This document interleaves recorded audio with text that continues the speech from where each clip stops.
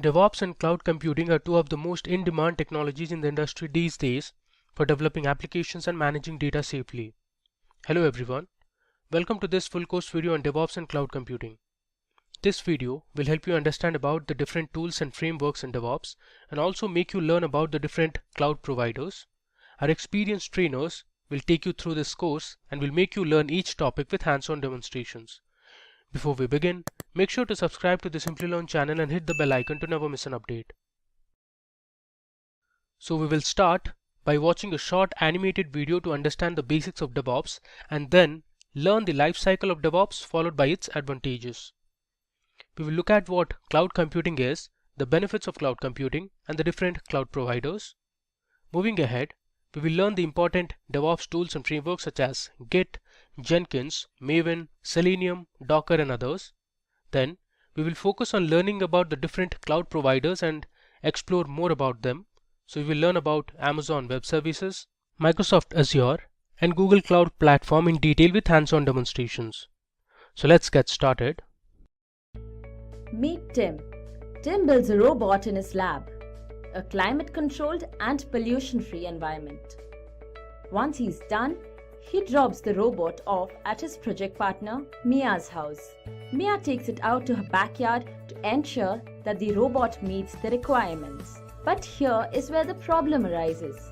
The change in the environment causes the robot to malfunction. Mia is now really annoyed and she has a lot to correct. And it seems to her as though Tim didn't really do much. This wall between them leaves the poor robot to bite the dust. Well, what if we broke this wall? Tim and Mia now work together in a common space. Tim develops each block of functionality of the robot, which is then immediately checked by Mia. Both are now working simultaneously instead of waiting on the other to finish their task. As and when a feature is ready for use, they are put together to build the final product. They develop a common mindset and share ideas. To further speed up the process, they use several tools which can automate every stage. This means that the robot is now ready sooner with less iterations and manual work. From an organization perspective, Tim would be the developer while Mia the operations. Their union is the core of the DevOps approach. DevOps has several stages and set of tools to automate each of these stages. Let's have a look at these. Tim first puts down a plan. In terms of a software, this could mean deciding on the modules and the algorithms to use. Once he has the plan, he now codes the plan. With tools such as Git, Tim has a repository for storing all the codes and their different versions. This is called version control. Next, this code is fetched and made executable. This is the build stage. Tools such as Gradle and Maven will sort this out. Now before deployment, the product is tested to catch any bugs. The most popular tool automating testing is Selenium. Once the products are tested, Mia must deploy it. The deployed product is then continuously configured to the desired state. Ansible, Puppet and Docker are some of the most common tools used that automate these stages. Now, every product is continuously monitored in its working environment. Nagios is one such tool that automates this phase, and the feedback is fed back to the planning stage. And finally, we have the core of the DevOps lifecycle, the integration stage. Tools such as Jenkins is responsible for sending the code for build and test. If the code passes the tests, it's further sent for deployment. This is called continuous integration. Let's now have a look at an organization that has adopted the DevOps approach. Which of the below sequence of steps would they follow to develop a software? Leave your answers in the comment section. Keep an eye out for the right answer on the comment section or our YouTube community. Giants such as Amazon, Netflix, Target, Etsy and Walmart have all adopted DevOps and seen a considerable increase in delivery and quality. In 2014, an hour of downtime for Netflix would cost it $200,000. It became absolutely crucial that Netflix prepared themselves for any sort of failure. And so, they took to the DevOps approach and implemented it in the most unique way. They developed a tool called the Simian Army. This tool created failures and automatically deployed them in an environment that did not affect the users. The team would troubleshoot these failures, and this gave them enough experience to deal with any degree of collapse. With everything being automated and happening simultaneously, organizations can now deliver at a much faster pace. So, considering the benefits of DevOps and its divergence from the traditional methods, would DevOps be the future? Let us know what you think in the comment section below. Hello, this is Matthew with Simplilearn, and today we're going to introduce you to DevOps. So let's go through Waterfall. So Waterfall is a traditional delivery model that's been used for many decades for delivering solutions, not just IT solutions and digital solutions, but even way before that. It has its history that goes back to World War II. So Waterfall is a model that is used to capture requirements and then cascade each key deliverable through a series of different stage gates that is used for building out the solution. So let's take you through each of those stage gates. The first that you may have done is requirements analysis. And this is where you sit down with the actual client and you understand specifically what they actually do and what they're looking for in the software that you're going to build.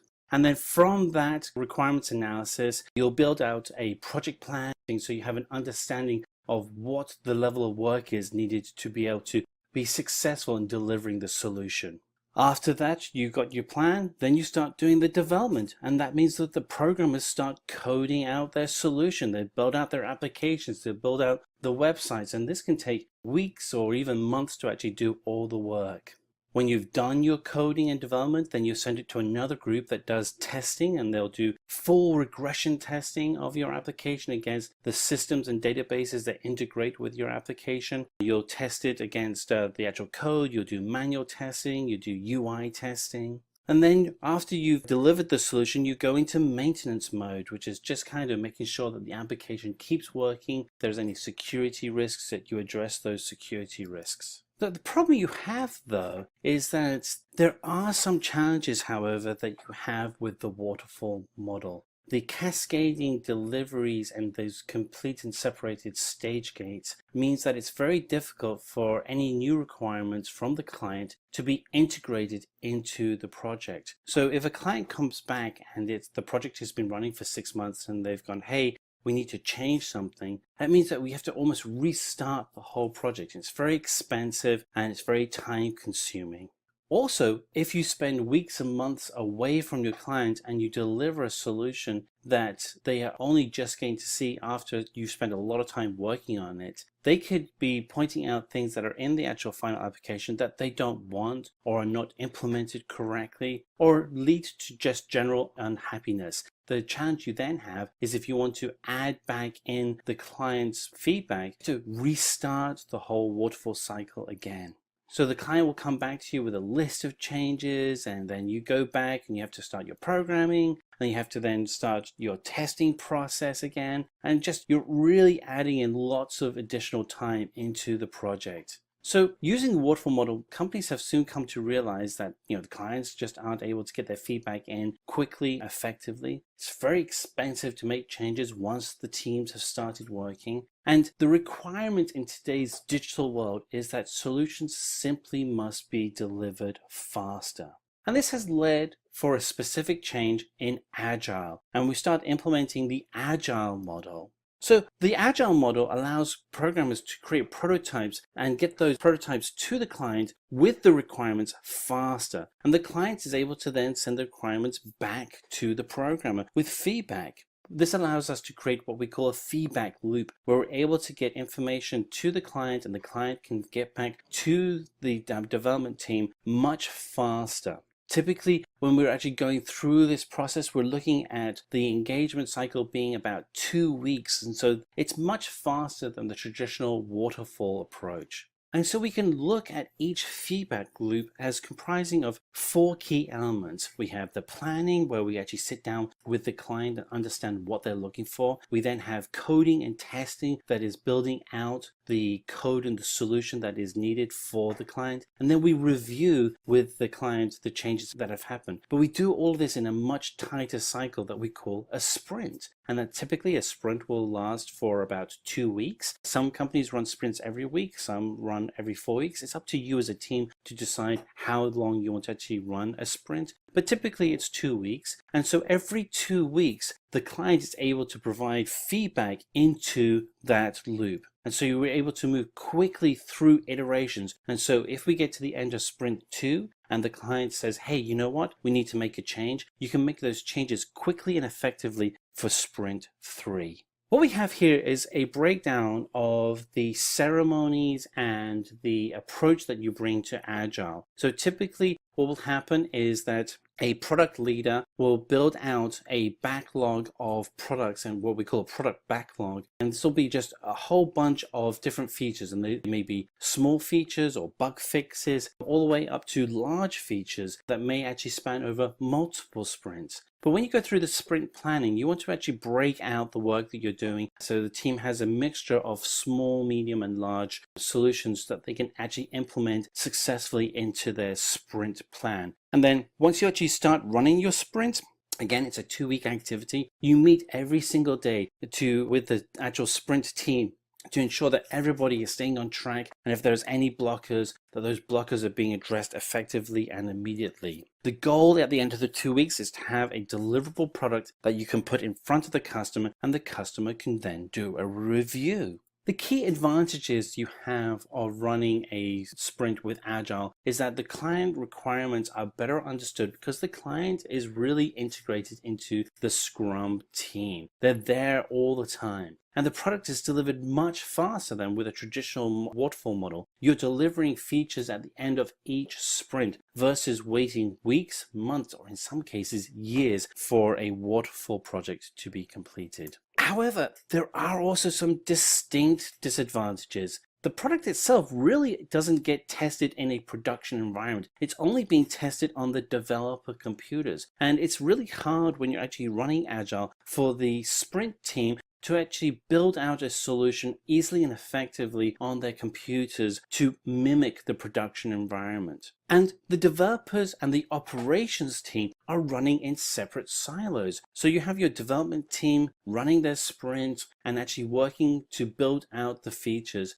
But then when they're done at the end of their sprint and they want to do a release, they kind of fling it over the wall at the operations team. And then it's the operations team job to actually install the software and make sure that the environment is running in a stable fashion. That is really difficult to do when you have the two teams really not working together.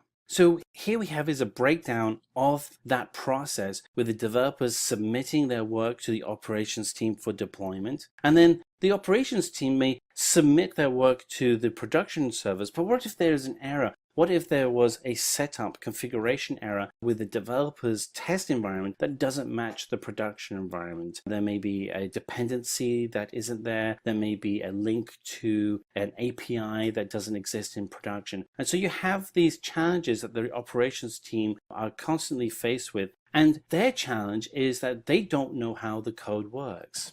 So this is where DevOps really comes in. And let's dig into how DevOps, which is developers and operators working together, is the key for successful continuous delivery. So DevOps is an evolution of the Agile model. The Agile model really is great for gathering requirements and for developing and testing out your solutions. And what we want to be able to do is kind of address that challenge and that gap between the ops team and the dev team. And so with DevOps, what we're doing is bringing together the operations team and the development team into a single team. And they are able to then work more seamlessly together because they are integrated to be able to build out solutions that are being tested in a production-like environment so that when we actually deploy, we know that the code itself will work.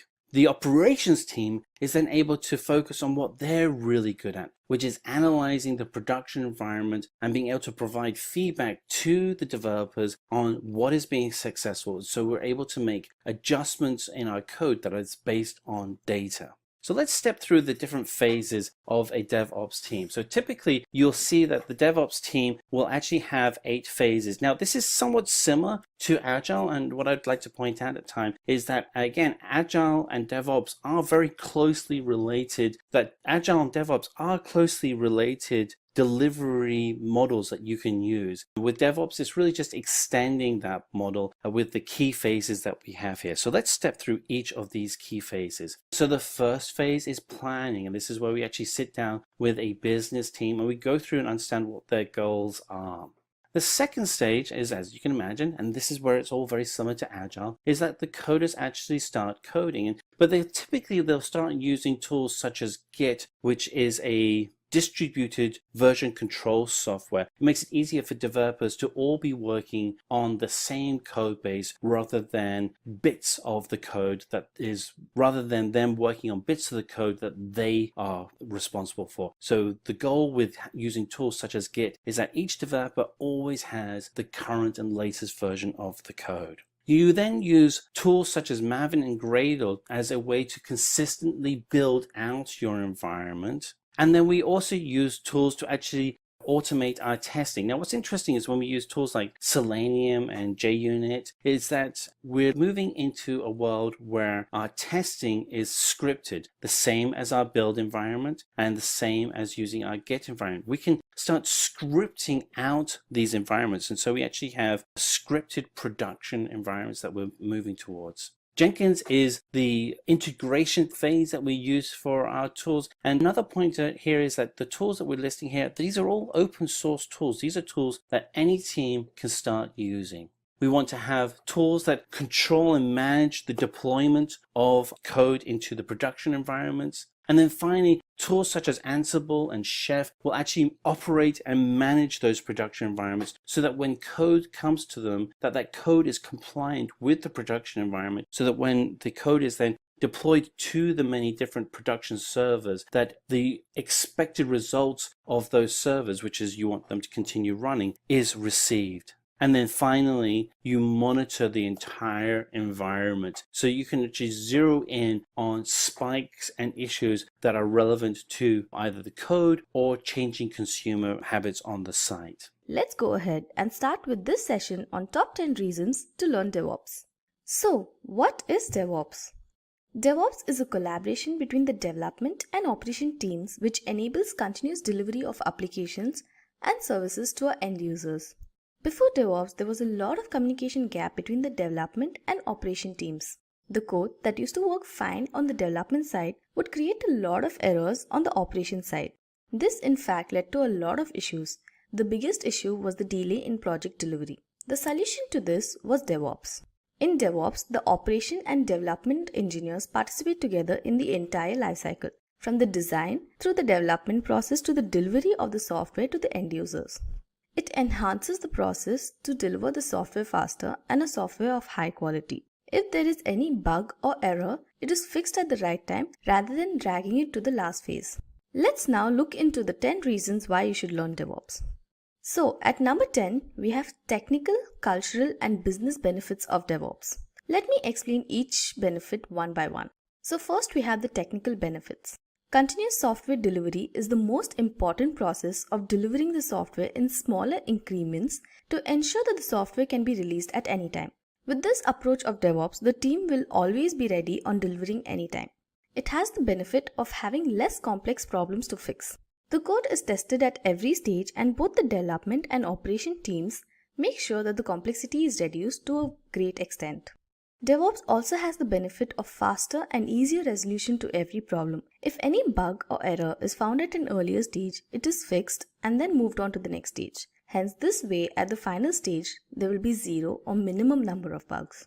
Moving forward, let's look into the cultural benefits of DevOps. The workload is divided equally between all the employees, so no individual is under the pressure to code, test, debug an entire software. This results in a team that is happy and more productive. Since DevOps is a collaboration between the development and operation teams, if any issue arises on one side, the team is always ready to help. And the employees are engaged to make sure that the software is as the end user requires and hence is delivered at the set date. DevOps helps in increasing the professional development opportunities. Finally, let's look into the business benefits of DevOps. The basic principles of DevOps, that is automation, continuous delivery, and quick feedback cycle, aim to make the software development process faster and more efficient. Being an extended version of agile methodology, DevOps ensures that the complete software development lifecycle goes smoothly. By promoting collaboration between the teams, DevOps offers continuous feedback so that the errors are fixed in time and the releases are done faster. These days, the development teams need to break down the interdepartmental constraints and collaborate, as well as communicate in a dynamic, round-the-clock environment. DevOps gives a way to improve the business agility by providing an environment of mutual collaboration, communication, and integration across the various teams in an IT organization. All the team members are responsible for meeting the quality and timeline of the software deliverables. With DevOps, organizations can improve the deployment frequency, recovery rates, and hence result in a lower failure rate. With every new release, it is possible to ensure the reliability and stability of an application. When applications perform flawlessly in the market, organizations reap the benefits of greater customer satisfaction.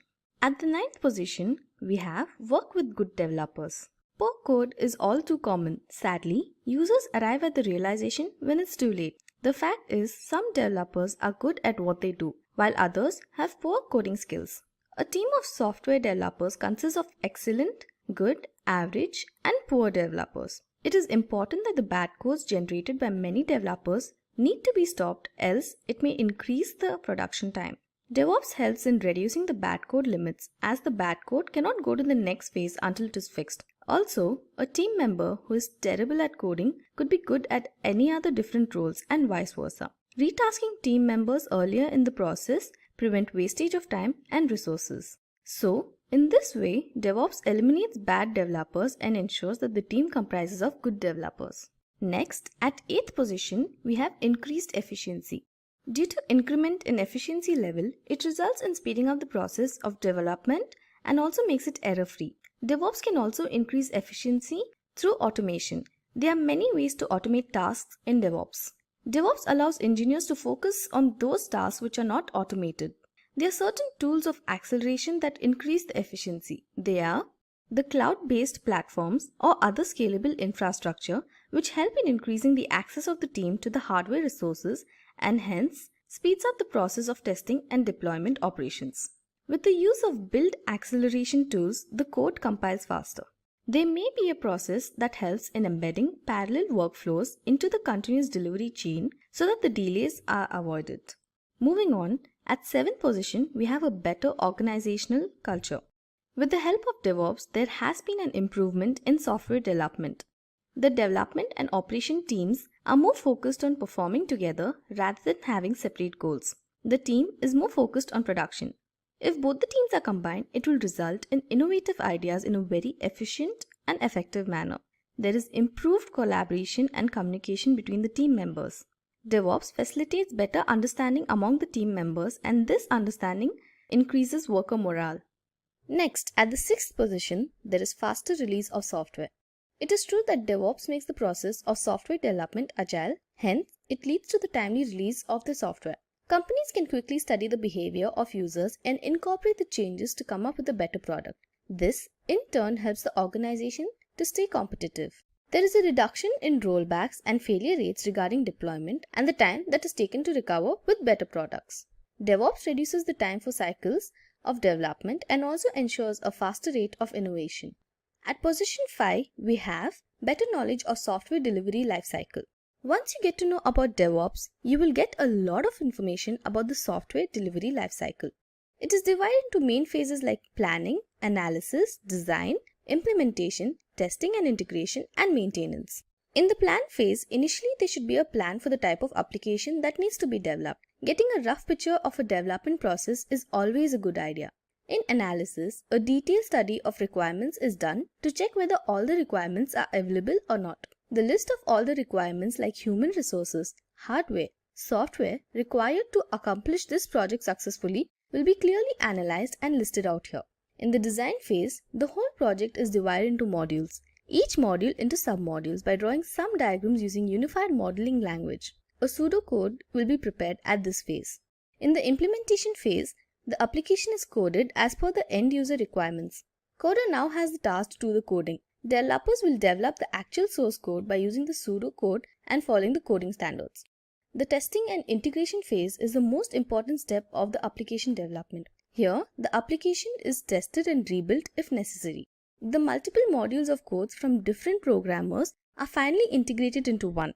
Then finally, the application is developed and delivered to the end users. The final phase is maintenance. Once the client starts using the developed software, then the real issues start coming up. In this stage, the team is required to fix the issues, roll out new features, and refine the functionalities as required. At the fourth position, we have boost product quality. The concept of DevOps does not allow mistakes in the stage of methodology. When both the operation and development stages are done correctly with no errors, then it will result in a release of better and improved product qualities. This leads to a cleaner, more efficient code and hence increases the software quality with each release. The DevOps process brings better quality to the development process and reduces the chances of unplanned work. At the third position, we have exposure to trending technologies and advanced tools. DevOps works with a variety of tools. Few of them are Nagios, Chef, Docker, Git, Selenium, Puppet, Kubernetes, Ansible, and many more.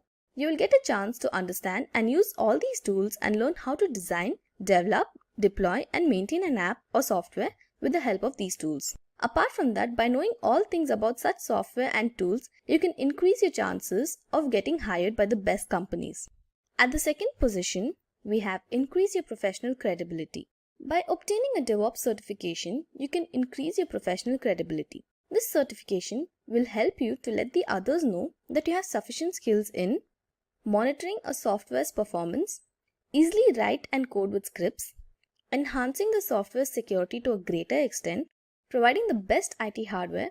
You will be able to troubleshoot various issues in the software, and finally, you will be able to connect softwares, databases, and much more to ensure effective functionality. 42% of companies are now preferring open source jobs and want candidates with DevOps skills. So, if you want to become a part of developing the DevOps job market, then this is the perfect time to start getting DevOps training. And finally, the top reason to learn DevOps is to get a perfect job and increase your salary. DevOps is a very popular career choice now. Researchers have also shown that in the coming years, DevOps will be the main hiring criteria for 46% of the IT companies. However, they are not sufficient experts who can match the requirements. That's why there are massive opportunities for candidates seeking DevOps jobs. Besides, when it comes to salary, you can earn a lot of money. On an average, a DevOps professional gets a pay of $99,604 per annum in the United States, and a DevOps professional in India gets an average salary of 6,02,000 rupees per annum. Now, let me recap and call out all the 10 reasons for learning DevOps once again. At number 10, we had the technical, cultural, and business benefits of DevOps. At number 9, we had work with good developers. At number 8, we had increased efficiency. At number 7, we had a better organizational culture. At number 6, we had faster release of software. Then, at 5th position, we had better knowledge of the software delivery lifecycle. At the 4th position, we had boost product quality. And at 3rd position, we had exposure to trending technologies and advanced tools. At the 2nd position, we had increase your professional credibility. And finally, at the top position, we had get a perfect job and increase your salary. Now, let me tell you how Simplilearn can help you learn DevOps so that you can start your career in it. So guys, this is the official Simplilearn website, and I'm going to show you the different types of DevOps courses Simplilearn offers. So first is DevOps Engineer. Let's go ahead and look into that. This is a master's program and it has 7+ real life projects. You can see the course curriculum here, that is Git and GitHub training, DevOps certification training, DevOps on AWS, and more. You can see the learning objectives. The tools covered here are Maven, Ansible, Chef, Puppet, SaltStack, Apache, Jenkins, TeamCity, and many more. You can see the course curriculum and you can see the electives that you can choose. Okay, let's go back and look at another certification. We had the DevOps certification training. So here you have 56 hours of blended learning, over 10 industry projects with integrated labs, 24 hours of live demos, and you have flexibility to choose the classes. The skills covered are DevOps methodology, version control systems, continuous integration and deployment tools, and Jenkins, TeamCity, Maven, and many more. So you can see the benefits here, the annual salary of a DevOps professional, the companies that are hiring DevOps professional. Then we can see the course curriculum. We have Introduction to DevOps, version control systems, continuous integration, continuous deployment. Then we have software and automation testing frameworks. We have containerization with Docker and much more. And you can see the various tools that are involved in this. Then we have our industry projects. So guys, in this way, Simplilearn can help you get a DevOps certification. Imagine you're the owner of a small software development firm and you want to scale your business up.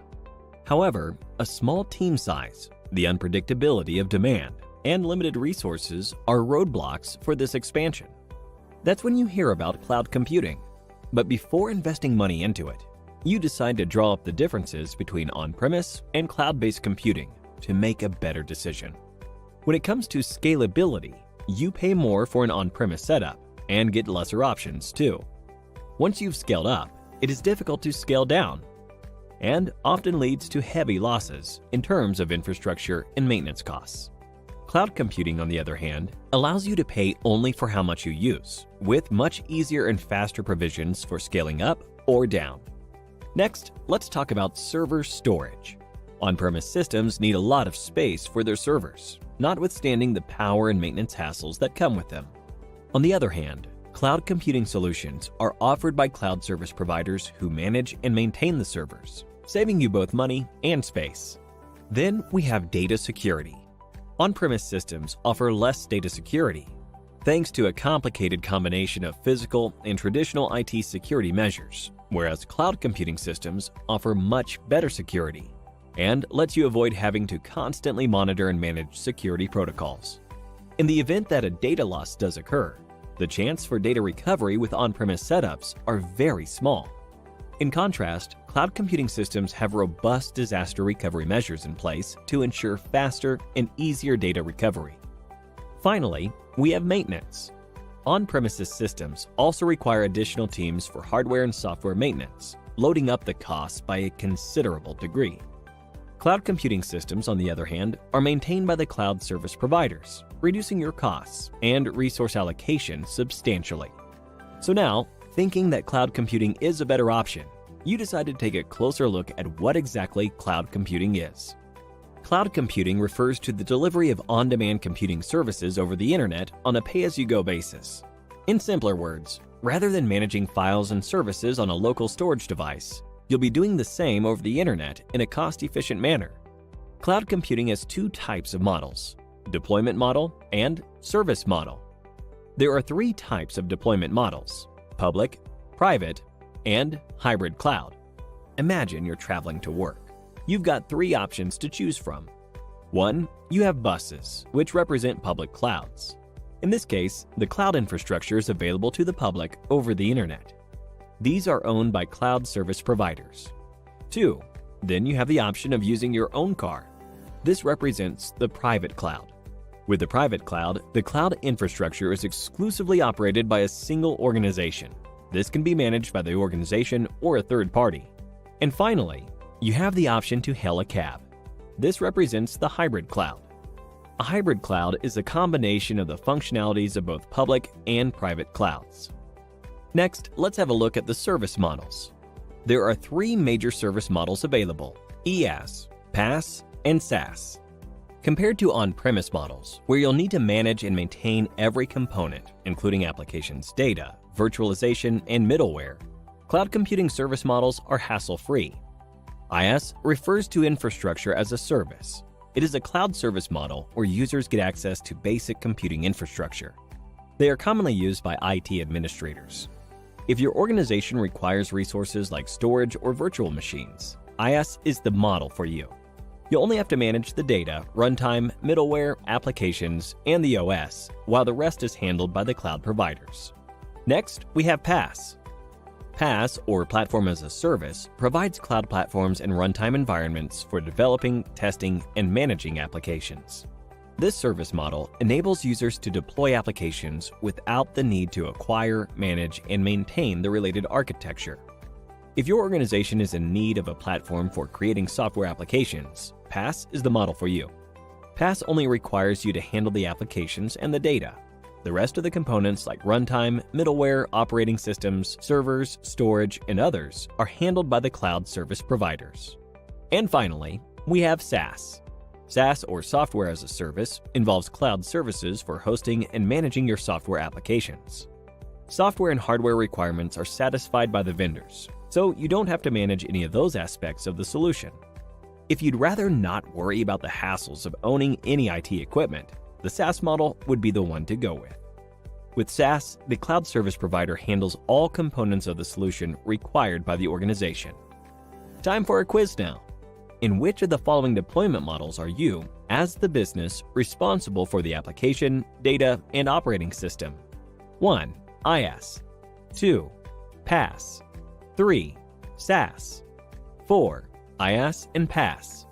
Let us know your answer in the comment section below. Coming back to cloud computing, some of the most popular cloud computing services in the market are AWS or Amazon Web Services, Microsoft Azure, and Google Cloud Platform. Want to learn more about them and how they differ from each other?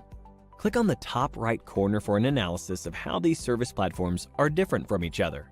Hi there, I'm Sam from Simplilearn and I work as a multi-platform cloud architect and trainer. And let me welcome you to this learning video called What is Cloud Computing? Before cloud computing existed, if we need any IT servers or application, let's say a basic web server, it does not come easy. Now here is an owner of a business, and I know you would have guessed it already that he's running a successful business by looking at the hot and fresh brewed coffee in his desk and lots of paperwork to review and approve. Now he had a smart, not only smart looking, but a really smart worker in his office called Mark. And on one fine day he called Mark and said that he would like to do business online. In other words, he would like to take his business online, and for that he needed his own website as the first thing. And Mark puts all his knowledge together and comes up with this requirement that his boss would need lots of servers, database, and softwares to get his business online, which means a lot of investment. And Mark also adds that his boss will need to invest on acquiring technical expertise to manage the hardware and software that they will be purchasing, and also to monitor the infrastructure. And after hearing all this, his boss was close to dropping his plan to go online. But before he made a decision, he chose to check if there are any alternatives where he don't have to spend a lot of money and don't have to spend acquiring technical expertise. Now that's when Mark opened this discussion with his boss, and he explained his boss about cloud computing. And he explained his boss the same thing that I'm going to explain to you in some time now about what is cloud computing. What is cloud computing? Cloud computing is the use of a network of remote servers hosted on the internet to store, manage, and process data rather than having all that locally and using local server for that. Cloud computing is also storing our data in the internet from anywhere and accessing our data from anywhere throughout the internet. And the companies that offer those services are called cloud providers. Cloud computing is also being able to deploy and manage our applications, services, and network throughout the globe and manage them through the web management or configuration portal. In other words, cloud computing service providers give us the ability to manage our applications and services through a global network or internet. Example of such providers are Amazon Web Services and Microsoft Azure. Now that we have known what cloud computing is, let's talk about the benefits of cloud computing. Now I need to tell you, the cloud benefits is what is driving cloud adoption like anything in the recent days. If I want an IT resource or a service now with cloud, it's available for me almost instantaneously, and it's ready for production almost the same time. Now this reduces the go live date, and the product and the service hit the market almost instantaneously compared to the legacy environment. And because of this, the companies have started to generate revenue almost the next day, if not the same day. Planning and buying the right size hardware has always been a challenge in legacy environment. And if you're not careful when doing this, we might need to live with a hardware that's undersized for the rest of our lives. With cloud, we do not buy any hardware, but we use the hardware and pay for the time we use it. If that hardware does not fit our requirement, release it and start using a better configuration and pay only for the time you use that new and better configuration. In legacy environments, forecasting demand is an full-time job, but with cloud, you can let the monitoring and automation tool to work for you and to rapidly scale up and down the resources based on the need of that hour. Not only that, the resources, services, data can be accessed from anywhere as long as we are connected to the internet. And even there are tools and techniques now available which will let you to work offline and will sync whenever the internet is available. Making sure the data is stored in durable storage and in a secure fashion is the talk of the business, and cloud answers that million-dollar question. With cloud, the data can be stored in a highly durable storage and replicated to multiple regions if you want, and the data that we store is encrypted and secured in a fashion that's beyond what we can imagine in local data centers. Now let's bleed into the discussion about the types of cloud computing. Very lately, there are multiple ways to categorize cloud computing because it's ever growing. Now we have more categories. Out of all, these 6 sort of stand out. Categorizing cloud based on deployments and categorizing cloud based on services. And again, under deployments, categorizing them based on how they have been implemented. Is it private? Is it public? Or is it hybrid? And again, categorizing them based on the service it provides. Is it infrastructure as a service, or is it platform as a service, or is it software as a service? Let's look at them one by one. Let's talk about the different types of cloud based on the deployment models first.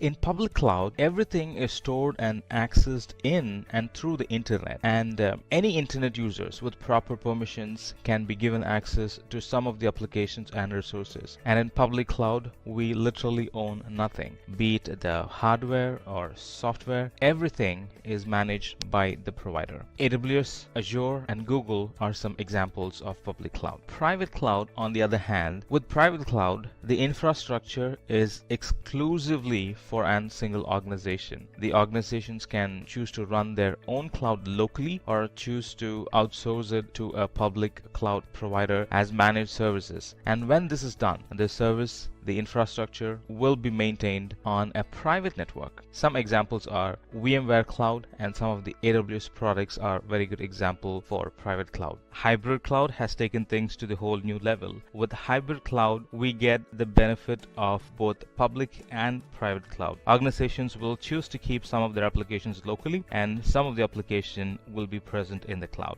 One good example is NASA. It uses hybrid cloud. It uses private cloud to store sensitive data and uses public cloud to store and share data which are not sensitive or confidential. Let's now discuss about cloud based on service model. The first and the broader category is infrastructure as a service. Here we would rent the servers, network, storage, and we'll pay for them in an hourly basis. But we will have access to the resources we provision, and for some we will have root level access as well. EC2 in AWS is a very good example. It's a VM for which we have root level access to the OS and admin access to the hardware. The next type of service model would be platform as a service. Now, in this model, the providers will give me a pre-built platform where we can deploy our codes and our applications, and they will be up and running. We only need to manage the codes and not the infrastructure. Here in software as a service, the cloud providers sell the end product, which is a software or an application, and we directly buy the software on a subscription basis. It's not the infra or the platform, but the end product or the software or a functioning application, and we pay for the hours we use the software. And in here, the client maintains full control of the software and does not maintain any equipment. Amazon and Azure also sell products that are software as service. This chart sort of explains the difference between the four models, starting from on-premises to infrastructure as a service to platform as a service to software as a service. This is self-explanatory that the resources managed by us are huge in on-premises, that towards your left as you watch, and it's little less in infrastructure as a service as we move further towards the right, and further reduced in platform as a service, and there's really nothing to manage when it comes to software as a service because we buy the software, not any infrastructure component attached to it. There are lots of famous well-known organizations around the world. They have moved or have migrated to the cloud environment. Pinterest is one company which is one of the world's largest visual bookmarking tool with more than 70 million monthly active users. Now, Pinterest was able to scale its business because it was all built on Amazon Web Services. With a company with less number of employees, Pinterest decided that they do not want to dedicate its staff time to manage a data center. Instead, Pinterest uses AWS, or they used AWS to manage their high performance social application and store more than 8 billion objects and 400 terabytes of data in AWS cloud using a service called Amazon Simple Storage Service, or in short Amazon S3. And not only that, they are running 225,000 instance hours a month, and they run that on Amazon compute service called Amazon EC2 or Amazon Elastic Compute Cloud. Spotify is another company that got benefited using AWS. It's an online music service offering, and it offers instant access to over 16 million licensed songs. Spotify needed a peculiar requirement. It needed a storage solution that could scale very quickly without incurring long lead times for upgrades. Long story short, Spotify used Amazon S3, which is Amazon Simple Storage Service, and Amazon S3 gave them the confidence in their ability and to expand their storage quickly while also providing high data durability. The third biggest company I want to mention is Netflix. It's the world's largest internet television network with more than 100 million members in more than 190 countries. Netflix uses Amazon Web Services for nearly all its computing and storage needs. Now that includes database, analytic, recommendation engines, video transcoding, and a lot more. Not only that, this company is planning to use AWS Lambda to build an automated or an rule-based self-managing infrastructure and replace some of their inefficient process to reduce the rate of errors and replace inefficient processes to reduce the rate of errors and save their valuable time. Expedia is another famous company that got benefited by using cloud. Expedia provides travel booking service through its flagship site called Expedia.com, and not only that, they also run 200 plus travel booking sites around the world. Expedia is all on AWS, and by using AWS, Expedia has become more resilient with an high scalable infrastructure and better cloud services because it had offloaded the IT management to the cloud provider itself, in this case AWS. And because of this, Expedia's developers have been able to innovate faster while saving the company millions and millions of dollars. As next thing, let's talk about the different cloud providers. Amazon Web Services, AWS, is a cloud computing service provided by Amazon. It provides a mix of infrastructure as a service, IaaS, platform as a service, PaaS, and packaged software as a service called SaaS offerings. Microsoft Azure, formerly known as Windows Azure, is a cloud computing service by Microsoft, and it sort of specializes in using cloud for building, testing, deploying, and managing the applications through the service throughout a global network that Microsoft manages. It also provides software as a service, platform as a service, infrastructure as a service, and it supports lots of different programming languages and tools and frameworks, including both Microsoft and third-party software and systems. IBM Cloud is a cloud computing service offered by IBM. IBM Cloud includes infrastructure as a service, software as a service, platform as a service. Now, the difference is here it offers through public, private, and hybrid cloud delivery models. VMware, on the other hand, is a subsidiary of Dell Technologies and provides cloud computing and platform virtualization software and services. It was the first commercially successful company to to virtualize the x86 architecture. Google Cloud Platform, on the other hand, is offered by Google. It's a suite of cloud computing services that run on the same infrastructure that Google uses internally for its end user products such as the Google search and the YouTube you're familiar with. Alongside a set of managed tools, it also provides cloud services including computing services, data storage services, data analytics, and machine learning services. DigitalOcean, on the other hand, is headquartered in New York City with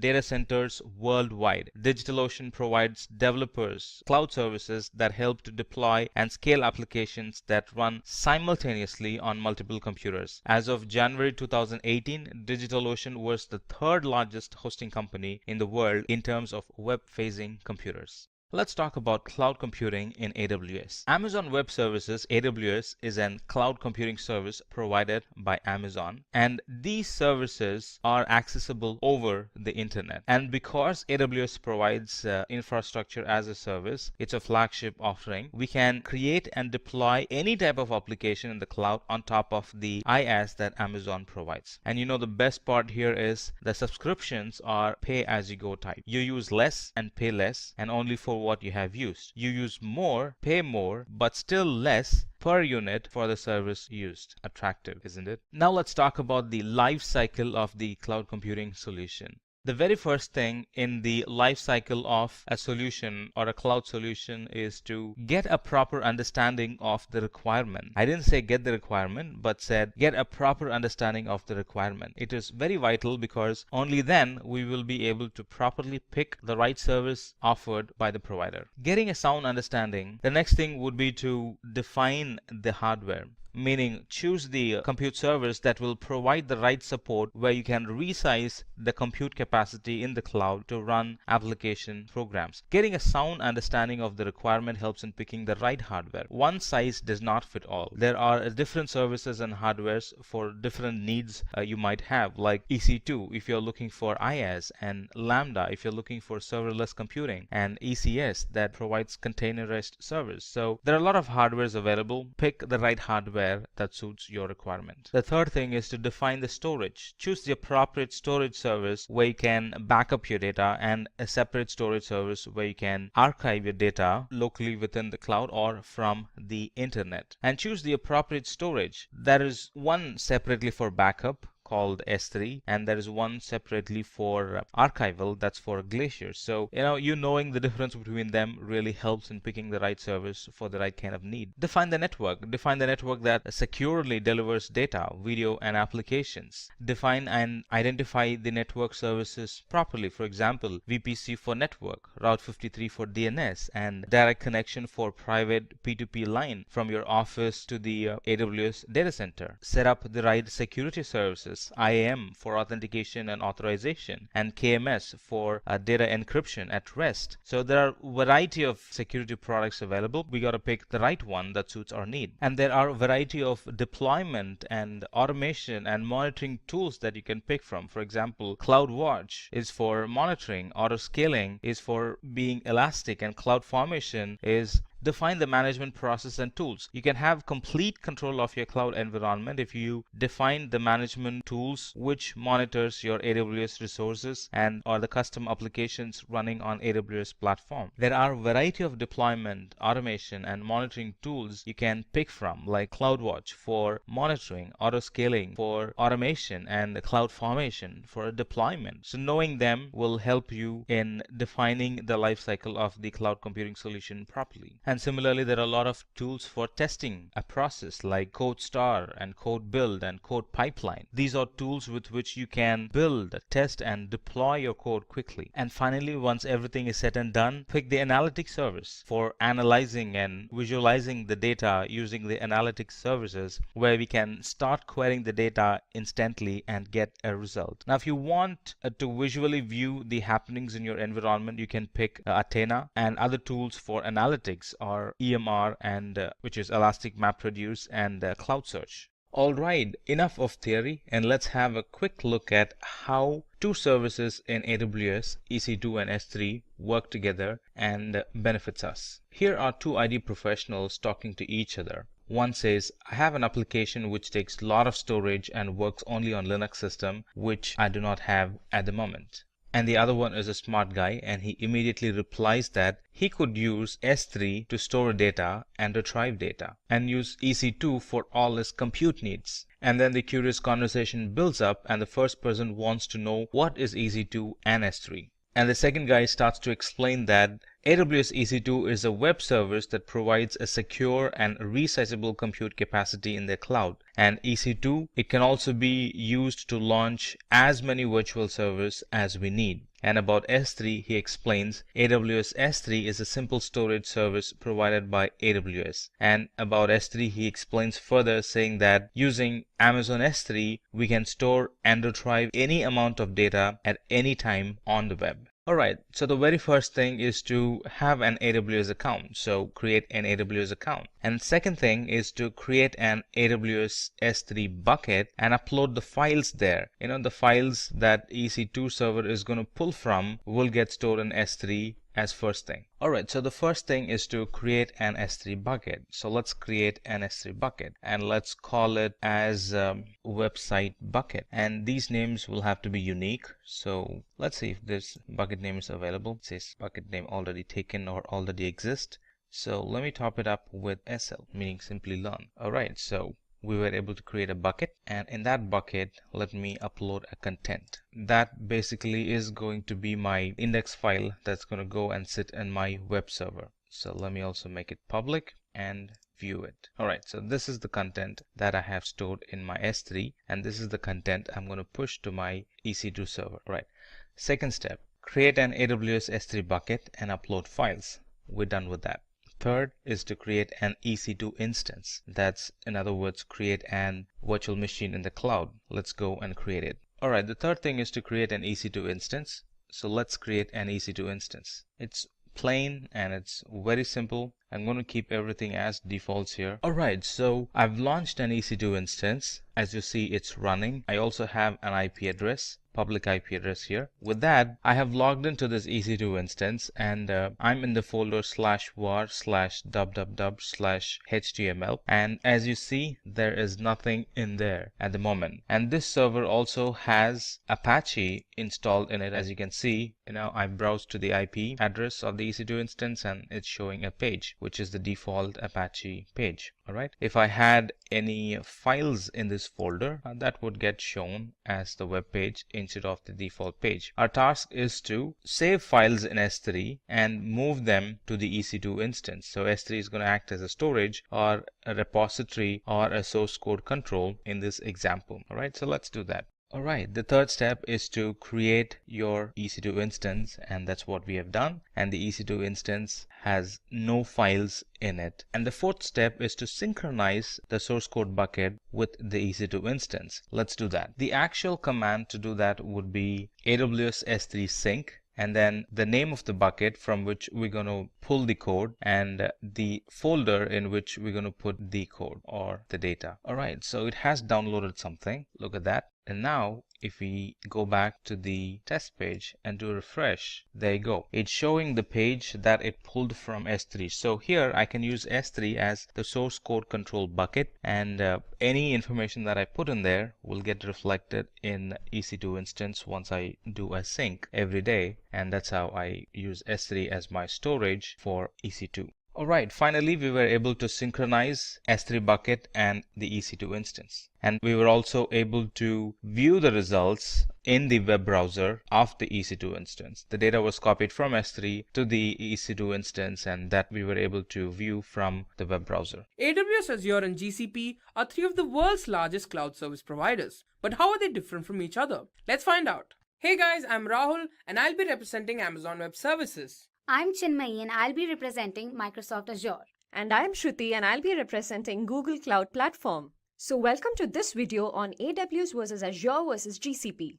Talking about market share, Amazon Web Services leads with around 32% of the worldwide public cloud share. Azure owns up to 16% of the worldwide market share. And GCP owns around 9% of the world's market share. Let's talk about each of these service providers in detail. AWS provides services that enable users to create and deploy applications over the cloud. These services are accessible via the internet. AWS, being the oldest of the lot, was launched in the year 2006.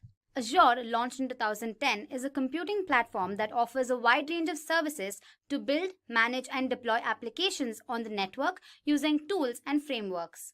Launched in the year 2008, GCP offers application development and integration services for its end users. In addition to cloud management, it also offers services for big data, machine learning, and IoT. Now let's talk about availability zones. These are isolated locations within data center regions from which public cloud services originate and operate. Talking about AWS, they have 69 availability zones within 22 geographical regions. This includes regions in the United States, South America, Europe, and Asia Pacific. They are also predicted to have 12 more additions in the future. Azure, available in 140 countries, has over 54 regions worldwide grouped into 6 geographies. These geographical locations have more than 100 data centers. GCP is available in 200 plus countries across the world. As of today, GCP is present in 61 zones and 20 regions, with Osaka and Zurich being the newly added regions. Now let's talk about pricing. These services follow the pay-as-you-go approach. You pay only for the individual services you need for as long as you use them without requiring long-term contracts or complex licensing.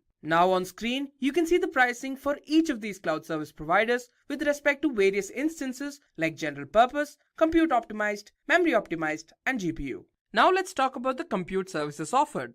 First off, we have virtual servers. For AWS, we have EC2.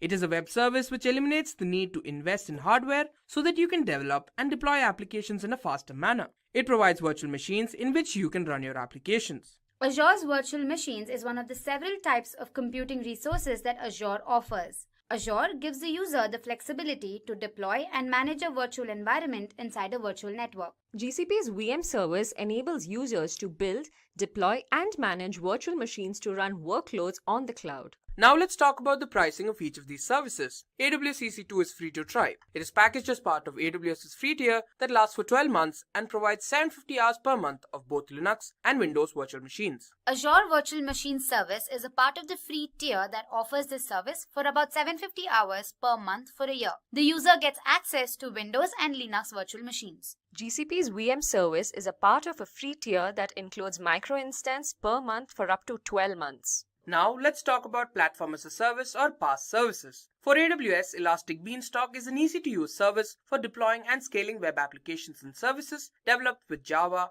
.NET, Node.js, Python, and much more. It is used for maintaining capacity, provisioning, load balancing, auto-scaling, and application health monitoring. The PaaS backbone utilizes virtualization techniques where the virtual machine is independent of the actual hardware that hosts it. Hence, the user can write application code without worrying about the underlying hardware. Google App Engine is a cloud computing platform as a service which is used by developers for hosting and building apps in Google data centers. The App Engine requires the apps to be written in Java or Python and store data in Google Bigtable and use the Google query language for this. Next, let's talk about virtual private server services. AWS provides Lightsail. It provides everything you need to build an application or a website along with the cost-effective monthly plan and minimum number of configurations. In simple words, VM Image is a more comprehensive image for Microsoft Azure virtual machines. It helps the user create many identical virtual machines in a matter of minutes. Unfortunately, GCP does not offer any similar service. Next up, we have serverless computing services. AWS has Lambda. It is a serverless compute service that lets you run your code without facilitating and managing servers. You only pay for the compute time you use. It is used to execute backend code and scales automatically when required. Azure Functions is a serverless compute service that lets you run event-triggered code without having to explicitly provision or manage infrastructure. This allows the users to build applications using serverless simple functions with the programming language of their choice. GCP Cloud Functions make it easy for developers to run and scale code in the cloud and build event-driven serverless applications. It is highly available and fault-tolerant. Now let's talk about storage services offered by each of these service providers. First off, we have object storage. AWS provides S3. It is an object storage that provides industry standard scalability, data availability, and performance. It is extremely durable and can be used for storing as well as recovering information or data from anywhere over the internet. Blob storage is an Azure feature that lets developers store unstructured data in Microsoft's cloud platform. Along with storage, it also offers scalability. It stores the data in the form of tiers depending on how often data is being accessed. Google Cloud Storage is an online storage web service for storing and accessing data on Google Cloud Platform infrastructure. Unlike the Google Drive, Google Cloud Storage is more suitable for enterprises. It also stores objects that are organized into buckets. Amazon provides EBS or Elastic Block Store. It provides high-performance block storage and is used along with EC2 instances for workloads that are transaction or throughput intensive. Azure Managed Disk is a virtual hard disk. You can think of it like a physical disk in an on-premises server but virtualized. These managed disks allow the users to create up to 10,000 VM disks in a single subscription. Persistent storage is a data storage device that retains data after power to the device is shut off. Google Persistent Disk is durable and high-performance block storage for GCP. Persistent Disk provides storage which can be attached to instances running in either Google Compute Engine or Kubernetes Engine. Next up, we have disaster recovery services. AWS provides a cloud-based recovery service that ensures that your IT infrastructure and data are recovered while minimizing the amount of downtime that could be experienced. Site recovery helps ensure business continuity by keeping business apps and workloads running during outages. It allows recovery by orchestrating and automating the replication process of Azure virtual machines between regions. Unfortunately, GCP has no disaster recovery service. Next, let's talk about database services. First off, for AWS, we have RDS or Relational Database Service. It is a web service that's cost-effective and automates administration tasks. Basically, it simplifies the setup, operation, and scaling of a relational database. Microsoft Azure SQL Database is a software as a service platform that includes built-in intelligence that learns app patterns and adapts to maximize performance, reliability, and data protection. It also eases the migration of SQL Server databases without changing the user's applications. Cloud SQL is a fully managed database service which is easy to set up, maintain, and administer relational PostgreSQL, MySQL, and SQL Server databases in the cloud. Hosted on GCP, Cloud SQL provides a database infrastructure for applications running anywhere. Next, we have NoSQL database services. AWS provides DynamoDB, which is a managed, durable database that provides security, backup and restore, and in-memory caching for applications. It is well known for its low latency and scalable performance. Azure Cosmos DB is Microsoft's globally distributed multi-model database service. It natively supports NoSQL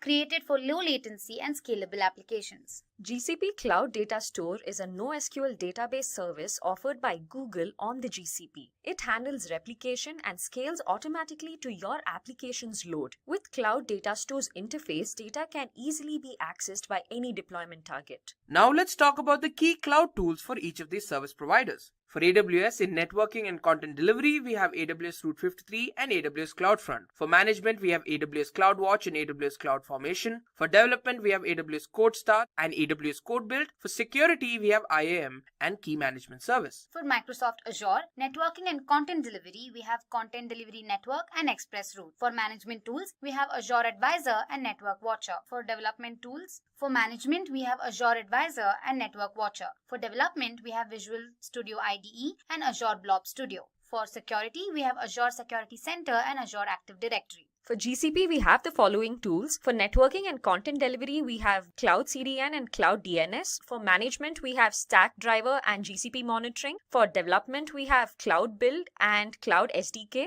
And finally, for security, we have Google Cloud IAM and Google and Cloud Security Scanner. Now let's talk about the companies using these cloud providers. For AWS, we have Netflix, Unilever, Kellogg's, NASA, Nokia, and Adobe. Pixar, Samsung, eBay, Fujitsu, EMC, and BMW, among others, use Microsoft Azure. So as seen on your screens, the companies that use GCP are Spotify, HSBC, Snapchat, Twitter, PayPal, and 20th Century Fox. Let's talk about the advantages of each of these services. Amazon provides enterprise-friendly services. You can leverage Amazon's 15 years of experience delivering large-scale global infrastructure, and it still continues to hone and innovate its infrastructure management skills and capabilities. Secondly, it provides instant access to resources. AWS is designed to allow application providers, ISVs, and vendors to quickly and securely host your applications, whether an existing application or a new SaaS-based application. Speed and agility. AWS provides you access to its services within minutes. All you need to select is what you require and you can proceed. You can access each of these applications anytime you need them. And finally, it's secure and reliable.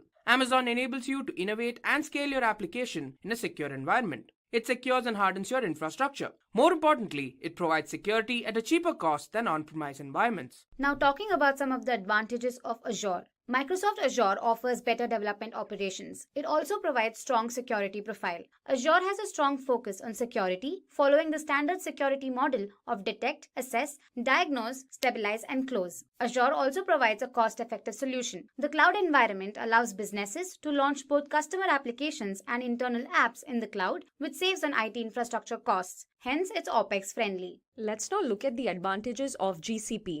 Google bills in minute-level increments, so you only pay for the compute time you use. They also provide discounted prices for long-running workloads. For example, you use the VM for a month and get a discount. GCP also provides live migration of virtual machines. Live migration is the process of moving a running VM from one physical server to another without disrupting its availability to the users. This is a very important differentiator for Google Cloud compared to other cloud providers. GCP provides automatic scalability. This allows a site's container scale to as many CPUs as needed. Google Cloud Storage is designed for 99.9% durability. It creates server backup and stores them in an user-configured location. Let's talk about the disadvantages of each of these services. For AWS, there's a limitation of the EC2 service. AWS provides limitations on resources that vary from region to region. There may be a limit to the number of instances that can be created. However, you can request for these limits to be increased. Secondly, they have a technical support fee. AWS charges you for immediate support, and you can opt for any of these packages. Developer, which costs $29 per month, Business, which costs more than $100, and Enterprise, that costs more than $15,000. It has certain network connectivity issues. It also has general issues when you move to the cloud, like downtime, limited control, backup protection, and so on. However, most of these are temporary issues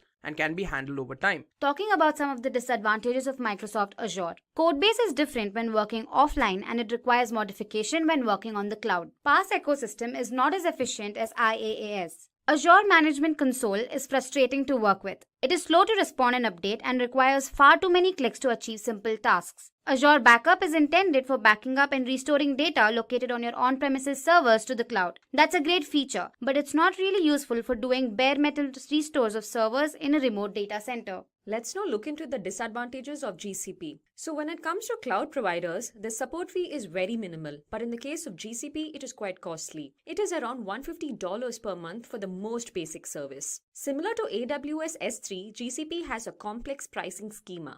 Also, it is not very budget friendly when it comes to downloading data from Google Cloud Storage. Today we're going to delve into Git and what it actually is and how it fits within your DevOps stack. So a little scenario before using Git. One of the challenges that a lot of developers and development teams would have had is developers would be working on different types of code, whether it was database code, whether it was Python, or whether it was Java or .NET, and they would have a central server that they would be pushing all of their source code in. But there was little or no communication that was actually going on in between all the developers.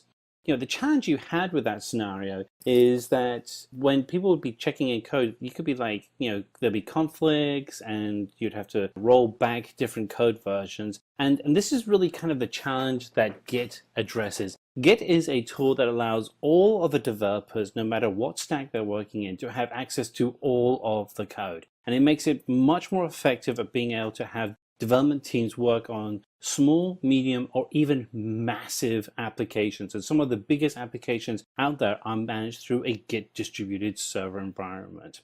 So let's jump into what we'll be covering so you have a clear understanding of the value that you're going to get out of watching this presentation. So we're going to go through DevOps and the tools we have available for DevOps. We'll talk about what version control means within a DevOps environment and cover the two different types of version control, centralized and distributed. And then we're going to zero in on Git, which is a really fantastic distributed version control system. And we're going to go through and understand the features, workflow, branches, and commands in Git. We're going to give you a demo and then summarize all of the activities at the end of the presentation.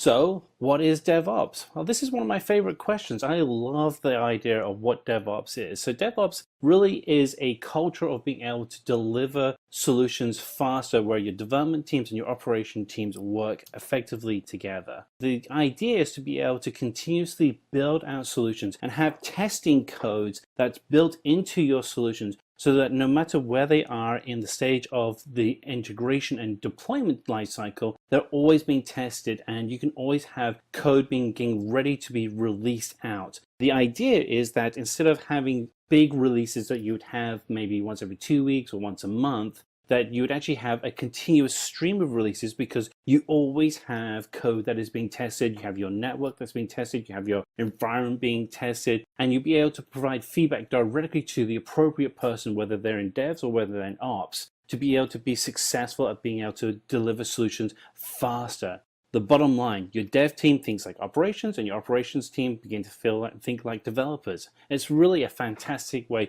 of being able to speed up delivery and have your team just think and feel and act in a different cultural environment. So let's have a look at some of the tools that are available to you in DevOps environments. If we look at DevOps, it's really kind of split into two areas. The dev side, you have building, code, planning, and testing. And then on your ops side, you have release, deployment, operating, and monitoring. But the tools really all interact with each other. And what's really great is that the tools are either open source or very, very low in cost. And in fact, most of the tools that you're seeing in front of you right now are open source tools, which means there's no licensing to you, and you can actually effectively manage them and implement them within your team right now.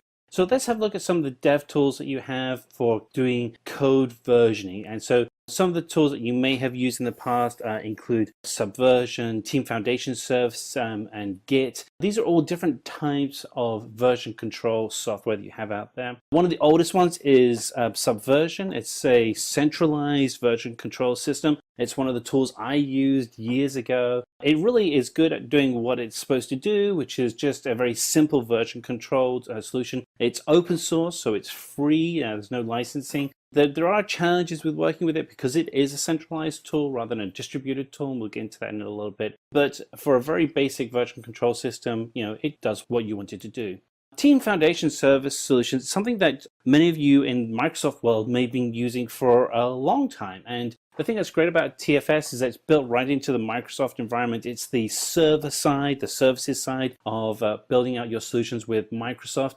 Just recently, in the last couple of weeks, at the beginning of September 2018, Microsoft actually just rebranded TFS as Azure DevOps, and so you have Azure Pipelines, and there are 5 now Azure tools that actually replace TFS. But these are all tools that are very similar in concept. The old TFS tools are very similar to the centralized SVN tools, whereas the new tools that are part of Azure are actually much more aligned with Git. So what you're seeing is Microsoft moving from the centralized server to a distributed server with their new Azure DevOps tools, which is fantastic news for every developer listening to this. And then we have Git, and Git is a distributed version control system. It is, again, open source, which means that you can start using it right now without fear of having to have any costs or any penalties. And the thing that's really good about it is that you can use it for almost any kind of digital project. And what it's good at is being able to create that historical record and versioning of your source code, whether you're doing a web application, a mobile application, or you're actually building a Python script for a machine learning solution. So let's dig into what version control systems are and how they can be of value to you. So the role of a version control system is to allow developers to be able to check in their files into a repository. And here you can actually see how we can check in 3 files into a repository. and that repository then becomes a snapshot or a historical record of the files that we're working on. And you want to be able to have it so that the repository is flexible enough so that as you want to be able to scale and add in new files or new versions of a file, that you can actually do that easily within your VCS environment.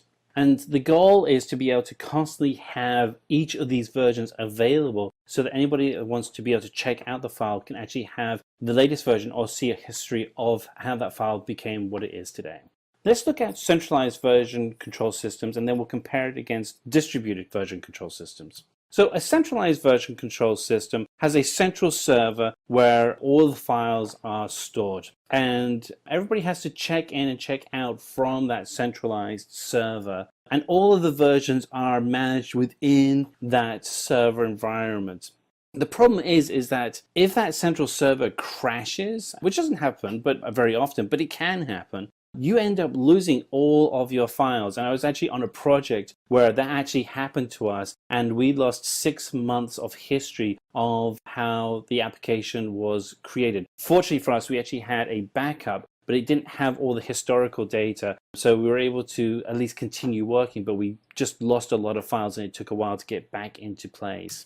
So let's now look at and compare this to a distributed version control system. With a distributed version control system, you still have a centralized server that manages the files. But the difference is that as a developer, you check out all of the files for a project. So you can actually manage the whole project locally on your development machine and make your changes. And then you can just check in and out the changes that you've made to the centralized server. The opportunity you have here is that the server itself, if it goes down, you're not going to be in a situation where you lose all of the history, because everybody that's working on the actual application has all of the versions of the code locally on their machine. Now, one of the more popular distributed version control systems that out there is Git. I mean, it really is probably the most popular by a margin compared to a system out there. So, let's dig into, what actually is Git. So Git is a version control system for managing files, and as a developer, you have a Git client on your machine, and you're able to make changes and create local repositories of a program on your computer, and then you can sync up with a remote service such as GitHub or GitLab or the new Azure Labs environment, where you can actually store files remotely and then allow remote teams to have access to those changes in the actual application you made. So you can track your changes easily. The tool is inherently distributed, so it makes it very easy to manage the code for large teams. And you can bring people in very quickly, and you can have people come in as specialists and spin them up quickly and have them work on a piece of the code and then drop them out of the project. If you want to have a check on how this works, go and start contributing to any of the many thousands of open source projects at GitHub, where you can go in with your Git tools and just contribute to those projects. And then finally, one of the things that I really like with Git is that it's not a linear development approach. It's not starting from A and going to Z. It's a non-linear approach, which allows you to have branches that people are working on in parallel to your master branch, where people are actually doing the delivery of the production code. So let's step through some of these features. So Git, as you can imagine, the first thing it does is track history. That's probably the most important part of having a version control system. It's free open source. You can actually go and use it right now. There are no costs for actually using it. It is a non-linear environment that allows people to be able to build out new features in parallel to the master branch, so that you can be constantly having the master code out there and adding in new features without breaking the code. And you can automatically create backups because each developer has a version of the code remotely. It's incredibly scalable. Some of the biggest projects out there now are being managed through Git. And because of this scale, the collaboration becomes a byproduct of teams working together. And branching just is so much easier within Git. So as you can see, this whole thing leads to a very effective distributed environment. So let's step through some of the workflow that we have available for Git. So the way that Git works is that you, as an operator, as a developer, you have the Git client on your local development machine, whether that's a Linux machine, a Mac, or a PC, and you connect to a remote server and you pull down the latest working copy, and then you're able to make all of your changes locally, and you can modify the codes, you can review changes, and you can commit those codes to your Git repository that you have locally, and then you can push those changes back up to the remote server. And as soon as you push them into the remote server, those changes then become available to everybody else working on the project. So they can be constantly keeping everybody updated on all the work that is happening. So, typically the way that it would work is, you would start off with having the working file, the working directory that you have locally, and then you would stage those files into a staging area, and then you get those files ready to be committed to your Git repository. And these are all actions that you would do locally and then connect to a remote server. And then later, when you go back into work on your project, the first thing you should always do is check out that code so that you always have the latest version of the code and everybody's kept in sync. So let's talk about branching in Git. So the way that branches work is that if you imagine you're working on a project, and projects always have a tendency of getting bigger than you imagine. And what you want to be able to do is keep that main product working and keeping it working effectively. But if you want to be able to add a feature to that product, you may have 2 or 3 different groups that are working on multiple features simultaneously. And what you want to be able to do is give them the freedom to work on those individual features. And the way you do it in Git is that you can create branches off the master, and while you're off the main branch, which is called the master. And so each person could be working on their own separate branch, and then when they want to, they can then later merge those branches back into the main master. And all this time, the main master still works and still able to produce the right code for the customer. But at the same time, it allows the developers the freedom to be able to write in their new features. And so we can look at this in a little bit more visually with the master branch. And we can put in small features and large features, and we can then merge them back as we need to. So this kind of covers some of the commands that we have in Git. So the first command you'd want to use is called git init, and that's allowing you to go into a folder on your local PC or your local Mac and convert that folder into a local Git repository, and that creates that repository. Then you want to be able to make changes to that repository, and the commands you'd be using in this instance would be add, commit, or status. You want to be able to sync your repositories with the remote server. So to be able to put the code that you have on your computer on the remote server, you use push. You want to get the code from the remote server, you'd use pull, and then add origin. And then if you want to do parallel development from the master branch, the main branch, you would use branch, merge, or rebase as ways to be able to do parallel development. And now we're going to go through and do a demo on Git. So we're going to do a demo on Git so you can feel comfortable running the commands in the interface and you're able to get Git running correctly in your environment. So the first thing we're going to do is we're going to set up which version of Git that you have, and then we're going to see if we can establish some global configurations within your Git environment. And we're going to do sandeep.dash as the name, the email address is sandeep.simplylearn, and then we're going to do a list of the different configuration settings we have. So to check the version of Git that we have, we do git -- version in our terminal or command line window. You can also use PowerShell. That'll actually get you running in the same environment as well. All of these tools are going to be command line tools. And then the next thing we're going to do is we're going to assign some global usernames and a global email address so that we can actually access the Git account itself locally on the device. And so we're going to put in config -- global user.name Sandeep, and then git config -- global user.email and sandeep.d@simplylearn.net. And now we're going to check the list of usernames and email IDs in our configuration environment with -list, and you'll see that we have everything in there correctly. Here is our username right here, and our name and our email ID.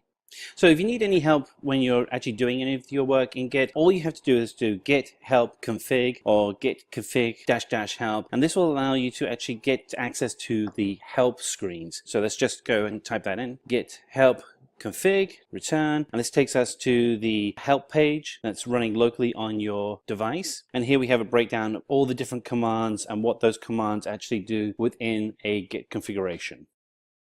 And we can go ahead and we can do git config -- help, and that will actually take us to the same page. So two ways of doing the same thing. So we're going to go ahead and we're going to create a test repository on our local system, and we're going to do that with make directory called test, and then we're going to move our cursor within command window, terminal window, to the test folder, and then we're going to initialize that folder to become a Git repository. So let's go ahead and do that.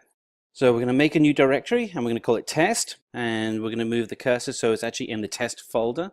We do cd change directory to test, and you can see now we're actually in the test folder. And now what you have to do is initialize this folder as a Git repository. And so we're going to do this as git init, and it's now a new Git instance that we can actually now use for managing our Git environment. So we're going to create a new file and we're going to call it info.txt, and we're going to put some content in it, and we're actually going to put it in the folder that we've just created, so you can actually see what it's like to test out the Git environment with a file that hasn't been checked into it yet. So let's go ahead and do that. So we open up our folder directory, and here you can see we have the test folder, and we're just going to go ahead and create a default test file. So right click, text, new document, info.txt, open that, and you can put really whatever you want in here. We're just going to put in this information right now. Name equals Sam, registration number 12479, and save that file, close it out. Now if we actually go ahead and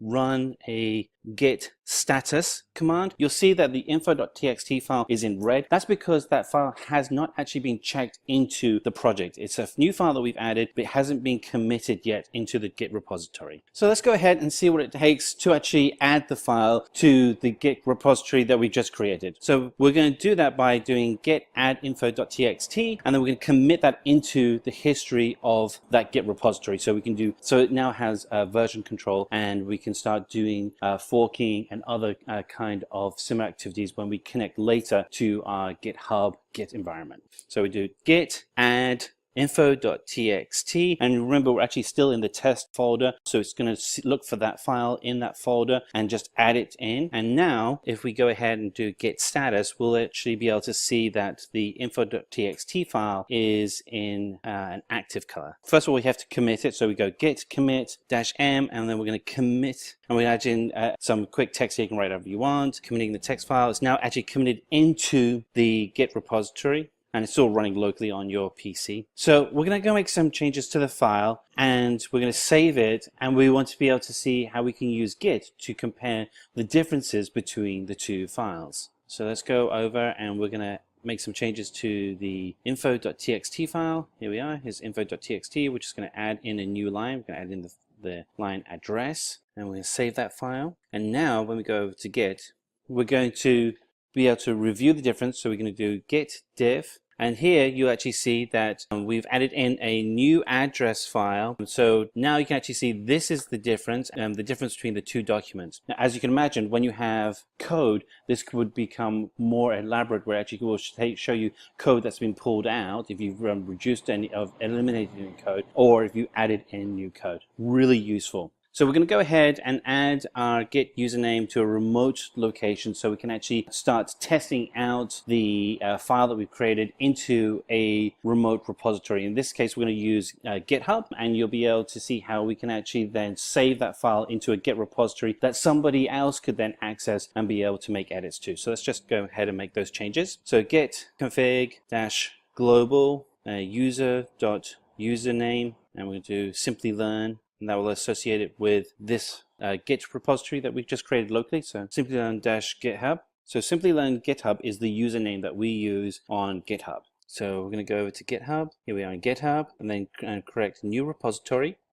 And then, as you can see, we're in Simplilearn-GitHub, and we're going to call the new repository test. We're going to make it public so anybody can access it. And you'll see that it automatically adds a README file, and we have our test environment set up correctly. So we'll go ahead and copy the URL link, which is github.com simplilearn-github/test.git. Copy that, and we'll go back over to our command line window. And so now we're going to add the username to the GitHub configuration. So what we're doing is we're connecting the local repository to the remote repository. So we type git remote add origin, and then we'll paste in the address. And this then allows us to connect the local repository that we created in the test folder with the remote repository. And now we're connected. So now that we've connected, we can actually push the file that we have in the local repository on your PC or Mac to the remote repository in the GitHub server environment. So let's go ahead and do that. So we're going to do git push, and push is the command to push the documents from the origin, which is the local file, to master, and master is a remote file. Hey, and there we are. Success. So what we have now is the file that we just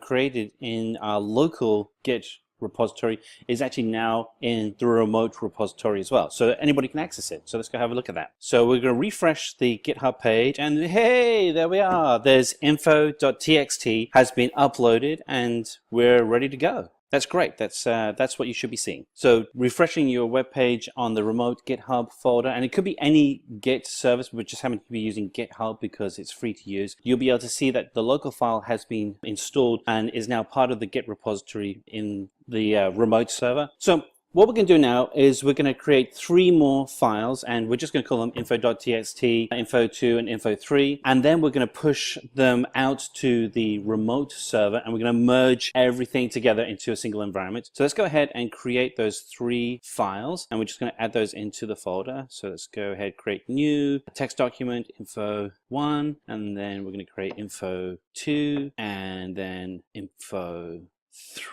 Get my typing right here. Okay, here we go. There we are.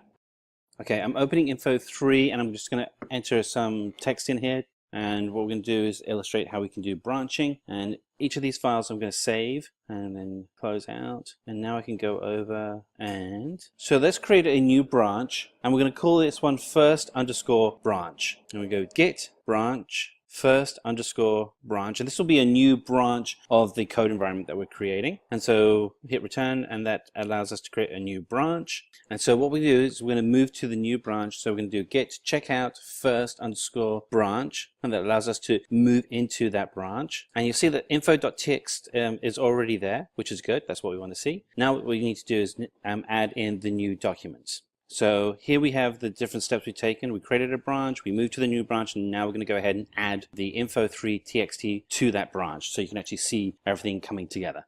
And we're going to go at git add info3.txt. So we're just adding a file like we were previously with our initialization, our first initial Git folder, and that file has now been added to the first branch. So we're going to go ahead and commit the file to the first branch, and then we're going to merge the documents into the master branch, so we have everything together. So let's go ahead and do those steps. We're going to do the commit first, and then we're going to merge everything together. All right, so we do git commit -m, and we just put in, we're just going to say made changes to first branch, and that's just documentation so that we know what we've done. And there we are, we've committed the file. So we had that file info3 txt committed, and now we're going to go ahead and merge the files into the main master, and so we can actually have everything together as one consistent environment. And we do that by typing in,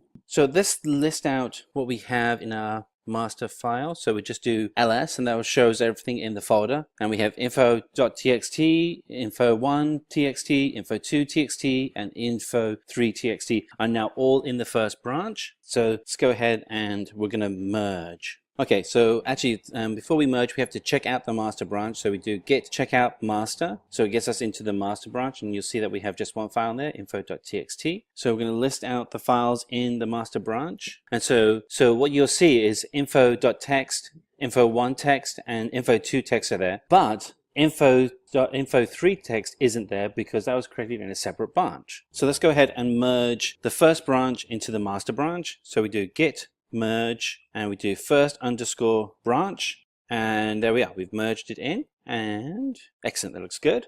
So let's go ahead and list out the files that we have in the master branch, and we do ls, and then you'll see that we have 4 files, including the info3.txt that we had in a separate branch, now all in the master branch. Welcome to Git Commands. Git is one of the most popular distributed version control tools of recent times, and like any other distributed version control tool, it allows us to perform various version control tasks without really needing a network connection.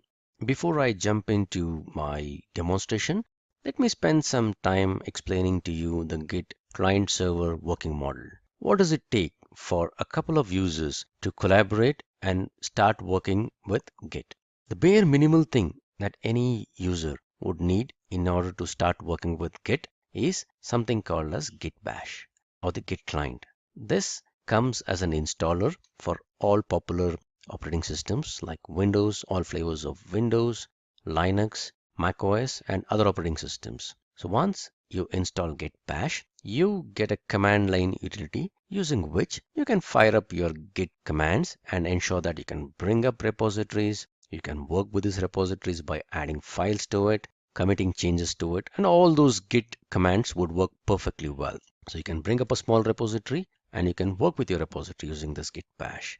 But what does it take for you to share this repository with another user who has also got Git Bash installed on his system? This is where you would need something called as a Git server.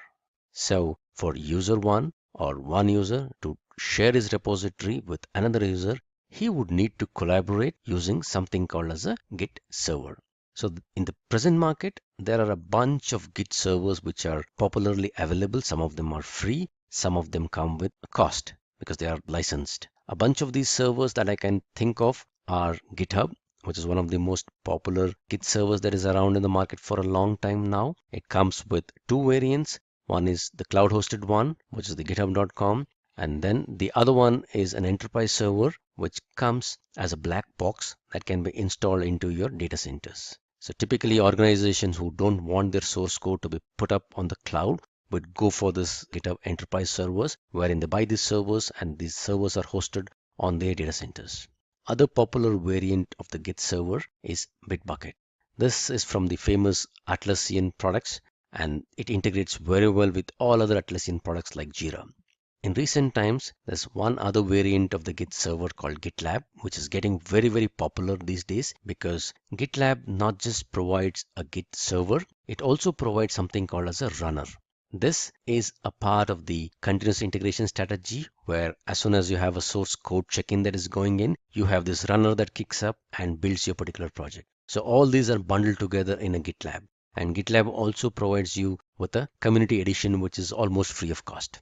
Having said that, there are a bunch of these tools available. For my demonstration, what I'm going to do is I've already registered myself on the github.com by providing my username and my password. And I'm going to use a free account. So whatever repositories that I'm going to put up on this server is all public by default. So I've already registered myself by using my username or my email ID and my password. So this set of authentication is also referred to as HTTPS authentication. So in order for me to share my repository with say user 2, the first thing that I got to do is have an access to a Git server where both user 1 and user 2 are set up. So once I have that, I can push my repository onto this server and provide right kind of access so that user 2 or the other developer who wishes to collaborate with me on this repository can use his credentials as long as he's registered properly on the Git server. He can use his credentials and pull down this repository and work with this repository. So this is the HTTPS way of authenticating and sharing repositories. Another popular way of sharing repositories or working with each other is called as SSH authentication. As many of you would know, SSH means nothing but creation of a private and a public key. A bunch of keys, public and private, are created on the client machine. While I create keys, I will be asked for a passphrase. I need to type in a passphrase and remember my passphrase. And then I take this public key and kind of post it onto my account within my Git server. So that whenever I'm going to connect next time using my command prompt or any of the tools, it's going to challenge me for my passphrase. As long as I remember my passphrase correctly, I can authenticate myself and get into the server. So both HTTPS and SSH are popular ways of communicating with the Git server. Having said this, let me just get started by installing the git bash on my local system and then fire up some of these git commands and build up some repositories, make some changes in my repository, commit these changes, and later use my GitHub credential to connect to my GitHub server and push my repositories out there. Let me now go ahead and find my git bash for my Windows so that I can go ahead and install it. So I just type in git client for Windows, open up a browser and type in for this. The first one that I find is a GUI tool. I don't need this GUI client, I need this one. So this is the git client or the git bash that I was referring to. It's about 40 megs, and let me just download this. Pause this video for some time so that the download happens and come back to you once I have the download. The download seems to be complete. When I'm recording this video, the version that I have, the latest version that is there is 2.19.0, and this is a 64-bit version for Windows. So I've got that downloaded. Let me go ahead and find it and install this exe. All right, I go ahead choosing all the default options. I want it to be installed in C: program files under the Git folder. Everything looks good for me. I'm not going to make any changes here. Git bash from Windows. Yes, I may want to use git from Windows command prompt. That sounds good for me. OpenSSH, that's fine. Looks good. Looks good. No, I don't want any of these new features.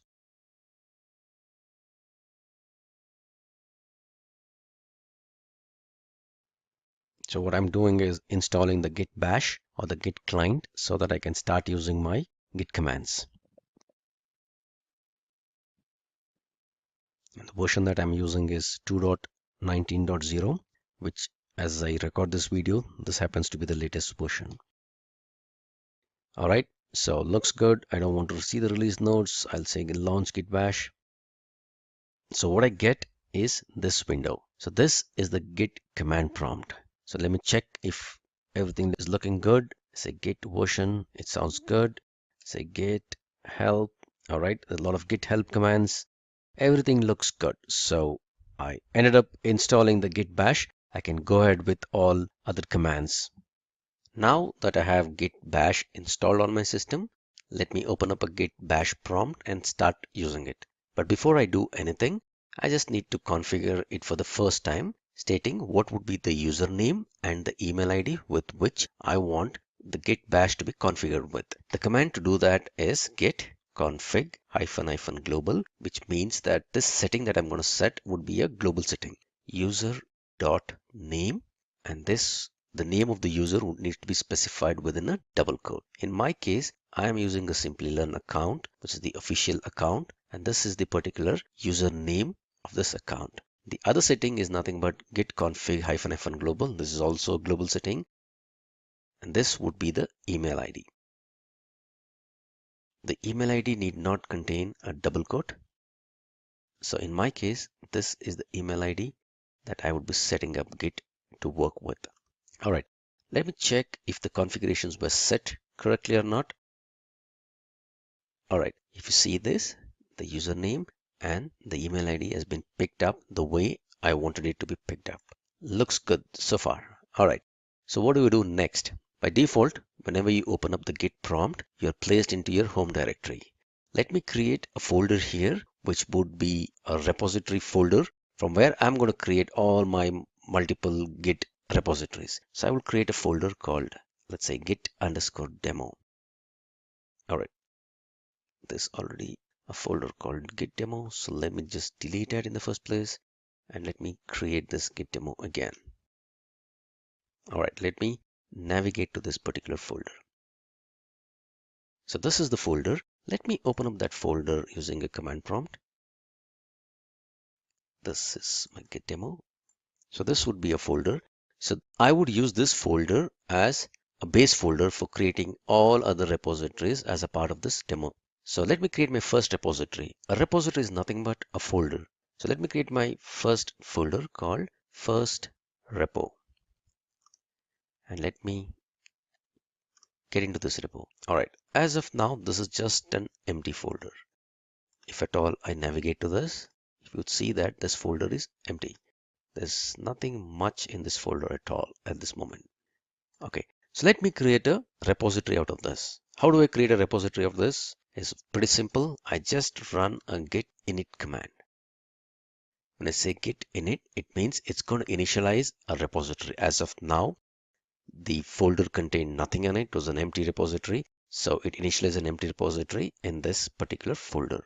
If at all I look at my content, you'd see that there's a hidden folder. This would be a hidden folder since I've configured my Explorer to view all hidden folders. I see it, otherwise you wouldn't see it. So a folder by name .git is created within this first repo. And this was created because we ran the command git init.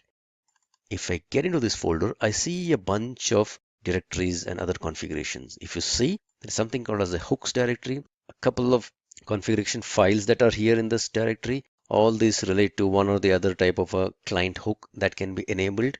And there's info, there's objects, there's references, a bunch of stuff that is there. So what is this folder? This is a magical Git folder, and this is created whenever a repository is initialized. So by default, if at all you get into any Git folder or any Git repository, you would see this .git folder. A word of caution, do not get into this folder and try to modify anything, because if you fiddle around with this and corrupt this particular folder, your whole repository will go for a toss. So let me come out of this and let me show you another thing. Now, if you notice here, when I was in the folder, the repository did not have anything after this. Now, when I say git init, there is something called as a master that shows up. So typically what happens is whenever a Git repository is created for the first time, it creates a default branch. The name of the branch is called master. And that is why you would see master within braces. This doesn't mean anything else other than we have a repository out in this particular folder, and by default there is a branch called master, and we are currently on that branch. If at all I create multiple branches in this folder, whenever I navigate to different branches, the branch name within these brackets would change. All right, so far so good. So we created a folder, we made it a Git repository by initializing that with a git init, and then I've not put anything yet in the repository. So let me try to do that. Let me create a few files within this particular repository. So I use a touch command. Touch is a Linux command. It kind of creates this particular folder. If at all you're not comfortable with the file creation by this way, you can always use a file explorer and create some files in this. So I create a file called touchmaster.txt. I'll open up in the notepad. Okay, so this is my first file. That's what I'm going to write inside this. I save this and I come out of this. All right, now let me do a git status command. So what does this tell you? There's no commit set, you're in the master branch, there is an untracked file, and this shows up in red. It also gives you all the commands that is supposed to be run. So if at all you want to add this file, you would say git add and the name of the file, and then you're going to commit it. So what happened is that when the repository was initialized, it was an empty repository. Now that a git notices that there is a new file in this repository called master.txt. If at all you want us to let Git know that you want to track this file, we need to add this to the repository. So the command to add that is called git add. I can specify either the name of the file or I can give a wild character saying git add dot. Now if I run the git status command again, it says there's no commits yet. Added a file, and the file which was earlier in red now shows up in green, and it says it's a new file, master.txt. All right, it also gives you something called git remove command if at all you want to unstage or undo your changes. So what has happened is the file which was earlier untracked is been added into the git index, or it is ready for staging, or it's in a staged state. Now I can go ahead and commit this file if at all that's what I want to do. So let me do that. I'll do a git commit -m and I give a message that I want. I would say this is my first git commit. All right, I run the git status command again and see it says on the branch master, nothing to commit. It's all nice and clean. So typically what happened was I created an empty directory, made it into a git folder by doing a git init. I put a file into it. I made some changes to the file. I added that file into the repository and I committed to the repository. If at all I run the git log command, it says this was the commit ID or the commit number or the commit hashtag and this is the author. If you notice, this is the email ID and the username that we set earlier. And this was done on this date, and this is the commit message that is there. All of it looks so good. Let me do one more commit into this repository. So I will touch master1.txt. I'll put in another file. I'll open up this particular file, write something into this. All right, I save this change. Let me also open up the older file, make some more change into this.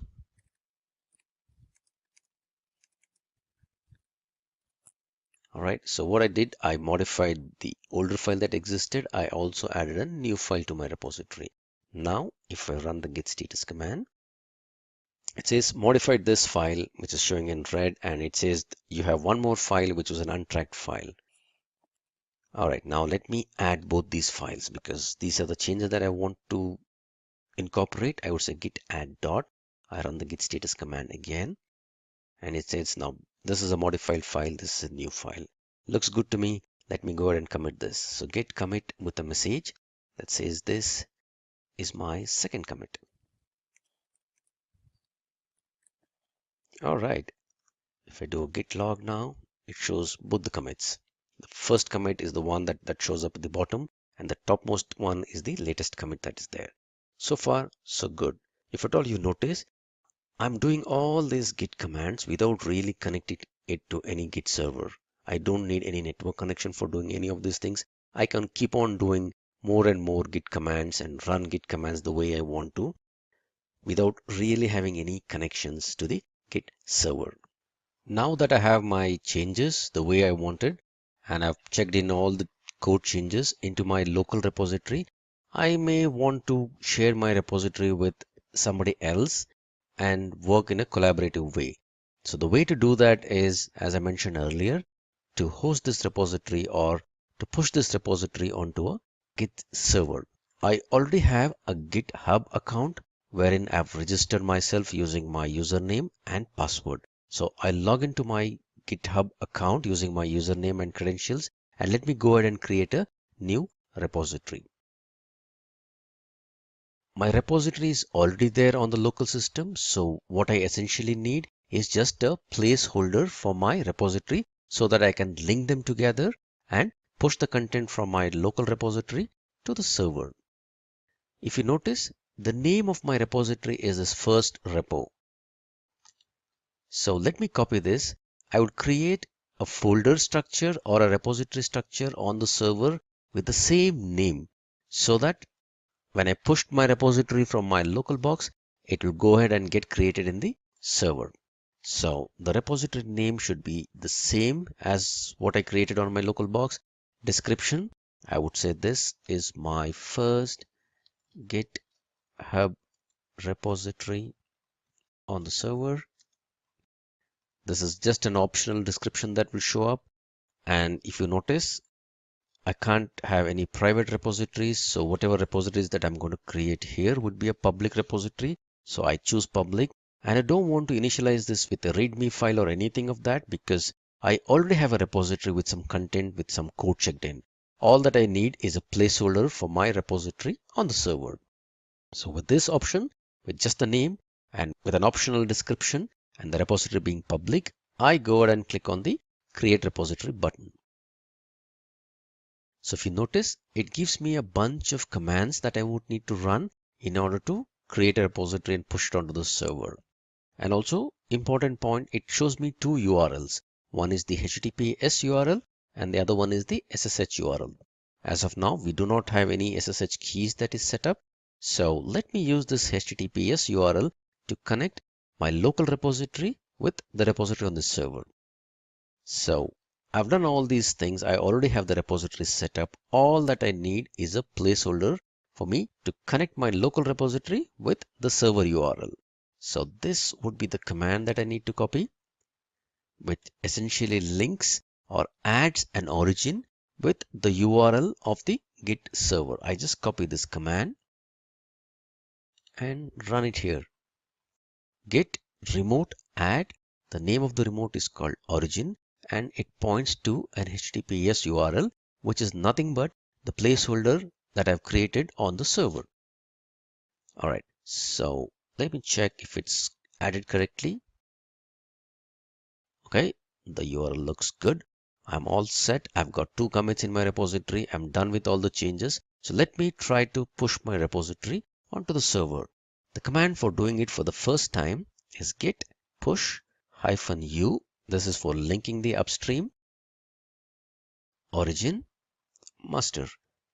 So git push -u upstream linking origin master. Link the master branch of my local repository with the master branch on the server repository. And where is it going to push? It is going to push by default to an origin, and the origin points to this URL. Alright, let me try doing this. So it essentially opens up an URL asking me the credentials with which I need to log into my GitHub server. So let me just copy and paste the username and the password with which I have registered. I would say login.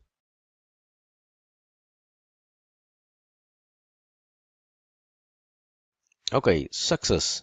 So I'm able to create a repository on the server, and the content seems to be pushed, and it created a new branch called master. It has linked the master branch from the local repository with the master branch on the server. So let me go back to my server and refresh this page and see if all my commits have come in. master1.txt. If at all I see the commits, there seem to be 2 commits. This is my first commit, this is my second commit. And if at all you notice, each of this commit comes with a hash key or a hash ID, which contains the details of my commits. In this commit, the files were added. This was the line that was added. If you look at the second commit, I added these lines. I made this, one line chain that was there. I also added this new file which was not existing. These are the 2 commits that existed. And if you see the timestamp of the commit, this is the commit which was committed 15 minutes ago. So what does this mean is that the commit is the timestamp when we actually committed the code in the client. The pushing is just after we have committed the change, we have pushed it. So there's no timestamp of the push that happened. This completes the first part of the tutorial, wherein I created a repository on the client and then I pushed it to the server after creating a repository skeleton on the server. Now let me demonstrate to you the SSH configuration that is required for creating a pair of SSH keys and ensuring that I connect to the GitHub server using the SSH mechanism. So for doing that, I need to first create a pair of private and public key. The command to do that is ssh keygen -t. I will use the RSA mechanism for creating my keys, capital C, and I need to specify the email ID using which I'm going to connect to, or I need to create the keys for. Alright, so generating a private and public key pair, it says, let me know what folder should I create the keys in. So by default, the keys are created in the user home directory under a .ssh folder. So this is pretty good for me. So let me go ahead and say that. That's fine. Enter a passphrase. So let me enter some passphrase. Keep in mind that I would need to remember my passphrase, because when I'm going to authenticate myself using SSH mechanism, it will challenge me for this particular passphrase. I need to enter the right passphrase so that I get authenticated. So the key is generated, and by default it is created in this particular folder. So let me go over to that particular folder, and this is the folder where the keys is generated. You would see a public key and a private key that is created. Let me open up the public key with a notepad and then copy the contents of the whole file. And now I would need to stick it in on the server so that I can get myself authenticated using SSH keys. So I've logged in to GitHub using my credentials and go to my settings, and you would see an SSH and GPG keys. Let me click on that As of now, there are no SSH key or GPG keys. So I will click on new SSH key and let me paste my public key that I've copied, and I would say add SSH key. It prompts me for my password just to make sure that I've got the right kind of authentication to be adding a new key. So this one looks good. That means the keys were added successfully. Let me check if my SSH keys are working well. So I do SSH -capital T. I would say git at github.com. This is just to double check if my SSH keys are authenticated correctly. Are you sure you want a connection? Yes. You want to continue? Yes. All right. Now a check for my passphrase. Let me enter my passphrase. I hope I remember it correctly. All right. Pretty good. I've been successfully authenticated. So that means now my SSH keys are good.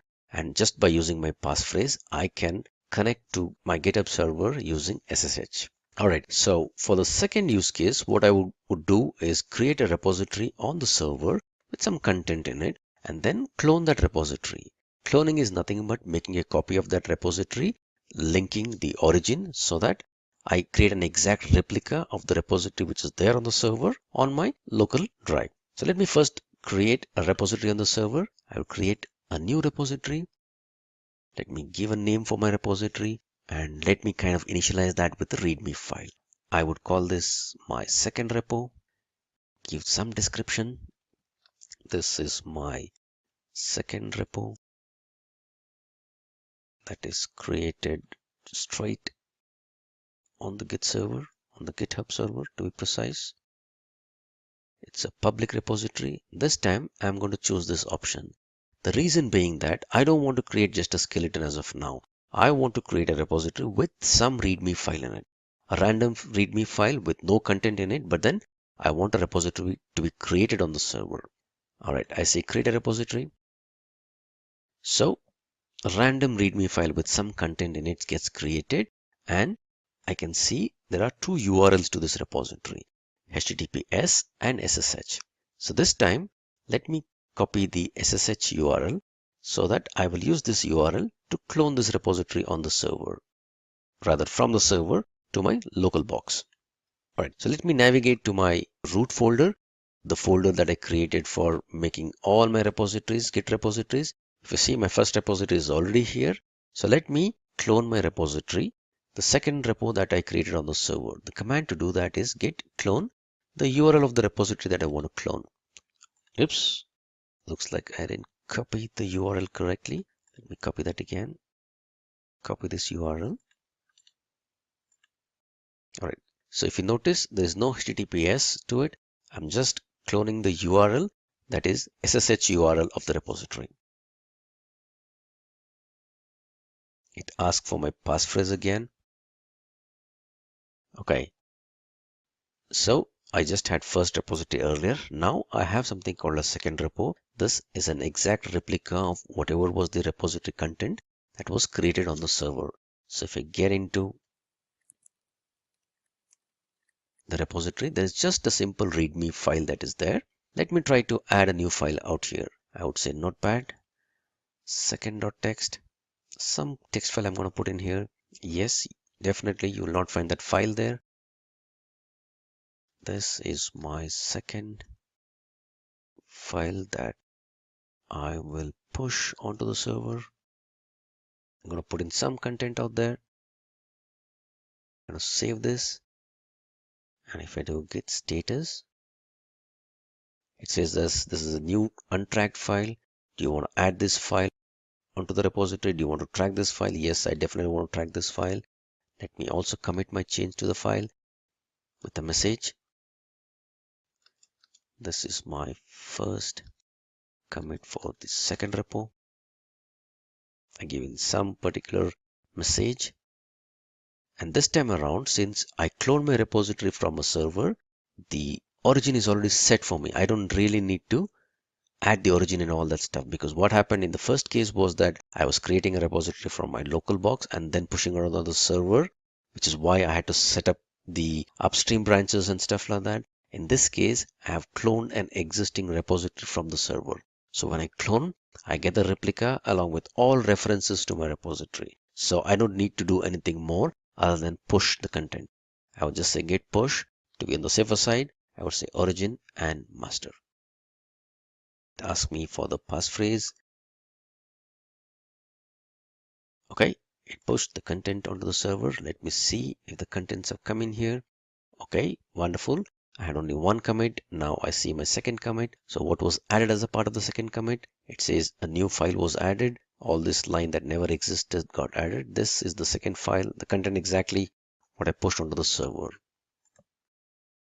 Now this completes the tutorial wherein I created a repository on the server, cloned it, made some changes to the repository and pushed it to the server using SSH. A quick recap of all the git commands that we ran till now. Git init is used to initialize a repository. So if at all you're creating a local repository, you can get into any of the folder which is not a git repository and run this command. Whenever you run this command, a magical folder by name .git gets created in the folder, and from that time onwards, Git will start tracking any changes that happen to that particular folder. It also creates a new repository and a branch. By default, the branch that is created is called the master branch. Git add dot is a wildcard character for adding any number of new files into your Git repository. If you have a bunch of files, 1 file, 2 file, 10 files, a folder containing multiple files in it, all of them could be added into the repository using this command.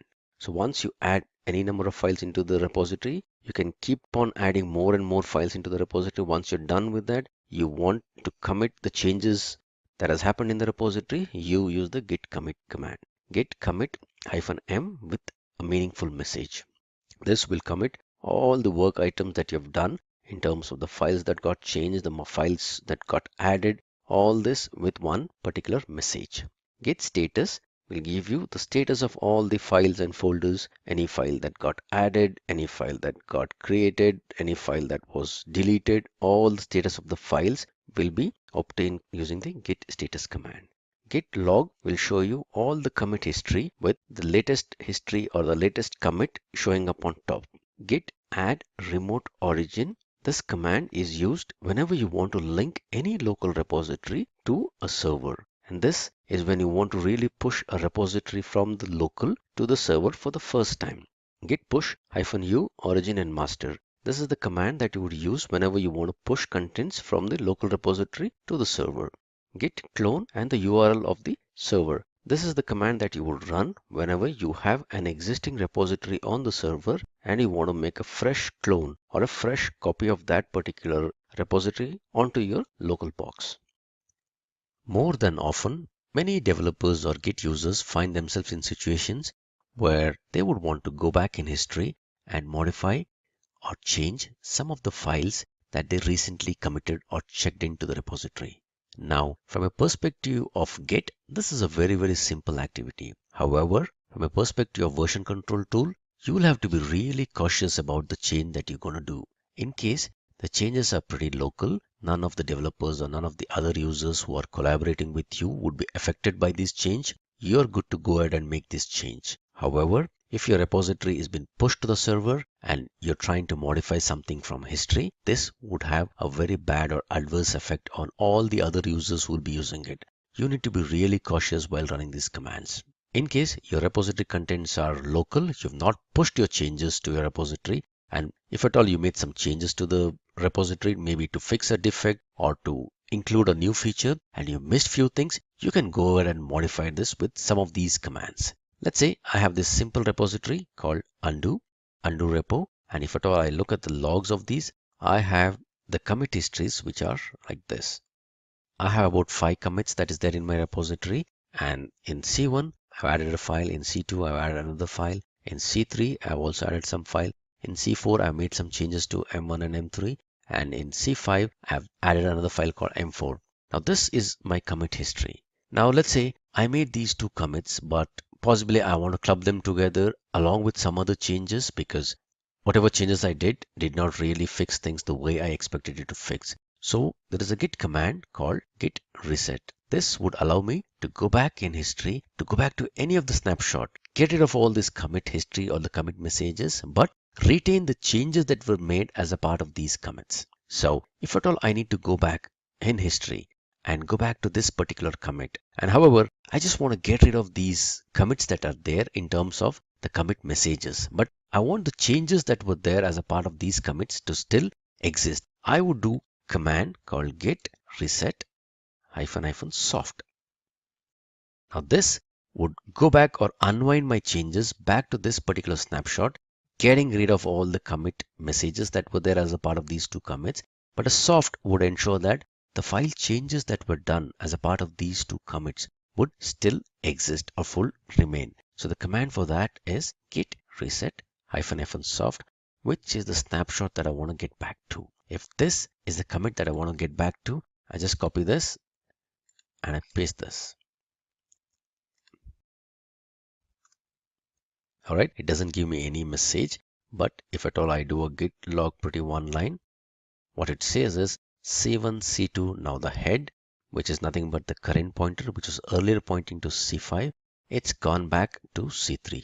Now what happened to the changes that were there as a part of C4 and C5?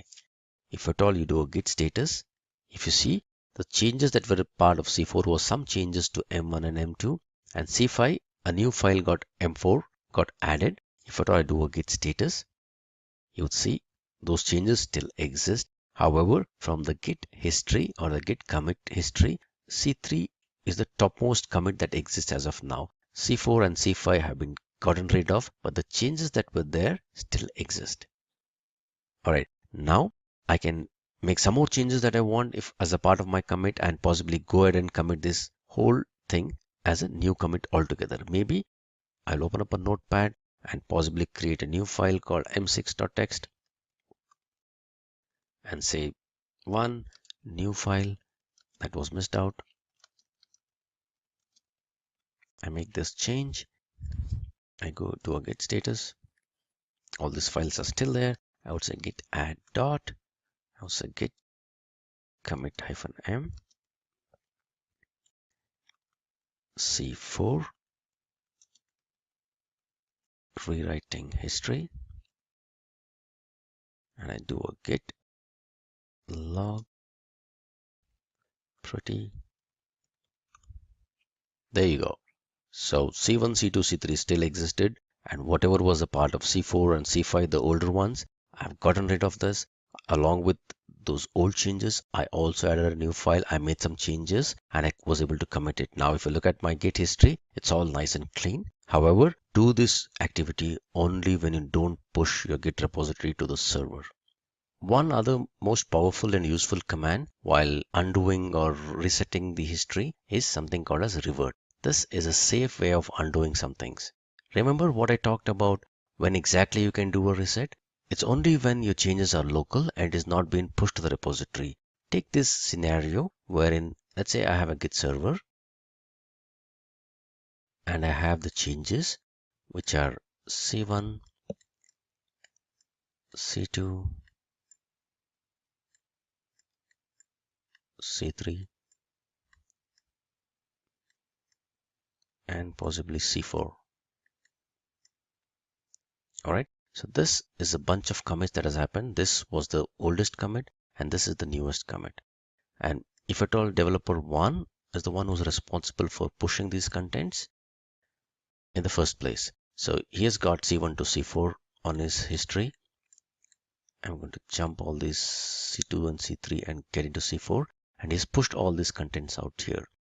And there are a bunch of people from the server who has pulled this repository, and all of them are at the same level. Now imagine a use case where developer 1 then figures out that by mistake he put in the C3, which was the wrong thing to do, and possibly he could have done a better job of fixing this in a different way. So he wants to get rid of the C3 or C4 or any one of these commits. If he's going to do that and push it to the server, first of all, the Git server would not allow him to go back in history. But assuming that he forcibly pushed something, what would happen to all these people who are looking to work ahead from C4? All of them would be affected in an adverse way. So in short, never go back in history. if at all you need to undo something, go ahead and put in a new commit to undo something. Let's take this example. Maybe if at all a developer 1 wants to get rid of C3. Better way to do that is by adding a new commit which is ahead, say let's say C5. And what does this commit do? This commit possibly gets rid of C3. Instead of going back in history, it actually is taking your Git history ahead. But as a part of this commit, you're undoing some part of the work that was done as a part of C3. In short, you're removing a commit, but to remove a commit, you're adding a new commit. And this is why you're doing it, because there are a bunch of other people you're using this repository collaboratively and who are planning to get ahead in terms of history. They cannot afford to go back in history and modify something in history. All right, the command to do this is called the git revert command. So let me take up this repository, which has got a bunch of commits in it. And if at all I do a git log, pretty one line, I have these bunch of commits. In C1, I've added a file. In C2, I've added another file. In C3, I've added one more file. And in C4, I made some changes. And this is the latest commit and this is the oldest commit. So if at all I see the contents of the Git folder, it contains M1, M2, M3, and M4. And let's say looking at the previous use case that I mentioned, I may want to get rid of this particular commit. I want to get rid of the C3, which is nothing but I've added a file called m3.txt, but I added it by mistake. I need a better way of fixing it. Possibly I'll look at it later on, but for now, I don't want this particular commit and the changes that were made as a part of that commit to exist. So the better way to do that is using the git revert command. So git revert and the commit ID, whatever I want to revert. So if I want to revert this, I copy this particular commit ID, and bear in mind that considering a reset, revert works on one commit at a time. So I can do one commit revert at a time. I can club a bunch of them together and do one commit, but otherwise the revert always works on one commit at a time. So git revert, paste this.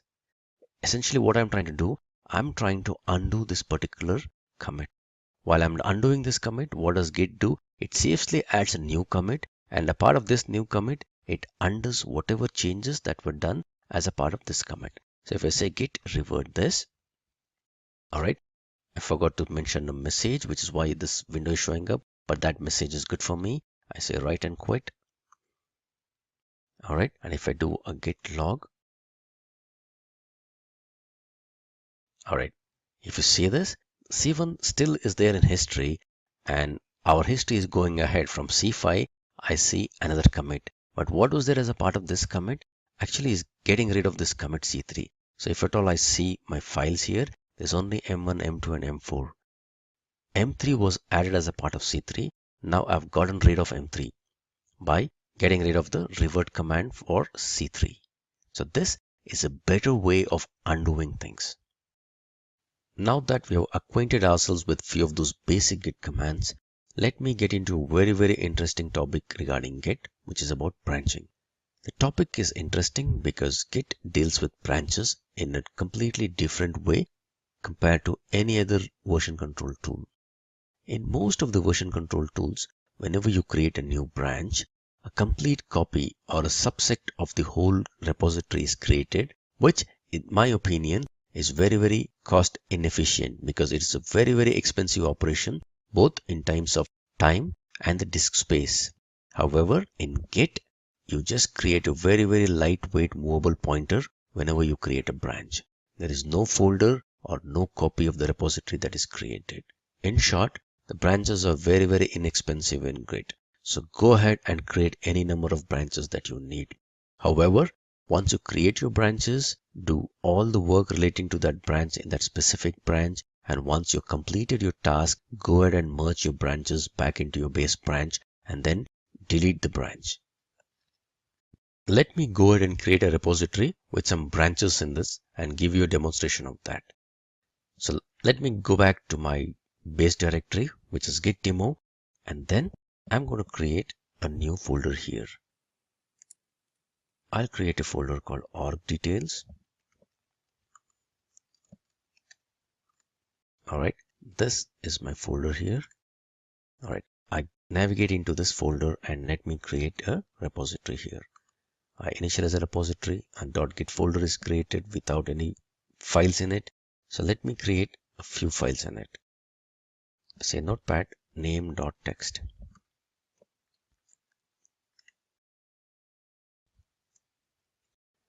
Organization name. I create a name.txt within this. Maybe I'll create one more file in this. Notepad employees.txt.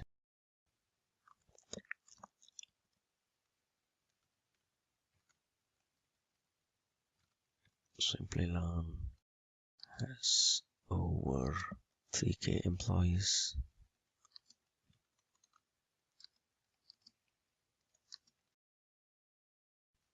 I just put in some content in this. Save this content. Alright. So if at all I do a git status, I just see two files in it. So let me go ahead and add these two files and let me commit my changes. So git commit -am or -m. First commit. So if I do a git log, I see only one commit and there are two files and you can see those two files that is here. Alright, so at this stage, let me go ahead and create a new branch. And the command for creating a new branch is get branch name of the branch. So let me name my branch as Bangalore branch, BLR branch. And this created a branch. But I don't see any changes in the folder structure or in the file that exists here.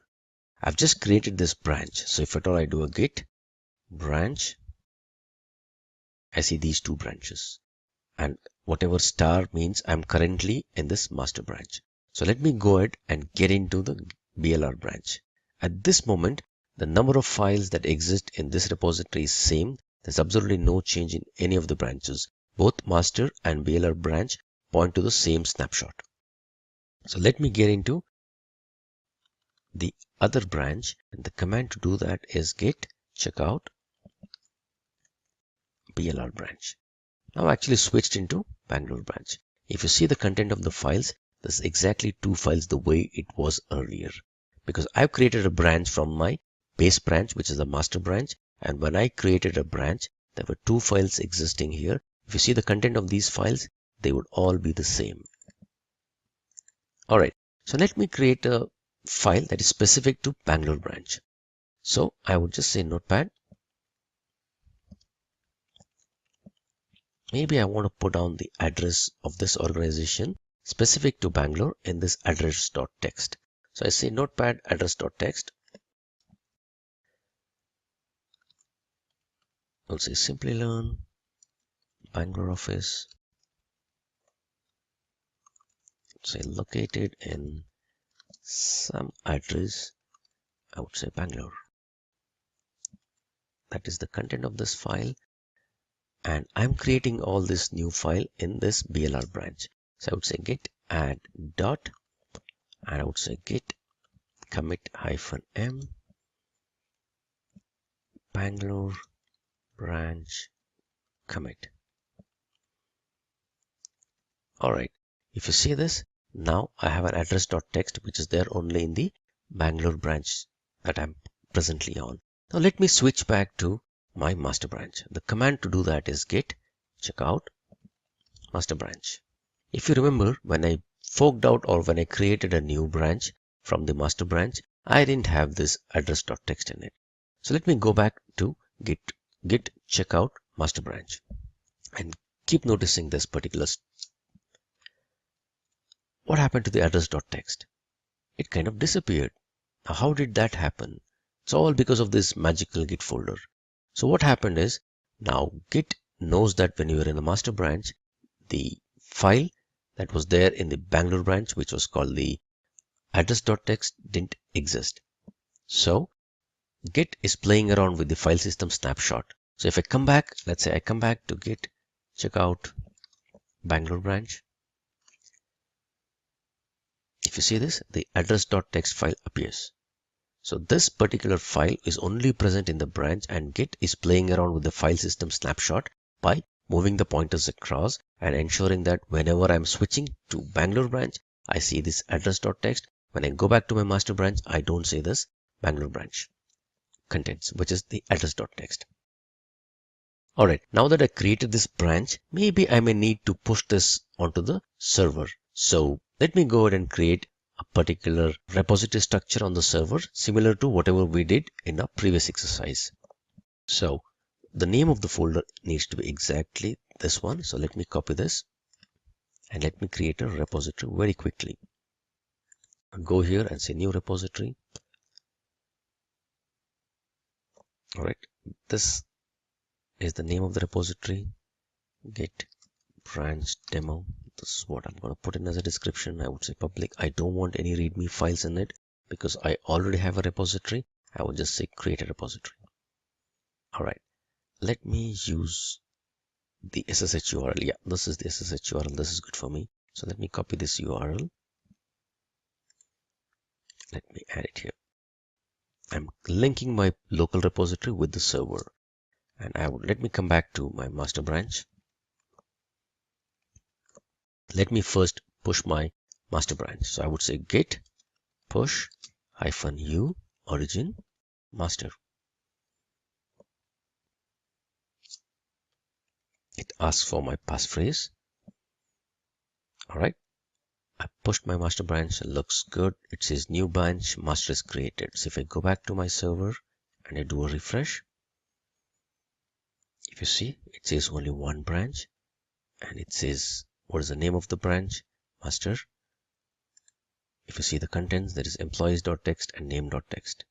Now let's try to push the other branch that is there. The command to do that is a little different compared to the way we created it on the client, because on the client we created the branch with a git branch command. Now this branch doesn't exist on the server, and I need to push this new branch onto the server. So the command would be git push -u origin and the name of the branch that I want to specifically push.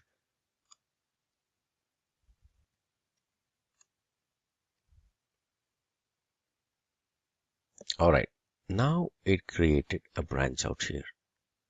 Let me do a refresh of this. All right, it says 2 branches. If I get into this Bangalore branch, I would see the address.txt. If at all I go back into master branch, I would not see this address.txt. Wonderful. Now let me do one thing. Let me try to get the changes from the branch that I created back into the master branch. That is what I would mean by merging. I would want the changes that is there as a part of the Bangalore branch to come back into my master branch. So if I go to git checkout, Bangalore branch, I see this address.txt. This is there only as a part of Bangalore branch. Now, assuming that I'm done with the changes from the Bangalore branch, I want to get those changes back into my master. So let me come back to my master branch. And the way to merge in the changes is git merge. So what is it that you want to merge? I want to merge the Bangalore branch changes. And where will it merge? It will merge it into the current branch that I'm on. Presently, I'm in the master branch. So this command would merge the changes from the Bangalore branch into your master branch. So with this, if you'll keep looking here, the content that was there that was added as a part of Bangalore branch, which was nothing but the address.txt, this file should appear as soon as we do a merge.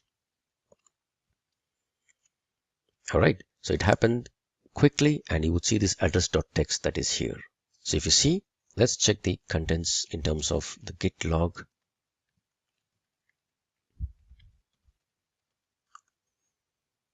All right, so there was only one branch that we had earlier, which had only one commit.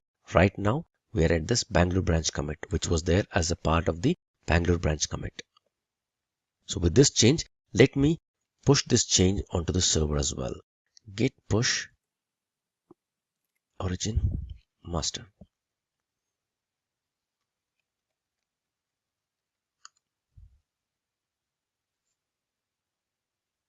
Okay, those changes were pushed to the server.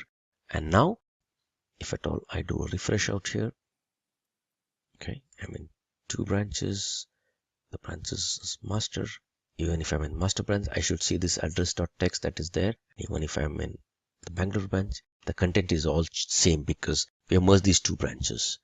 Now that I've merged this branch, I don't need this branch anymore. So I would go ahead and delete this locally as well as push it onto the server so that it gets deleted from the server as well. So delete branch locally. The command is git branch -d and the name of the branch. Only thing you need to ensure is that you should not be currently on that branch which you're trying to delete. So I would say git branch, and I'm presently in the master branch, so I can go ahead and delete the other branch. So git branch -d Bangalore branch. Alright, this got rid of our Bangalore branch locally. If at all I do a git branch -v, it shows there's only one branch as of now. However, this branch would still exist on the server because server doesn't know anything about the changes that we have done. We need to specifically push our changes onto the server. Okay, there are 2 branches still here. So let me go ahead and push these changes so that the branch gets deleted from the server as well. The command to do that is git push origin - delete and the name of the branch.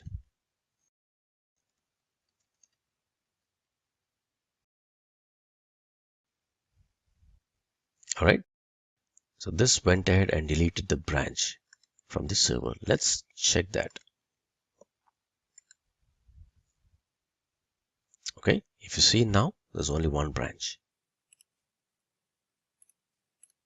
These are the basic steps that you would need to know before you work with any of the branches within Git. And as I said before, the branches are very inexpensive in Git.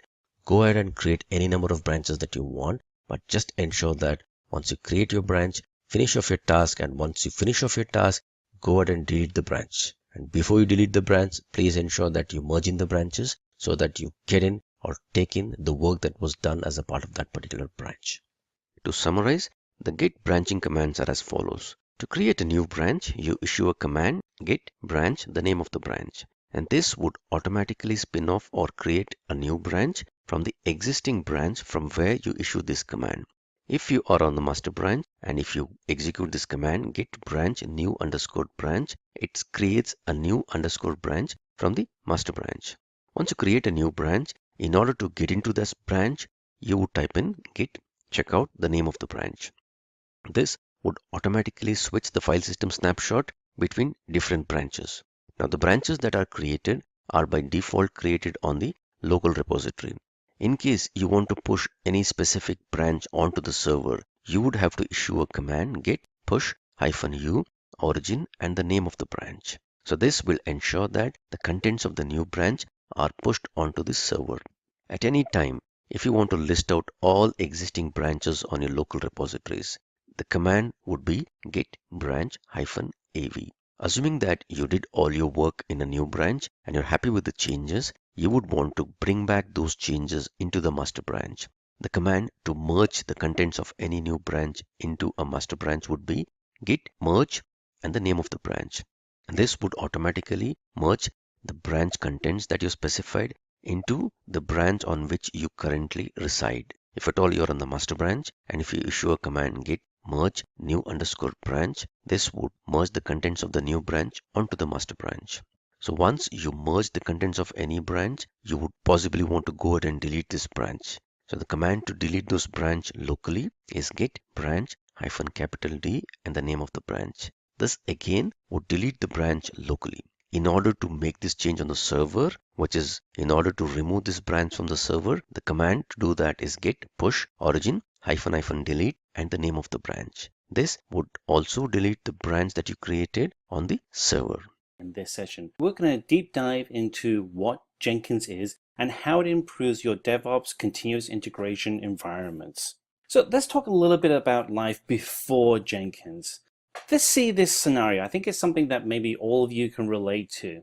As developers, we all write code and we all submit that code into a code repository, and we all keep working away, writing our unit tests, and hopefully we're running our unit tests. But the problem is that the actual commits that actually get sent to the code repository aren't consistent. You as a developer may be based in India, you may have another developer that's based in the Philippines, and you may have another team lead that's based in the UK, and another development team that's based in North America. So you're all working at different times, and you have different amounts of code going into the code repository. There's issues with the integration, and you're kind of running into a situation that we like to call development hell, where things just aren't working out and there's just lots of delays being added into the project, and the bugs just keep mounting up.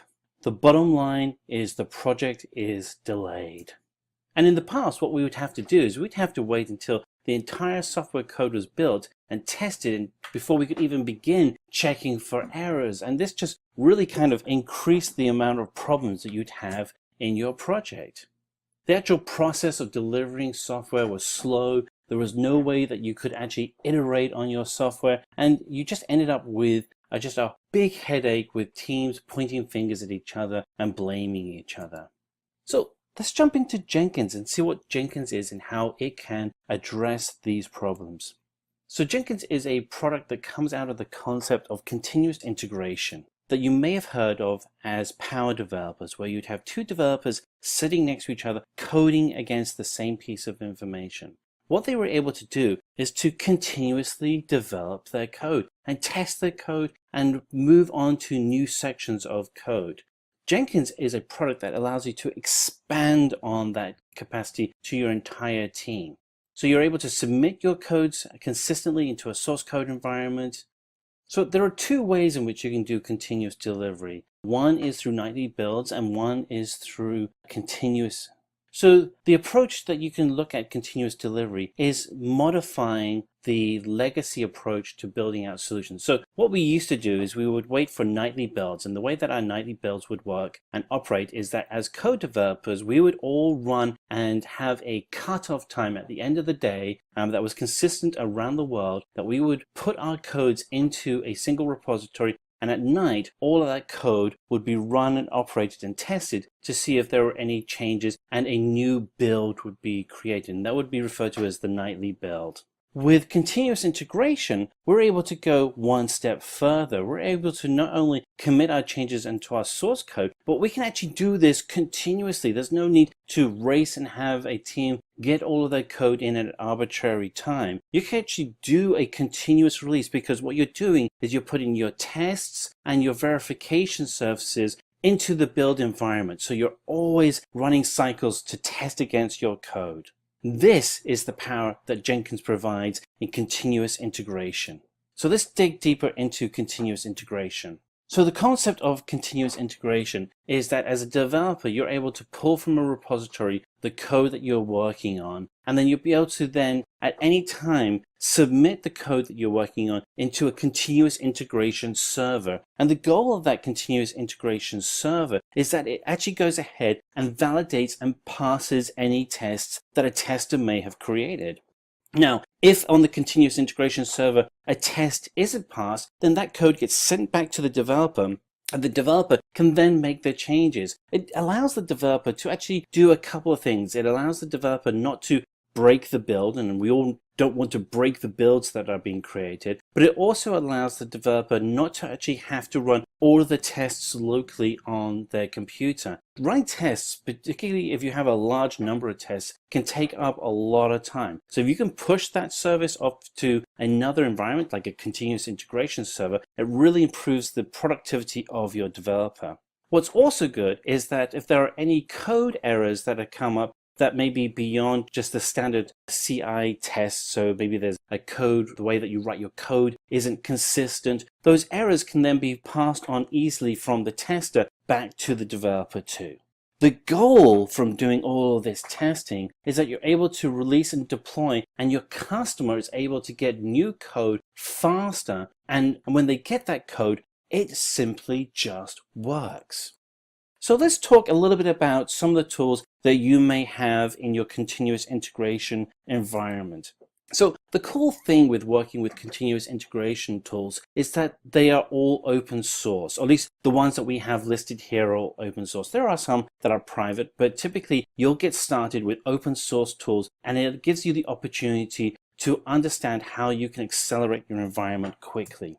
So Bamboo is a continuous integration tool that specifically runs multiple builds in parallel for faster compilation. So if you have multiple versions of your software that runs on multiple platforms, this is a tool that really allows you to get that up and running super fast so that your teams can actually test how those different builds would work for different environments. And this has integration with Ant and Maven and other similar tools.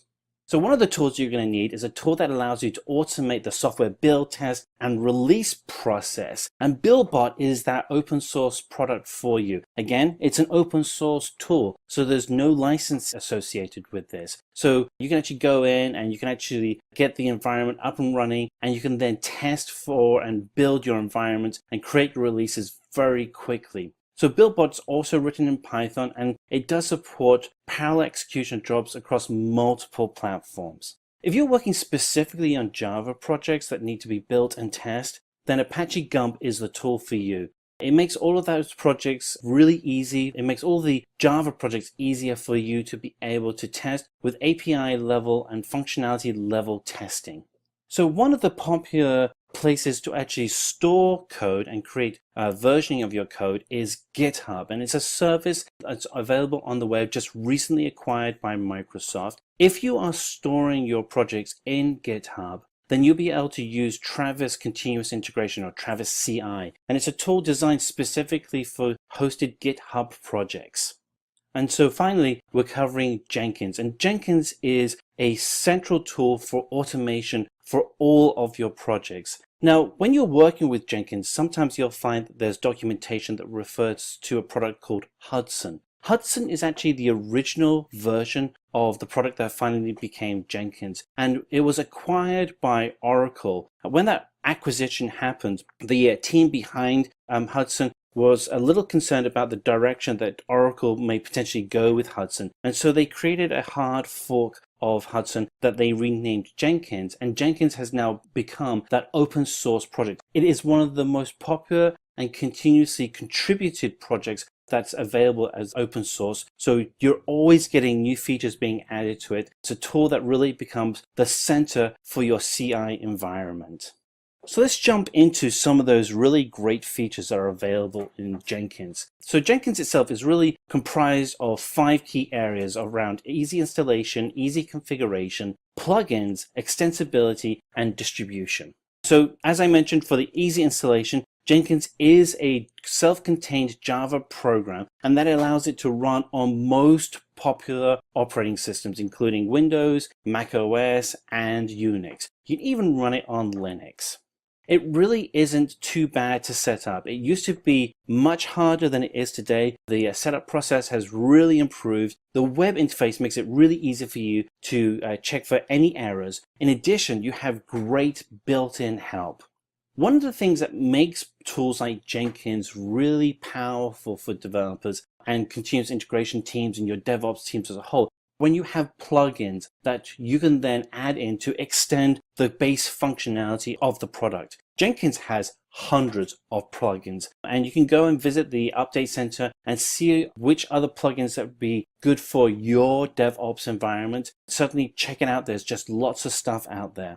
In addition to the plugin architecture, Jenkins is also extremely extensible. The opportunity for you to be able to configure Jenkins to fit in your environment is almost endless.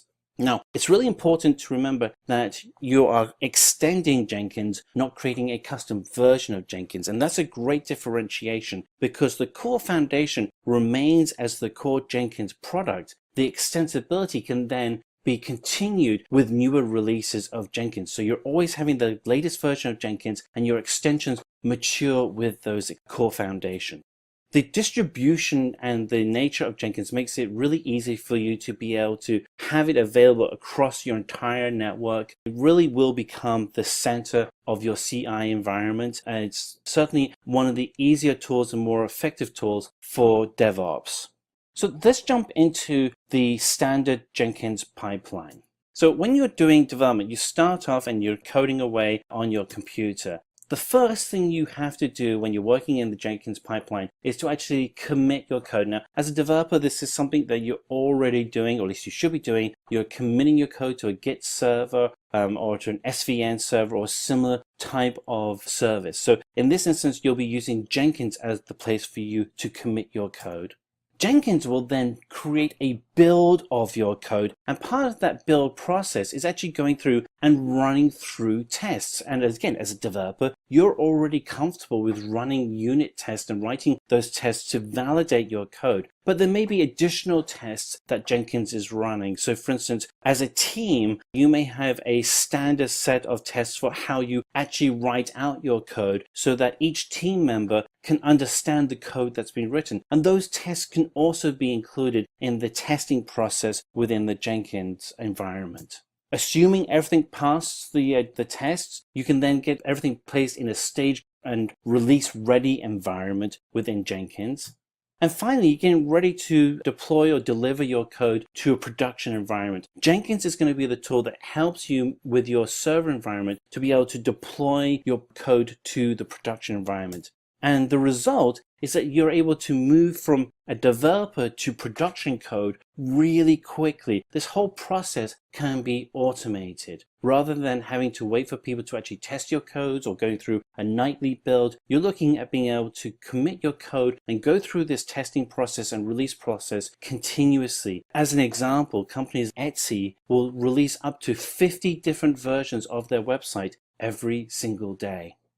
So let's talk about the architecture within Jenkins that allows you to be so effective at applying a continuous delivery DevOps environment. So the server architecture really is broken up into two sections. So on the left-hand side of the section, you have the code the developers are doing and submitting that code to a source code repository.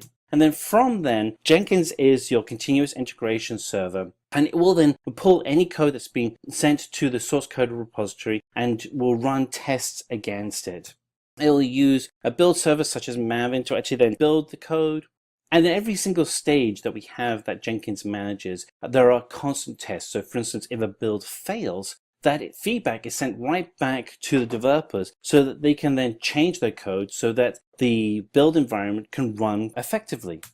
The final stage is to actually execute specific test scripts. And these test scripts can be written in Selenium. So it's probably good to mention here that both Maven and Selenium are plugins that run in the Jenkins environment. So before we were talking about how Jenkins can be extended with plugins, Maven and Selenium are just two very popular examples of how you can extend the Jenkins environment. The goal to go through this whole process, again, it's an automated process, is to get your code from the developer to the production server as quickly as possible, have it fully tested, and have no errors. So it's probably important at this point to mention one piece of information around the Jenkins environment, that if you have different code builds that need to be managed and distributed, this will require that you need to have multiple builds being managed. Jenkins itself doesn't allow for multiple files and builds to be executed on a single server. You need to have a multiple server environment with running different versions of Jenkins for that to be able to happen.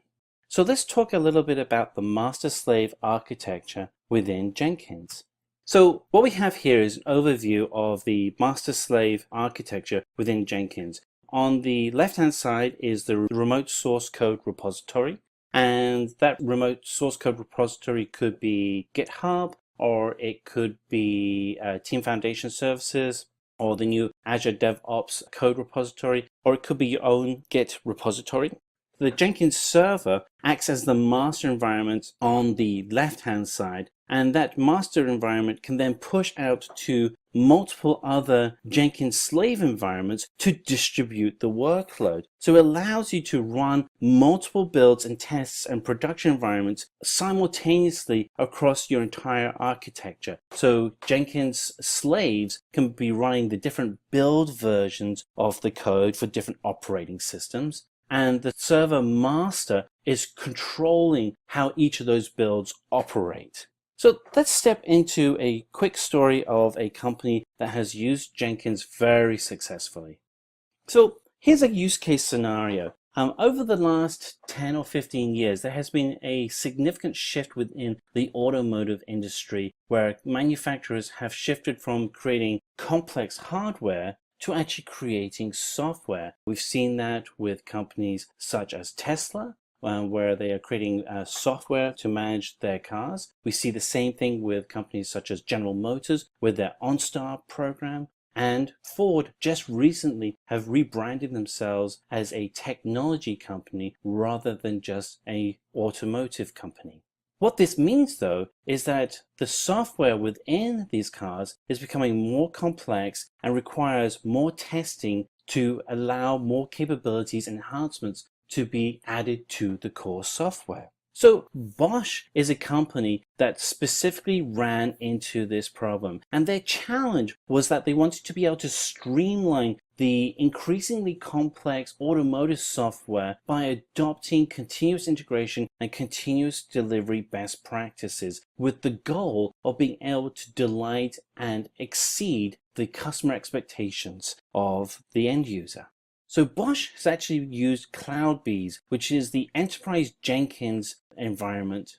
So to be able to reduce the number of manual steps such as building, deploying, and testing, Bosch has introduced the use of CloudBees from Jenkins. And this is part of the enterprise Jenkins platform. It has significantly helped improve the efficiencies throughout the whole software development cycle, from automation, stability, and transparency, because Jenkins becomes a self-auditing environment. Now, the results have been tangible. Previously, it took 3 days before a build process could be done, and now it's taken that same 3-day process and reduced it to less than 3 hours. That is significant. Large-scale deployments are now kept on track and have expert support, and there is clear visibility and transparency across the whole operations through using the Jenkins tools. Let's get started with Jenkins.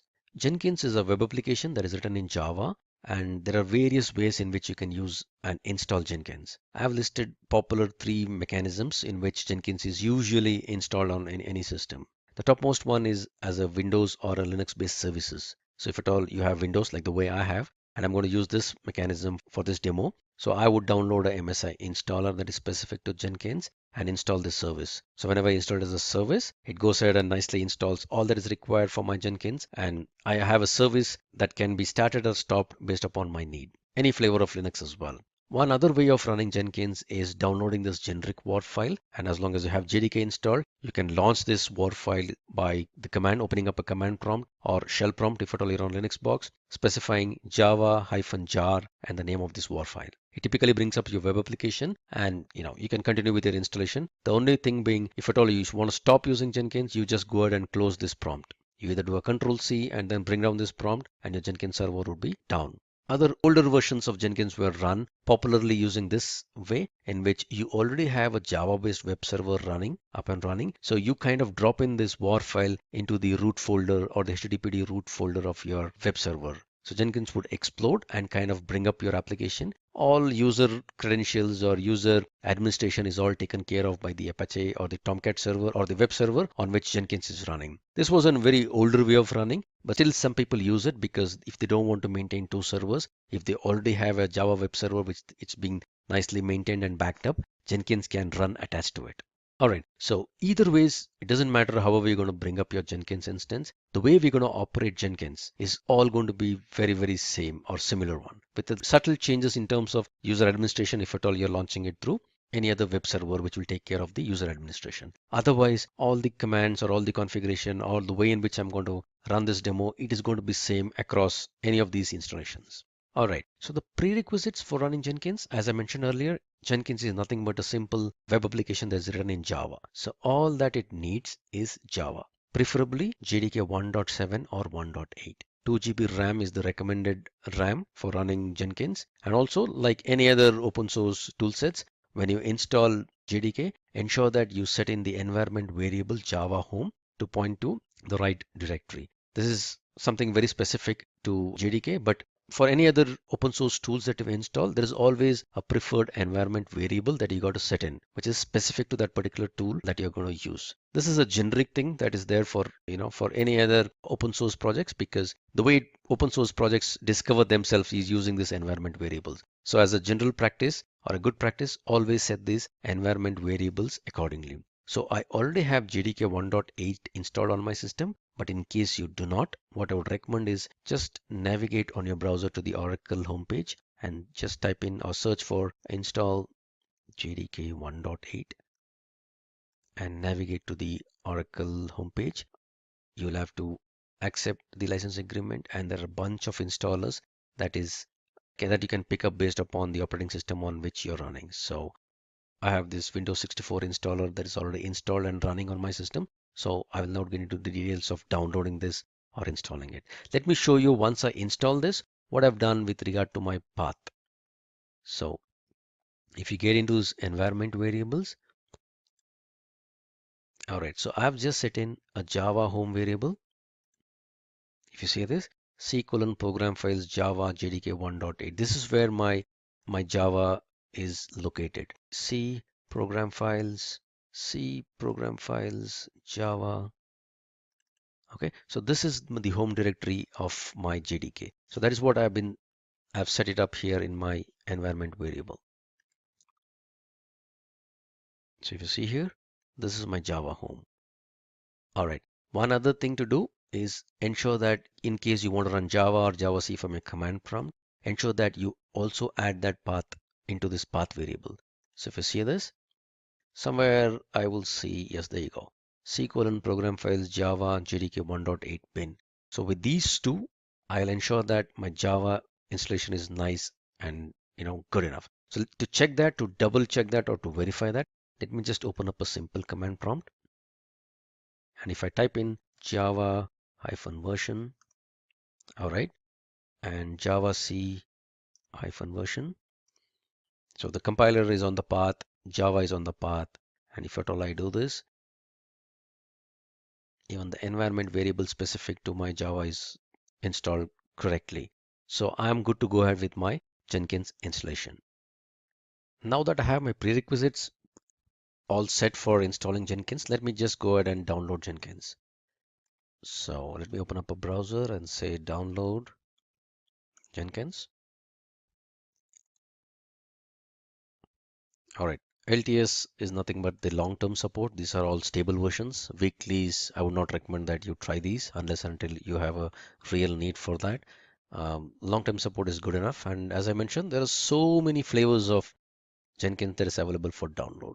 All right. So what I want is, yes, this is the WAR file, which is a generic WAR file that I was talking to you earlier. And this is the Windows MSI installer.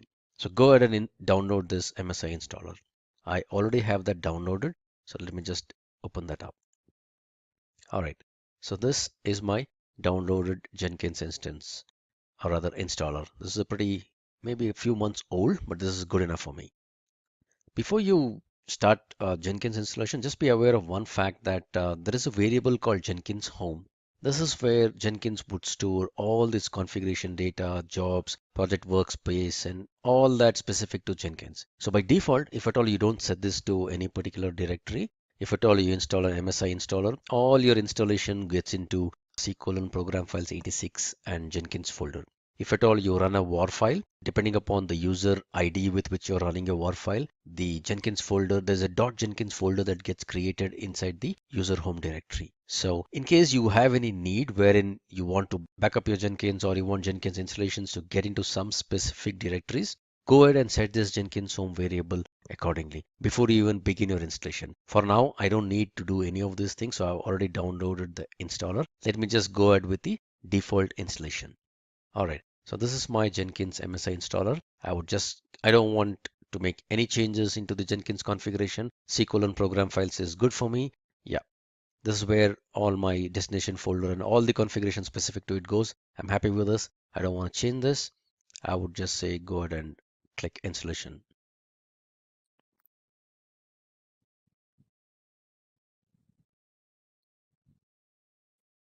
Okay, so what typically happens once the Jenkins installation gets through is it'll start installing itself, and there are some small checks that needs to be done. So, and by default, Jenkins launches on the port 8080. So let me just open up localhost 8080. There's a small checking that will be done as a part of the installation process, wherein I need to type in a hash key. All right. So there's a very, very simple hash key that gets stored out here. So I'll have to just copy this path.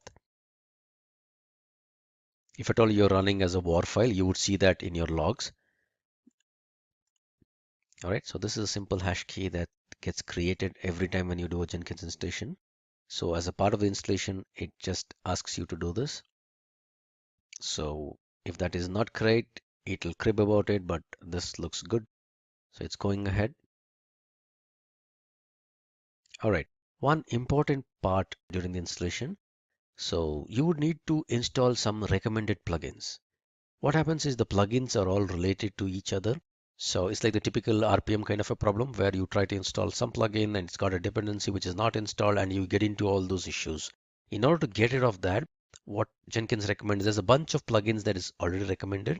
So just go ahead and blindly click that install recommended plugin. So if you see, there is a whole lot of plugins which are bare essential plugins that is required for Jenkins in order to run properly. So Jenkins, as a part of the installation, would get all these plugins and then install it for you. This is a good combination to kind of begin with. And mind you, at this moment, Jenkins needs lots of bandwidth in terms of network. So in case your network is not so good, few of these plugins would kind of fail. And these plugins are all available on openly or mirrored sites, and sometimes some of them may be down. So do not worry in case some of these plugins kind of fail to install. You'd get an option to kind of retry installing them, but just ensure that at least most or 90-95% of all these plugins are installed without any problems. Let me pause the video here for a minute and then get back once all these plugins are installed. My plugin installation is all good. There was no failures in any of my plugins. So after that, I get to create this first admin user. Again, this is one important point that you got to remember. Give in any username and password, but ensure that you kind of remember that, because it's very hard to get back your username and password in case you forget it. All right, so I'm going to create a very, very simple username and password, something that I can remember. That's my name, and an email ID is kind of optional, but it doesn't allow me to go ahead in case I don't. So I just give in an admin and I got a password. I remember my password. This is my full name. All right, I say save and finish. All right, that kind of completed my Jenkins installation. It was not that tough, was it? Now that I have my Jenkins installed correctly, let me quickly walk you through some bare minimal configurations that is required. These are kind of a first time configuration that is required. So, and also let me warn you, the UI is little hard for many people to wrap their head around it, specifically the Windows guys. But if at all you're a Java guy, you know how painful it is to write UI in Java, you will kind of appreciate, all the effort that has gone into the UI. Bottom line, UI is little hard to, wrap your head around it. But once you start using it, possibly you'll start liking it. All right, so let me get into something called as Manage Jenkins.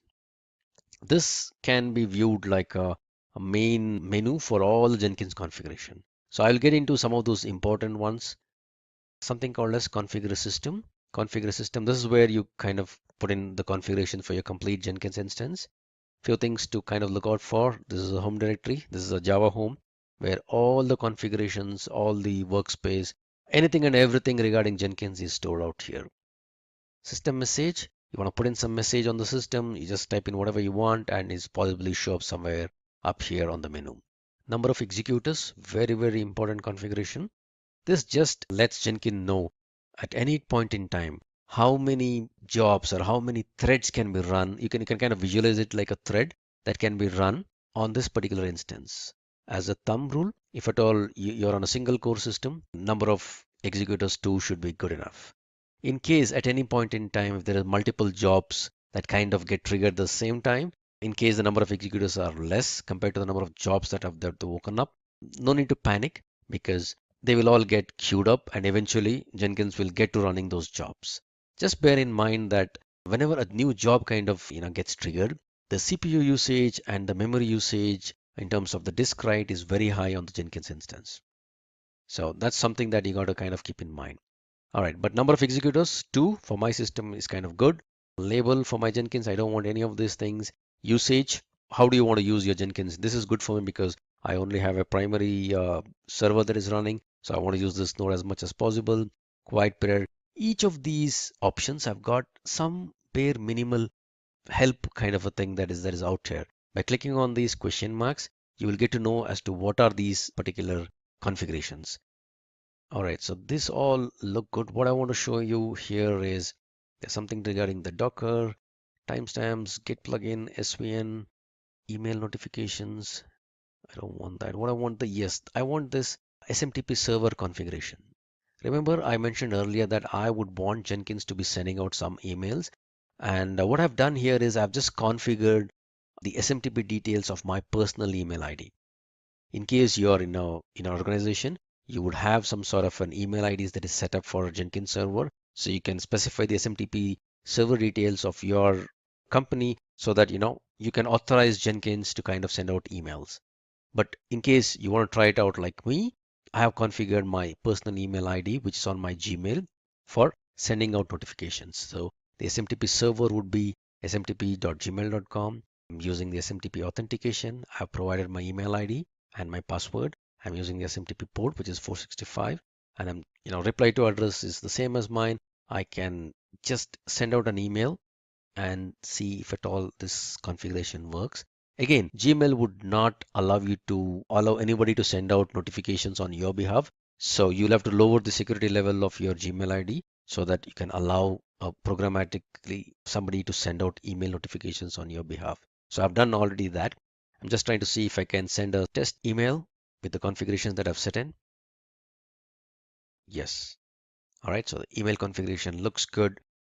So this is how you configure your Gmail account in case you want to do that. If not, put in your organization SMTP server details, which are with a valid username and password, and it should all be set. All right. So no other configurations that I'm going to change here. All of these look good. All right. So I come back to manage Jenkins.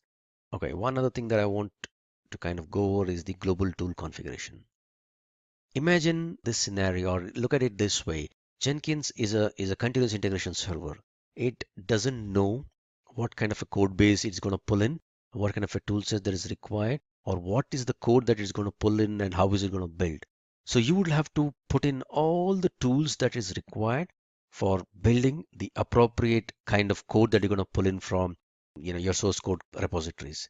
So just to give an example, in case your source code is a Java source code, and assuming that because in this demo, this is my laptop and I've put in all the configurations, JDK, everything on my laptop because I'm a developer, I'm working on the laptop. But my continuous integration server would be a separate server without anything being installed on it. So in case I want Jenkins to run a Java code, I would need to install JDK on it. I need to specify the JDK location of this out here this way. Okay, since I already have the JDK installed and I've already put in the Java home directory, or rather the environment variable correctly, I don't need to do it. Git, if at all I want the Jenkins server to use Git, Git is the command bash or the command prompt for running Git and connecting to any other Git server. So you would need Git to be installed on that particular system and set the path accordingly. Gradle and Maven, if at all you have some Mavens as well, you want to do this. Any other tool that you're going to install on your system, which is your continuous integration server, you will have to come in here and configure something. In case you don't configure it, when Jenkins runs, it will not be able to find these tools for building your task and it'll crib about it. That's good. I don't want to save anything. Manage Jenkins. Let me see what else is required. Yes, configure global security. All right, the security is enabled. And if you see by default, it's the security access control is set to Jenkins own user database. So what does this mean? Jenkins by default, it uses file system where it stores all the usernames, which hashes up these usernames and kind of stores them. So as of now, Jenkins is configured to use its own database. assuming that you are running in an organization, you would probably want to have a, some sort of an AD or an LDAP server using which you would want to control access to your Jenkins repository, rather Jenkins tool. So you would specify your LDAP server details, the root DN, password or the manager DN and the manager password and all these details in case you want to connect your Jenkins instance with your LDAP or AD or any of the authentication servers that you have in your organization. But for now, since I don't have any of these things, I'm going to use this own database. That's good enough. All right. So I will set up some authorization methods and stuff like that once I put in few jobs. So for now, let me not get into any of these details of this. Just be aware that Jenkins can be connected for authorization to an LDAP server, or you can have Jenkins managing its own servers, which is happening as of now. So I'm going to save all this stuff. That's good for me. So enough of all these configurations. Let me put in a very, very simple job. All right. So job, new item, little difficult to kind of figure out, but then that's the new item. So I'll just say, first job, this is good for me. I just give a name for my job. I would say it's a freestyle project. That's good enough for me. I don't want to choose any of that. So unless until you choose any of this particular button would not become active. So choose the freestyle project and say, okay. At a very high level, you would see general source code management, build triggers, build environment, build and post build. In case you install more and more plugins, you will see a lot more options. But for now, this is what you would see. So what am I doing? At the moment, I'm just putting up a very, very simple job. And the job could be anything and everything. So I don't want to put in a very complicated job for now. For the demo purpose, let me just put in a very, very simple job. I'll give a description. This is an optional thing. This is my first Jenkins job. All right. I don't want to choose any of these. Again, there are some helps available here. I don't want to choose any of this. I don't want to connect it into any source code for now. I don't want any triggers for now. I'll come back to this in a while. Build environment. I don't want any build environment. As a part of this build step, I just want to, run few things so that I kind of complete this particular job. So since I'm on a Windows box, I would say execute Windows batch command. All right. So what do you want to do? Let me just echo something. Echo, hello.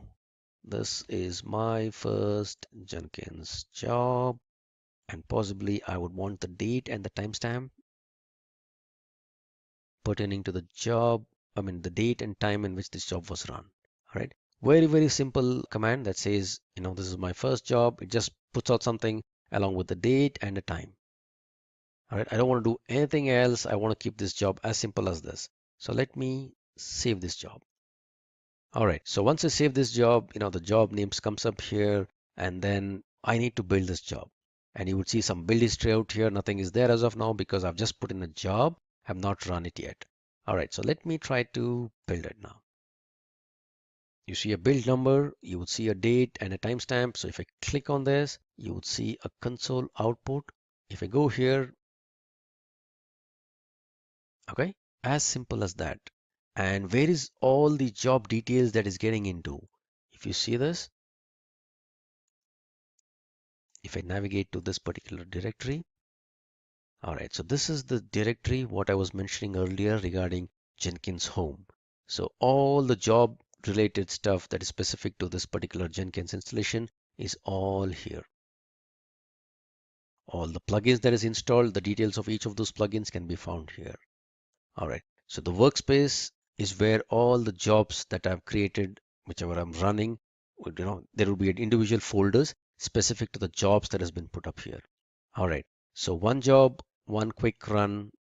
That's what it looks like. Pretty simple. Okay, let me do one thing. Let me put up a second job. I would say second job. I would say freestyle project. All right, this is my second job. I just want to demonstrate the powerfulness of the automation server and how simple it is to automate a job that is put up on Jenkins, which will be triggered automatically. Remember what I said earlier about Jenkins, because at the core of Jenkins is a very, very powerful automation server. All right, so what I'm going to do, I will just keep everything else the same. I'm going to put in a build script pretty much similar to second job that gets triggered automatically every minute. All right, let me do that. Percentage date, and I'll put in the time. All right. So I just put in another job called second job, and it pretty much does the same thing as what I was doing earlier in terms of printing the date and the time. But this time, I'm just going to demonstrate the powerfulness of the automation server that is there. If you see here, there's a build trigger. So a build can be triggered using various triggers that is there. So we'll get into this GitHub triggering or hook or a webhook kind of a triggering later on. But for now, what I want to do, I want to ensure that this job that I'm going to put in would be automatically triggered on its own. Let's say every minute, I want this job to be run on its own. So build periodically is my setting. If you see here, there's a bunch of help that is available for me. So for those of you who have written cron jobs on Linux boxes, you'll find it very, very simple. But for others, don't panic. Let me just put up a very, very simple regular expression for scheduling this job every minute. All right, so that's 1, 2, 3, 4, 5.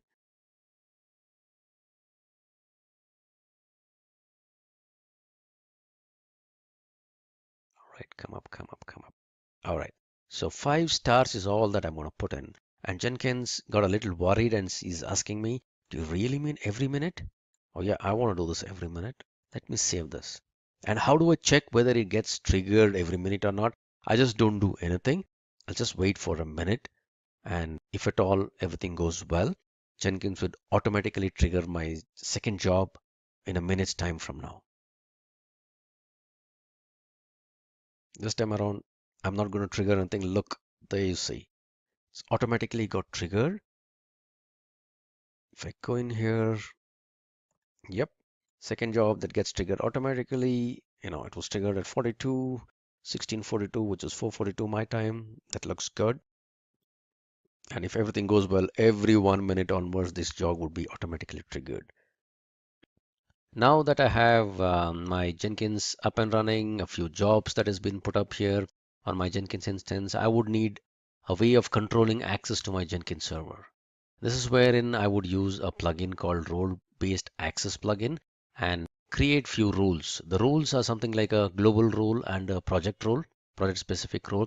I can have different roles and I can have users who have signed up or the users whom I create kind of assigned to these roles so that each of these users fall into some category. This is my way of kind of controlling access to my Jenkins instance and ensuring that people don't do something unwarranted.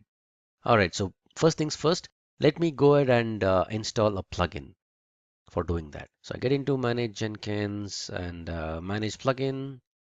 A little bit of a confusing screen in my opinion. There is updates available, installed and advanced. As of now, we don't have the role-based plugin. So let me go to available. It'll take some time for it to get refreshed. All right, now these are the available plugins. These are the installed plugins. All right, so let me come back to available and I would want to search for my role-based access plugin. So I would just search for role and hit enter. Okay, role-based authorization strategy enables user authorization using a role-based strategy. Roles can be defined globally or for particular jobs or nodes and stuff like that. So exactly, this is the plugin that I want. I would want to install it without a restart. All right, looks good so far. Yes. Go back to the top of the page. Yes. Remember, Jenkins is running on a Java using a Java instance. So typically many things would work the same way unless and until you want to restart Jenkins once in a while. But as a good practice, whenever you do some sort of a big installations or big patches on your Jenkins instance, just ensure that you kind of restart it. Otherwise, there would be a difference in terms of what is installed on the system and what is there on the file system. You would need to flush out few of those settings later on. But for now, these are all very small plugins, so these would run without any problems. But otherwise, if at all there are some plugins which would need a restart, kindly go ahead and restart your Jenkins instance. But for now, I don't need that. It looks good. I've installed the plugin. So where do I see my plugin? I installed the plugin that is specific to the user control or the access control. So let me go into, yes, global security. and I would see this role-based strategy showing up now. All right, so this comes in because of my installation of my role-based plugin. So this is what I would want to enable, because I already have my own database set up. And for the authorization part, in the sense that who can do what, I'm going to install, I've already installed a role-based strategy plugin, and I'm going to enable that strategy. All right, I would say save. Okay, now I've installed the role-based access plugin. I would need to just set it up and check that, I would go ahead and create some roles and ensure that I assign users as per these roles. All right, so let me go to Manage Jenkins, configure. All right, let me see, where is this? Configure global security. Is that where I create my roles? Nope, not here.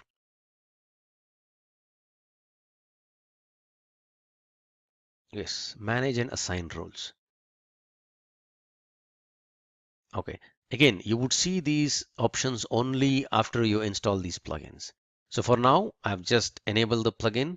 I've enabled role-based access control, and I would go ahead and create some roles for this particular Jenkins instance. So I would say first, manage roles.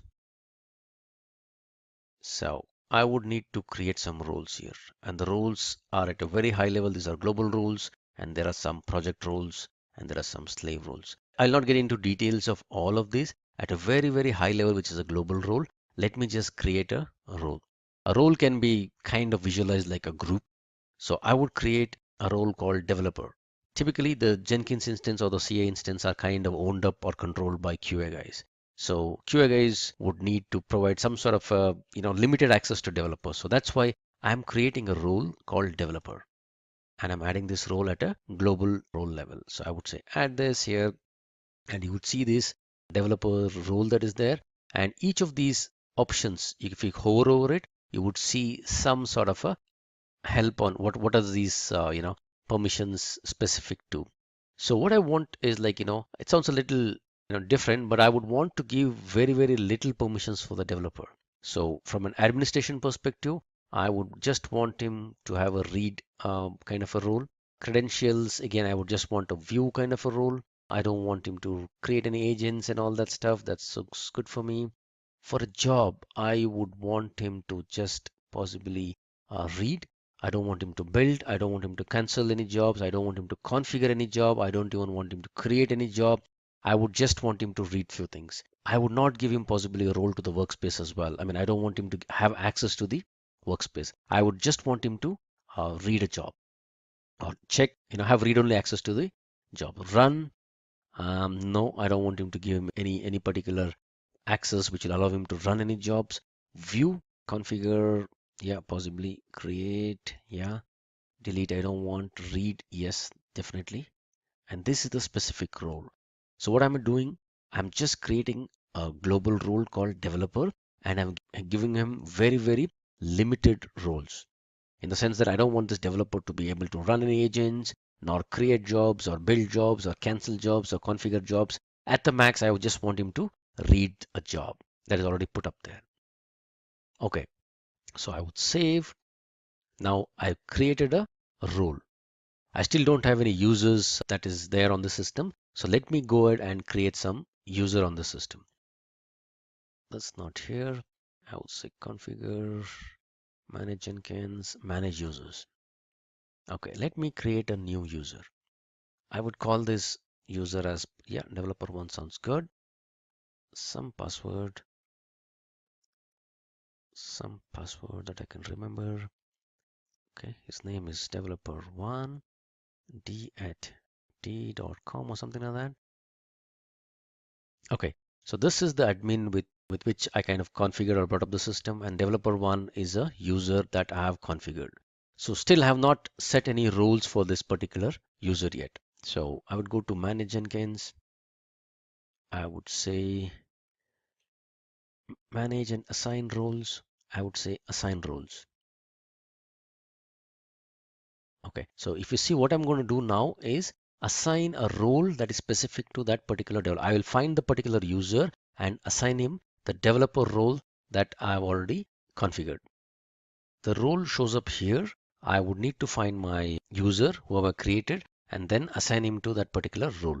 So if you remember, the user that I created was developer 1. I would add this particular user, and now this particular user, what kind of a role I want him to have, because this is the global role that I had created. So developer, I would assign this developer 1 to this particular global role, and I would go ahead and save my changes. Now let me check the permissions of this particular user by logging out of my admin account and logging back as developer 1. If you remember, this role was created with very less privileges. So there you go. I have Jenkins, but I don't see a new item. I can't trigger a new job. I can't do anything. I see these jobs. However, I don't think so I'll be able to start this job. I don't have the permission set for that. The maximum I can do is look at the job, see what was there as a part of the console output and stuff like that. So this is a limited role that was created, and I added this developer to that particular role, which was a developer role, so that the developers don't get to configure any of the jobs, because the Jenkins instance is owned by a QA person.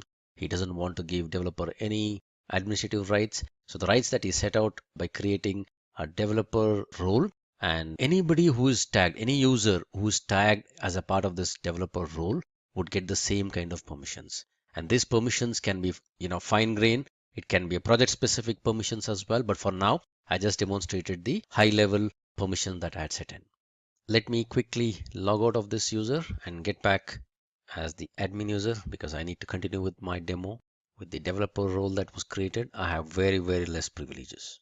One of the reasons for Jenkins being so popular, as I mentioned earlier, is the bunch of plugins that is provided by users or community users who don't charge any money for these plugins, but it's got plugins for connecting anything and everything. So if you can navigate to, or if you can find Jenkins plugins,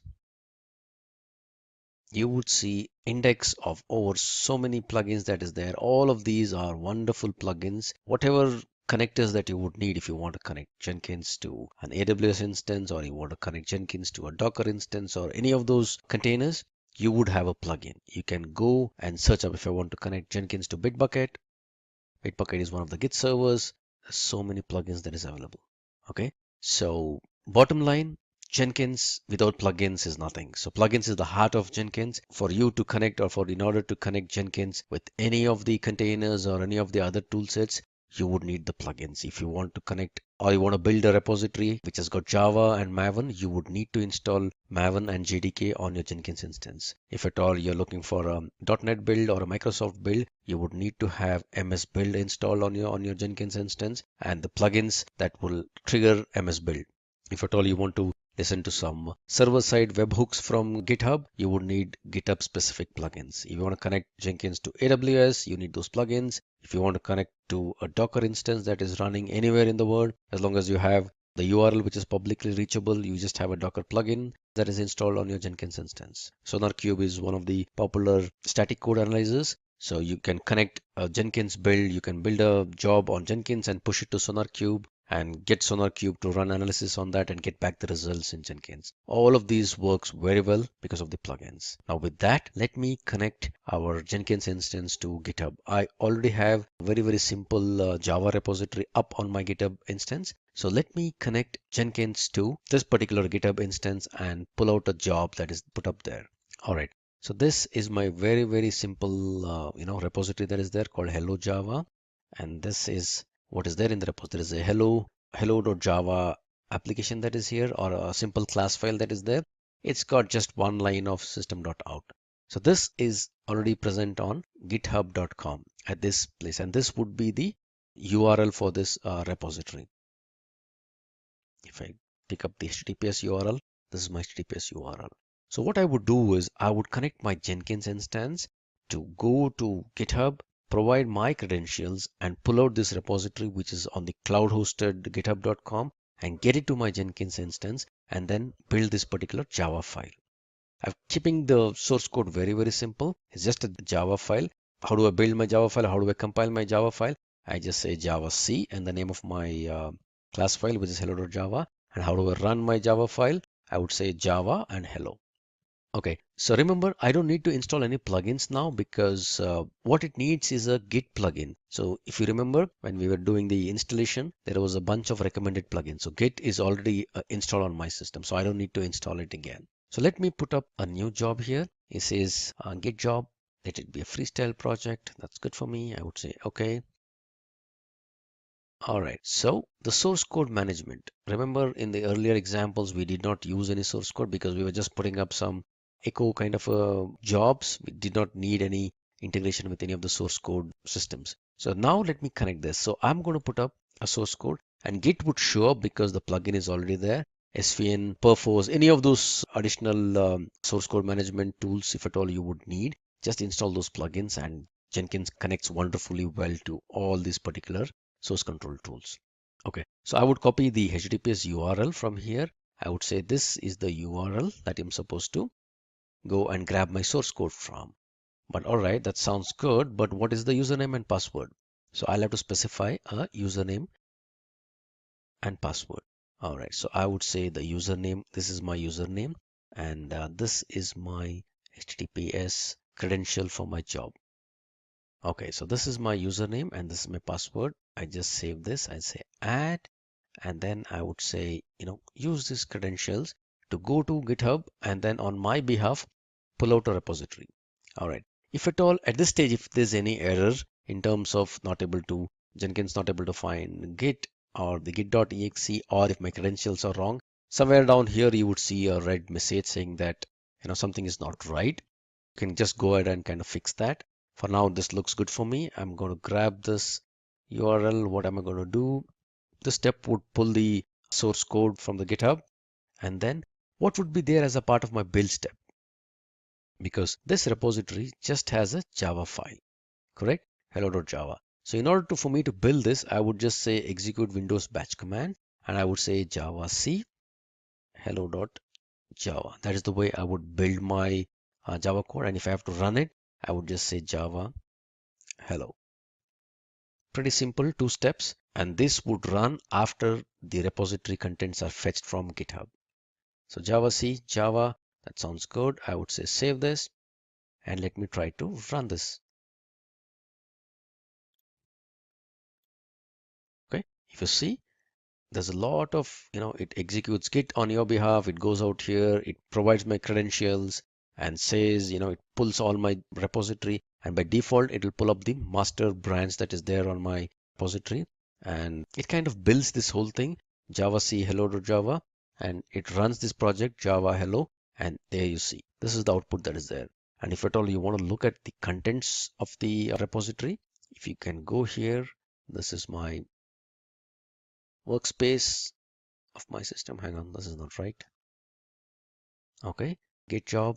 If you see here, this is my hello.java. This is the same program that was there on my GitHub repository. Okay, so this is a program that was there on my GitHub repository. All right, so this was the same program that was here, and Jenkins on our behalf went over all the way to GitHub, pulled this repository from there, and then it brought it down to my local system on my Jenkins instance. It compiled it and it ran this particular application. Okay, now that I've integrated Jenkins successfully with GitHub for a simple Java application, let me build a little bit on top of it. What I will do is I have a Maven based web application that is up there as a repository in my GitHub. So this is the repository that I'm talking about. It's called MVN web app. It's a Maven based repository. As you would know, Maven is a very, very simple Java based build tool that will allow you to run various targets, and it'll compile. It will, based upon the goals that you specify, it can compile, it can run some tests, and it can build a WAR file and even deploy it into some other server. For now, what we're going to use Maven is just for building and creating a package out of this particular web application. It contains a bunch of things, and what is important is just the index.jsp. It just contains an HTML file that is there as a part of this web application. So from a perspective of requirements, now since I'm going to connect Jenkins with this particular repository, Git, we already have that set. We only need 2 other things. One is Maven, because Jenkins will use Maven. So in order to use Maven, Jenkins would have to have a Maven installation that is there on the Jenkins box. And in this case, the Jenkins box is this laptop. And after I have my Maven installed, I also need a Tomcat server. Tomcat is a very, very simple web server that you can freely download. I'll let you know how to quickly download and install the Tomcat. All right, so download Maven first. There are various ways in which you can kind of download this Maven. There is zip files, binary zip files, and archive files. So what I've done is I've just already downloaded Maven, and if you see, I've unzipped it here. So this is the folder with which I have unzipped my Maven. So as you know, Maven again is a one open source build tool. So you'll have to set in a few configurations and set up the path. So mvn -- version, if I specify this, after I set in my path, Maven should work. And if at all I echo m2 home, which is nothing but the variable environment variable specific to Maven home, it is already set here. So once you unzip Maven, just set this m2 home variable to the directory where you unzipped your Maven. Also, just set the path to this particular directory /bin, because that is where your Maven executables are all found. All right, so that's with Maven. And since I've set the path and the environment variable Maven is running perfectly fine on my system, I've just verified it. Okay, next one is the Tomcat server. Download Apache Tomcat server 8.5 is what I have on my system. So I'm just going to show you where to download this from. This is where you download Tomcat server, and I already have the server downloaded. Again, this doesn't need any installation. I just unzip it here, and it kind of has a bin and configuration. I've made some subtle changes in the configuration. First and foremost, Tomcat server also by default runs on port 8080. Since we already have our Jenkins server running on port 8080, we cannot let Tomcat run on the same port. There will be a port clash. So what I've done, I have configured Tomcat to use a different port. So if I go to this configuration file here, there is a server.xml. Let me open this up here. All right. Okay. So this is the port. By default, it will be 8080. I've just modified it to 8081. So I've changed the port on which my Tomcat server would run. All right. So that is one change. Second change, when Jenkins kind of tries to get into my Tomcat and deploy something for someone, he would need some authentications so that he'll be allowed deployment by Tomcat. So for that, I need to create a user on Tomcat and provide these user credentials to my Jenkins instance. So I would go to Tomcat users.xml file here. I've already created a username called deployer and the password is deployer, and I've added a role called manager-script. Manager-script will allow programmatic access to the Tomcat server. So this is the role that is there. So using these credentials, I will enable or I'll empower Jenkins to get into my Tomcat server and deploy my application. All right, only these two things that is required.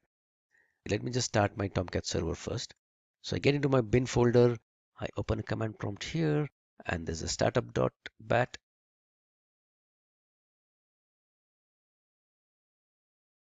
It's pretty fast. It just takes a few seconds. Yes, there you go. Tomcat server is up and running. Now this is running on port 8081. So let me just check if that looks good. So localhost 8081. Okay, my Tomcat server is up and running. That sounds good. The user is already configured on this. That's also fine. So what I'll do as a part of my first job, Maven is also installed on my system. So I'm good to use Maven as a part of my Jenkins. So I will put up a simple job now. I will say job, mvn, web app. I'll call this freestyle job. That's good. Okay, so this will be a Git repository. What is the URL of my Git repository? Is this guy, HTTPS URL. Okay, that's this URL. I will use the credentials. The old credentials that I set up will work well because it's the same Git user that I'm kind of connecting into. All right, so now the change happens here where after I get this, since I said this is a simple Maven repository, I will have some Maven targets to run. So the simple target first is, let me run Maven package. This creates a war file.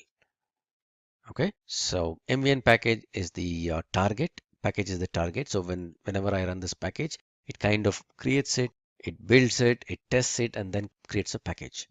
So this is all that is required. Maybe let me try to save this, and let me first run this and see if it connects well, if there's any problem with my WAR file, or the WAR file gets created properly.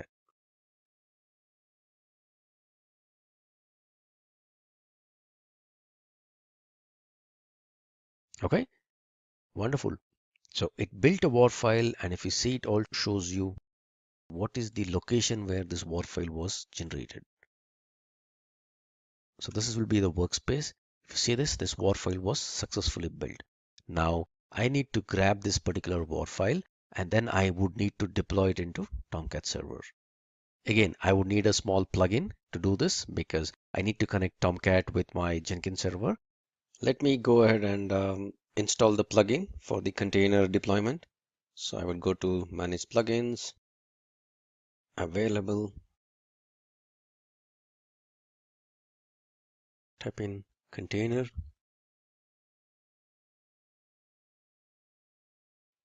container,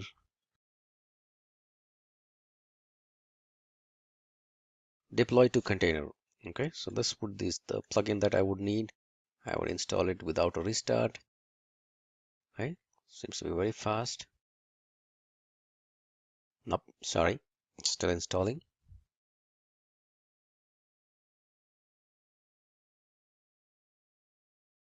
Okay, it installed the plugin. So if at all you see this, if you go to my workspace, okay, in the target folder, I would see this web application WAR file that is already built. So I would need to configure this plugin to pull up this WAR file and deploy it onto the Tomcat server. For deploying onto the Tomcat server, I will use the credentials of the user that I've created. Okay, so let me go to configure this particular project again. And okay, all this is good. So the package is good. I'm going to just create a package. That's all fine. Now add a post build step. So after the WAR file is built as a part of this package directive, let me use this deployment to container. Now this will show up after you install the plugin. So deploy this one to the container. Now what is that you're supposed to specify? You're supposed to specify what is the location. Okay, so this is a global configuration that is there that will allow you to, from the root folder, it will pick up the WAR file that is there. So ****star.war, that's good for me. Okay, what is the context path? Context path is nothing but just the name of an application that, under which it will get deployed into the Tomcat server. I will just say MVN web app. That's the name of my thing. Now I need to specify what kind of a container that I'm talking about. All right, so the deployment would be for this Tomcat 8.5 is what I need.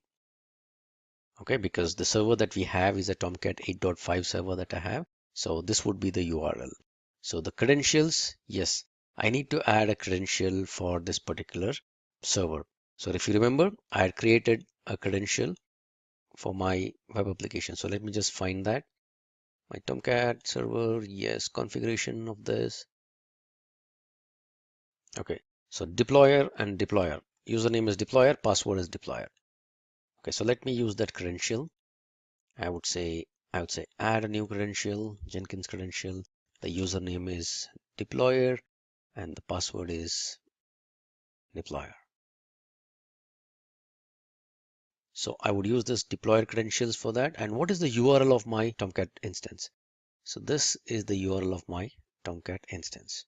So take the WAR file that is found in this particular folder, and then context path is mn web app. Use the deployer deployment credentials and get into this localhost, which is there 8081. This is the Tomcat server that is running on my system, and then go ahead and deploy it.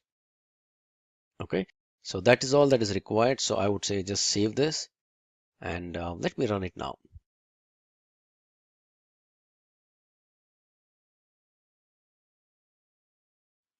Okay, it successfully built the WAR file. It is trying to deploy it, and looks like the deployment went ahead perfectly well. So The context path was MVN web app. So if I type in this, or if at all I go ahead into my Tomcat server, there would be a web apps folder. You would see the the date timestamp. So this is the file that got recently copied, and this is the Explorer version of our application. So the application was built, the source code of this application was pulled from the GitHub server. It was built locally on the Jenkins instance, and then it was pushed into a Tomcat server which is running on a different port, which is 80881. Now for this demo, I'm running everything locally on my system, but assuming that this particular Tomcat instance was running on some other server with some other different IP address, all that you got to go and change is the URL of the server. So this would be the server in case you already have that, if you have a Tomcat server which is running on some other machine, that's all fine. With a different IP, that's all good enough. The whole bundle or the war file that was built as a part of this Jenkins job gets transferred onto the other server and gets deployed. That's the beauty of Jenkins and automatic deployments, or other deployments using Jenkins and Maven. Distributed build or master slave configuration in Jenkins. As you would have seen, we just have one instance of Jenkins server up and running all the time. And also I told you that whenever any job that kind of, gets started on the Jenkins server, it is little heavy on in terms of disk space and the CPU utilization. So which kind of, if at all you're in an organization wherein you're heavily reliant on the Jenkins server, you don't want your Jenkins server to go down. So that's wherein you kind of start distributing the load that is there on the Jenkins server. So you primarily have a server, which is just a placeholder or like a master who will take in all the kind of jobs. And what he'll do is based upon trigger that has happened to the job or whichever job needs to be built, if at all, he can delegate these jobs onto some other machines or some other slaves. That's a wonderful thing to have. Okay, use case 1. Use case 2, assuming that, if you have a Jenkins server that is running on a Windows box or on a Linux one, and if at all you have a need where you need to build based upon operating systems, you have multiple build configurations to support. Maybe you need to build a Windows, Windows based .NET kind of a projects where you would need a Windows machine to build this particular project. You also have a requirement where you want to build Linux based systems. You also have a Mac, you support some sort of an apps or something that is built on Mac OS. You would need to build, Mac based system as well. So how are you going to support all these needs? So that's wherein a beautiful concept of master slave or primary and delegations or agent and master comes into play. So typically you would have one Jenkins server who will just configure with all the proper authorizations, users, configurations, and everything is set up on this Jenkins server. His job is just delegations. He will listen to some sort of triggers, or based upon the job that is coming in, he will, if there is a nice way of delegating these jobs to somebody else and taking back the results, he can control a lot of other systems. And these systems may not have a complete, or there's no need to put in a complete Jenkins installation. All that you got to do is have a very, very simple runner or a slave that is a simple jar file that is run as a low priority thread or a process within these systems. So with that, you can have a wonderful distributed build server that can be set up. And in case one of the servers goes down, your master would know that what went down and kind of delegate the task to somebody else. So this is the kind of distributed build or the master slave configuration. So what I'll do in this exercise or in this demo is I'll set up a simple slave. But since I don't have too many machines to kind of play around, what I'll do is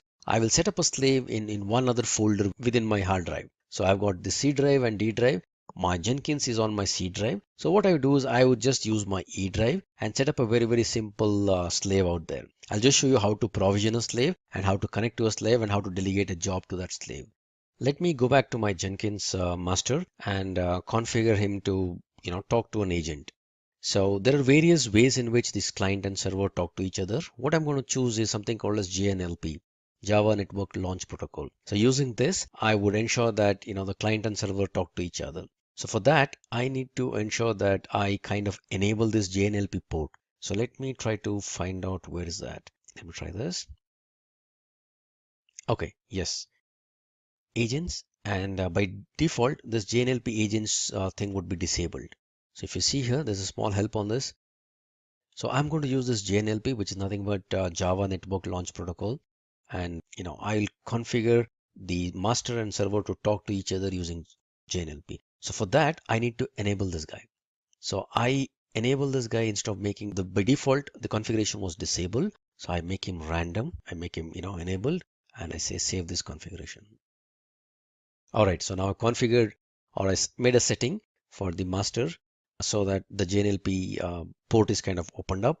So let me go ahead and, create an agent. So I'll go to manage nodes. So if you see here, there's only one master here. So let me provision a new node here.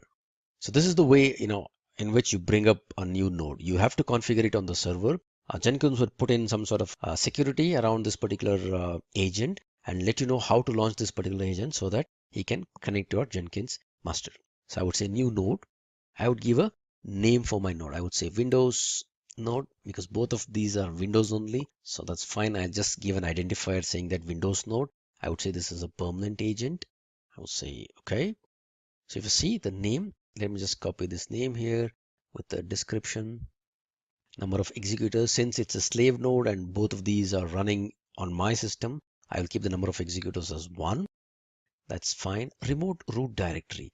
Now this is where, let me just clarify this, since I have both my master is running on my C drive program files 86, or hang on, not 86, C colon program files. It is indeed 86. All right, Jenkins. So this is where my master is running. So I don't want the C drive. What I'll do is I'll use something called as A drive. I have another drive in my system, but please visualize this like, you're running this on a separate system altogether. So I create a folder here called Jenkins node, and this is where I'm going to place I'm going to provision my slave, and I'm going to run him from here. So this is the directory in which I'm going to provision my slave node. So I'm going to copy this here, and that is the remote root directory of your particular agent or slave. So I just copy it here. The label, probably this is fine for me. And usage, how do you want to use this guy? So I don't want him to run all kinds of jobs. I will only build jobs with label expressions that match this particular node. And so this is the label of this node. So in order for somebody to kind of delegate any task to them, they will have to specify this particular label.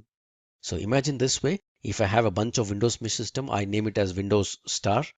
Anything that starts from Windows, I can give a regular expression and say that anything that matches Windows, run this particular task there. If I have some Mac machines, I name all these Mac agents as Mac star or something like that. And I can delegate all tasks, saying that start with whatever starts with Mac in this node, run the Mac jobs there.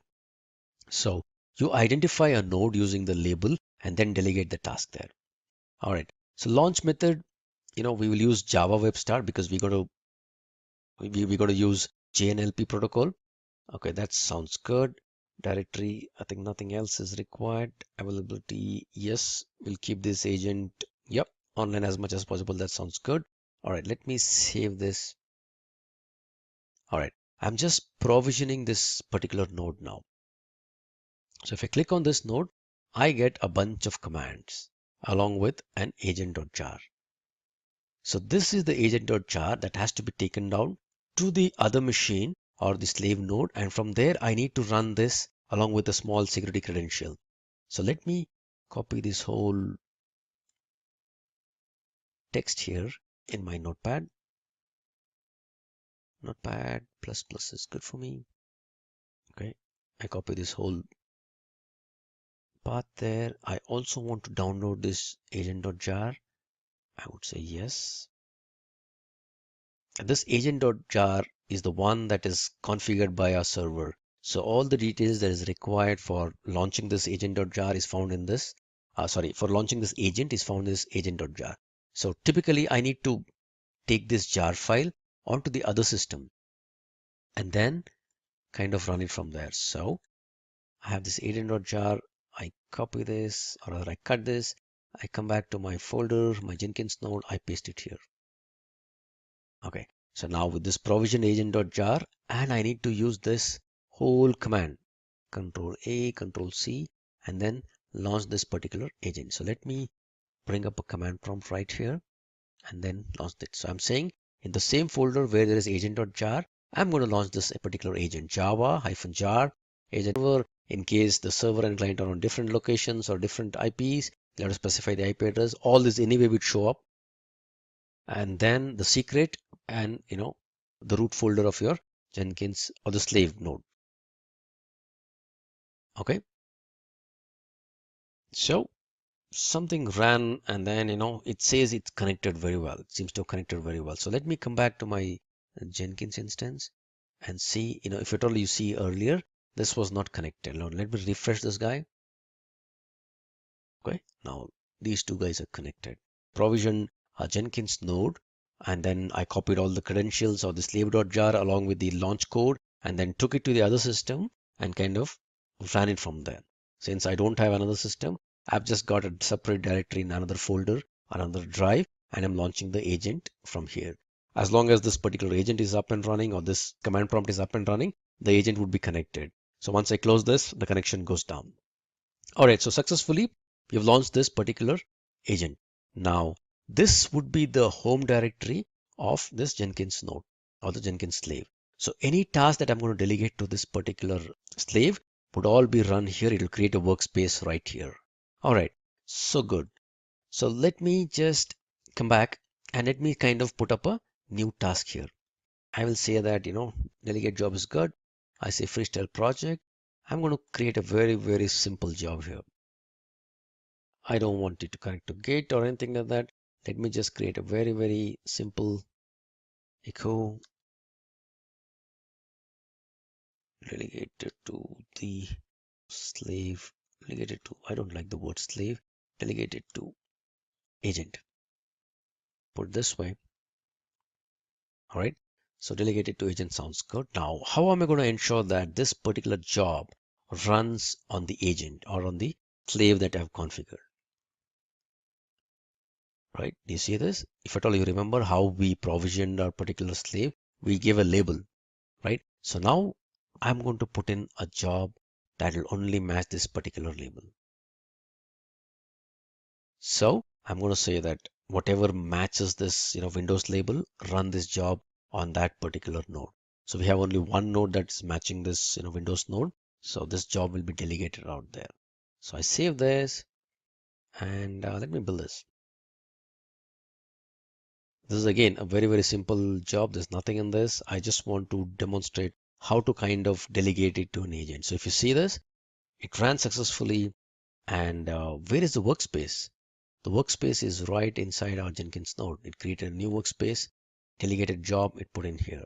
So my old or my primary master job is in SQL program files under Jenkins.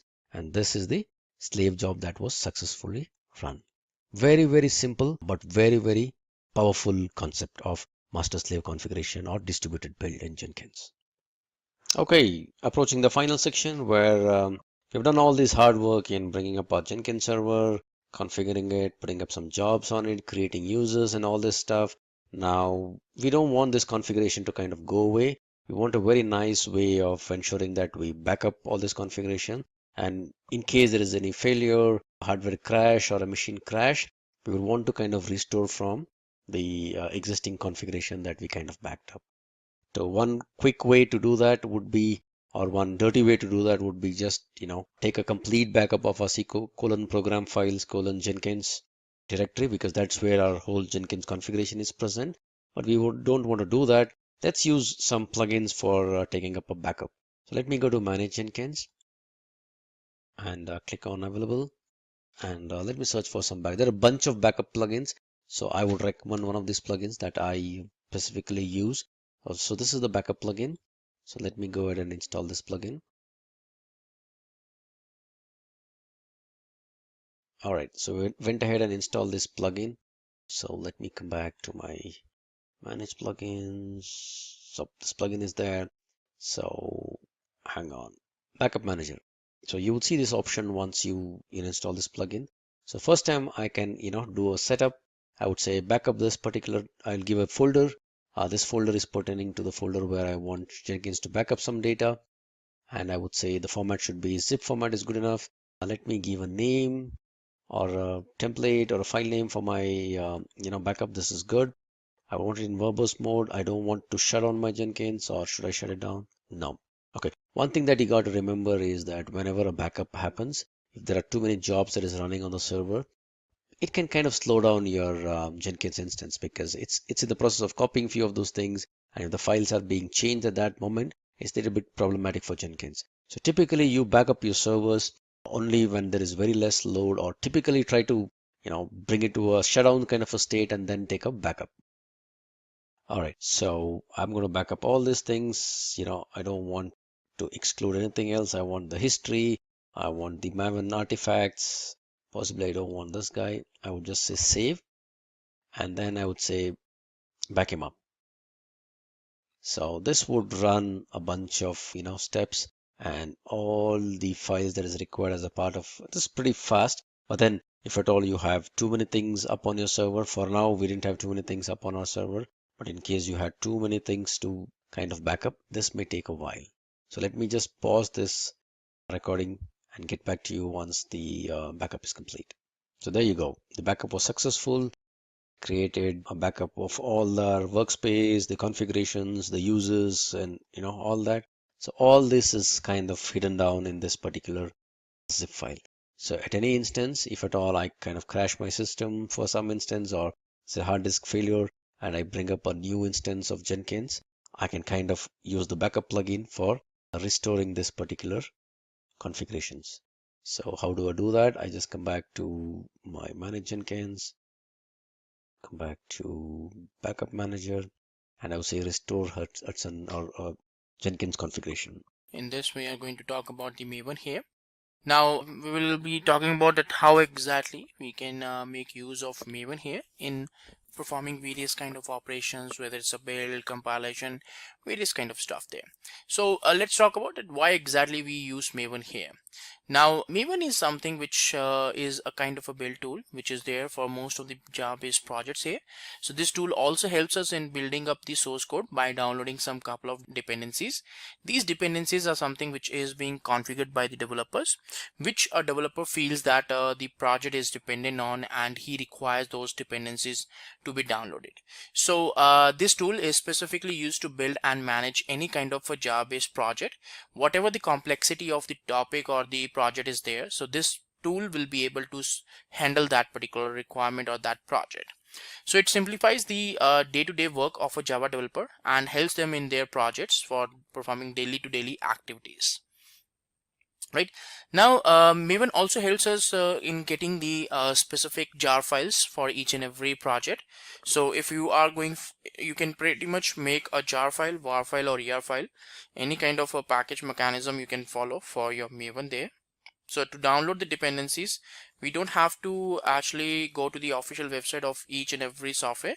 You can easily get it, the dependencies of each and every third-party binaries on the mvnrepository.com. This is a website which is present, on which if you visit, you will be able to download the dependencies which is required by your project or by your specific project over here. So it totally depends on how exactly you want to download and you want to get together a specific repository over here.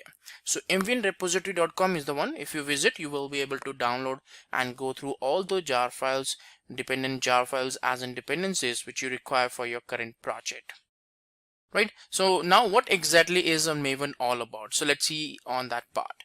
So Maven is a popular open source build tool which is developed by the Apache group, and the primary ownership of this tool is to build, publish, and deploy several projects at once.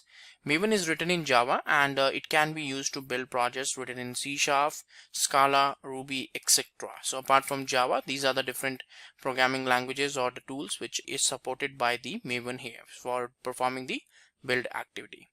So the tool is used for build and management of any kind of a Java-based project. It simplifies the day-to-day work of a Java developer and helps them to automate most of the compilation or build perspective tasks on the projects. Right.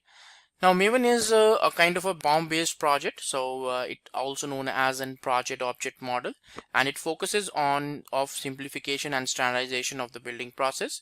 In the process, it takes care of all the followings here: builds, dependencies, reports, distribution, release is mailing list. So all these things are being taken care as in this particular process here, and ultimately it's an availability inside the Maven that how the overall build process needs to be automated and standardized here. So all these particular mechanisms can be followed as such over here, so that we can have a good standards and the simplifications implemented as such here. Now what exactly is a Maven repository all about? So Maven repository is something which is kind of a directory, or it's kind of a location where we have all the jar files packaged all together in a single location. So depending on the software which you want to download, the dependent jar files can be downloaded from there. So the metadata refers to the POM files relevant to each project here. This metadata is what allows Maven to download the dependencies. Now there are three types of repositories from where we can download the dependencies. The first one is the local repository, second one is the remote repository, and the third one is the central repository. So these are the primary three types of repositories which is available there for a specific Maven over here. So whatever repository you want to follow, you want to access, you can pretty much access it and you can go with that. Right now, the local repository will be primarily present onto your PC. That's the way that how it's present there. And the particular remote repository is something which you can store on any remote machine or remote server. And the central repository is something which you can have it onto the internet. So usually the central repositories is something in which we can actually host our different kind of dependencies and the jar files over there. So local repository on the machine of the developer where the project material is saved. So all the particular dependencies jar file will be available on your local machine. Remote machine is the location where you can actually store all your particular dependencies, from where you can download these dependencies whenever you require. So this repositories work similar to the central repository. Whenever anything is needed from the remote repository, it's first downloaded into your local repository and then it will be utilized. So if you feel that the dependency is something which is not there in the local, it will be first downloaded from the remote repository and then it will be utilized or will be referenced onto the local machine there. And central repository refers to the Maven community repository there, where you will be able to see each and every dependency present on that repository. So Maven downloads the repositories from here in the local repository whenever they're needed or whenever required. All these dependencies are cached locally, from where it will be referenced in the next, or whenever we want to refer that, we will be able to do that particular reference easily on that part. So this is the way that how the three particular repositories or Maven repositories really helps us for performing various kind of automations as such here. Right now, what are the basic concepts of Maven here? So some of the couple of basic concepts which is present in Maven is, like, for the first time we have the project object model. So project POM refers to the XML file which has all the information regarding the project, how this particular project should be built up, how the different build process should be automated there. It also has a description of the project, details regarding the versioning. Versioning information is also stored as such in this XML file, in this particular POM reference file as such over here. The XML file is which is there in the project home directory. So Maven is something which search for the POM file in the current directory. If it's able to find that particular POM file, so it will execute or it will proceed with the build step. Otherwise it will halt there itself. So this POM file is very important because it will act as a kind of a build script, and primarily the Maven tool will be able to process each and everything which is configured as such in this specific XML file there, and according to that only it will function or it will proceed further. Right now, second thing is the dependencies and repositories. So dependencies usually refers to the jar files, so the Java libraries which we need in into our particular project. So while working on the project, we may be having the dependency on couple of dependencies. So these dependencies we have to actually download or we have to actually refer, and once these particular information or these details are referred, so what will happen that we need to download these specific dependencies from the particular Maven repositories. So if the dependencies are not present in your local repository, then Maven will try to download it from the central repository and cache it into your local repository. But first of all, it will look on into the local repository, and if it is not present in local, then only it will go to the remote or the central repository. Then we have build life cycles and phase and goals there. So build life cycles consists of the sequence of build phases, and each build phase consists of sequence of goals here. Now each goal is responsible for performing a specific task. When a phase is running all the goals related to that phase, and its plugins are also used to performing the compilation, preparing the artifacts, downloading the dependencies, all different things being done by the plugins here. Then we have the build profiles. So build profiles refers to a set of configuration values. Now generally we have the generic build process for all the environments or all the particular code base there, but sometimes we do have some kind of a differences there. So that is where we can go for the profiles, because a specific profile can have its own configuration, and whatever it's required for the build process, we can have different configurations stored inside the Maven build script here. Then different build profiles are added to the POM files, and which enables the different build as such here. So depending on these profiles, we can actually decide that how we need to proceed with the build process and how the different kind of build automations needs to be performed here. Then a build profile helps in customizing the build for the different environments, so that also we can perform as such while performing or while working on the different components and the different management here. So a build profile is something which you can configure, you can utilize, and depending on that build profile, we will be deciding whether to proceed further or how to decide on that particular factor. So these are something which we need to take care, or we need to work according to which we can decide that how the specific configurations and specific automation needs to be performed here. Now usually when we go for the Maven there, so we have to use some couple of Maven plugins. Now the goal of using these specific plugins is to automate some of the basic stuff like compilation, creating the var file, creating the jar file. So when we are using the plugins, we don't have to configure the steps or write the steps that how these specific plugins should be installed or should be referenced. It's ultimately the internal configurations which we are looking forward or which we are using while working on these specific plugins. So you can download some couple of plugins using which we will be able to decide that how a specific goals needs to be achieved here.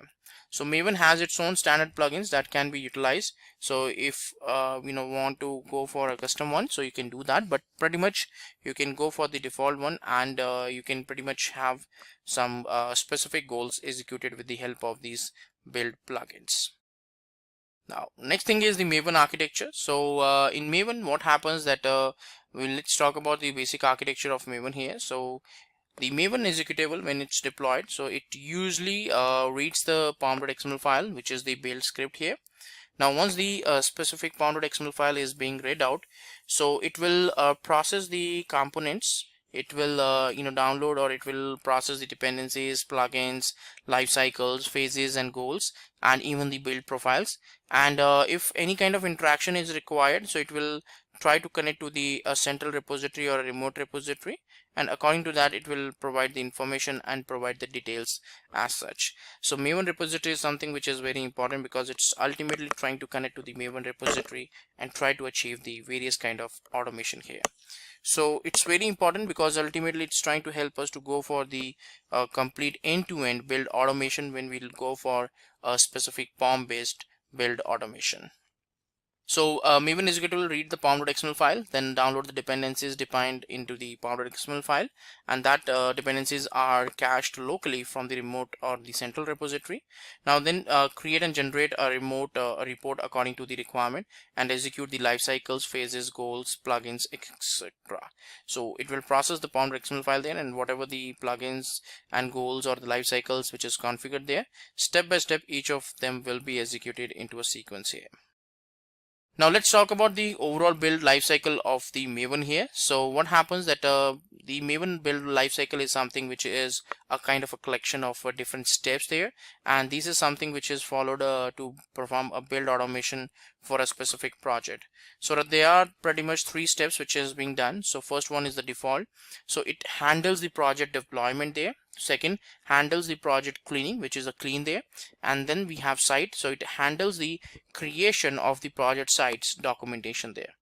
So these are the 3 built-in particular life cycles which is available there at the Maven level, which you can utilize to perform a various kind of particular steps execution for your project. right? So the build cycle has the different build phases or stages there, because when we are performing a build, a variety of things needs to be performed over here. So the first one is the compile, then test compile is there. So compilation is there for the source file, and test compile is there for the test cases.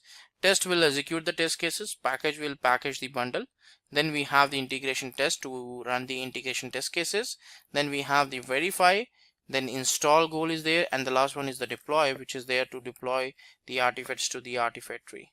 So all these things are the different phases and the stages which is being followed as per a specific build here.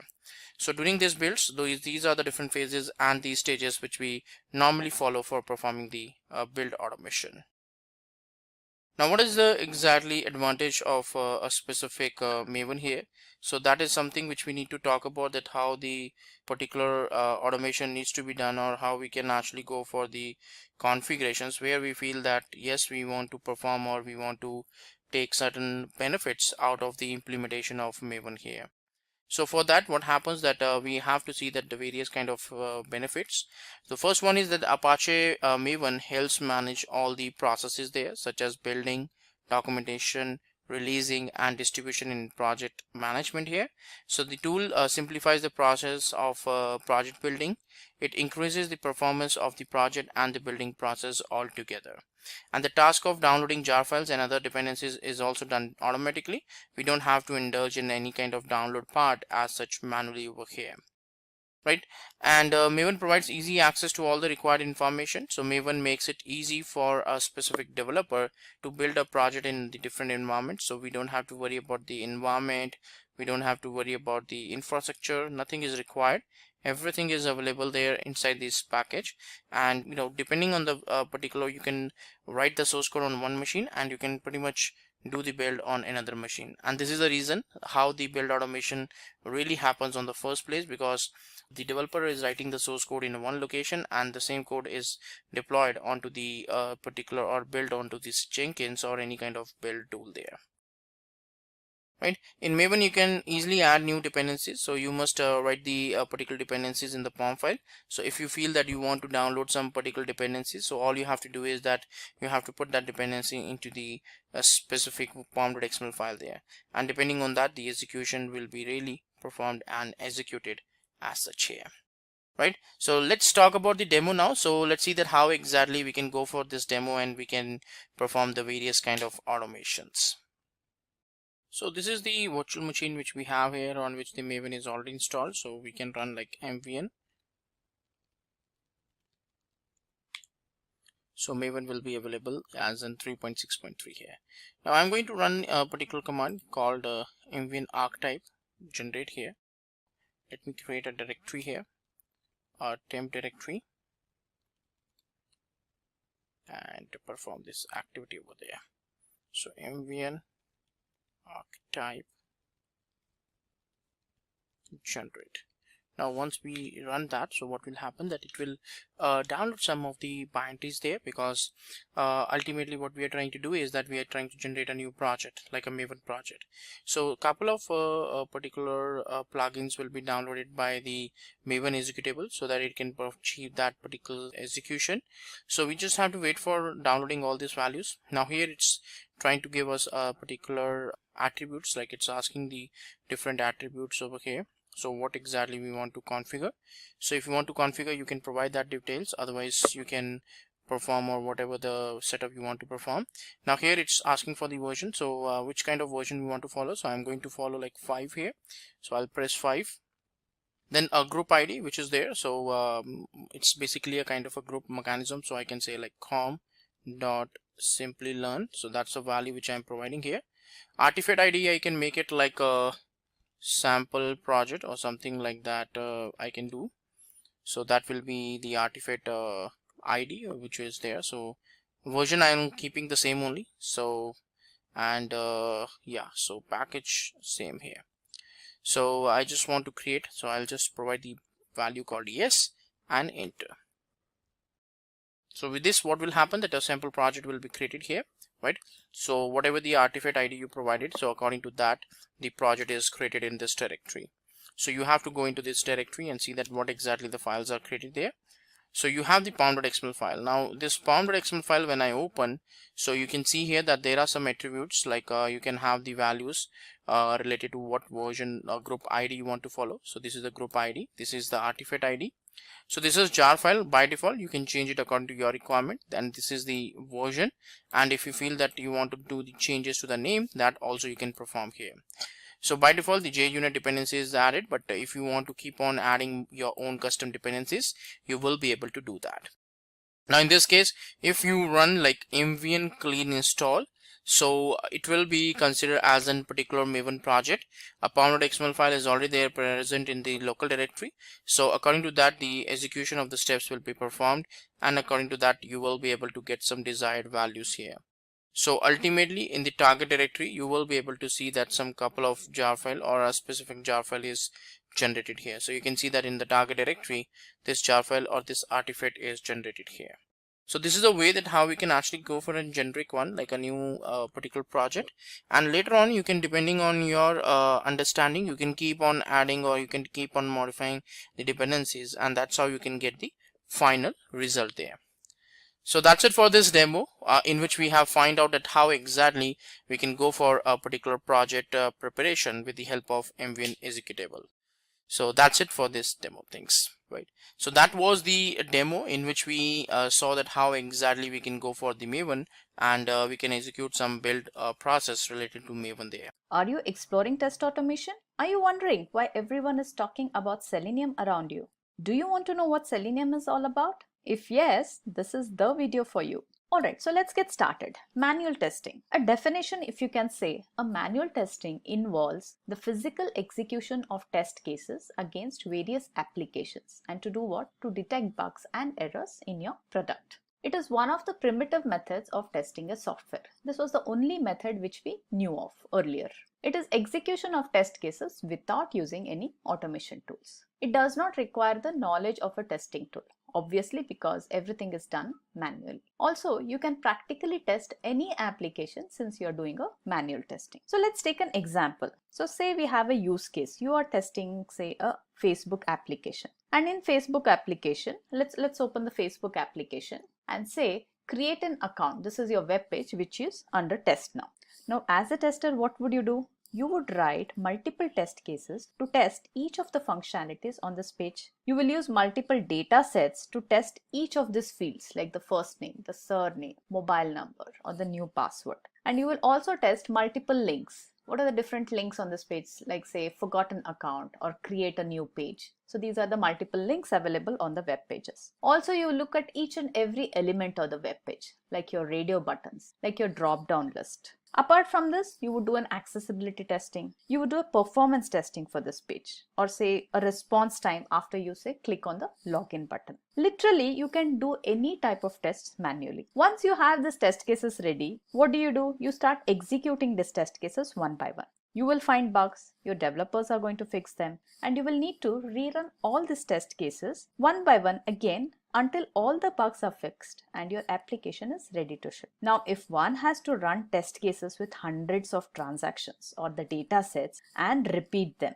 can you imagine the amount of effort required in that? Now that brings us to the first demerit of the manual testing. Manual testing is a very time consuming process and it is very boring. Also, it is very highly error prone. Why? Because it is done manually and human mistakes are bound to happen. Since it's a manual execution, testers' presence is required all the time. One needs to keep doing manual steps, step by step again all the time. He also has to create manual reports, group them, format them so that we get good looking reports. Also send these reports manually to all stakeholders. Then collection of logs from various machines where you have run your test, consolidating all of them, creating repositories and maintaining them. And again, since it's all is a manual process, there is a high chance of creating manual errors there. Scope of manual testing is limited. For example, let's say regression testing. Ideally, you would want to run all the test cases which you have written. But since it's a manual process, you would not have the luxury of time to execute all of them, and hence you will pick and choose your test cases to execute. That way, you're limiting the scope of testing. Also, working with large amount of data, manually is impractical, which could be the need of your application. What about performance testing? You want to collect metrics on various performance measures as a part of your performance testing. You want to simulate multiple loads on application under test, and hence manually performing these kind of tests is not feasible. And to top it all up, say if you're working in an agile model where code is being churned out by developers, testers are building their test and they're executing them as and when the builds are available for testing. And this happens iteratively. And hence, you will need to run this test multiple times during your development cycle, and doing this manually definitely becomes very tedious and boring. And is this the effective way of doing it? Not at all. So what do? We automate it. So this tells us why we automate. 1, for faster execution. 2, to be less error prone. And 3, the main reason is to help frequent execution of our test. So there are many tools available in the market today for automation. One such tool is Selenium. Birth of Selenium. Much before Selenium, there were various tools in the market like say RFT and QTP, just to name a few popular ones. Selenium was introduced by a gentleman called Jason Huggins way back in 2004. He was an engineer at ThoughtWorks and he was working on a web application which needed frequent testing. He realized the inefficiency in manually testing this web application repeatedly. So what he did was he wrote a JavaScript program that automatically controlled the browser actions, and he named it as JavaScript Test Runner. Later, he made this open source and this was renamed as the Selenium Core. And this is how Selenium came into existence. And since then, Selenium has become one of the most powerful tools for testing web applications. So how does Selenium help? So we saw all the demerits of manual testing. So we can say by automation of test cases, 1, Selenium helps in speedy execution of test cases. Since manual execution is avoided, the results are more accurate, no human errors. Since your test cases are automated, human resources required to execute automated test cases is far less than manual testing. Because of that, there is a lesser investment in human resources. It saves time, and time is money. It's cost effective as Selenium is an open source. It is available free of cost. Early time to market. Since you save effort and time on manual execution, your clients will be merrier as you would be able to ship your product pretty fast. Lastly, since your test cases are automated, you can rerun them any point of time and as many times as required. So if this tool offers so many benefits, we definitely want to know more detail about what Selenium is. Selenium enables us to test web applications on all kinds of browsers like Internet Explorer, Chrome, Firefox, Safari, Edge, Opera, and even the headless browser. Selenium is an open source and it is platform independent. The biggest reason why people are preferring this tool is because it is free of cost. And the QTP and the RFT, which we talked about, are chargeable. Selenium is a set of tools and libraries to facilitate the automation of web application. As I said, it is not a single tool. It has multiple components, which we'll be seeing in detail in some time. And all these tools together help us test the web application. You can run Selenium scripts on any platform. It is platform independent. Why? Because it is primarily developed in JavaScript. It's very common for manual testers not to have in-depth programming knowledge. So Selenium has this record and replay back tool called the Selenium ID, which can be used to create a set of actions as a script, and you can replay the script back. However, this is mainly used for demo purposes only, because Selenium is such a powerful tool that you should be able to take full advantage of all its features. Selenium provides support for different programming languages like Java, Python, C#, Ruby. So you can write your test scripts in any language you like. One need not know in-depth or advanced knowledge of these languages. Also, Selenium supports different operating systems. It has support for Windows, Macs, Linux, even Ubuntu as well. So you can run your Selenium test on any platform of your choice. And hence, Selenium is the most popular and widely used automation tools for automating your web applications. Selenium set of tools. So let's go a little more deeper into Selenium. As I said, Selenium is not a single tool. It is a suite of tools. So let's look at some of the major components or the tools in Selenium and what they have to offer. So Selenium has 4 major components. 1. Selenium ID. It's the most simplest tool in the suite of Selenium. It is integrated development environment. Earlier, Selenium ID was available only as a Firefox plugin, and it offered a simple record and playback functionality. It is a very simple to use tool, but it's mainly used for prototyping and not used for creating automation in the real-time projects because it has its own limitations like any other record and replay tool. Selenium RC. This is nothing but Selenium remote control. It is used to write web application tests in different programming language. What it does, it basically interacts with the browser with the help of something called as RC server. And how it interacts is it uses a simple HTTP post GET request for communication. This was also called as Selenium 1.0 version, but it got deprecated in Selenium 2.0 version and was completely removed in 3.0 and it was replaced by WebDriver. And we will see in detail as why this happened. Selenium WebDriver. This is the most important component in the Selenium suite. It is a programming interface to create and execute test cases. It is obviously the successor of the Selenium RC which we talked about because of certain drawbacks which RC had. So what WebDriver does is it interacts with the browsers directly, unlike RC where the RC required a server to interact with the browser. And the last component is the Selenium Grid. So Selenium Grid is used to run multiple test scripts on multiple machines at the same time. So it helps you in achieving parallel execution. Since the Selenium WebDriver you can only do sequential execution, Grid is what comes into picture where you can do your parallel execution.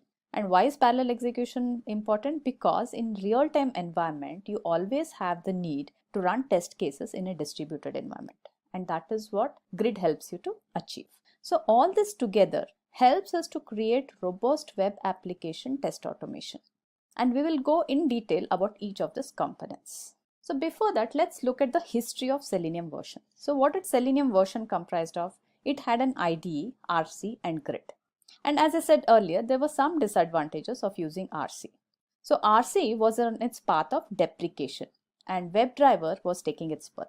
So if you look at Selenium 2 version, it had an earlier version of WebDriver and also the RC. So they coexisted. From 3. onwards, RC was completely removed and WebDriver took its place. There is also a 4. version around the corner and it has more features and enhancements. Some of the features which are talked about are W3C WebDriver standardization, improved IDE and improved Grid. Now let's look at each of the components in the Selenium suite. Selenium IDE is the most simplest tool in the suite of Selenium. It is nothing but an integrated development environment for creating your automation scripts. It has a record and playback functionality and is a very simple and easy to use tool. It is available as a Firefox plugin and a Chrome extension. So you can use either of this browser to record your test scripts. It's a very simple user interface using which you can create your scripts that interact with your browser. The commands created in the scripts are called Selenis commands and they can be exported to the supported programming language and hence this code can be reused. However, this is mainly used for prototyping and not used for creating automation for your real-time projects. Why? Because of its own limitation which any other record and replay tool has.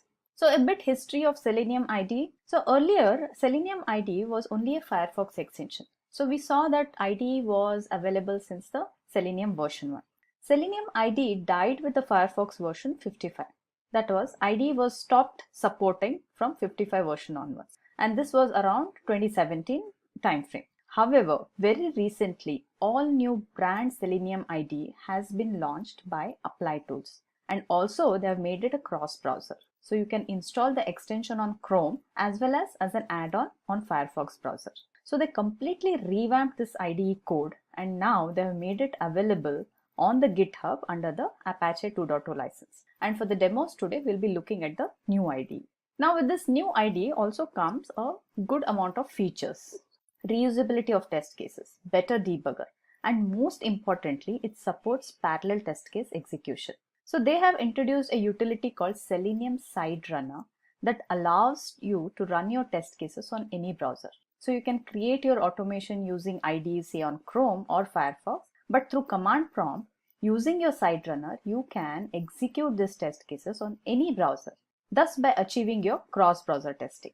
Control flow statement. So initially in the previous versions of IDE, there were control flow statements available. However, one had to install a plugin to use them. But now it is made available out of box. And what are these control flow statements? These are nothing but your if-else conditions, the while loops, the switch case, and so on. It also has an improved locator functionality. That means it provides a failover mechanism for locating elements on your web page. So let's look at how this IDE looks and how do we install it and start working on that. So for that, let me take you to my browser. So say let's go to the Firefox browser. So on this browser, I already have the IDE installed. So when you already have an IDE installed, you will see an icon here which says Selenium IDE. And how do you install this? You simply need to go to your Firefox add-ons. Here where it says find more extension, so just type in Selenium IDE and search for this extension. So in the search results, you see this Selenium IDE, just click on that. And now since I've already installed, here it says remove. Otherwise for you, it is going to give you an add button here. Just click on the add button, it will install this extension. Once it is installed, you should be able to see this Selenium IDE icon here. Okay, so now let's go ahead and launch this IDE. So when I click on that, it is going to show me a welcome page where it's going to give me a few options. The first option is it says record a new test case in a new project. So straight away, if you choose this option, you can start recording a test case. In which case, it's going to just create a default project for you, which you can save it later. Then open an existing project. So you can open if you already have a saved project.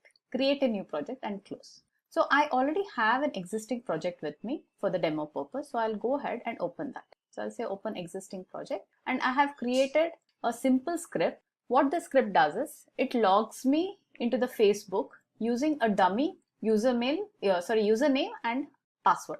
That's all. It's a very simple script with few lines and this is what it is going to do. So what we will simply do is we'll just run the script and see how it works. For that, I'm just going to reduce the test execution speed so that you should be able to see every step of execution here.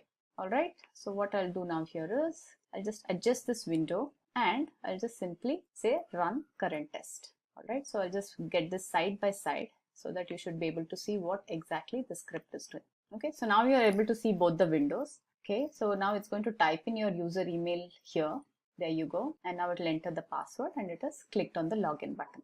So it's going to take a while to say login. And since these are the dummy IDs, you are not able to log in here and you're going to see this error window. Fine. That is what is the expected output here. Now on the ID, if you look here, after I execute the test case, every statement or every command which I have used here is color coded in green. So that means this particular step was executed successfully. And then here in the log window, it will give you a complete log of this test case, right from the first step till the end. And your end result is, it says FB login, which is my test case name, completed successfully.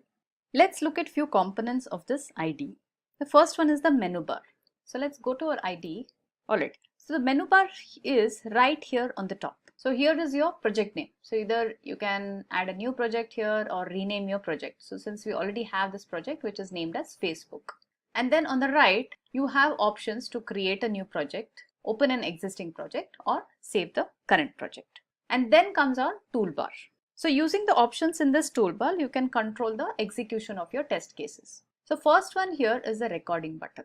So this is what you use when you start recording your script. And then on the left, you have two options here to run your test cases. The first one is run all tests. So in case you have multiple test cases written here, you can execute them one by one sequentially by using this run all test. Else what you can do is if you just want to run your current test, this is what you would use. Then IDE has this debugger option which you can use to do a step execution. So say for example, now whenever I run the scripts, it's going to execute each and every command here sequentially. So instead, if I just select the first command and say do step execution, alright, so what it does is the moment it finishes the first command, which is opening of Facebook, right? I think which is already done here. Yeah.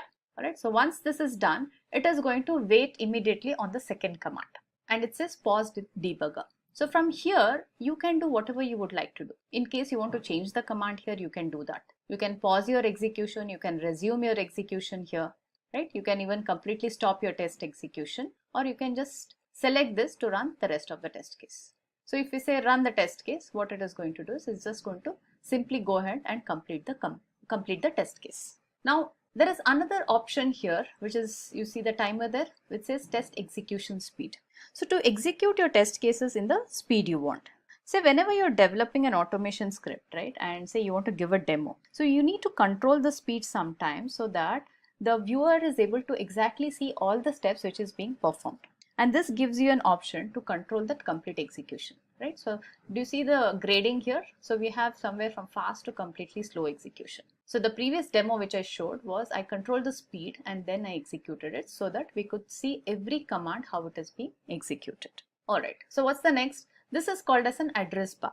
So whenever you enter an URL here, that is where you want to conduct your test. And another thing what it does is it keeps a history of all the URLs which you have used for running your test. Then here is where your script is recorded. So each and every instruction is displayed here in the order in which you have recorded the script. And then if you look here, you have something called as log and reference. So now log is an area where it records each and every step of your command as in when they get executed. Right? So if you see here, it says open https facebook.com and OK. So that means this command was executed successfully. And after the complete test case is done, it gives you whether the test case passed or failed. So in case there is a failure, you'll immediately see this test case is failed in red color. Also, there is something called as reference here. For example, say if I click on any of this command, the reference tab, what it is going to show me is details of this command which I have used in the script. It gives you the details of the command as well as what the arguments have been used or how is that you need to be using this particular command. Okay, so now what we'll do is let's go ahead and write a simple script using this IDE. So with this you'll get an idea as how do we actually record scripts in IDE. So for that I have a use case here, a very simple use case. So what we will do is we will open amazon.in, then we'll simply search for say product iPhone. And once we get that search page where all your iPhones are displayed, we will just do an assert on the title of the page. Simple. Alright, so let's do that. So first thing what I need is an URL. Okay, so first let me go to my Firefox browser here and say amazon.in. So why I'm doing this? Just to simply get the right URL, absolute URL path here. And so that I don't make any mistakes while typing in the URL. Okay, so I got this. So let me close all these windows. I don't need any of this. Let's minimize this. Alright, so here what I'll do, in the tests tab, I'll say add a new test and name this test as Amazon search. Done.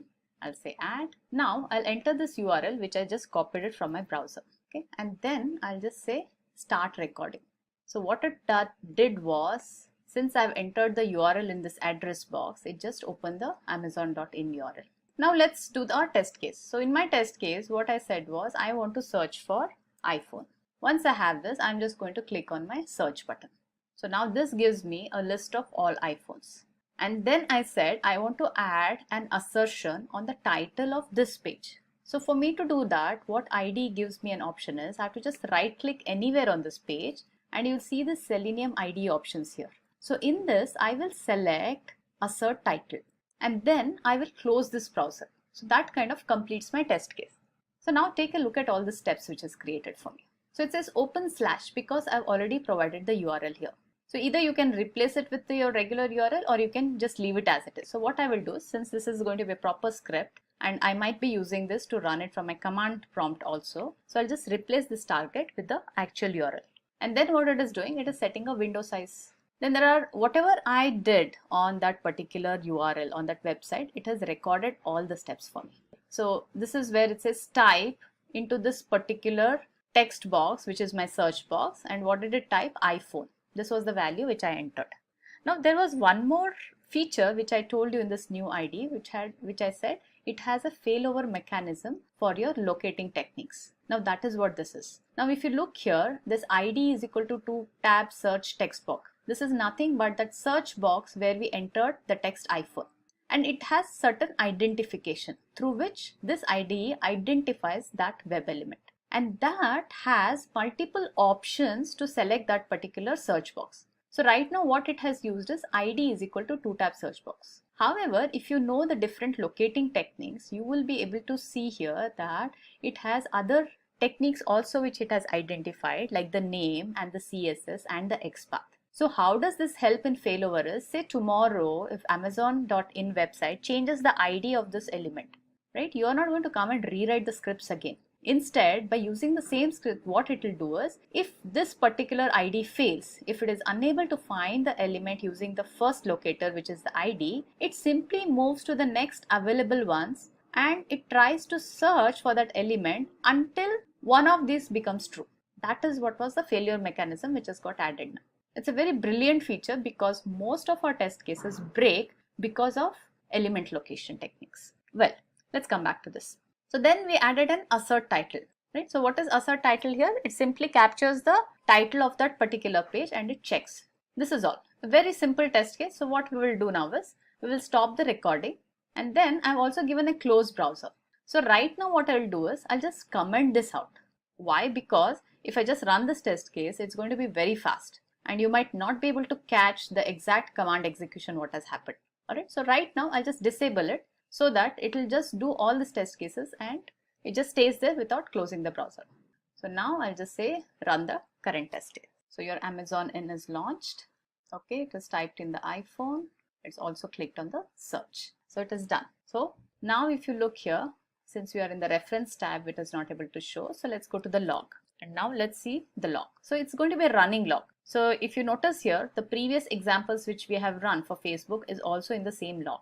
So we will have to see the log from running Amazon search because that's our test case. So if you see here, every command line, right, was executed successfully. Assert title was also done and your test case was executed successfully. So it passed. Now what we will do is on this assert title, I'll just modify this and let's say just add some text. I'll just add double S here. Now this by intentionally I'm going to fail this test case just to show you that whenever there is a test case failure, how does the IDE behaves and how do you get to know the failures. Alright, so I'll just run the test case again. So before that, let's close the previous window. Alright, done. And now here I'll also uncomment the close because anyway it's a failure which I'm going to see, which I should be able to see it in the logs. So I'll close the browser after the execution of test case. Okay, so let's simply go and run the test case. Okay, Amazon.in is launched. It should search for iPhone now. Yeah, there you go. All right, now it should also close the browser. Yes, it has closed the browser and it has failed. Now see here. Now this is the line where our command failed. Why? Because the expected title was not there. And if you look in the logs, it says your assert title on Amazon.in failed. Actual result was something different and it did not match with what we had asked it for. So this is how simple it is to use your IDE to create your automation scripts. So we saw all the components of IDE. We saw the record button, then I showed you the toolbar, I showed you the editor box and also the test execution log. So now let's come to what are the limitations of this IDE. With IDE, you cannot export your scripts, your test scripts to WebDriver scripts. This support is not yet added, but it is in the works. Data-driven testing, like using your Excel files or reading data from the CSV files and passing it to the script, this capability is still not available. Also, you cannot connect to database for reading your test data or perform any kind of database testing. With Selenium WebDriver, yes, you can. Also, unlike Selenium WebDriver, you do not have a good reporting mechanism with the IDE, like say for example, TestNG or ReportNG. So that brings us to the next component of the suite, which is Selenium RC, Selenium Remote Control. So Selenium RC was developed by Paul Hammond. He refactored the code which was developed by Jason and was credited with Jason as a co-creator of Selenium. Selenium Server is written in Java. It is used to write web application tests in different programming languages, as it supports multiple programming languages like your Java, C#, Perl, Python and Ruby. It interacts with the browser with the help of an RC server. So this RC server uses a simple HTTP GET and POST request for communication. And as I said earlier also, Selenium RC was called as Selenium 1.0 version. But it got deprecated in Selenium 2.0 and was completely removed in 3.0 and it got replaced by what? WebDriver. And we'll see why this happened and what was that issue which we had with the RC server. So this is the architecture of Selenium Remote Control at a very high level. So when Jason Huggins introduced Selenium, you know the tool was called as JavaScript program. And then that was also called as a Selenium core. So every HTML has a JavaScript statements which are executed by web browser, and there is a JavaScript engine which helps in executing this command. Now this RC had one major issue. Now what was that issue? Say for example, you have a test script, say test.javascript here, which you are trying to access elements from anywhere from the google.com domain. So what used to happen is every element which is accessible are the elements which can belong only to google.com domain. Like say for example, mail, the search or the drive. So any elements from this can be accessible through your test scripts. However, nothing outside the domain of say google.com in this case was accessible. Say for example, if your test scripts wanted to access something from yahoo.com, this was not possible. And this is due to the security reasons, obviously. Now to overcome that, the testers, what they had to do was they had to install the Selenium core and the web server, which contained your web application which is under test on the same machine. And imagine if you have to do this for every machine which is under test. This is not going to be feasible or even effective all the time. And this issue is called as a same origin policy. Now what a same origin policy issue says is, it prohibits a JavaScript from accessing elements or interacting with scripts from a domain different from where it is launched. And this is purely for the security measure. So if you have written a scripts which can access your google.com or anything related to google.com, these scripts cannot access any elements outside the domain. Like as we said in the example yahoo.com. This was the same origin policy. Now to overcome this, what this gentleman did was he created something called as Selenium Remote Control Server to trick the browser in believing that your core, your Selenium core and your web application under test are from the same domain. And this is what was the Selenium Remote Control. So if you look at again a high level architecture or how did this actually work, first you write your test scripts, which is here, right, in any of the supported language like your PHP or your Java or Python. And before we start testing, we need to launch this RC server, which is a separate application. So this Selenium server is responsible for receiving the Selenese commands. And these Selenese commands are the ones which you have written in your script. It interprets them and reports the result back to your test. So all that is done through your RC server. The browser interaction, which happens through RC server, right, from here to your browser. So this happens through a simple HTTP and post and get request. And that is how your RC server and your browser communicate. And how exactly this communication happens? This RC server, it acts like a proxy. So say your test scripts asks to launch a browser. So what happens is this commands goes to your server and then your RC server launches the browser. It injects the JavaScript into the browser.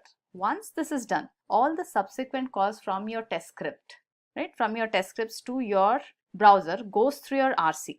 And now upon receiving these instructions, your Selenium core executes these actual commands as JavaScript commands on the browser. And then the test results are displayed back from your browser to your RC to your test scripts. So the same cycle gets repeated, right, until the complete test case execution is over. So for every command what you write in your JavaScript here or your test script here goes through a complete cycle of going through the RC server to the browser, collecting the results again from the RC server back to your test scripts. So this cycle gets repeated for every command until your complete test execution is done. So RC had definitely a lot of shortcomings, and what are those? So RC server needs to be installed before running any test scripts, which we just saw. So that was an additional setup since it acts as a mediator between your commands, which is your Selenese commands, and your browser. The architecture of RC is complicated. Why? Because of its intermediate RC server, which is required to communicate with the browser. The execution of commands takes very long. It is slower. We know why. Because every command in this takes a full trip from the test script to your RC server, to the core engine, to the browser, and then back to the same route, which makes your overall test execution very slow. Lastly, the APIs supported by RC are very redundant and confusing. So RC does have a good number of APIs. However, it is less object oriented. So they are redundant and confusing. Say for example, say if you want to write into a text box, how and when to use a type key command or just a type command is always confusing. Another example is some of the mouse commands, using a click or a mouse down. Both kind of, almost providing a similar functionality. So that is the kind of confusion which developers used to create. Hence, Selenium RC got deprecated and is no more available in latest Selenium versions. It is obsolete now. Now to overcome these shortfalls, WebDriver was introduced. So while RC was introduced in 2004, WebDriver was introduced by Simon Stewart in 2006. It's a cross-platform testing platform, so WebDriver can run on any platform like say Linux, Windows, Mac, or even if you have a Ubuntu machine, you can run your Selenium scripts on this machine. It is a programming interface to run test cases. It is not an IDE. And how does this work actually? So test cases are created and executed using web elements or objects using the object locator and the WebDriver methods. So when I do a demo, you will understand what these WebDriver methods are and how do we locate the web elements on the web page. It does not require a core engine like RC. So it is pretty fast. Why? Because WebDriver interacts directly with the browser and it does not have that intermediate server like the RC had. So each browser, in this case, what happens is each browser has its own driver on which the application runs.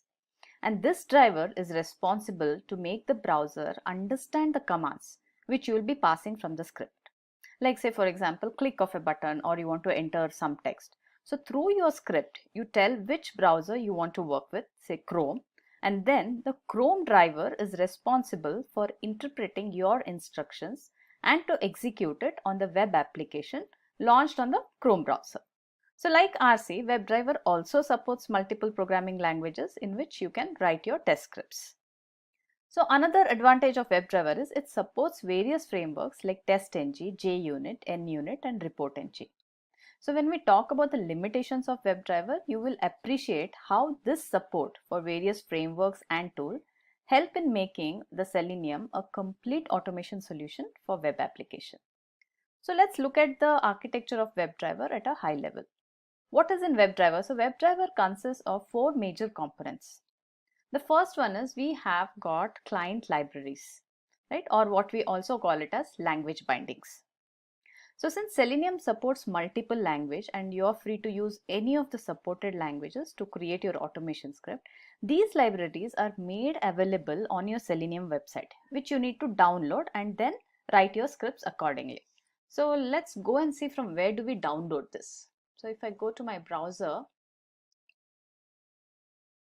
so seleniumhq.org, right? So if you're working with Selenium, this website is your Bible. So anything and everything you need to know about Selenium, right? You need to come here and use all the tabs here in this website.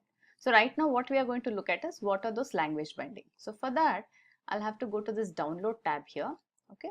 And if you scroll down here, you will see something like Selenium client and WebDriver language bindings. And for each of the supported language of Selenium, you have a download link, right? So say for example, if you're working with Java here, what you need to do is you need to download your Java language binding. So let's go back to the presentation. So this is where your language bindings are available. Next, so Selenium provides lots of APIs for us to interact with the browser.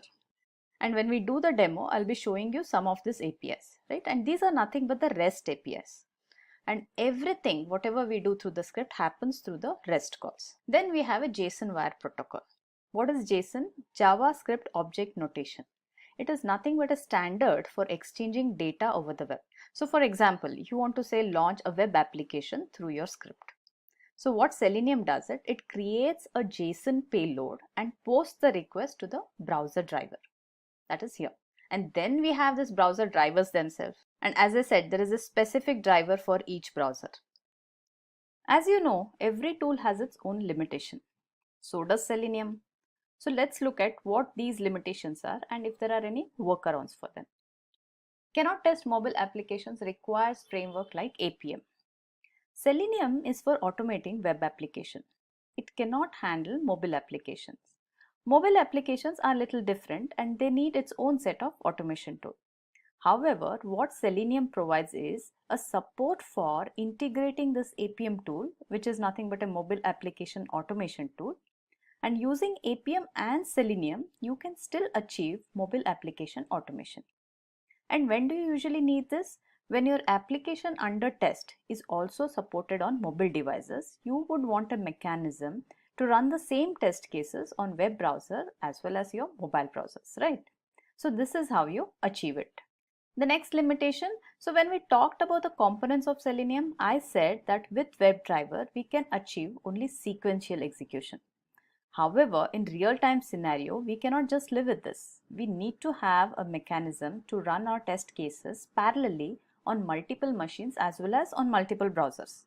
So though this is a limitation of WebDriver, but what Selenium offers is something called as grid, which helps us achieve this. and we will see in shortly what the Selenium grid is all about.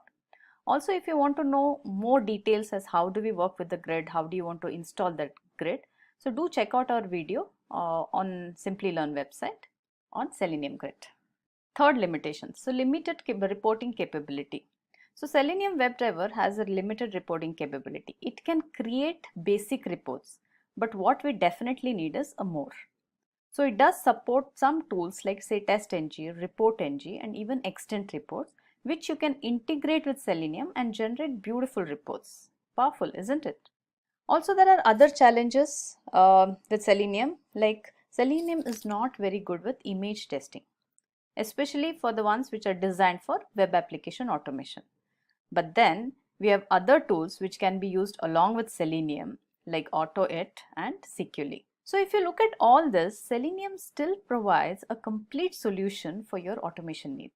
And that's the beauty of Selenium, and that is why it makes the most popular tool of today for automation. Okay, let's do a quick comparison between the Selenium RC and the WebDriver. So RC has a very complex architecture. You know why? Because of the additional RC server. Whereas due to direct interaction with the browser, WebDriver architecture is pretty simple. Execution speed. It is slower in RC and much faster in WebDriver. Why? Because in WebDriver we have eliminated that complete layer of Selenium server, right? That the RC server, and we established a direct communication with the browser through browser drivers. It requires an RC server to interact with the browsers. We just talked about it, and whereas WebDriver can directly interact with the browser. So RC, again, we talked about this as one of the limitations, that we have a lot of redundant APIs, which kept developers guessing as which API to use for what functionality. However, WebDriver offers pretty clean APIs to work with. RC did not offer any support for headless browser, whereas in WebDriver you do have a support for using headless browsers. Let's see the WebDriver in action now. Now for the demo, we will use this particular use case, and what this use case says is navigate to the official Simplilearn website, then type the Selenium in search bar and click on it, and click on the Selenium 3.0 training. So we are basically searching for Selenium 3.0 training on the Simplilearn website. First, let's do the steps manually, and then we will go ahead and write the automation script. So let's go to my browser. On my browser, what I'll do is let me first launch the Simplilearn website. Okay, and here what my use case step says is I need to search for Selenium and click on the search button. So once I do that, it is going to give me a complete list of all kind of Selenium trainings which is available with Simplilearn. And what I'm interested in is the Selenium 3.0 training here. Once I find this on the web page, I need to go and click on that. Alright. So this is all the steps which we are going to perform in this use case. Okay. Now, so for writing the test cases, I'll be using an IDE which is Eclipse. I've already installed my Eclipse, and also I have installed Selenium in this instance of my Eclipse. Alright, so if you can see the reference library folder here, you will see all the jars which are required for the Selenium to work. Next, another prereq which is required for Selenium, and that is your driver files. Now, every browser which you want to work with has its own driver file to execute your Selenium scripts. And since for this demo, I'll be working with the Firefox browser, I will need a driver file for Firefox. Now, driver file for Firefox is the Gecko driver, which I have already downloaded and placed in my folder called drivers. Now, where did I download this from? Let's go ahead and see that. So if I go back to my browser, and if you go to your seleniumhq.website, you have to go to this download tab here. In the download tab, when you scroll down, you will see something like third-party drivers, bindings and plugins. In this, you will see the list of all the browsers which is supported by Selenium. And against each of this browser, you will find a link which has the driver files. Now, since we'll be using the Gecko driver, this is the link where you need to go to, and depending on which operating system which you're working on, you need to download that particular file. Now, since I'm working on Mac, this is the file which I'm using. If you're a Windows user, you need to download this zip file and unzip it. So once you unzip that, you would get a file called Gecko driver for your Firefox or a Chrome driver for your Chrome browser. And then what you do is you just create a directory called drivers under your project and just place the driver files here.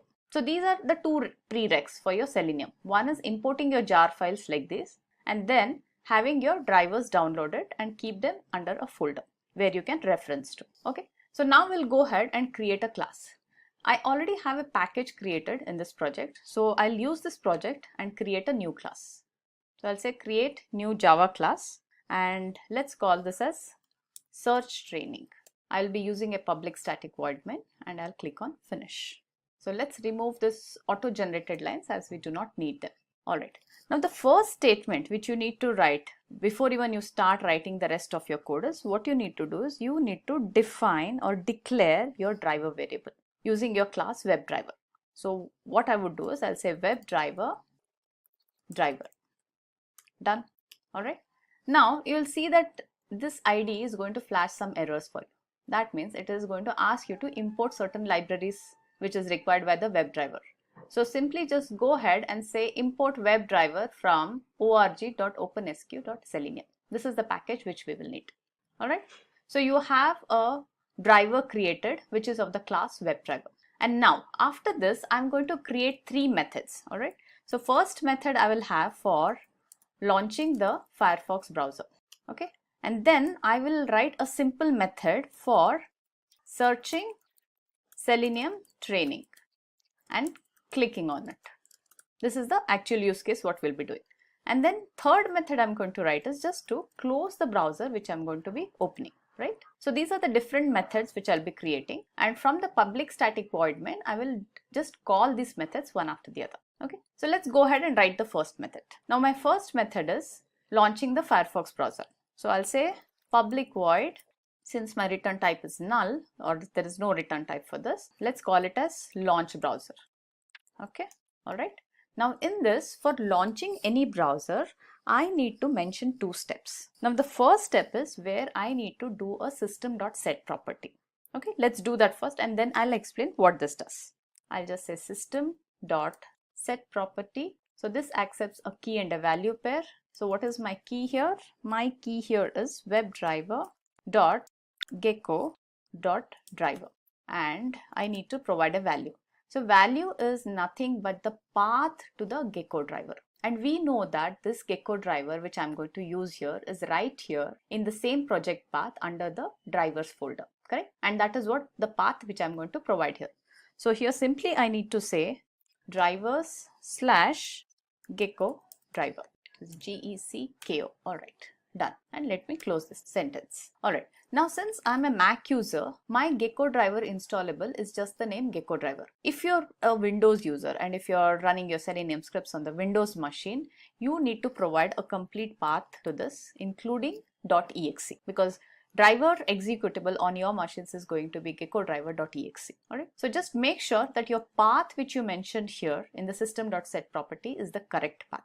Okay, then the next thing what we need to do is I need to just say driver is equal to new Firefox driver. Okay, so this command new Firefox driver creates an instance of the Firefox browser. Now this is also flagging me error. Why? Because again it's going to ask me to import the packages where the Firefox driver class is present. Okay, we did that. Now these 2 lines are responsible for launching the Firefox browser form. So this is done. So what's my next step in the use case? Now I need to launch the website Simplilearn. So for that we have a command called driver.get. Driver.get, what it does is whatever URL you're going to give it here in this double quotes as an argument, it is going to launch that particular website. And for us, it's a Simplilearn website. So what I do as a best practice is instead of typing out the URL, I go to my browser, launch that URL which I want to test, and I simply copy it. Come back to your Eclipse and just simply paste it. So this ensures that I do not make any mistakes in the URL. Okay, so done. So our first method is ready where we are launching the browser, which is our Firefox browser, and then launching the Simplilearn website. Now the next method. What is my next method? In my next method, I need to give the search string to search Selenium training on this particular website. Now for that we need to do few things. What are those few things? Let's go to the website again. Alright, so let me relaunch this. Let's close this. Okay, let me remove all this and let's go to the home page first. Okay, this is my home page. So as you saw when I did a manual testing of this, I entered the text here. So now since I have to write a script for this, first I need to identify what this element is. For that what I'm going to do is I'm just going to say right click here and I'll say inspect element. Alright, now this element, let's see what attribute it has which I can use for finding this element. So I see that there is an ID present. So what I'm going to do is I'm just going to simply use this ID, and then I'll just copy this ID from here, go back to Eclipse. Let's write a method first. So I'll say public void, and what do we give the method name? Say search training or just search. Alright, now in this I need to use a command called driver.findElement by ID is what I'm going to use as a locating technique, and in double quotes the ID which I copied from the website is what I'm going to paste here. Okay, and then what am I going to do on this element is I need to send that text, the text which I'm going to search for, which is Selenium. So I'll just say send keys, and whatever text I want to send I need to give it in double quotes. So for that, Selenium. So this is done. So now I've entered the text here, and after entering the text I need to click on this button. So for that I need to first know what that button is. So let's inspect that search button. Okay, now if you look at the search button, other than the tag which is span and the class name, I do not have anything here. Alright, so what I can do is I can either use the class name or I can write an XPath. Since this is a demo which we have already used ID locating technique, I would go ahead and use the XPath here. So for me to construct an XPath, I will copy this class first. Okay, and then I already have a CrowPath installed on my Firefox. So I'll use the CrowPath and first test my XPath. So I'll just say /. Let's see what was that element. It has a span tag. Okay, so I'll have to use span and at class equal to, and I'll just copy the class name here, and let's see if it can identify that element. Yeah, so it is able to identify. So I'll just use this XPath in my code. So I'll go back to Eclipse and I'll say driver.findElement by.xpath, and the XPath which I just copied from CrowPath is what I'm going to paste here. And what is the action I need to do here? I need to say click. Done. So I have reached a stage where I have entered this Selenium. Okay, and then I have clicked on the search button. Once I do this, I know that expected result is I should be able to find this particular link here, Selenium 3.0 training. Okay, and I should be able to click on that. So for that, again, I need to inspect this. So let's inspect this Selenium 3.0. Alright, so now what are the elements this has? Now this particular element has attributes like it has a tag h2, then it has got some class name and some other attributes. So I would like to use a XPath here. Now this time while using the XPath, I'm going to make use of a text functionality so that I can search for this particular text. So I'll simply copy this. I'll go to my CrowPath. The tag is h2. So I'll say simply h2. Okay, and here I'll say text equal to, and this is the text which I copied. I missed out that yes there, so I'm just going to add an S. Okay, so let's first test here whether it is able to identify that element. Yeah, so it is able to identify.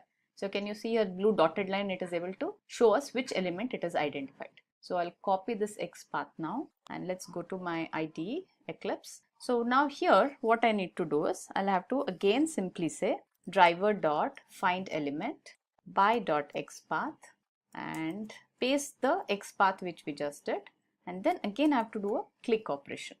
Done. Alright, so technically we have taken all the steps of the use case and we have written the commands for that. Alright, now let's add an additional thing here. Say after coming to this page, after finding this, we want to say print the title of this page. Now what is the title of this page? If you just hover your mouse on this, it says online and classroom training for professional certification courses Simplilearn. So what I will do is after doing all these operations, I will just print out this page title on our console. So for that I have to just do this driver dot so let's do a sysout. So I'll say sysout system.out.println. Okay, and here I would say let's add a text here. The page title is, and then let's append it with driver.getTitle. So this is the command which we'll be using to fetch the page title. Done. Now what is the last method I need to add? Just to close the browser. Alright, so let me add a method here. I'll say public void close browser, and it's a one single command which I need to call. I'll say driver.quit. Okay, and then I need to call all these methods from my public static void main.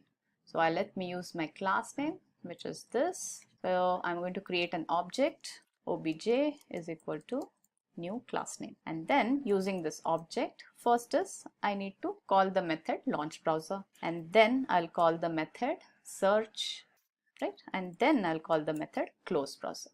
Done. So technically our script is ready with all the functionality which we wanted to cover from our use case. Now there are few other tweaks which I need to do this, and I'll tell you why I need to do this.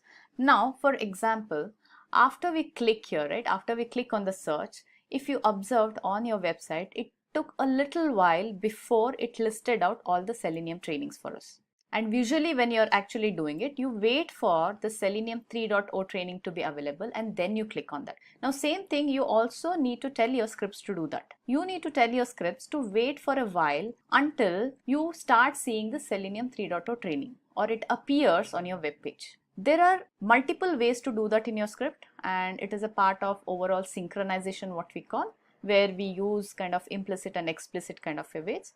Now since this is a demo, for demo purpose, what I'm going to do is I'm going to use a command called thread.sleep, and I'm just going to give an explicit wait of say 3 seconds. So you can use this mainly for the demo purposes. You can use a thread.sleep command. Now this thread.sleep command needs us to handle some exceptions. So I'm just going to click on add throws declaration and say interrupted exception. Now same thing, I'll have to do it in my main function also. Okay, so let's do that and complete it. Alright, so this is done. So by doing this, what am I doing? I'm ensuring that before I click on the Selenium 3.0 training, we are giving enough time for the script to wait until the web page shows this link to the Selenium 3.0 training. That's one thing I'm doing.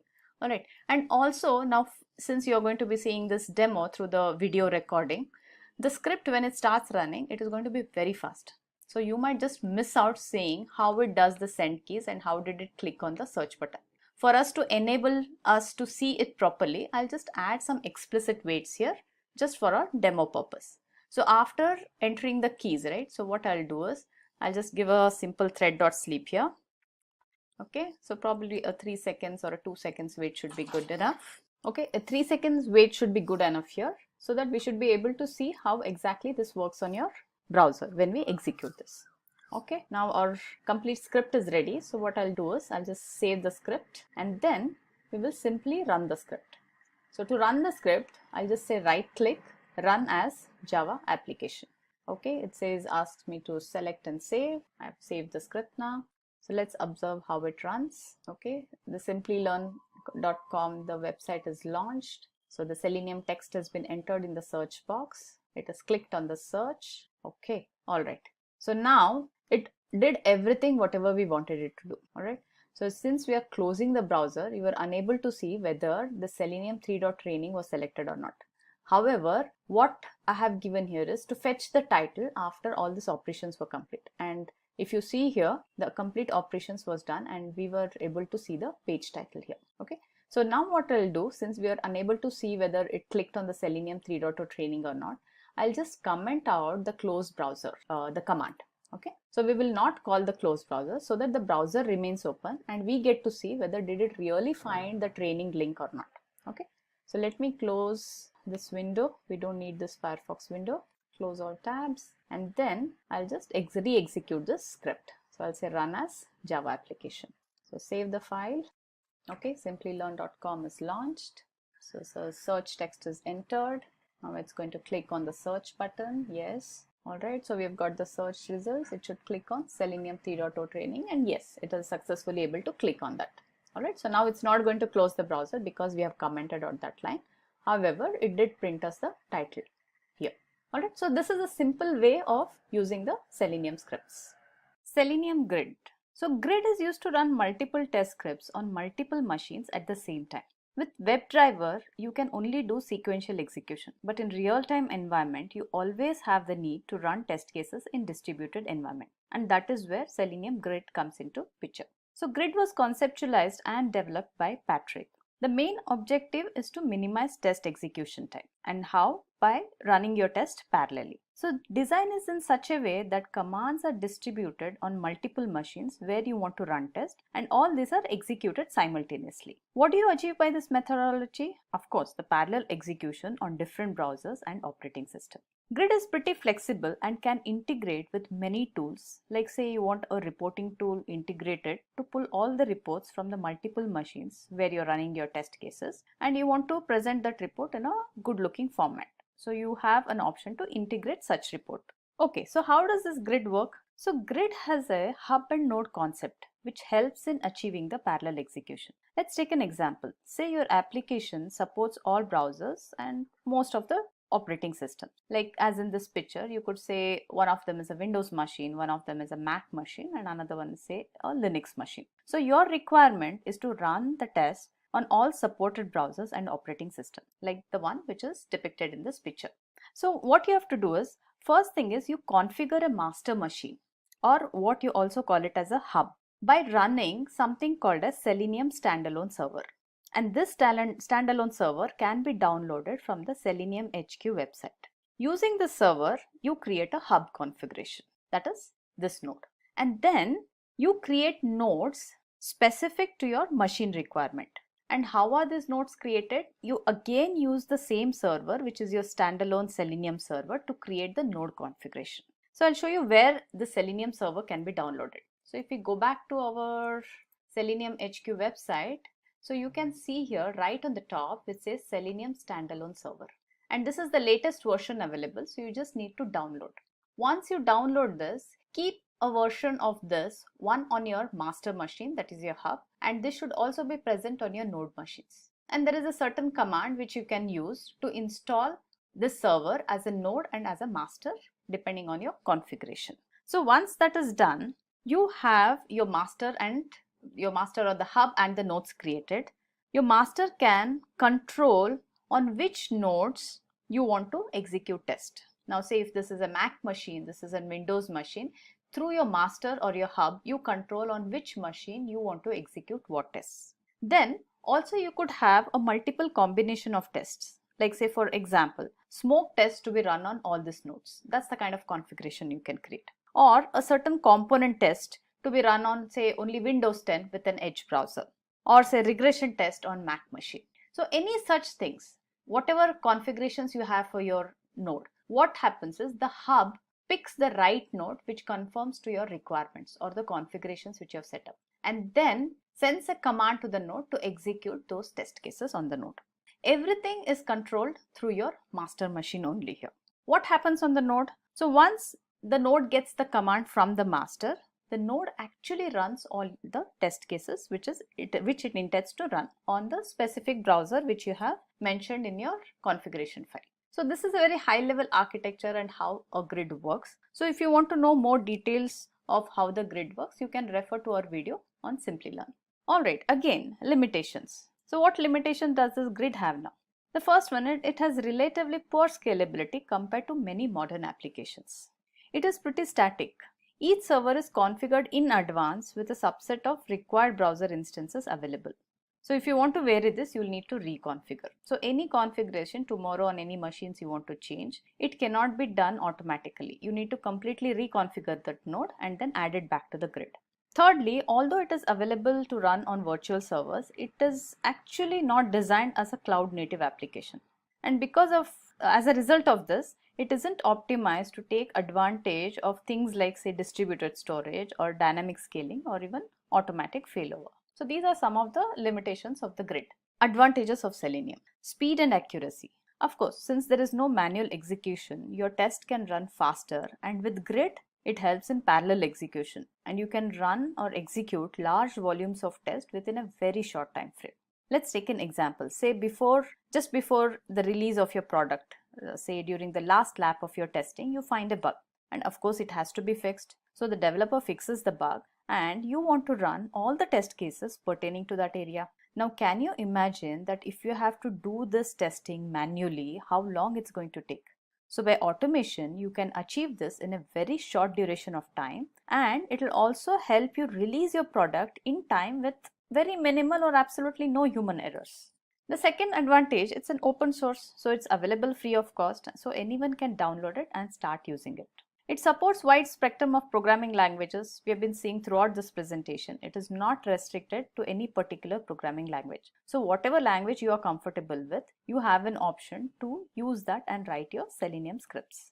Selenium has support for almost all browsers and operating systems. We also talked about headless browser support. So this helps you create test cases once using any of the browser and run them across all browsers and all operating systems, thus saving you a lot of time from manual execution and helping in achieving a very broad test coverage.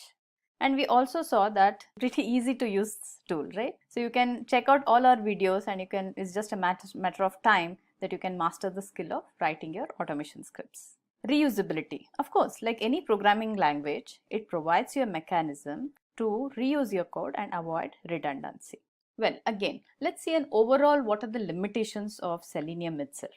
Now, since Selenium is open source, that is one of the biggest advantage. Now, there is a little disadvantage which comes with that. And what is it? You do not have much technical support because it's an open source code. However, there are loads and loads of documentations and forums available which you can definitely refer to. And Selenium, as we said, it is only for automating web applications. It cannot handle the mobile applications or even the desktop application. However, it does provide support for integrating tools like APM for mobile testing.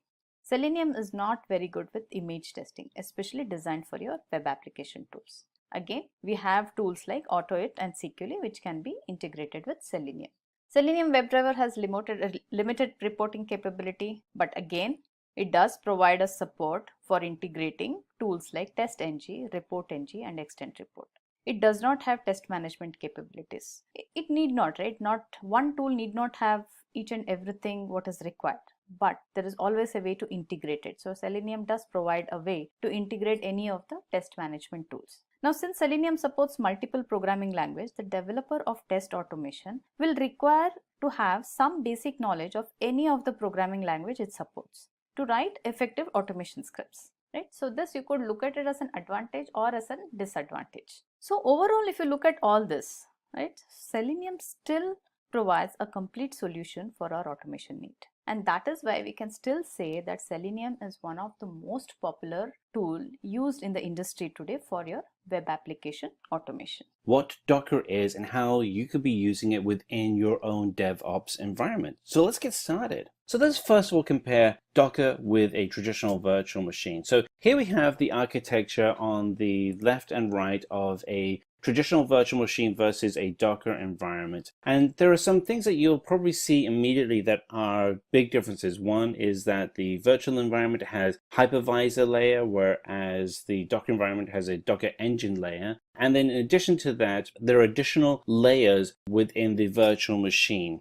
Each of these really start compounding and creating very significant differences between a Docker environment and a virtual machine environment. So with a virtual machine, the actual memory usage is very high, whereas with the Docker environment, the memory usage is very low. If we look at performance, virtual machines, when you start building out particularly more than one virtual machine on a server, the performance starts degrading and starts getting poorer, whereas with Docker, the performance always stays really good. This is largely due to the lightweight architecture used to construct the Docker containers themselves. If we look at portability, virtual machines just are terrible for portability. They're still dependent on the host operating system, and there's just a lot of problems that happen when you are using virtual machines for portability. In contrast, Docker was designed for portability, so you can actually build solutions in a Docker container environment and have the guarantee that the solution will work as you have built it, no matter where it's hosted. Finally, boot up time. The boot up time for a virtual machine is fairly slow in comparison to the boot up time for a Docker environment, which is almost instantaneous. So we look at these in a little bit more detail. One of the other challenges that you have with a virtual machine is that if you have unused memory within the environment, you cannot reallocate that memory. So if you set up an environment that has 9 gigs of memory that's being used, but you have 6 gigs that are free, you can't do anything with it. Though that whole 9 gig has been allocated to that virtual machine. In contrast with Docker, if you have 9 gigs and 6 gigs becomes free, that free memory can then be reallocated and reused across other containers used within that Docker environment. Another challenge is running multiple virtual machines in a single environment can lead to instability and performance issues, whereas Docker is designed to run multiple containers in the same environment, and actually gets better the more containers you run in that hosted single Docker engine. Portability issues with a virtual machine is the software can work on one machine, but then when you move that VM to another machine, suddenly some of the software won't work because there are some dependencies that haven't been inherited correctly. Whereas Docker itself is designed specifically to be able to run across multiple environments and to be deployed very easily across systems.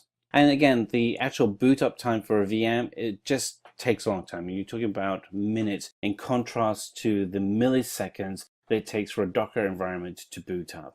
So let's dig into what Docker actually is and what allows for these great performance improvements over a traditional VM environment. So Docker itself is an OS virtualized software platform, and it allows IT organizations to really easily create, deploy, and run applications as what are called Docker containers that have all of the dependencies within that container very easily. And the container itself is really just a very lightweight package that has all the instructions and dependencies such as frameworks, libraries, bins, etc., all within that container. And that container itself can then be moved from environment to environment very easily. If we to look in our DevOps lifecycle, the place where Docker really shines is in deployment, because when you're actually at the point of deploying your solution, you want to be able to guarantee that the code that has been tested will actually work in the production environment. But in addition to that, what we often find is that when you're actually building the code and you're actually testing the code, having a container running the solution at those stages is also a really good plus, because what happens is that the people building the code and testing the code are able to validate their work in the same environment that would be used for the production environment. So really, you can use Docker in multiple stages within your DevOps cycle, but it becomes really valuable in the deployment stage. So let's look at some of the key advantages that you have with Docker. Some of the things that we've already covered is that you can do rapid deployment, and you can do it really fast. The environment itself is highly portable and was designed for that in mind. The efficiencies that you'll see will allow you to run multiple Docker containers in a single environment as compared to more traditional VM environments.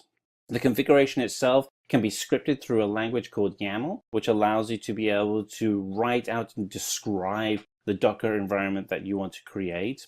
This in turn allows you to be able to scale your environment very, very quickly. But with all of these advantages, probably the one that is most critical to the type of work that we're doing today is security. You have to ensure that the environment you are running is a highly secure but highly scalable environment. And I'm very pleased to say that Docker takes security very seriously. So you'll see it as one of the key tenets for the actual architecture of the system that you're implementing. So let's look at how Docker actually works within your environment. So Docker works, there is what's called a Docker engine. The Docker engine is really comprised of two key elements. You have a server and a client, and the communication via the two is via REST API. The server, as you can imagine, has the instructions that are communicated out to the client and instructs the client on what to do. The connection between the client and the server, the communication, is via a REST API.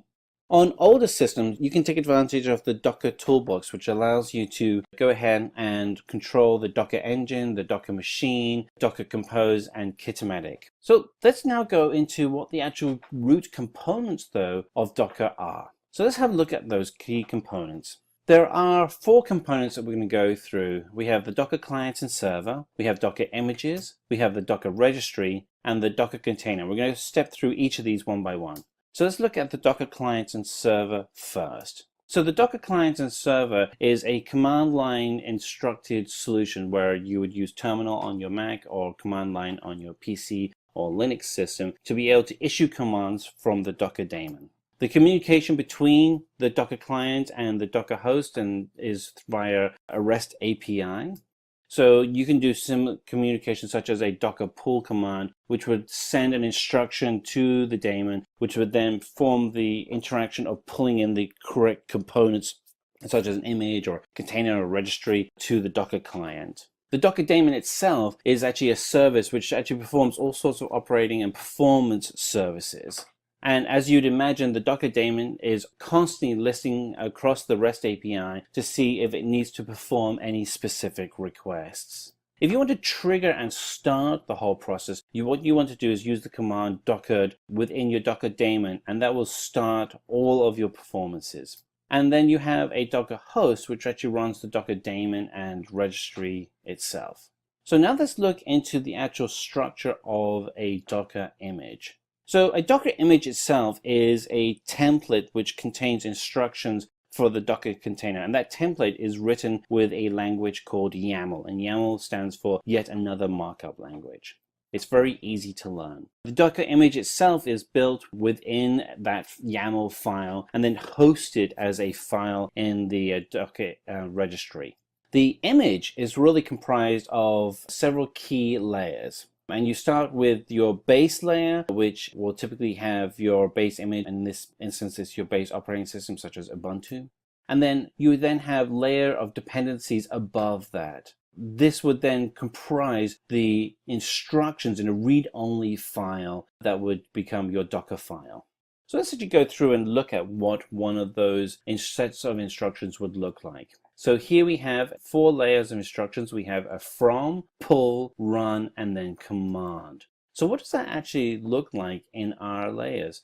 So to break this down, the from creates a layer which is based on Ubuntu. And then what we're doing is we're adding in files from the Docker repository onto that base command, that base layer. And then what we want to be able to do is then say, okay, what are the run commands so we can actually then build the container within the environment. And then we want to be able to then have a command line that actually executes something within that container. And in this instance, the command is to run Python.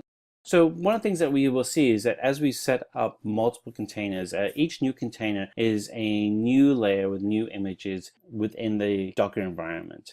Each container is completely separate from the other containers within your Docker environment. So you're able to create your own separate read-write instructions within each layer. What's interesting is that if you delete a layer, then the layer above it will also get deleted. So what happens when you pull in a layer, but something has changed in the core image? What's interesting then is that the actual main image of itself cannot be modified. Once you've copied the image, you can then modify it locally, but you can never modify the actual base image itself. So here are some callouts for the components within a Docker image. So the base layer are in read-only format. The layers can be combined in a union file system to create a single image. The union file system saves memory space by avoiding duplication of files. And this allows a file system to appear as a writable, but without modifying the file, which is known as a copy on write. The actual base layers themselves are read-only. So to be able to get around this structure within a Docker container, the Docker environment itself uses what's known as a copy on write strategy within the images and the containers themselves. And so what this allows you to do is you can actually copy the files for better efficiency across your entire container environment. The copy and write strategy does make Docker super efficient, and what you're able to do all the time is keep reducing the amount of disk space you're using and the amount of performance that you're taking from the server. And that's really, again, a key element for Docker, is just this constant ability to be able to keep improving the efficiency within the actual system itself. All right, so let's go on to item number 3, which is the Docker registry. So the Docker registry itself is the place where you would host and distribute the different types of images that you have created or you want to be used within your environment. The actual repository itself is just a collection of Docker images, and those Docker images are built on instructions that you would write with YAML and are very easily stored and shared.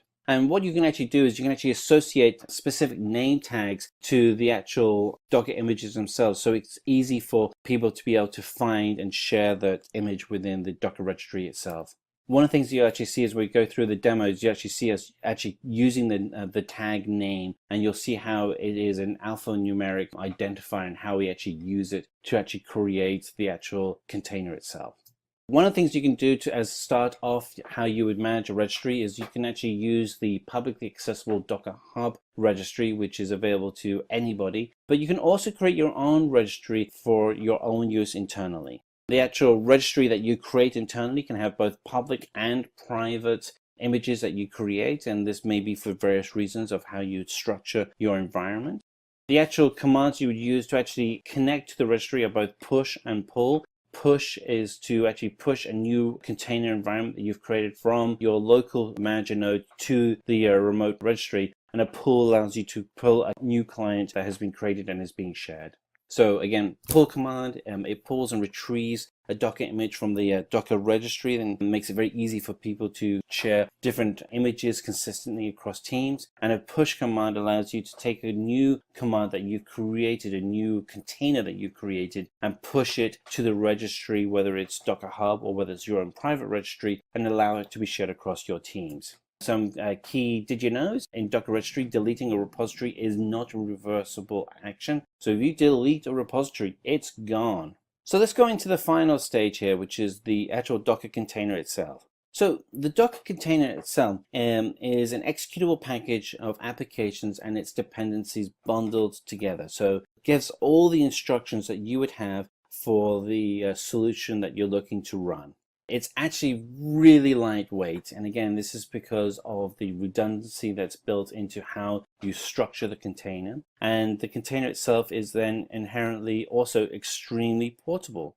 What's really good about running a container though is that it does run completely in isolation, so you're able to share it very easily from group to group, and you are guaranteed that even if you are running a container, it's not going to be impacted by any host OS peculiarities or unique setups as you would have in a VM or a non-containerized environment. The actual memory that you have on a Docker environment, they can be shared across multiple containers, which is really useful. Typically, when you have a VM, you would have a defined amount of memory for each VM environment. The challenge you start running into, though, is that you can't share that memory, whereas with Docker, you can easily share the memory for a single environment across multiple containers.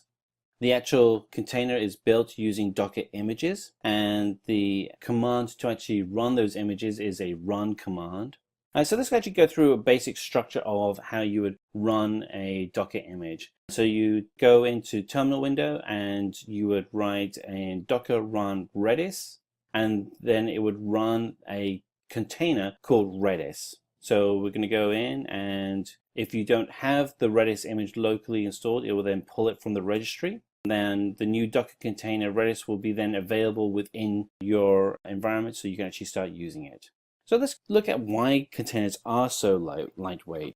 They're so lightweight because they really have been able to get away from some of the additional layers that you have in virtualization within VMs. And the biggest one is the hypervisor and the need to run on a host operating system. Those are two big elements. So if you can get rid of those, then you're doing great. So let's look at some of the more advanced concepts within the Docker environment. And we're going to look at two advanced components. One is Docker Compose, and the second is Docker Swarm. So let's look at Docker Compose. Docker Compose is really designed for running multiple containers as a single service. And it does this by running each container in isolation, but allowing the containers to interact with each other. As was stated earlier on, you would actually write the Compose environment using YAML as the language in the files that you would create. So where would you use something like Docker Compose? So an example would be if you are running an Apache server with MySQL database and you need to create additional containers to run additional services without the need to start each one separately. And this is where you would write a set of files using Docker Compose to be able to help balance out that demand. So let's now look at Docker Swarm. So Docker Swarm is a service that allows you to be able to control multiple Docker environments within a single platform. So what you actually are looking at doing is within your Docker Swarm is we're treating each node as a Docker daemon, and we're actually having an API that's interacting with each of those nodes. There are two types of node that you're going to be getting comfortable working with. One is the manager node and the second is the worker node. And as you'd expect, the manager node is the one sending out the instructions to all of the worker nodes. But there is a two-way communication that is happening. The communication allows for the manager node to be able to manage the instructions and then listen to and receive updates from the worker node. So if anything happens within this environment, the manager node can react and adjust the architecture of the worker node so it's always in sync. It was really great for large scaled environments. So finally, let's go through what are some of the basic commands you'd use within Docker. And once we've gone through all these basic commands, we'll actually show you a demo of how you'd actually use them as well. So if we're going to go in, probably the first command is to install Docker. And so if you have yum installed, you just do yum install Docker and you'll install Docker onto your computer. To start the Docker daemon, as you want to do systemctl start Docker. The command to remove a Docker image is docker rmi and then the image ID itself. And that's not the image name, that's the actual alphanumeric ID number that you want to grab. The command line to download a new image is docker pull and then the name of the image you'd want to pull. And by default, you're going to be pulling from the Docker default registry that will then connect to your Docker daemon and download the images from that registry. The command line to run an image is docker run and then the image ID. And then we have the, if we wanted to pull specifically from Docker Hub, then we would have docker pull and then the image name and colon its tag. To build an image from a Docker file, you would do docker build -t and then the image name and colon tag. To shut down the container, you would do docker stop container ID. The access for running a container is docker exec it container ID bash. So we've gone through all the different commands, but let's actually see how they would actually look, and we're going to go ahead and do a demo. So welcome to this demo where we're going to go ahead and put together all of the different commands that we have outlined in the presentation for Docker. First is just to list all of the Docker images that we have. So we do sudo docker images and we enter in our password. And this will now list out the images that we've created already. And we have 3 images there. So let's go ahead and pull a Docker image. So to do that, we'll go ahead and type sudo docker. And actually, we don't want to do image. We want to select pull. And then the name of the image that we want to pull, which is going to be MySQL. And by default, this is actually going to go ahead and use the latest MySQL command, MySQL image that we have. So it's now going to go ahead and pull this image. It's going to take a few minutes depending on your internet connection speed. It's kind of a large file that has to be downloaded. So we'll just wait for that to download.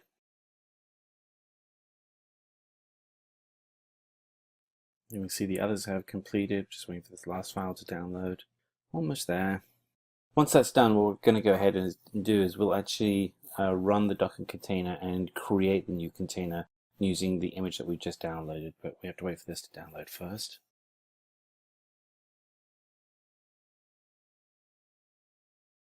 Alright, so the image has been pulled from Docker Hub. And let's go ahead and create the new Docker container. So we're going to do sudo docker run -d -p 0.0.0.0 :80 :80, and then we'll put in MySQL latest, so we have the latest version, and we have our new token, and that shows our new Docker container has been created.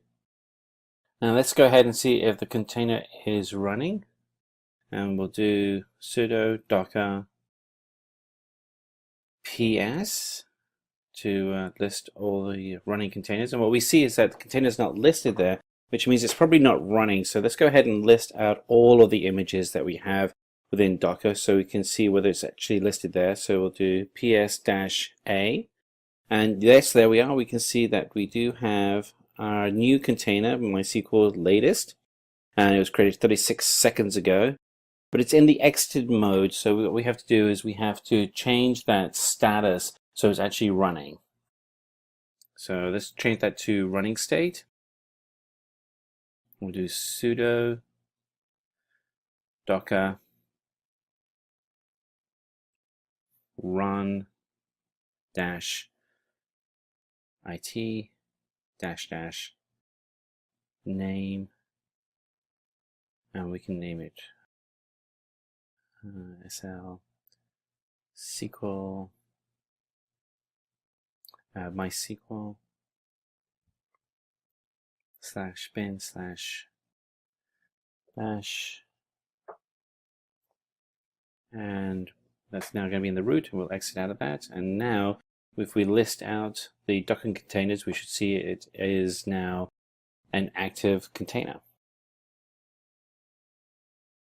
Sudo docker start, and then we'll start the saying it, and we should now see it. There we are. It's now in the running state. Excellent.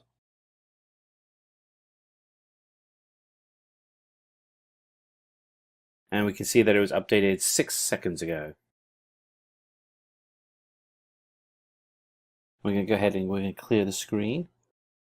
Okay, now what we want to do is remove the Docker container. So what we're going to do is check list of images that we have. And so sudo docker images. Here are the images that we have, and we have MySQL is listed. And what we want to do is delete MySQL. And to do that, we're going to type in sudo docker rm-f image MySQL.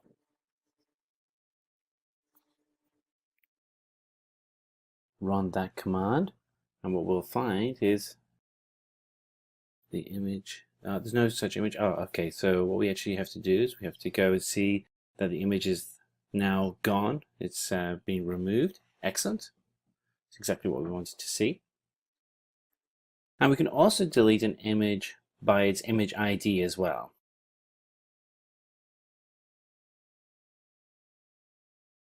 However, if an image is running and active, we have to kill that image first. So we're going to go ahead and we're going to select the image ID. We'll copy that, and it's going to, we paste that. It won't be able to actually run correctly because the image is active. So what we have to do now is stop the image, and then we can kill it.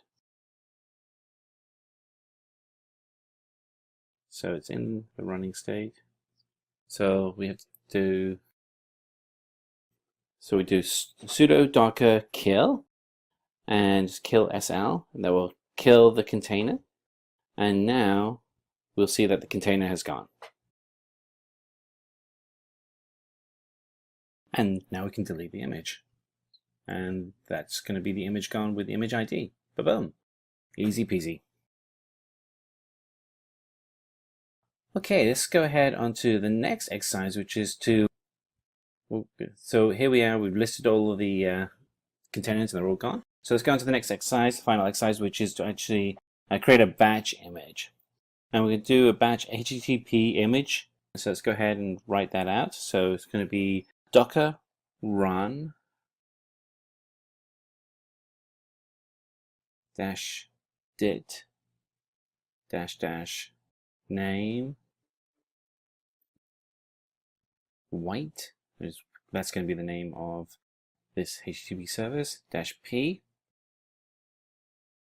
8080:80-v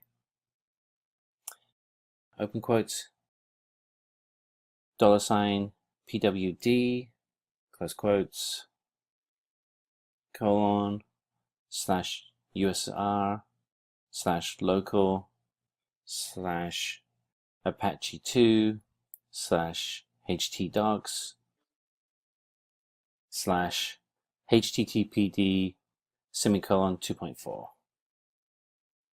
We'll run that. Put in our password again.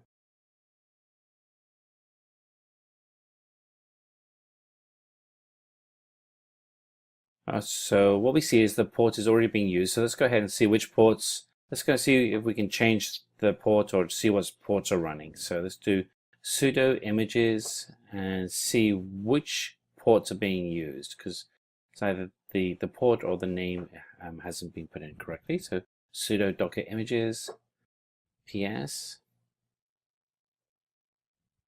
sudo docker ps-a, and yep, there's port 80 there.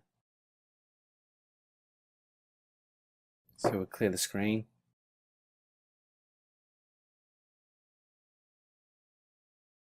So we're going to change the container name, because I think we actually have the wrong container name here. So let's go in and change that, and we'll paste that in, and voila. There we go. Now working, and we'll just double check and make sure everything's working correctly. So to do that, we'll go into our web browser, and we'll type in, as soon as Firefox opens up, type in localhost :8080, which was the port that we created. And there we are. It's a list of all the files which shows that the server is up and running.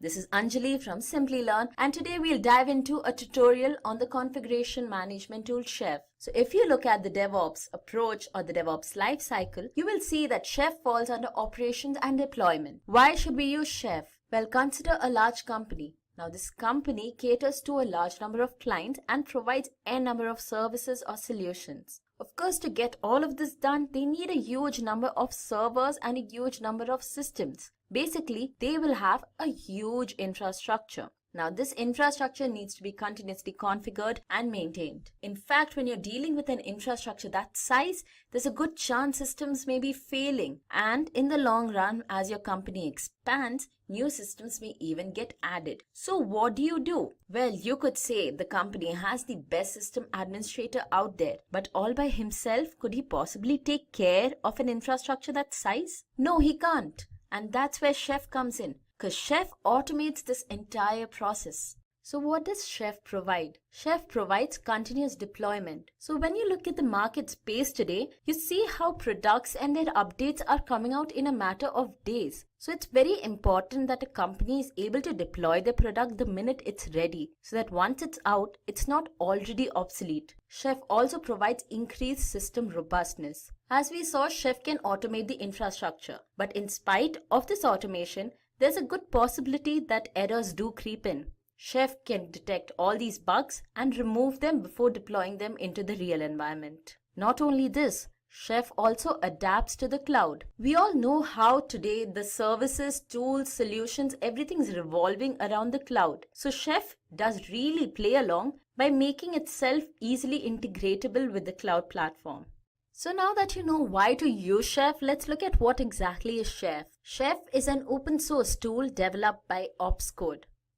Of course, there are paid versions of Chef, such as Chef Enterprise, but other than that, most of it is freely accessible. Chef is written in Ruby and Erlang. If you would have gone through any previous material on Chef, I'm sure you would have come across Ruby being related to Chef, but not Erlang. So this is why, because Ruby and Erlang are both used to build Chef, but when it comes to actually writing the codes in Chef, it's just Ruby. And these are the codes that's deployed onto your multiple servers and does the automatic configuration and maintenance. And this is why Chef is a configuration management tool. So I've used this term configuration management a couple of times. What exactly does this mean? Let's start with the definition of configuration management. Configuration management is a collection of engineering practices that provides a systematic way to manage entities for efficient deployment. So let's break this down. Configuration management basically is a collection of practices. And what are these practices for? These practices are for managing your entities, the entities which are required for efficient deployment. So what are these entities that you need for efficient deployment? They are code, infrastructure, and people. Code is basically the code the system administrators write for configuring your various systems. Infrastructure is the collection of your systems and your servers. And then finally, you have the teams that take care of this infrastructure. So codes need to be updated whenever your infrastructure needs a new configuration or some sort of updation in the operating system or the software versions. Your code needs to be updated at first. And as the requirements of the company change, the infrastructure's configuration needs to change. And finally, of course, the people need coordination. So if you have a team of system administrators and say person A makes some change to the code, person B, C, D and so on need to be well aware when the change is made as to why it was made, what was the change made and where exactly this change was made. So there are two types of configuration management. On our left, we have the push configuration. Here the server that holds the files with instructions to configure your nodes pushes these files onto the node. So the complete control lies with the server. On your right side, we have the pull configuration. In case of pull configuration, the nodes poll against the server to first check if there's any change in the configurations required. If there is, the nodes themselves pull these configuration files. Chef follows pull configuration, and how it does this, we'll see further in our video.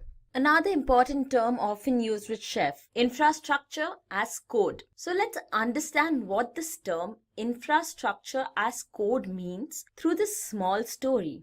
So here's Tim. Tim's a system administrator at a large company. Now he receives a task. He has to set up a server and he has to install 20 software applications over it. So he begins. He sets up the server, but then it hits him. It would take him the entire night to install 20 software applications. Wouldn't things have been much simpler if he just had a code to do so? Well, of course, codes do make things much simpler. Codes have a number of advantages. They're easily modifiable. So if today Tim is told we need MySQL installed on 20 systems, Tim simply writes a code to do so. And the very next day Tim is told, we changed our mind. We don't need MySQL. I think we'll just use Oracle. This does not bother Tim because now he just opens the file, he makes a few corrections in his code and that should work just fine. Code is also testable. So if Tim had to write 10 commands to do something and at his 10th command he realized the very first command he wrote, there was something not right there. Well, that would be quite tiresome, wouldn't it?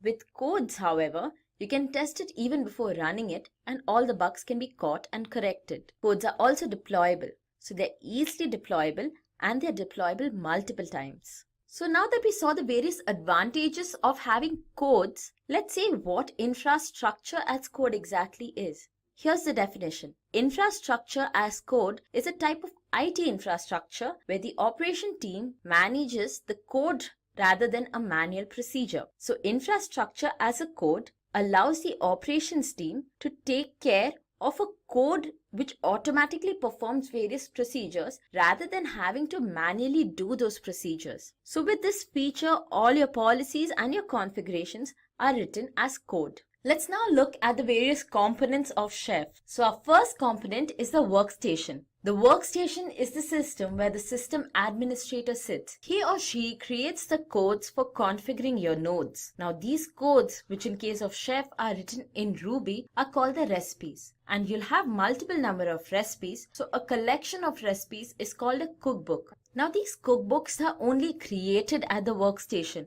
but they need to be stored at the server. So the knife is a command line tool. So it's basically a command that you will see us executing in one of our demos that shifts these cookbooks from the workstation over to the server. A second component is the server. So server is like the middleman. It lies between your workstation and your nodes. And this is where all your cookbooks are stored. Because as you saw previously, the knife sends these cookbooks over from the workstation to the server. The server can be hosted locally, that's on your workstation itself, or it can be remote. So you can have your server at a different location. You can even have it on the cloud platform. And a final component, the node. So nodes are the systems that require the configuration. In a Chef architecture, you can have a number of nodes. Ohai is a service which is installed on your node and it is responsible for collecting all the information regarding your current state of the node. This information is then sent over to the server to be compared against the configuration files and check if any new configuration is required. Chef Client is another such service on your node which is responsible for all the communications with the server. So whenever the node has a demand for a recipe, the Chef Client is responsible for communicating this demand to the server. Since you have a number of nodes in a Chef architecture, it's not necessary that each node is identical. So of course, every node can have a different configuration. Let's now have a look at the Chef architecture. So here we have a workstation, one server machine and 2 nodes. You can have any number of nodes. First things first, the system administrator must create a recipe. So the recipes that are mentioned in our Chef architecture are just dummy recipes. We'll look into actual functioning recipes later in our demo. So you have 1 recipe, 2 recipes, 3 recipes, and a collection of recipes forms a cookbook. So guys, if you look at the recipe, in source you have Simplilearn 3.erb. ERB is the extension for your Ruby files. So the cookbooks are only created at the workstation. They now need to be sent over to the server where they are stored. And this is the task of the knife. Knife is a command line tool which is responsible for transferring all your cookbooks onto the server from the workstation. Here's the command for running your knife. Knife upload simply-db, where simply-db is the name of the cookbook. We then move on to our node machines. At our nodes, we run the OHI service. The OHI service will collect all information regarding the current state of your nodes and send it over to the Chef client. When you run the Chef client, these informations are sent over to the server and they are tested against the cookbooks. So if there is any discrepancy between the current state of your nodes and the cookbook, that is, if one of the nodes does not match the configurations required, the cookbook is then fetched from the server and executed at the node. This sets the node to the right state. There are various flavors of Chef. We'll quickly go through these. First, we have Chef Solo. With Chef Solo, there's no separate server, so your cookbooks are located on the node itself. Now, this kind of configuration is used only when you have just a single node to take care of. The next flavor is a Hosted Chef. With Hosted Chef, you still have your workstation and your node, but your server is now used as a service on the cloud. This really makes things simple because you don't have to set up a server yourself and it still performs all the functioning of a typical Chef. This is the configuration you will notice that we'll be using in our demo. Chef Client Server. With Chef Client Server, you have a workstation, you have server, and you have n number of nodes. Now, this is the traditional Chef architecture. This is the one we have used for all the explanations previously. And finally, we have Private Chef. Private Chef is also known as Enterprise Chef. In this case, your workstation, server, and node all are located within the enterprise infrastructure. This is the main difference between Chef Client Server and Private Chef. In case of Chef Client Server, all these 3 machines could be dispersed. The enterprise version of Chef also provides the liberty to add extra layers of security and other features. And we reach the final part of our video where we'll have the hands-on. So before we dive into our demo, let me just quickly give you an introduction to it. We'll be using 2 virtual boxes, both CentOS 7. One will be used as a workstation while the other will be a node. So we are just using one node to make things simple. The server will be used as a service on the cloud. Now these are the steps we'll be performing during our demo. We'll first download and install the Chef DK on our workstation. We then make an empty cookbook file and we'll write a recipe into it. We need to then set up the server. So as I mentioned earlier, server will be a service on the cloud. So you'll have to create a profile, but this will be completely free. We then link the workstation to the server and will upload the recipe to the server. The nodes will now download the cookbooks from the server and configure themselves. So now that you have some idea about what we'll be doing, let's move on to the actual demo. We begin our demo. Here's my Oracle VM VirtualBox Manager. I have 2 machines here. I've already created my workstation and node. Both of these are CentOS 7 machines. Just for you to differentiate, this is my terminal. And for my workstation, it's a black background with white text. And as of my node, it's a black background with green text. The first thing you do is you go to your workstation box and open a web browser. Search for Chef DK installation.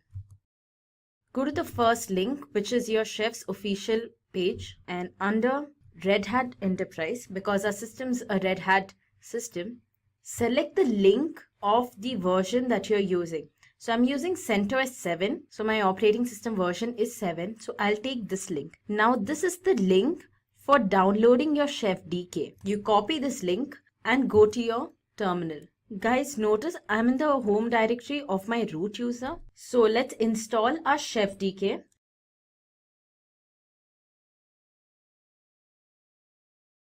And it's getting installed. Now this will take some time because it's quite a large file.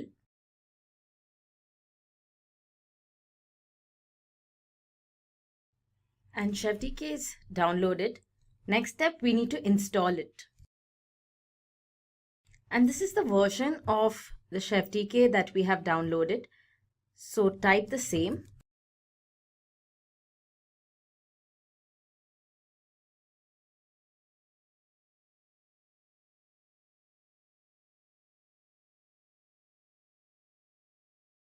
Okay, so that's done. So now we need to make our recipes, and the recipes will exist within cookbooks. So first let's make a chef repository. So within that we'll have a folder for holding all our cookbooks, and within our cookbook we'll write our recipe. So we start with the directory for chef repository. Move into it. Create a folder called cookbooks, within which we'll store each of our cookbooks. Move into this folder. Okay, so we'll just check the contents here right now. So we have our Chef DK, we have a Chef repo folder here, and let's check the contents of this Chef repo. And this has cookbooks. Okay, so our first cookbook that we'll be making will be under this folder cookbooks. So let's move into cookbooks. We are in. Now we need to create our first cookbook.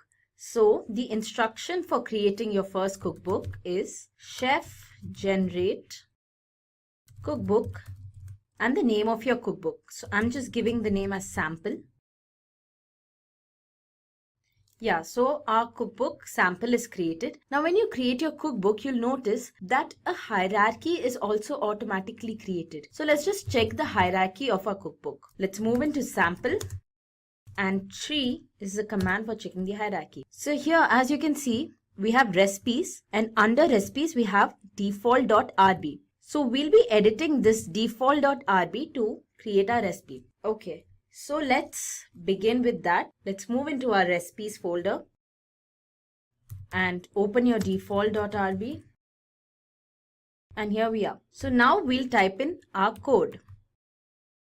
So what's our recipe for? Our recipe is for installing the HTTPD package on our node, and then we'll also create a small index file where we'll just have a simple content such as welcome or something like that, just to check if our HTTPD is working fine. So let's begin typing the code here. Package HTTPD service HTTPD do.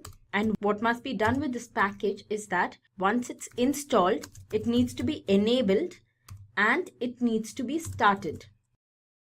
And so that's our first task. Our next task is creating our HTML file.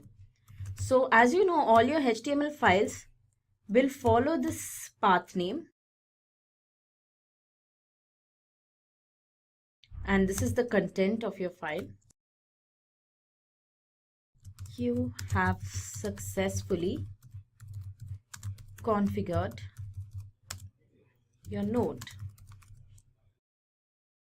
And that's it. That's a simple code.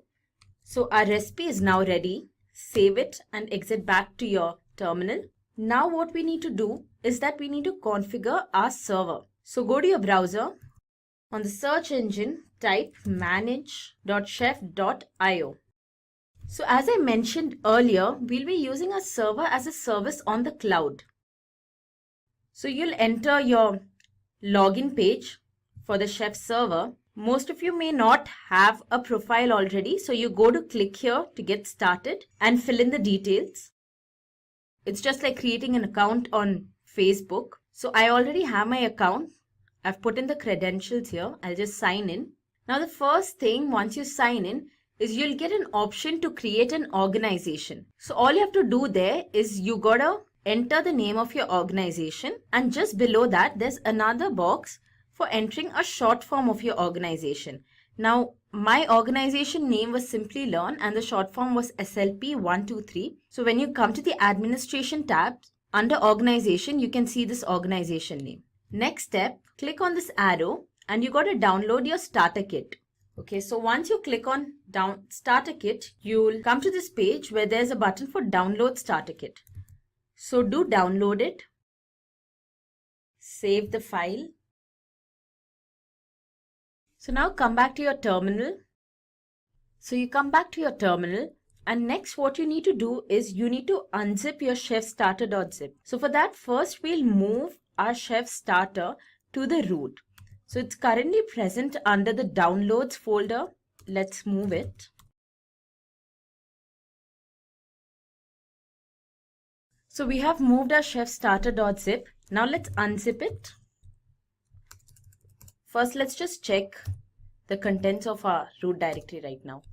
So we have our chef repository, chef repo folder that we created, the chef starter zip that we just moved, and of course the chef DK. So now we can unzip our chef starter kit. And that's done. So our next step, we got to move the chef starters.zip file into our cookbooks which lies inside the chef repository. This is done because we'll be executing our further commands to connect our workstation with the server from the cookbooks, because that is where our sample cookbook is. And that's moved.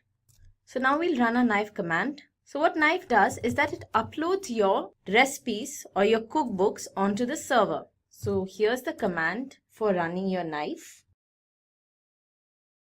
Samples the name of the cookbook that you're uploading, and uploading sample 0.1.0 and uploading sample. Yeah, so our cookbook is uploaded. Now let's just check this at our server. How we do that is go back to your browser where you have opened your server. So there's no node here yet because we have not configured our node with the server, but we have configured our workstation with the server. And you see here our cookbooks uploaded, sample. So our workstation and our server are connected. So now we need to connect our node with the server. So first we move on to our node machine. We need to take the IP address of our node machine. So for the IP address, we'll just type ifconfig. Right, so this is your IP address. 192.168.2.190. Note this down somewhere, guys. Now that's done, go back to your workstation. I'll just keep it this way so I can see both.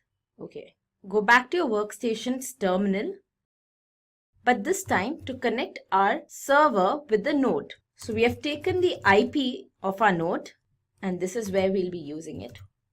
192.168.2. The username, which is root in our case,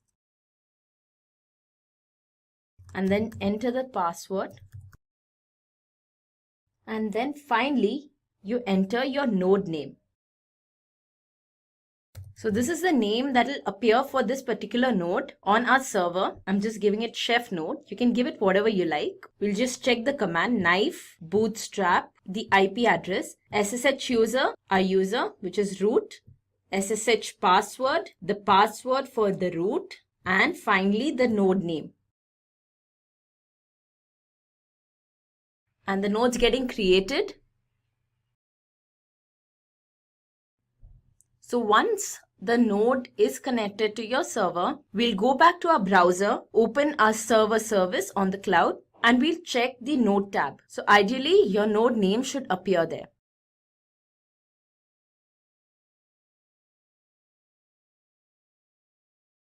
Great. So our node is added. Also, if you notice here, our Chef client service on the node has started running. So let's just check this with the server. Go to your nodes. And here we go. So Chef node, a CentOS 7 platform. This is our IP. So it's all done. So now we need to add a cookbook to the run list of this node. So come here, click on this arrow, edit run list. Here's sample. This is the cookbook that we want to run on our node. Put on the current run list. And here we have the run button. Just click on that. So this should have transferred our cookbook onto the node. Let's check that. Go to your node machine. Clear this. We need to be the root. Let's run the Chef client service. So we are running it once again because after it was started, we did add something to our run list. The changes in the run list is updated.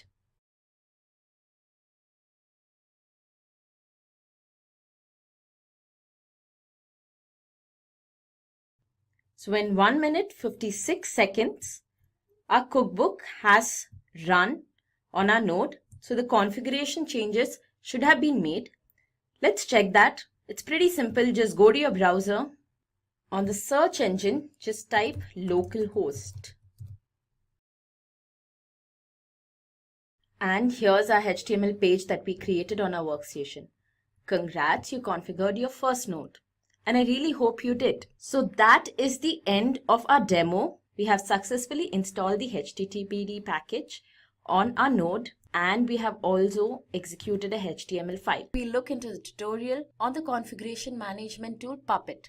So let's begin. Why Puppet? So consider the scenario of an MNC. The MNC puts together the small team of system administrators. They are responsible for taking care of the infrastructure of this organization. Now this infrastructure could consist of data centers, server centers, and many such components. Fortunately for the MNC, they were doing extremely well. So the number of clients kept growing consistently, and with this came a boom in the infrastructure size. Now here is where the problem came in. With such a large infrastructure, the small team that they put together in no way could manage this. So what do? The solution seems pretty simple, right? Just increase the size of the team. Sure, we'll increase the size of the team. But when do you think we can put an upper limit on the size? When do we get to stabilize this team? So here is where Puppet comes in. With Puppet, a small team is enough to take care of this large infrastructure. This is because the data centers, server centers, all of them can be updated in a matter of seconds with Puppet. Entire load of doing so has now shifted from the team onto the tool. Not only this, with Puppet, if servers do fail, and there's a very high chance of servers failing when you're considering an organization the scale of an MNC, Puppet can instantly roll them back to their previous working states. And if that wasn't enough, Puppet also provides the capability to deploy servers on demand and enforce security on them. Now all of this is done through simple coding which is written in Ruby. We'll look at how Puppet works more. So now that we know why we should use Puppet, let's have a look at what exactly is Puppet. So first and foremost, Puppet is a configuration management tool, as I already mentioned in the beginning of this video. So this simply means that Puppet ensures that all your systems are maintained at a consistent state. So consider that you want to deploy a number of servers. Now you require these servers to be identical. If this task is given to a human, there's a very good chance that those systems will not be identical, or some of them may even fail. Humans are prone to errors, you cannot blame them. So Puppet ensures that all these servers are deployed on time and they are identical. Secondly, Puppet is also a deployment tool. This simply means that Puppet has the capability to deploy your applications, your services, your softwares, all of this on your nodes automatically. And finally, Puppet implements infrastructure as code. Now this term infrastructure as code is a very important one when it comes to the DevOps approach. You would have noticed this term being used in our previous video on Chef 2. If not, you can always click the top right corner to know more. So what does this term infrastructure as code mean? Infrastructure as code simply means that all your policies, your tasks, your instructions, everything is written in coded format. So in case of Puppet specifically, All of this is written in the Ruby language. So now that we know what Puppet is, let's look into the Puppet architecture. So Puppet has a master-slave architecture. As you can see here, on the top we have the Puppet master and below we have the Puppet clients. So the Puppet master is the system where your system administrator sits. The clients are those systems which require configuration. You can have n number of clients connected to the Puppet master. So don't worry, we look into each of these components in detail. Firstly, we have the Puppet master. So the Puppet master is where the system administrator sits and he or she types in the codes here. So the codes are not only written in the system, but they are also stored here. And whenever the client requires these codes for their configuration, they simply request it. So manifest is the first subcomponent of the Puppet master. These are the actual files where the codes are written. So in case of Puppet, these are Ruby files. Modules tie manifest, templates, and files into a single unit. Now these codes dictate the instructions for performing various tasks on your client. The next component is templates. So if manifests are your code, templates are the data. So let me explain this to you with an example. Consider you want to create a file called index.html on one of your client machines. So what you do is, you write the code for creating this file in your manifest and the content of this file is written in your templates. Then you simply link them. But here's the thing, when you divide your code and data in this way, it's a very clean structure. So it's preferred to do it in this manner. Files are your static contents. So the files are basically sent to your client and they are simply downloaded at the client. There is no execution or compilation involved with your files. Now this is where files and templates are extremely different. Because with templates, they are never sent over to your client. The templates are simply read by the parser at the master itself. Modules ties the manifest, templates, and files into a single unit. So modules is not a separate component as such, it just provides a very clean hierarchy. This is the most important component of the Puppet master, CA, which stands for Certificate Authority.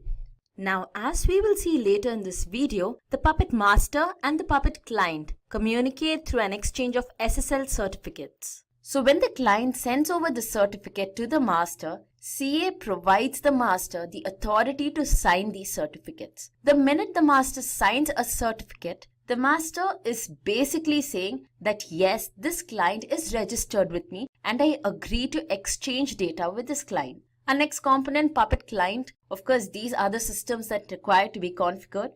Agent is a service installed on the client. The agent is solely responsible for all the communication between the master and the client. And finally, we have Factor. So Factor is responsible for collecting all the data about the present state of our clients and sending this data over to the Puppet master. At the master, this data is compared against the manifests, which are your code files, and then these manifests are sent over to the client depending upon the results of this comparison. So now that we had a look at the various components of Puppet, let's see how these work together.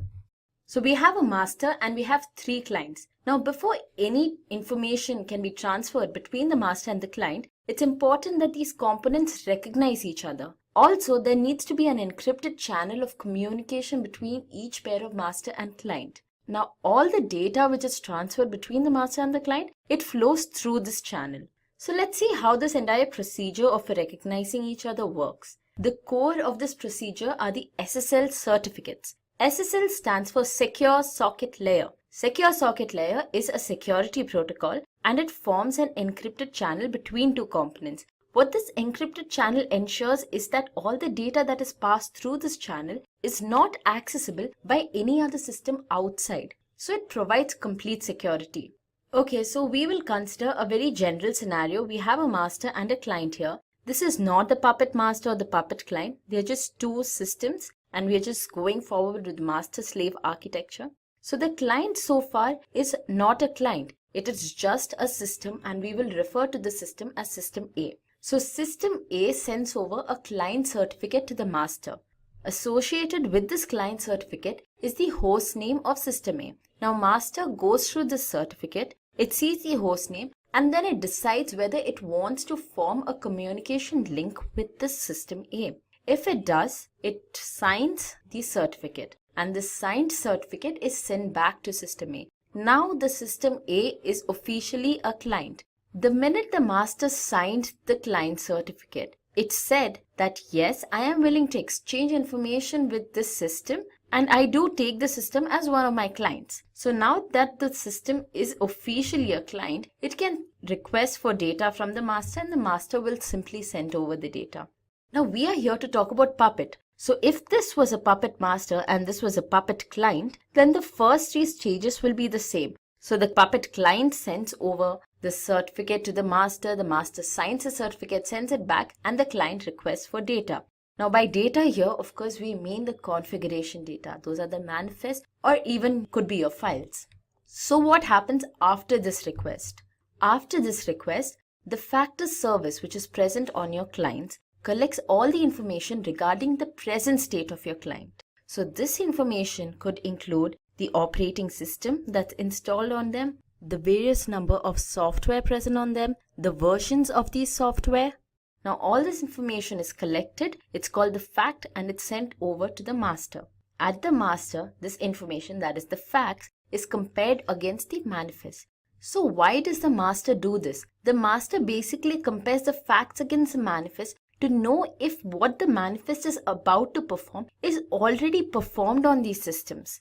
So if the manifest has some additional functionality, they are compiled into catalogs and then these catalogs are sent over to the client. Now remember those agent services which existed in your clients? Here's where they come in. The agents take the catalog and execute them on the client. Once executed, these catalogs make the required changes on the client and a report is generated. This report is then sent back to the master. So the master keeps record of all the changes that's made in the system, and this comes very handy when one of the systems fail and it's required to be rolled back to its previous working state. So this entire procedure can be repeated n number of times and can be repeated at regular intervals. So if you have a scenario where a system needs to be configured every 30 minutes, what you can do is you can set your interval and automatically every 30 minutes your systems will be configured. And we reach the final and the most exciting part of our video, which is the hands-on.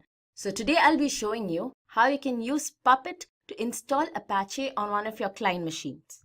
So we'll be using two machines here. We'll have a server and we'll have a node machine. The server is essentially your master. The node is your client. I'm just using the term server and node instead because I want to keep it very close to as they are used in the commands. Now both these machines are going to be CentOS 7 machines and I have Oracle VM VirtualBox installed on my machine. So on that I've simply created two virtual boxes, both CentOS 7 of course. So before we move on to the actual demo, I'll just take you through the various steps.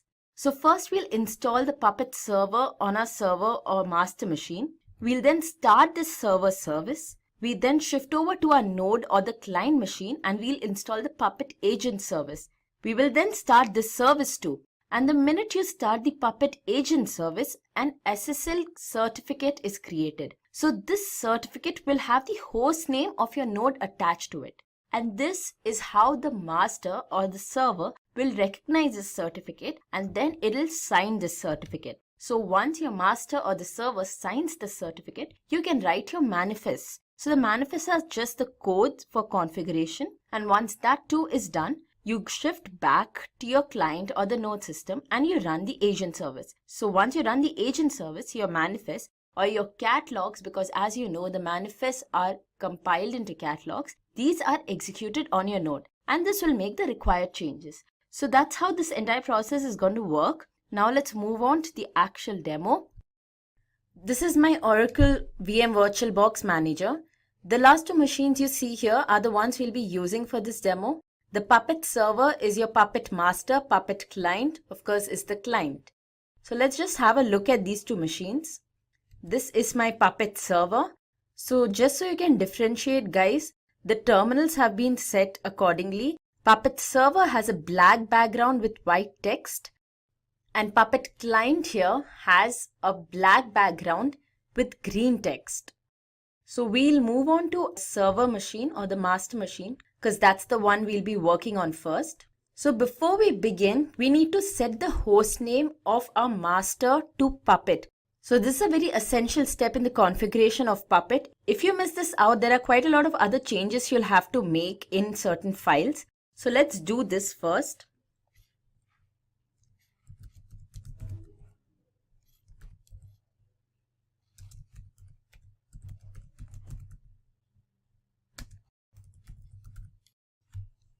So that's the command to set the host name. The last word you see there, that's the new host name you want. Okay, so now we'll just check if our host name is set. So just type host name. And yeah, it's Puppet. So next, we will check the IP of this machine. So for that, you just type ifconfig. Enter. So this is your IP, guys.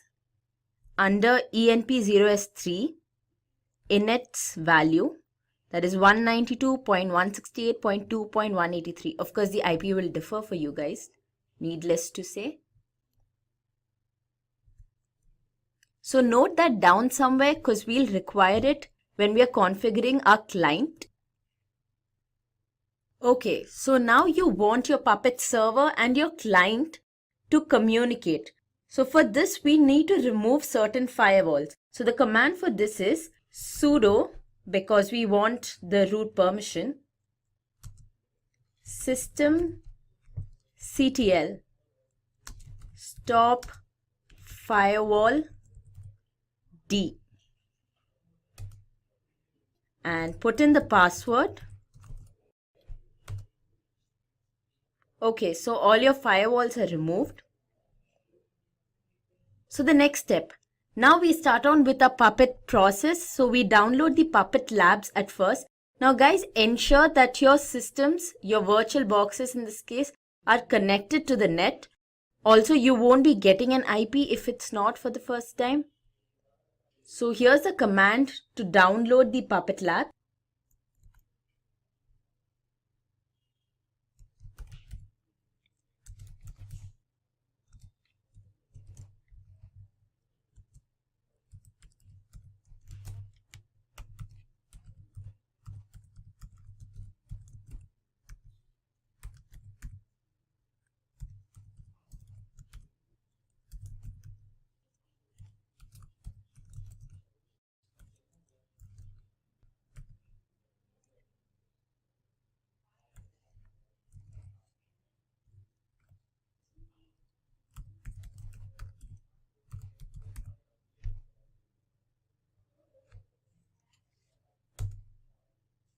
Enter the password again.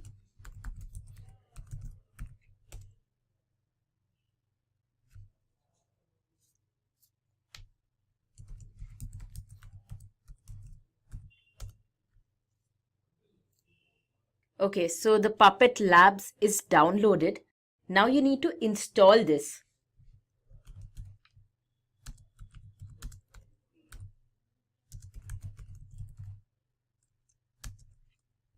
So installation, guys, we will be installing the Puppet server on the master machine or the Puppet server machine.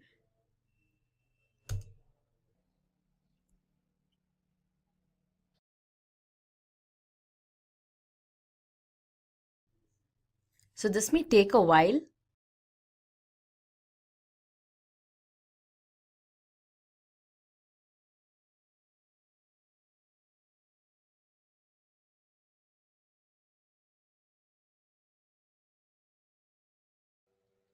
So that took a while, so I just skipped to the last part where it's completed. The installation process is over.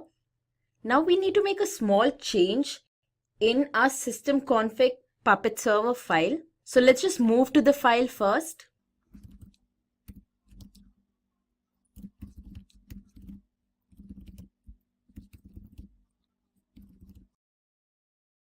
This file will open in VI editor. So this line here, it basically allocates memory for your Puppet server. Now you do not need 2 GB. So we are going to reduce this size.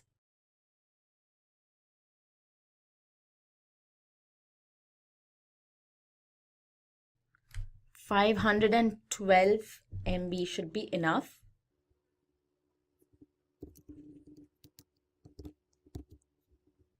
So guys, notice here I did not type the B, okay? So I just changed this to XMS 512M.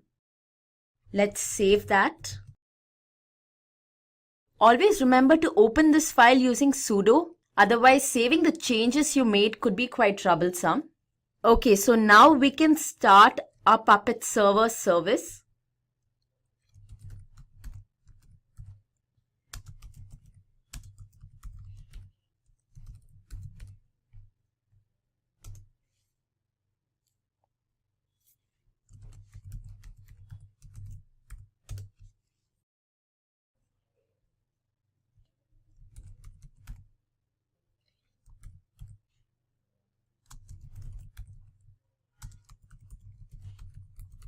We enable the service.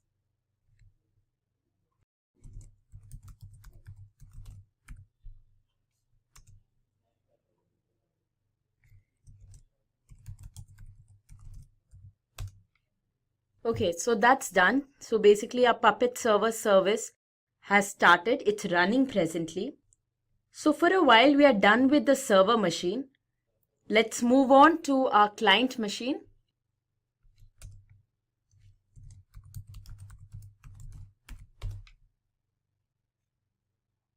Okay, first things first, we open our etc host file with sudo because you need to make a few changes and save it.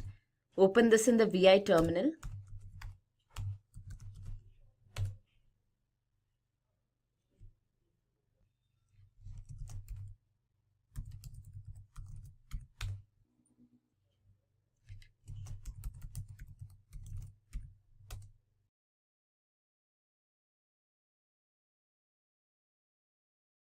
Okay guys, so here you have to add this one line at the end.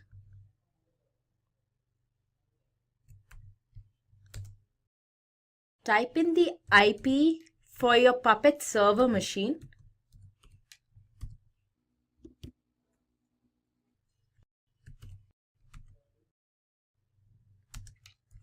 Puppet dash master. So let's save this file.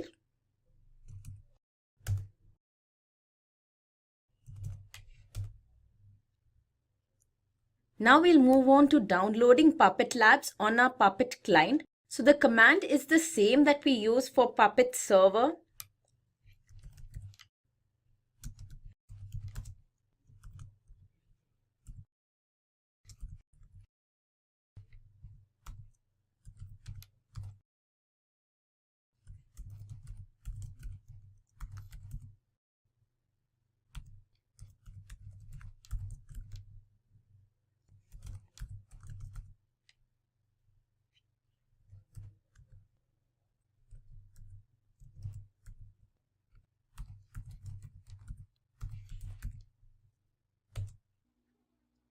So Puppet Labs is downloaded. Now we need to install the Puppet agent service here.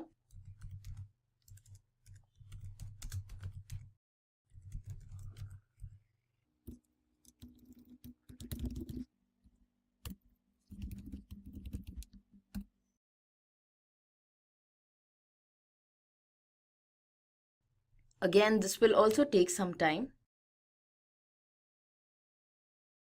Puppet server is installed. Let me just clear this window. Now that our Puppet agent service is installed, we'll start this service. So I'll just type in the command for starting the Puppet agent service.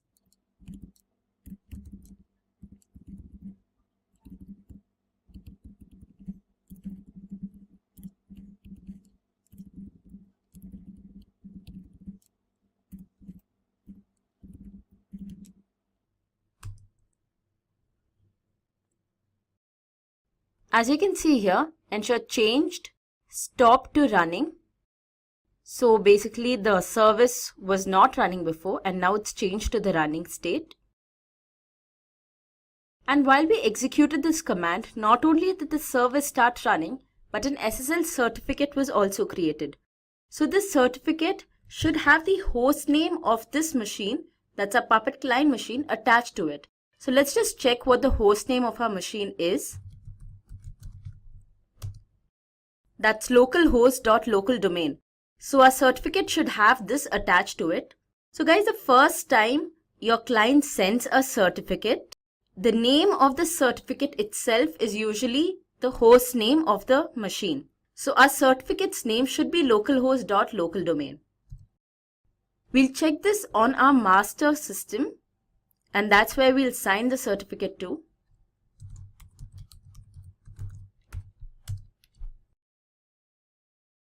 So first we list out all the certificates. In our case, since we have just one client and we just started the client, we should have technically just one certificate, and it will be so.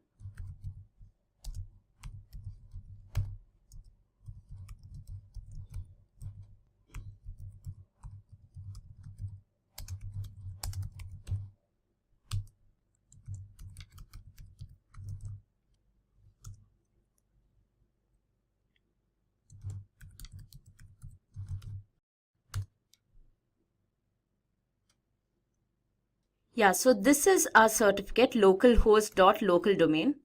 We'll now sign the certificate.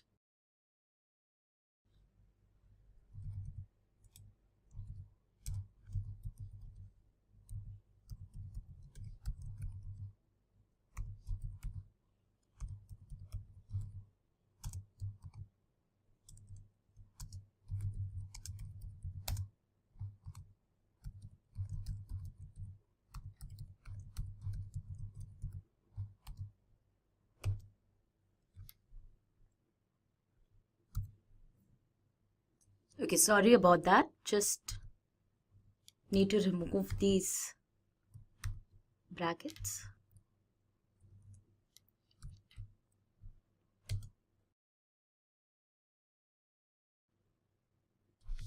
Yeah, as you can see here, the certificate is signed. Sign certificate request here. So once the certificate is signed, the request for signing the certificate is removed. That's this line. Now that a certificate is signed, we can begin to write our manifest. So let's move into a manifest folder and we'll create a placeholder file.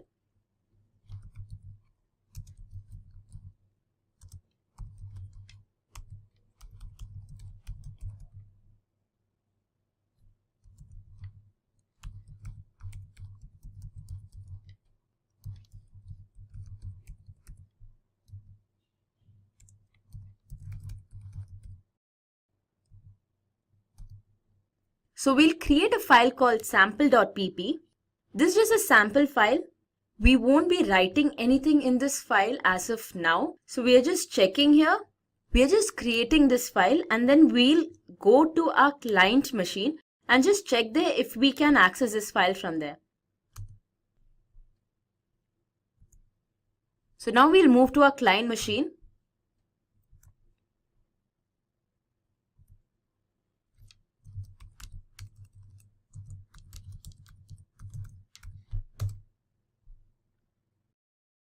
So let's test the connection.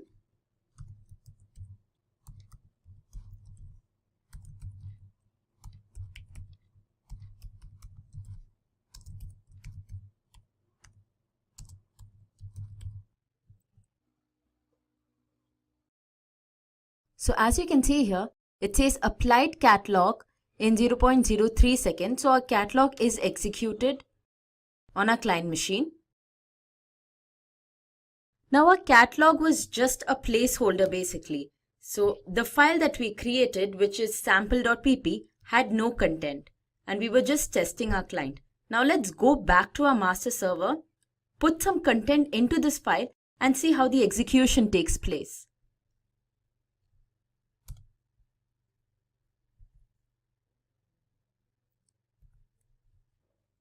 So we'll open our file sample.pp, which we created earlier in the VI editor.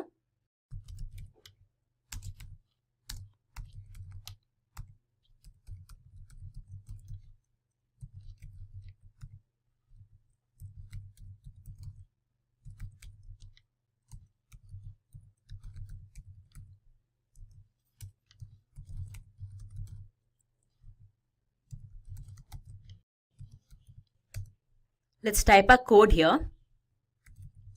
So node, and then within the brackets, we enter the host name of our client machine.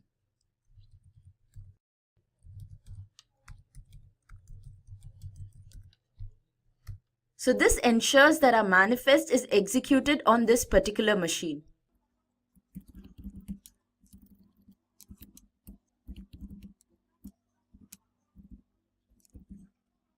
Now the Apache service package on CentOS is called the HTTPD.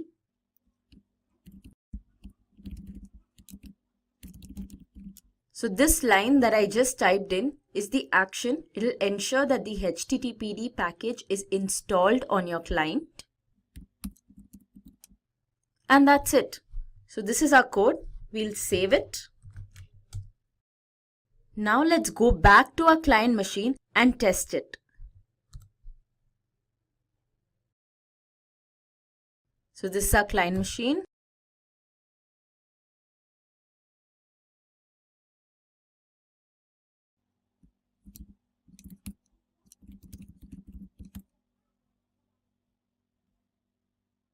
And our catalog's applied on the client.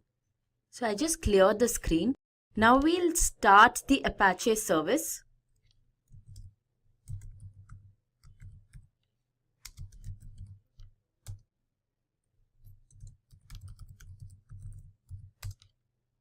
Okay, so how do we see if it's running? We just need to go to our browser and at localhost, you must have the testing page for your Apache. So we type localhost, enter. And yeah, this is the testing page for Apache. So as you can see, we have successfully used Puppet to install the Apache service on our Puppet client. And this is the end of our demo. Ansible is currently the most trending and popular configuration management tool, and it's used mostly under the DevOps approach. So let's begin. Why should you use Ansible? Let's consider a scenario of an organization where Sam is a system administrator. Sam is responsible for the company's infrastructure. A company's infrastructure basically consists of all its systems. This could include your web servers, your database servers, the various repositories, and so on. So as a system administrator, Sam needs to ensure that all the systems are running the updated versions of the software. Now when you consider a handful of systems, this seems like a pretty simple task. Sam can simply go from system to system and perform the configurations required. But that is not the case with an organization, is it? An organization has a very large infrastructure. It could have hundreds and thousands of systems. So here is where Sam's work gets really difficult. Not only does it get tougher, Sam has to move from system to system, performing the same task over and over again. This makes Sam bored. Not just that, repeating the same task leaves no space for innovation. And without any ideas or innovation, how does the system grow? And the worst of it all is manual labor is prone to errors. So what does Sam do? Well, here is where Ansible comes in use. With Ansible, Sam can write simple codes that are deployed onto all the systems and configure them to the correct states. So now that we know why we should use Ansible, let's look at what exactly is Ansible. Ansible is an IT engine that automates the following tasks. So first we have orchestration. Orchestration basically means bringing together of multiple applications and ensuring an order in which these are executed. So for example, if you consider a web page that you require to host, this web page stores all its values that it takes from the user into a database. So the first thing you must do is ensure that the system has a database manager, and only then do you host your web page. So this kind of an order is very crucial to ensure that things work right. Next, Ansible automates configuration management. So configuration management simply means that all the systems are maintained at a consistent desired state. Other tools that automate configuration management include Puppet and Chef. And finally, Ansible automates deployment. Deployment simply means the deploying of application onto your servers of different environments. So if you have to deploy an application on 10 systems with different environments, you don't have to manually do this anymore because Ansible automates it for you. In fact, Ansible can also ensure that these applications or the code are deployed at a certain time or after regular intervals. Now that we know what exactly Ansible is, let's look at Ansible's architecture. Ansible has two main components. You have the local machine and you have your node or the client machine. So the local machine is where the system administrator sits. he or she installs Ansible here. And on the other end, you have your node or the client systems. So in case of Ansible, there's no supporting software installed here. These are just the systems that require to be configured, and they are completely controlled by the local machine. At your local machine, you also have a module. A module is a collection of your configuration files. And in case of Ansible, these configuration files are called playbooks. Playbooks are written in YAML. YAML stands for YAML ain't a markup language. And it is honestly the easiest language to understand and learn since it's so close to English. We also have the inventory. The inventory is a file where you have all your nodes that require configuration mentioned. And based on the kind of configuration they require, they're also grouped together. So later in the demo, we'll have a look at how the playbook and the inventory is written, and that will probably make it clearer. So of course, the local machine needs to communicate with the client. And how is this done? This is done through SSH. SSH is your secure shell, which basically provides a protected communication in an unprotected environment. Okay, so we saw the various components of Ansible. Now, how does Ansible exactly work? You have your local machine on one end. This is where you install Ansible. If you have gone through any previous material on Ansible, you would have come across the term agentless often being associated with this tool. So this is what agentless means. You're installing Ansible only on your local machine and there's no supporting software or plugin being installed on your clients. This means that you have no agent on the other end. The local machine has complete control and hence the term agentless. Another term that you would come across with Ansible is push configuration. So since the local machine has complete control here, it pushes the playbooks onto the nodes and thus it's called a push configuration tool. Now the playbooks and the inventory are written at the local machine and the local machine connects with the nodes through the SSH client. This step here is optional but it's always recommended to do so. It's where the facts are collected. So facts are basically the current state of the node. Now all this is collected from the node and sent to the local machine. So when the playbook is executed, the task mentioned in the playbook is compared against the current status of the node and only the changes that are required to be made further are made. And once the playbooks are executed, your nodes are configured to the desired states. So as I mentioned before, Ansible is currently the most trending tool in the market under the configuration management umbrella. So let's have a look at the various benefits of Ansible which gives it this position.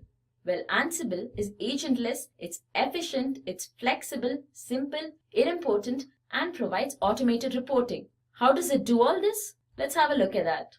Agentless, as I already mentioned before, you require no supporting software or plugin installed on your node or the client system. So the master has complete control. And automatically this means that Ansible is more efficient because now we have more space in our client and node systems for other resources and we can get Ansible up and running real quick. Ansible is also flexible. So an infrastructure is prone to change very often and Ansible takes no amount of time to adjust to these changes. Ansible cannot get any simpler with your playbooks written in a language such as YAML, which is as close to English as you can possibly get. Idempotent basically means that if you have a playbook which needs to be run n number of systems, it would have the same effect on all of these systems without any side effect. And finally, we have automated reporting. So in case of Ansible, your playbook has a number of tasks and all these tasks are named. So whenever you run or execute your playbook, it gives a report on which tasks ran successfully, which failed, which clients were not reachable, and so on. All this information is very crucial when you're dealing with a very large infrastructure. And finally, we reach the most exciting part of our tutorial, the hands-on. Before we move on to the actual hands-on, let me just brief you through what exactly we'll be doing. So I'll be hosting two virtual boxes, both CentOS 7 operating systems. One would be my local machine and other my node or the client machine. So on my local machine, first I'll install Ansible. We'll then write the inventory and the playbook and then simply deploy this playbook. On the client machine, there's just one thing that we need to do is that we need to check if the configurations that we mentioned in our playbook are made right. So we'll now begin our demo. This is my Oracle VirtualBox. Here I have my master system, which is the local machine, and this is the client machine. So let's have a look at these two machines. This is my client machine. The terminal is open right now. So the client machine terminal has a black background with white text, and the master machine terminal has a white background with black text, just so you can differentiate between the two. So we'll start at the master machine. The first thing to do is we need to install our Ansible.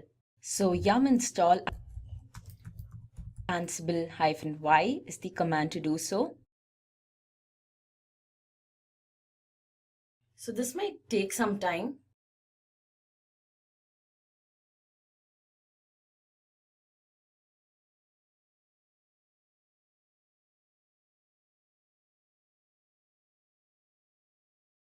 Yeah, so Ansible's installed. The next step, we go to our host file.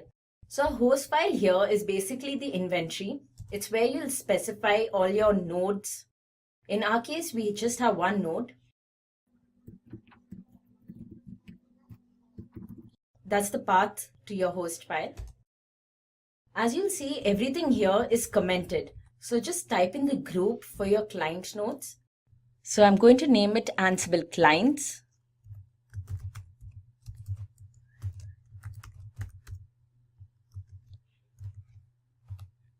And here we need to type the IP address of our client machine. So my client machine's IP address is 192.168.2.127. So before you come to this, it's advised that you check the IP address on your client machine. The simple command for that is ifconfig. Now once you type the IP address, put a space, and here we need to mention the username and the password for our client. So I'll be logging in as the root user.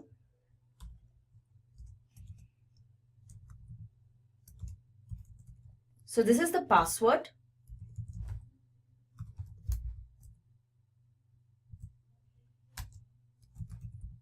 And then the user.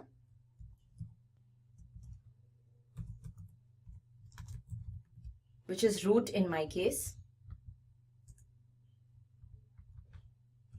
That's it. Now you can save this file. Just clear the screen. Next, we move on to our playbook. We need to write the playbook. So the extension for our playbook is YML, which stands for YAML. And as you can see here, I have already written my playbook, but I'll just explain to you how this is done. So a YAML file always begins with 3 dashes. This indicates the start of your YAML file. Now the first thing is you need to give a name to the entire playbook. So I have named it sample book. Host is basically where this would be executed. So as we saw earlier in our inventory, I mentioned client's group name as Ansible Clients. So we use the same name here. The remote user is the user you'll be using at your client. So in my case, that's root. And become true is basically to indicate that you need to set your privileges at root. So that's called a privilege escalation. Now a playbook consists of tasks. So we have here 3 tasks. The first task, I've named it to install HTTPD. So what we are doing here is we are installing our HTTPD package, which is basically the Apache server. And we are installing the most latest version of it. Hence the state value is latest. The next task is running HTTPD. So for the service, the name is HTTPD because that's the service we need to start running and the state is started. Our next task is creating content. So this is the part where we are creating our web page. So copy because this is the file that will be created at the client. The content will be welcome and the destination of the file will be var www.html index.html. As you know, this is like a default path that we use to store all our HTML files. Now, as you can see here, there's quite a lot of indentation. And when it comes to YAML, although it's very simple to write and very easy to read, the indentation is very crucial. So the first dash here represents the highest stage, that is the name of the playbook, and all the dashes under tasks are slightly shifted towards the right. So if you have 2 dashes at the same location, they basically mean that they are siblings. So the priority would be the same. So to ensure that all your tasks are coming under the tasks label, make sure they are not directly under name. So yeah, that's pretty much it. So when you write your YAML file, the language is pretty simple, very readable. Indentations absolutely necessary. Make sure all your spaces are correctly placed. We can now save this file. Next thing, we need to check if the syntax of our YAML file is absolutely right, because that's very crucial. So the command to check the syntax of the YAML file is Ansible playbook, the name of your playbook, syntax check.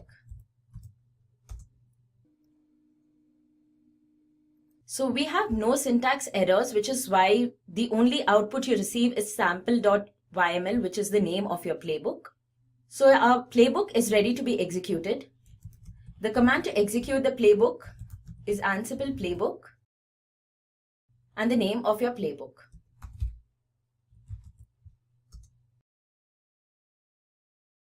So our playbook's executed, as you can see here, gathering facts. That's where all the facts of the node, that's the present state of the node, is collected and sent to the local machine. So it's basically to check that if the configuration changes that we are about to make is already made. So it's not made. We do not have the HTTPD package installed on our node. So this is the first change that's made. Also, if it's not installed, of course, it's not running. That's the second change that's made, so it's put into the running state. And a final task, which is create content, is under the OK state. This means that the content's already present in the client machine. So I made it this way so that you can at least see the different states that's present. So over here we have OK4, so 4 things are all fine. The facts are gathered, 2 things are changed, and 1 is already present. 2 changes are made. 0 clients are unreachable and 0 tasks have failed. So this is the documentation that I was referring to previously that Ansible provides automatically and is very useful, as you can see. So our next step, we need to just check on our client machine if all the changes that we desired are made. So let's move to our client.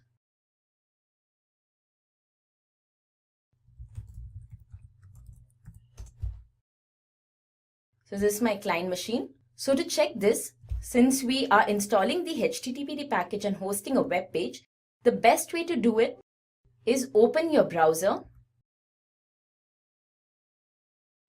and type in localhost. So there you go, your Apache server is installed and your web page is hosted. So that was very simple, wasn't it?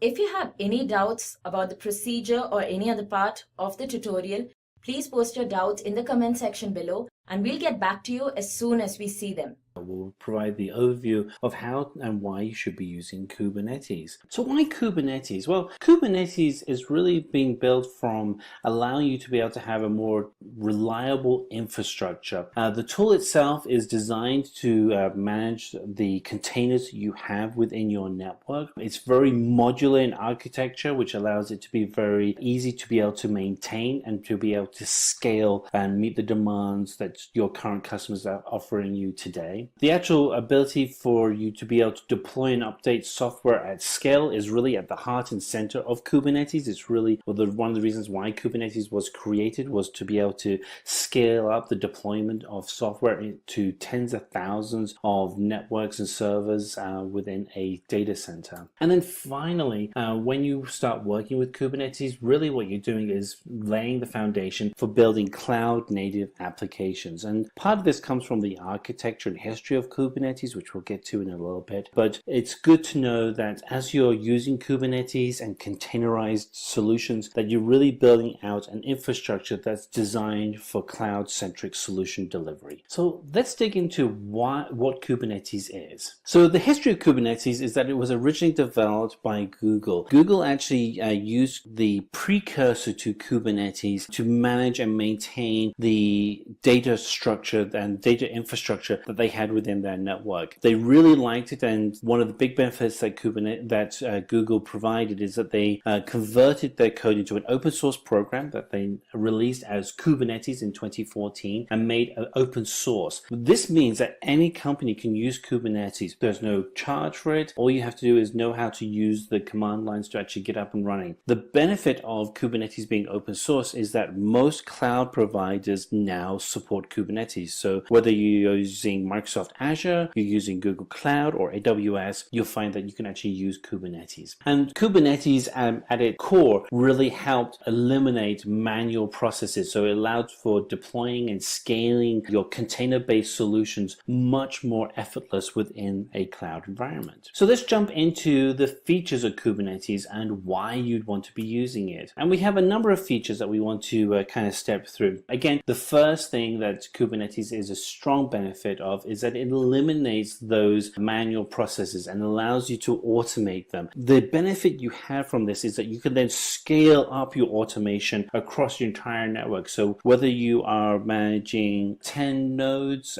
within your network or whether you're managing 10,000, doesn't matter. You have the ability to scale. That's something you simply didn't have before. Kubernetes also will manage the actual containers themselves, including the security, the storage, and the networking within those containers. The great benefit of working with Kubernetes is that not only is it a cloud-centric solution, but it was really built from a core need of a secure solution. So security is at the heart and center of all the work you're doing, which really helps benefit any teams scaling out containers. Your Kubernetes environment will be constantly monitored so that when you have nodes that have your containers, the health of those nodes is being constantly communicated back to the Kubernetes environment so that the entire environment is always being managed and checked. So if you have any additional hosting and launching that needs to be done, Kubernetes will help you automate those manual processes. If something does go wrong, you can actually set up your Kubernetes environment to do an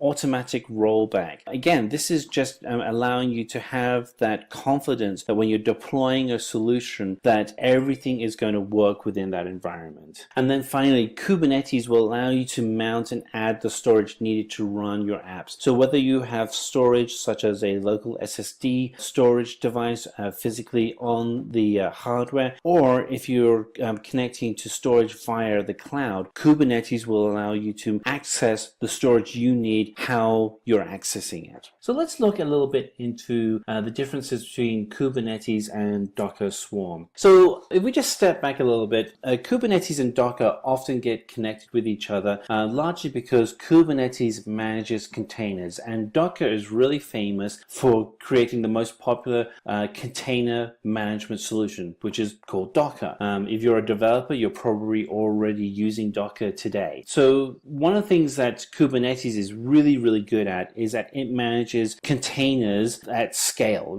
just massive volume of containers. Docker Swarm is Docker's alternative to Kubernetes. It's a tool that allows you to also manage large numbers of containers. There are differences between the two of them, and right now, without doubt, the most popular open source solution out there is Kubernetes from Google. It just has a massive community behind it, and the community really have embraced Kubernetes. Yes, the original product was developed by Google, but Google has been great stewards and they've allowed the community to drive the future evolution of the product. Docker Swarm is actually managed and developed by Docker. There is a smaller community, but it is also a very passionate community, and the reason being is that both products are actually pretty good and you just really kind of have to choose which one you want to go with. Without doubt, there is more customization and extensions built for Kubernetes simply because the community is just so much bigger than the Docker Swarm community. But with that said, Docker Swarm is really easy to set up. So if you are used to working within the Docker environment, you'll be able to set up Docker Swarm very, very quickly. Whereas Kubernetes does require some heavy lifting to get up and running. Now, with that said, if you are using Microsoft Azure or Google Cloud, very often those environments will actually set up Kubernetes for you, so you don't have to do it, and you can actually then focus on writing the instructions to maintain your Kubernetes environment. Kubernetes has extremely high fault tolerance. Again, it's because Kubernetes has been road tested. The foundation for Kubernetes is based on managing sites such as Gmail, Google.com, YouTube. I mean, just incredibly robust environment compared to Docker Swarm, which has lower fault tolerance. And this really kind of leads into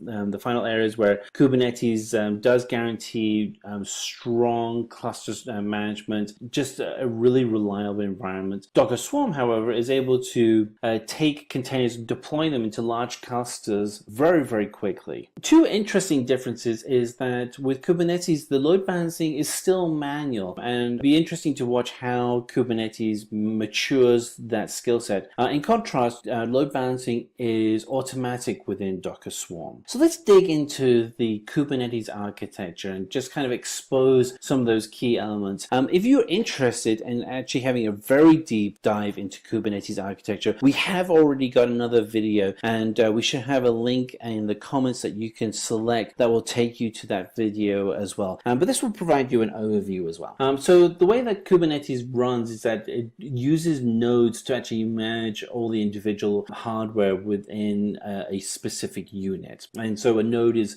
really a physical machine in a data center or a virtual machine. And when you're setting up an environment on a cloud environment such as Microsoft Azure or Google Cloud or AWS, Kubernetes will be managing the containers within that node. So it's important to know that Kubernetes itself doesn't work with the individual nodes, but actually works with the cluster as a whole. And why that's important is that it's a tool to manage your entire environment. It's not going to come down and manage the individual node itself. It's going to manage the entire environment. The actual control of data within a cluster is very, very flexible within Kubernetes. You can have local storage, such as an SSD card or a traditional local storage, or you can actually connect to the cloud and use cloud-based storage. And the benefit that cloud-based storage offers you is that you are increasingly moving your solution into more of a hardware-free environment, cloud-based architecture, where you're not reliant on a physical piece of hardware within your data center. And why that's important is that it gives you the opportunity to scale up your solutions much more effectively. So if you need to increase the hard drive space, you can do that very easily from the cloud, whereas local hardware is a little bit harder to manage. Great news, Kubernetes gives you both options to be able to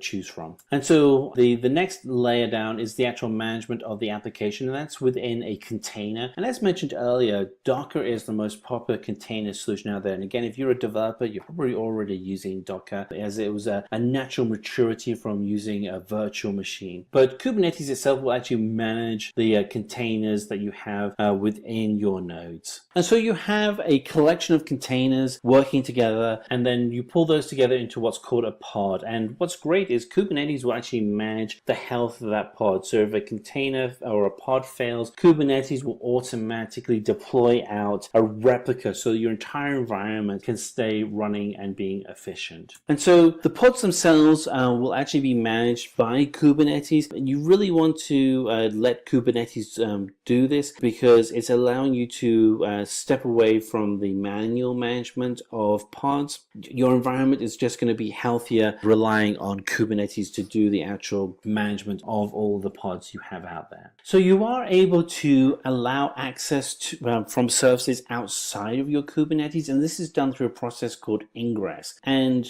going back earlier, we talked about how security is a key part of all the work that goes into Kubernetes. And this is a great example of where you can use an external service but still have that layer of security that is vital for your solution. Because to be able to provide the ingress connection, Kubernetes requires an SSL connection, which automatically allows for a secure data transfer. Absolutely fantastic. So here we have an overview of the actual architecture. On the right hand side, we have our nodes and the pods within our nodes, and within those pods are the containers. On the left hand side, we have the master architecture, and the master architecture is the actual brains behind the work that you're doing. It's actually managing the schedules, the controllers for all of the nodes. And then at the bottom left hand side, we have commands which are written on a local workstation, and those commands components are pushed up to the master. So let's kind of dig a little bit further into the architecture of the master. So the master itself is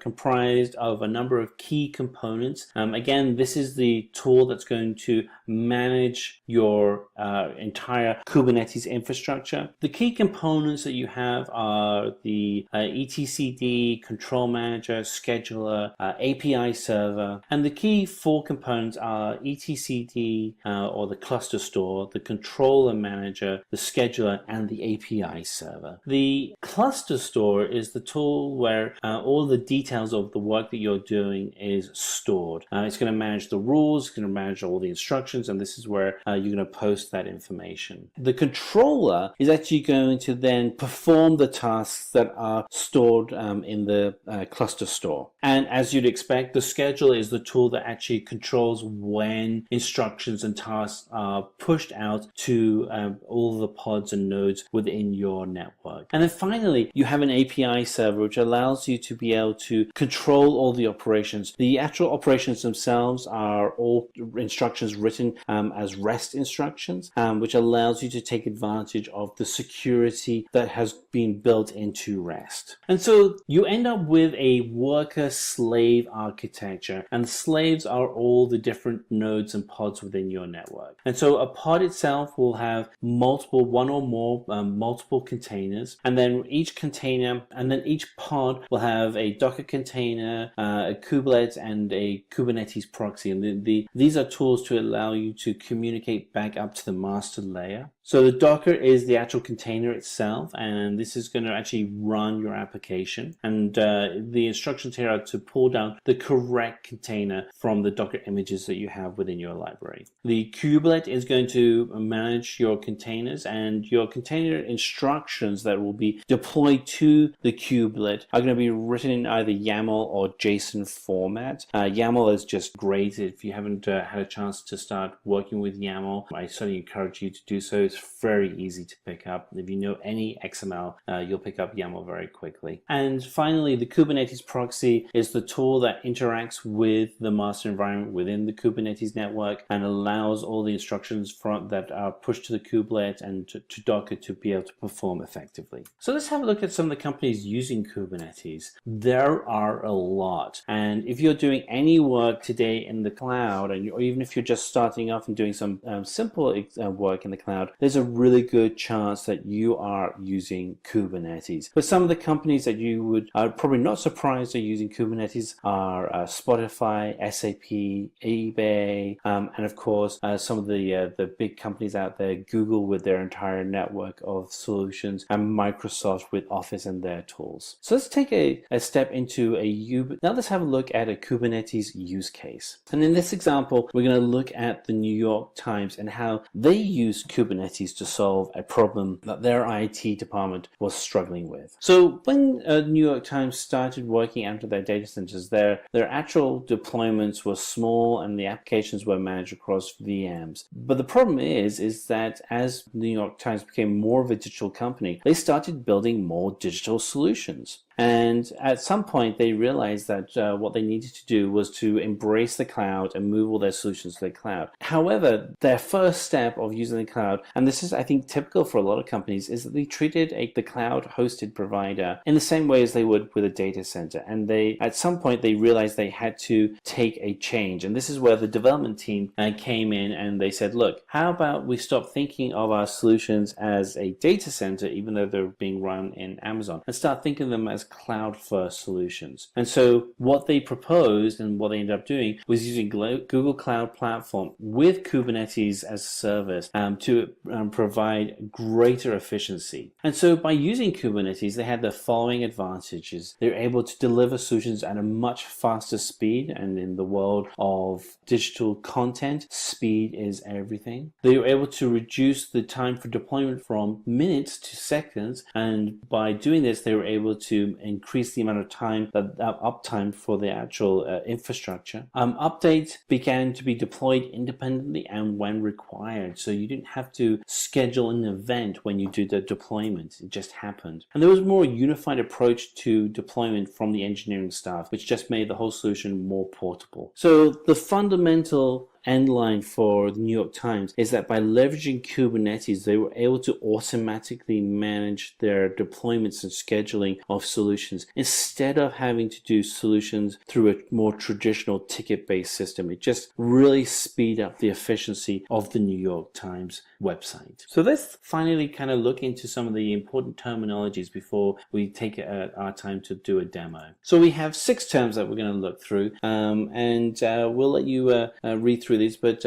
we have a cluster, which is a set of machines, physical or vertical, in which applications are managed and run. We have a node, that are the worker machines that run containerized applications and other workloads. There is the pod, which is within a node and is a group of containers that are deployed together on the same host. We have replication controllers, and a replication controller is used to define a pod's lifecycle rather than to create the pods directly. We have a selector, which is an expression matched label to filter specific resources. Labels are key value pairs that are attached to objects such as pods. The key value pair or the label can be filtered, organized, and perform operations on resources. Replication sets define how many replicas of each pod will be running and managed when you want to either replace a pod when it dies. Annotation is a label with much larger data capacity. A name is a resource as it is identified. Volume is the directory in which data is accessible to a container. Namespaces provide additional qualification to a resource's name. And then finally, service is an abstraction of a top-tier pods which provide a single IP address and DNS name by which the pods can be accessed. So at this time, what we want to do is take you through Kubernetes demo, actually runs through some of these basic controls. So we're going to take you through a video of how to actually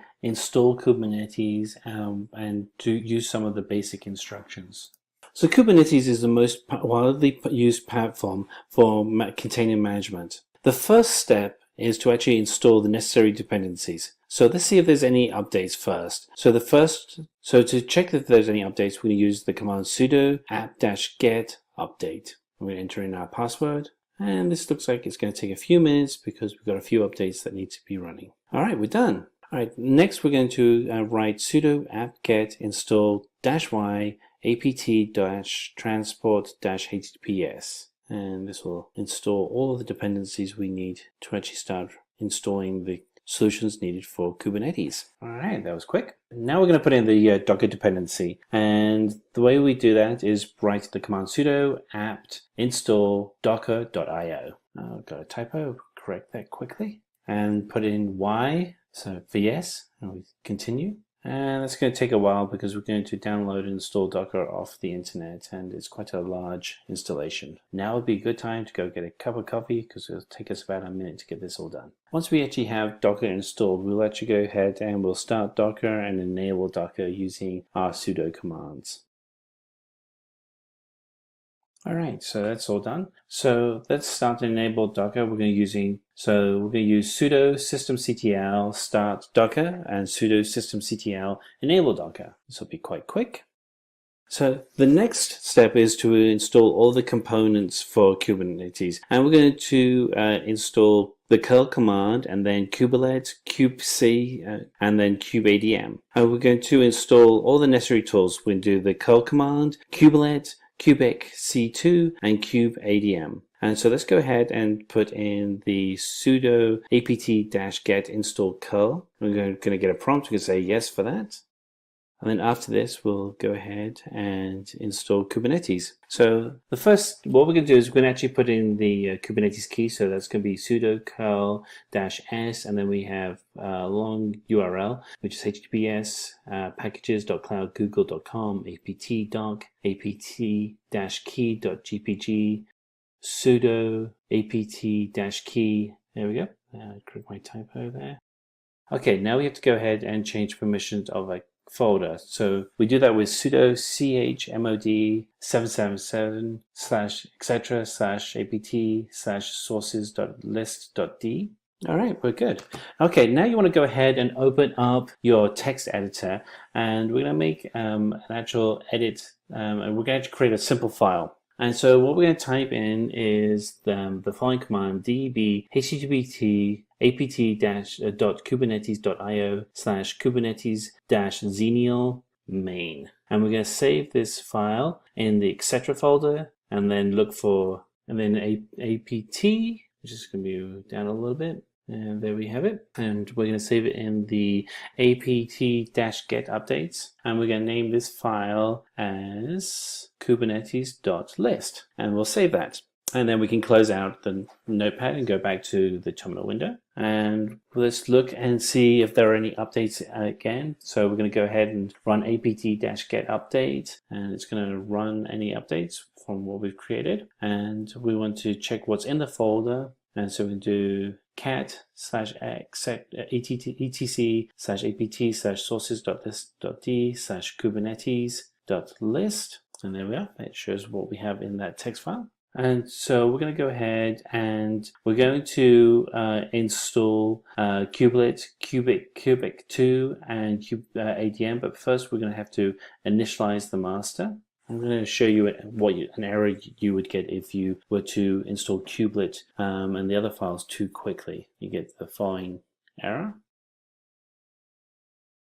Alright, so we have installed kubelet, kubeadm, kubectl, and Kubernetes CNI. And so we're going to go ahead and use sudo swap-up -a. And now we're going to initialize the master node. And we're going to do that with sudo kubeadm init. And this will take a few minutes for it to initialize. Alright, so that's all done. Alright, so we're going to deploy the pod to a network. And we have two commands that we're going to use. We use sudo kubectl apply, and then we have a long path we have to type out, which is -f https raw githubs content.com corios flannel master documentation cube-file.yml. What we have to do is we have to actually go ahead and deploy the nodes first. So we're going to do that by creating mkdir-p, and then we have $home-.cube. We'll create that new directory, and sudo cp-i, and then the path will be etc/kubernetes/admin.conf, and then $home/.cube.config. And then the final one will be sudo chown $open id-u close paren $open id/-g close paren $home/.cube/config. All right, now we're going to go ahead and deploy, and let's see. Oh, I think I have a typo in my command here. Yep. Oh, yeah, I did have a typo, and so I've got that incorrect now. So documentation is actually spelled with a T, not an S. And then we're going to go ahead and we're going to put in the next line, which is sudo kubectl apply -f, and then we're just going to change a little bit of the actual link here, and that runs great. And now we want to be able to see all of the pods that we have in our network, and so we're going to do that by writing the command sudo kubectl get pods -all -namespaces. And it should list all of our pods. We only have one. There we are. There's all of our content. Now we're going to, so there's only one node, so let's see what we have here. So we're going to use the command sudo kubectl get nodes. There we are, just one node. So our final step is to actually go ahead and deploy a service. And so what we're going to go ahead is deploy the nginx service. And we're going to do that with the command sudo kubectl run --image equals nginx. And we're going to put this into port 80, so it's going to be nginx-app --port equals 80 --environment env equals open quotes domain equals cluster close quotes. And we're going to write one more command, which is sudo kubectl expose deployment nginx-app --port equals 80 --name equals nginx-http. And once we've done this, we'll be able to then run the command to actually see our services. And there'll be quite a few of them. And our final command is sudo docker ps-a. There we are, quite a lot of lists, quite a lot of services listed. So there you are. That's the instructions on how to get Docker up and running, and with some basic commands. It's worth going through a few times to get right. But once you actually have the Kubernetes environment up and running, managing your Docker environment and containers, it's extremely powerful. In this section, we're going to talk about what is cloud computing and how things were before AWS. And we're going to talk about what is AWS and the benefits of AWS and the products and services that Amazon offers as of now. And then finally, we're going to end this session with a project that is going to help us understand how to create a Jenkins build server for continuous integration. And in this project, we will learn about how to deploy and host Jenkins, an open source automation software predominantly used for CI/CD, otherwise continuous integration and continuous development.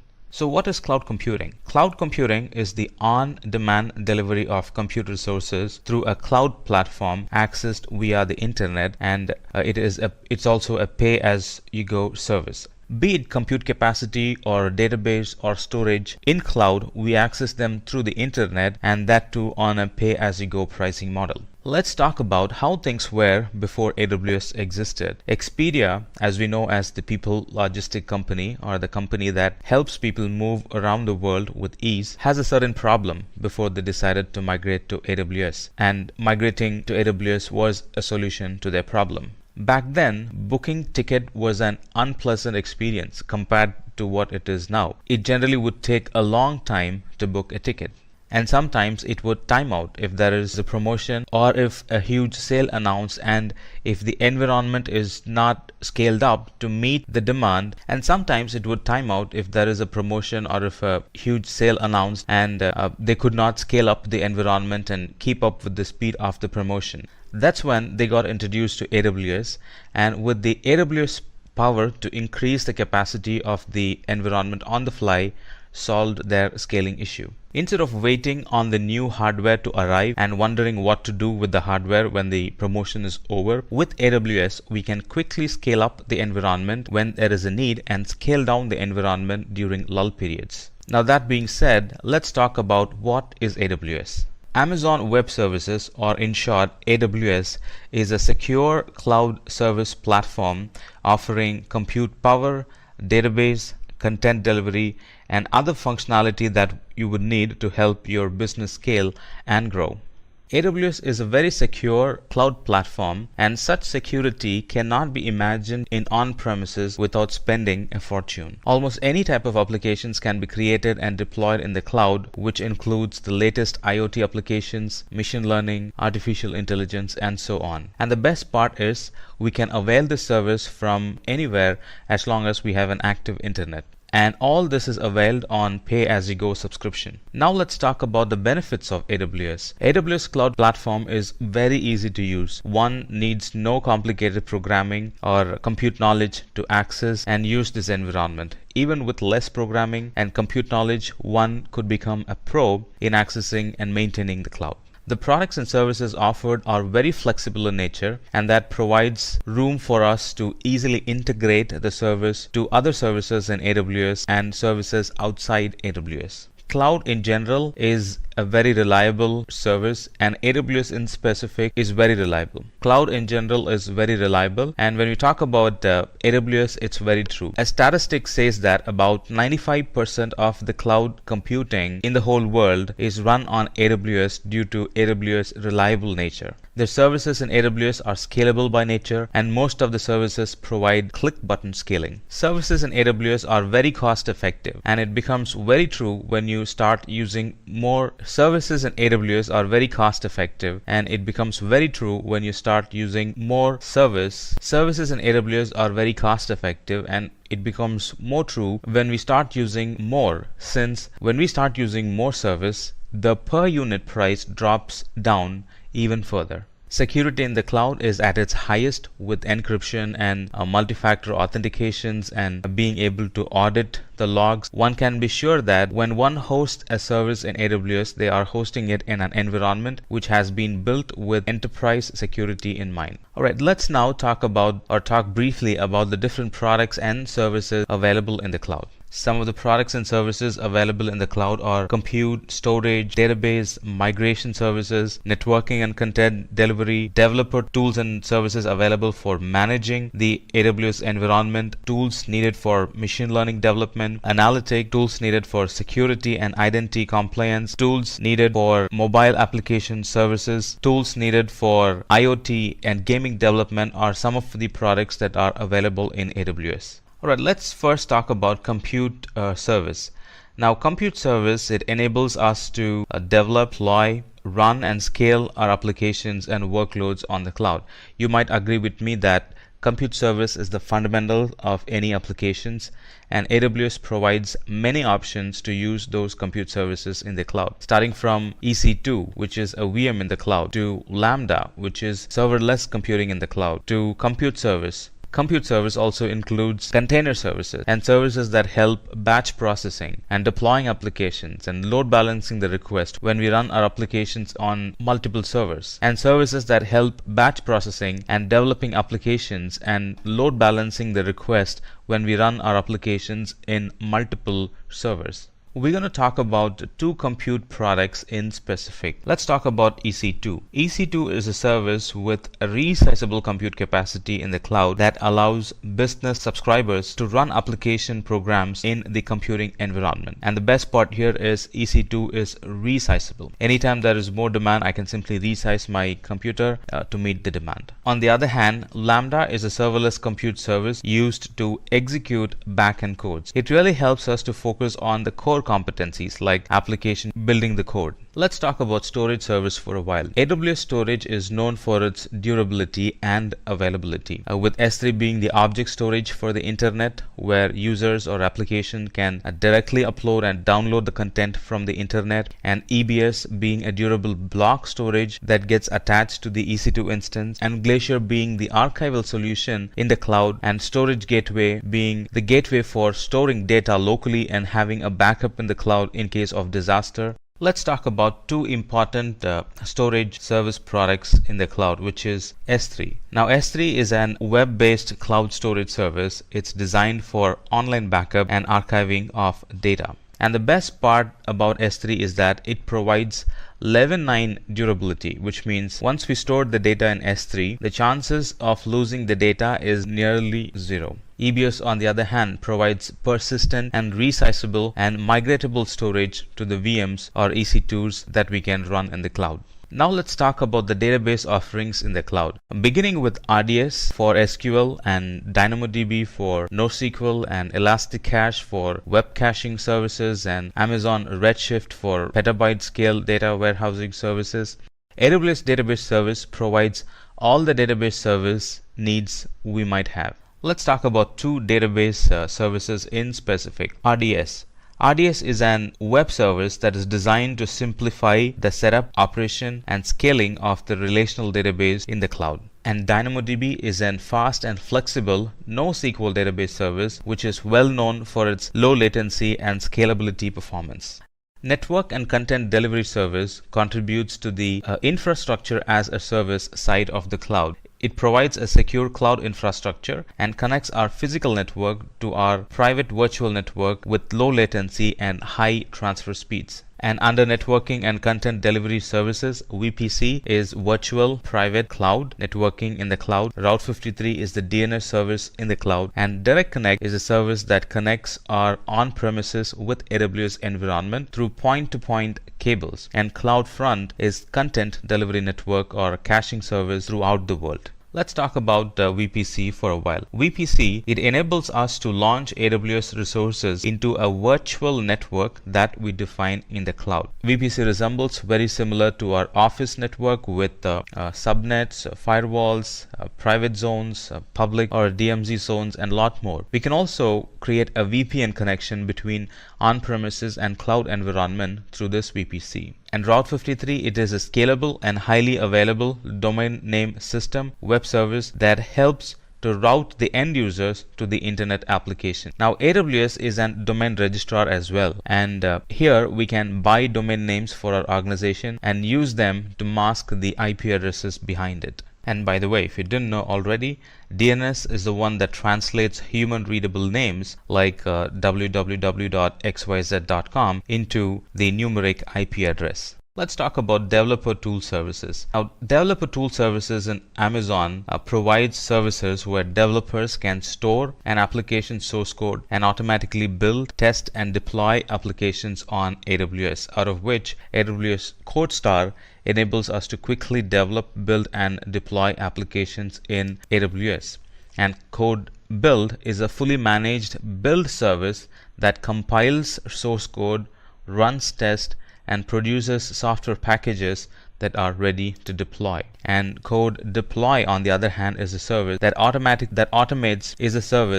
automates software developments to a variety of compute services, including Amazon EC2, Amazon Lambda, and even instances running on premises. And AWS Code Pipeline is a continuous integration and continuous delivery service for fast and reliable application and infrastructure updates. Let's talk about CodeStar. CodeStar is a service designed for developers where they can quickly deploy, build, and develop applications on AWS. AWS CodeStar provides a unified user interface enabling us to easily manage our software development activities in one place. With AWS CodeStar, we can set up our entire continuous delivery tool chain in minutes, allowing us to start releasing codes faster. And not only that, AWS CodeStar makes it easy for you or your whole team to work together securely, allowing you to easily manage access and add owners, contributors, and viewers to our project. And not only that, AWS CodeStar project comes with a project management dashboard, including an integrated issue tracking capabilities provided by Jira software. With the AWS CodeStar project dashboard, we can easily track progress across our entire software development process, from our backlog of work items to teams' recent code deployments, so on and so forth. AWS Code Build, on the other hand, is an cloud service that enables an IT developer to build and test code with continuous scaling. Now here, you pay only for the build time that you have used. Now, Code Build is a fully managed service that helps compiling source codes and run tests and produce software packages that are ready to deploy. With AWS Code Build, there is no need for us to provision, manage, and scale our own build servers. Code Build scales continuously and processes multiple builds concurrently. So our builds are not left waiting in the queue because it's processed concurrently. Let's talk about security, identity, and compliance services available in Amazon. In general, the security, identity, and compliance services in Amazon helps us to maintain a secure environment in Amazon by providing services for user authentication, for limiting the access to certain set of users on the AWS environment. Out of which IAM, or Identity and Access Management, it's a product that enables us to manage access to AWS services and resources, that enables us to manage access to AWS resources and services in a secure fashion. Using IAM, we can create and manage AWS users and groups and use permissions to allow and deny their access to AWS resources. On the other hand, KMS, or Key Management Service, is a managed service that makes it easy for us to create and control the encryption keys used to encrypt our data. And Cognito, it lets us to add user sign up, sign in, and access control to our web and mobile apps quickly and easily. And WAF, or Web Application Firewall, helps us to protect our web applications from common web exploits that could affect application availability, that could compromise security or consume excessive resources. And WAF, it gives us good control over which traffic to allow or block to our applications by sort of defining customizable web security rules. We can use WAF to create custom rules that block common attack patterns such as SQL injections or cross-site scripting, and we can also create rules that are designed for our specific application. Out of all the four, identity and access management, it helps us to control access to AWS services and resources for our users. With the identity and access management, I can restrict user access, or I can give a user complete access to the environment. If it's an admin, I can assign complete access, and if it is a user, I can provide some privileged access, or less, or degraded, or no access, depending on the role that the user plays in the organization. And KMS is a service that helps us to create and control the encryption keys used to encrypt the data, and also we can use hardware security model HSM to protect the security of our data in the cloud. Also, we can use hardware security model to protect the security of the key itself. And let's talk about the management tools and services available in Amazon. Management tools and services, it helps us to manage, monitor, and automate all the resources running in the AWS infrastructure, beginning with CloudWatch, a service which monitors the environment by receiving logs and creating a dashboard and sending alerts as needed, and CloudFormation, a service through which we can deploy new environments using just templates, and autoscaling, a product that lets us to handle the dynamic traffic with ease by dynamically scaling up and scaling down the environment as needed. And CloudTrail is another product or another monitoring tool that helps us to monitor or collect the logs of all the API calls to our environment and provides a searchable tool based on keywords and timestamps. Let's talk about CloudWatch a bit more detail. Now, CloudWatch is a monitoring service for AWS.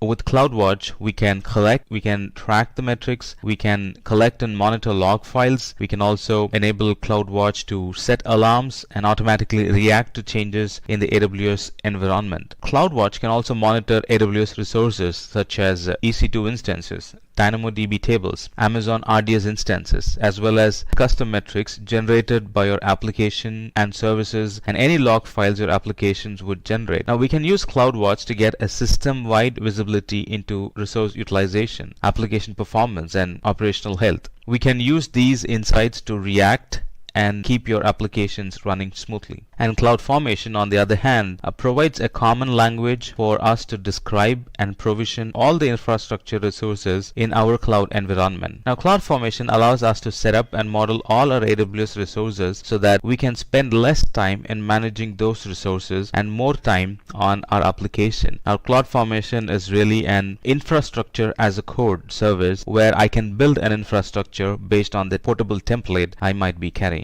Alright, in this demo session, we'll talk about how to install Jenkins on Amazon Linux EC2 instance. And before that, let's talk about what is Jenkins and what is the purpose of it, why it is used, and all that stuff. Now, what is Jenkins? Now, Jenkins is an open source automation server, and it provides a lot of inbuilt plugins for deploying and automating any project. In short, it's an continuous integration server, and it is used for many purposes. Used for tasks that take care of continuous deployment and delivery. And it provides these advantages, like the developer now will not have to focus on fixing errors because errors are automatically handled by Jenkins, and because of that, it leads to faster development environment. Alright, so how do we go about doing it? Let's get started. The first thing is to go to our console and launch an EC2 instance.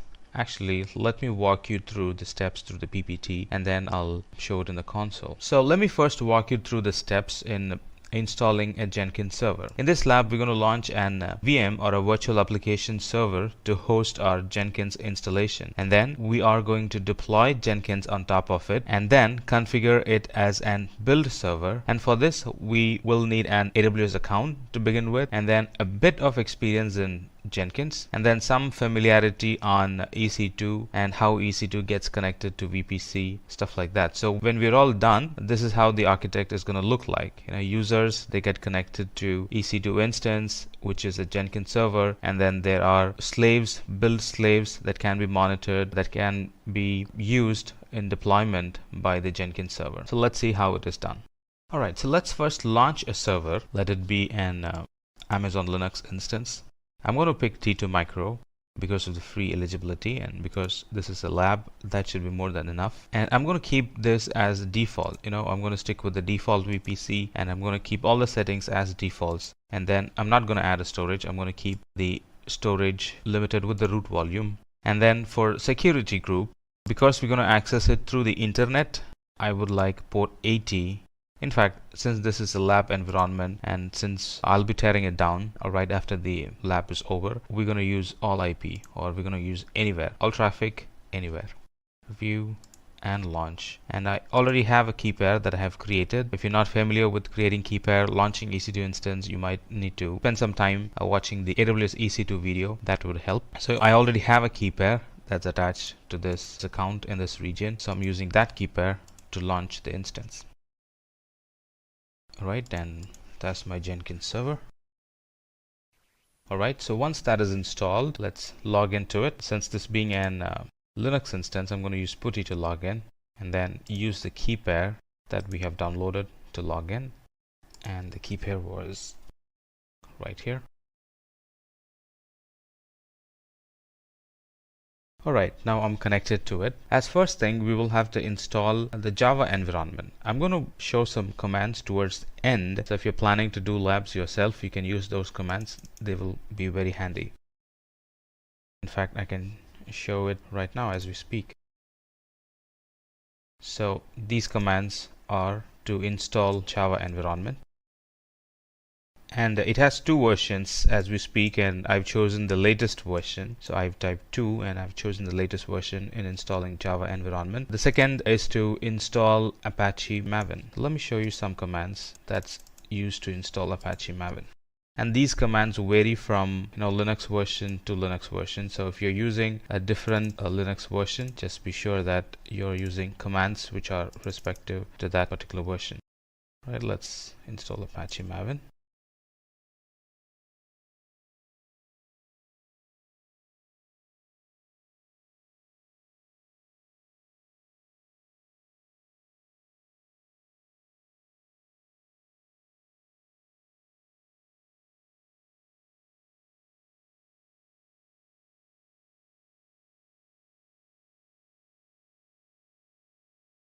Looks like some of them are already installed and it's showing error for some, but anyway, it's considered an successful installation. And then let's install Jenkins. And the commands to install Jenkins is right here. So these are to install Jenkins, and to download the software and install it, and then start the Jenkins and make sure the Jenkins stays running even after a reboot. So let's run these commands.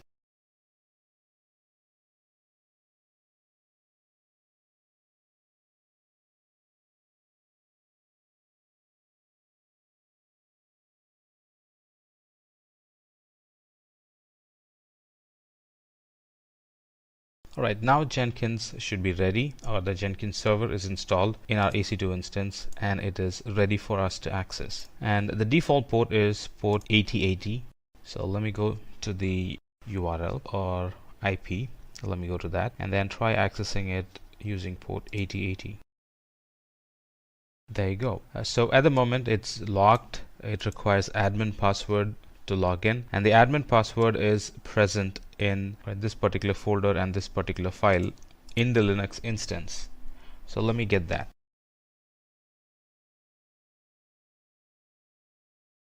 Okay, one moment. Looks like the admin password is not present. Just give me one quick moment.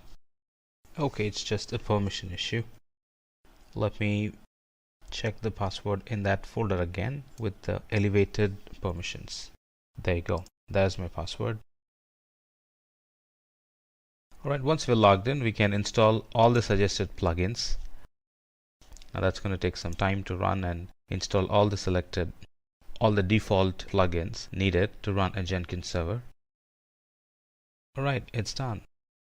Now, as next thing, it's going to ask for the admin username and password. You can choose as an existing administrator, or you can also create another admin user. In this case, I'm going to create another admin user.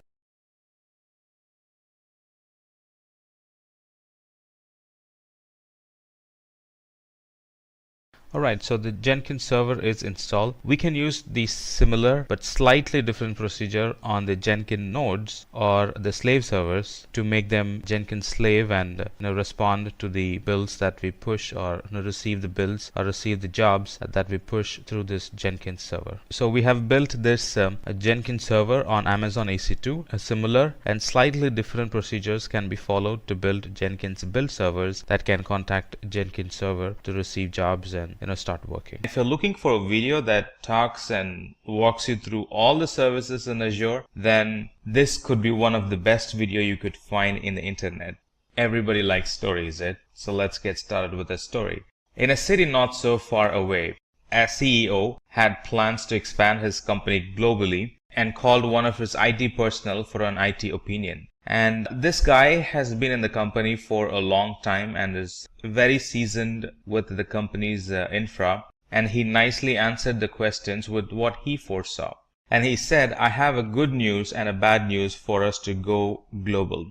And he starts with the good news. He said, Sir, we're well on our way to become one of the world's largest shipping company. And the bad news is, however, our data centers have almost run out of space, and setting up new ones around the world would be too expensive and very time consuming. Now the IT personnel, let's call him Mike, now he explains the situation from how he saw it. But the CEO had done some homework about how he was going to do it, and he answered Mike saying, don't worry about that, Mike. I've come up with a solution for a problem, and it's called Microsoft Azure.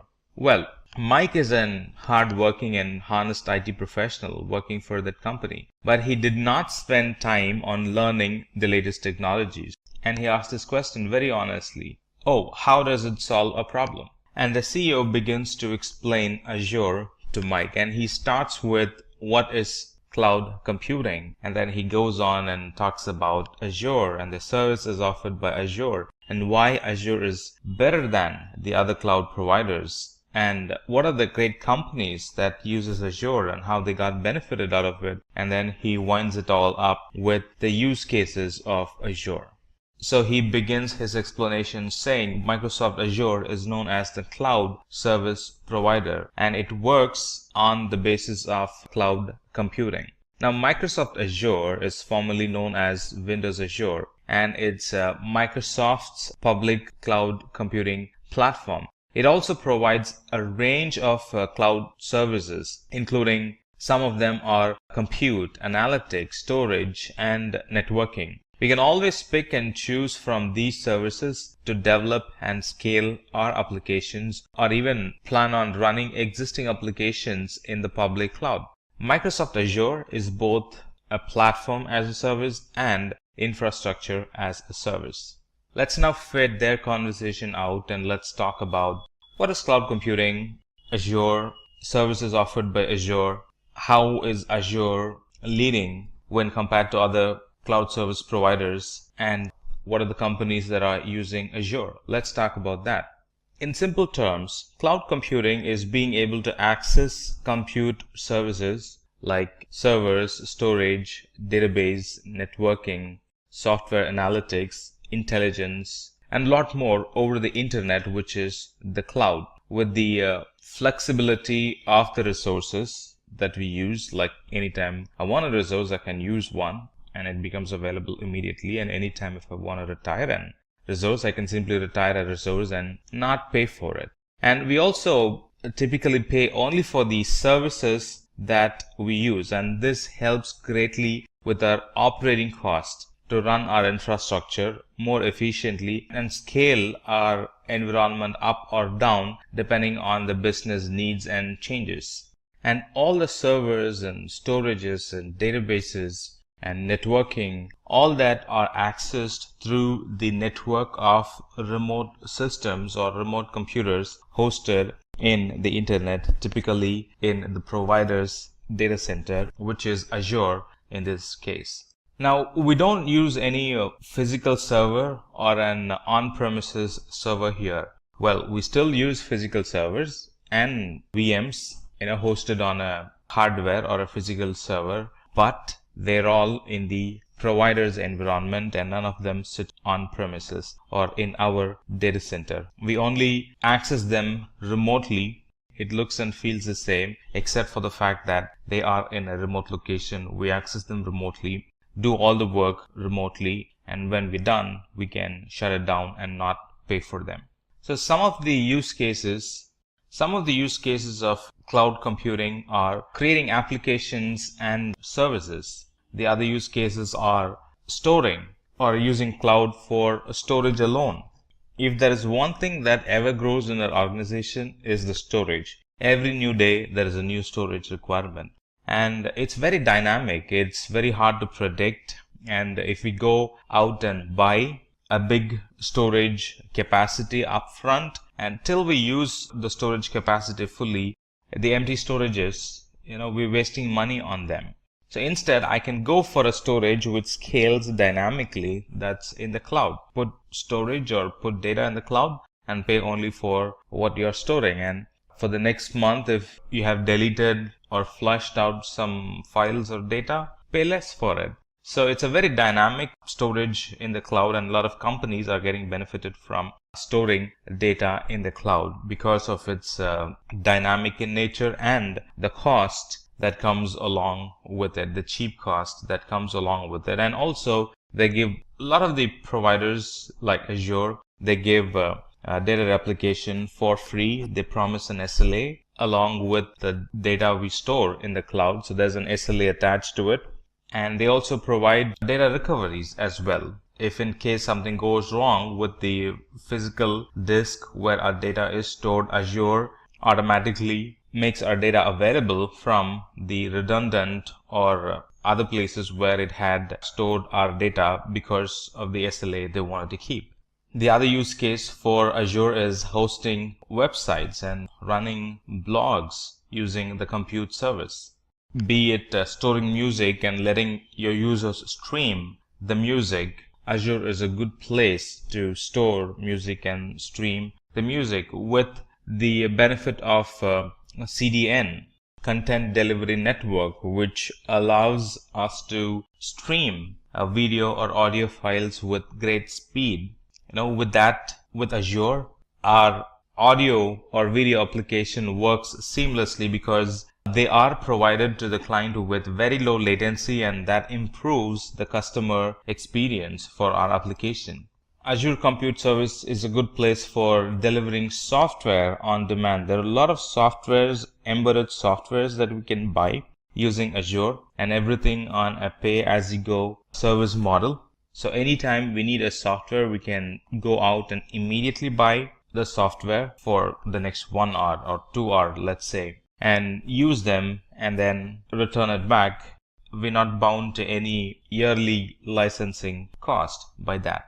Azure Computing Services has analytics available for us with which we can analyze, get a good visualization of what's going on in a network, be it logs, be it the performance, be it the metrics. Instead of looking at logs and searching logs and trying to do manual things over the heaps and heaps of logs that we have saved, Azure Analytics Services helps us to get a good visual of what's going on in the network. Where have we dropped? Where have we increased? Or what's the major driver? What is the top 10 errors that we get in the server, in the application? Stuff like that. Those can be easily gathered from the Azure Analytic Services.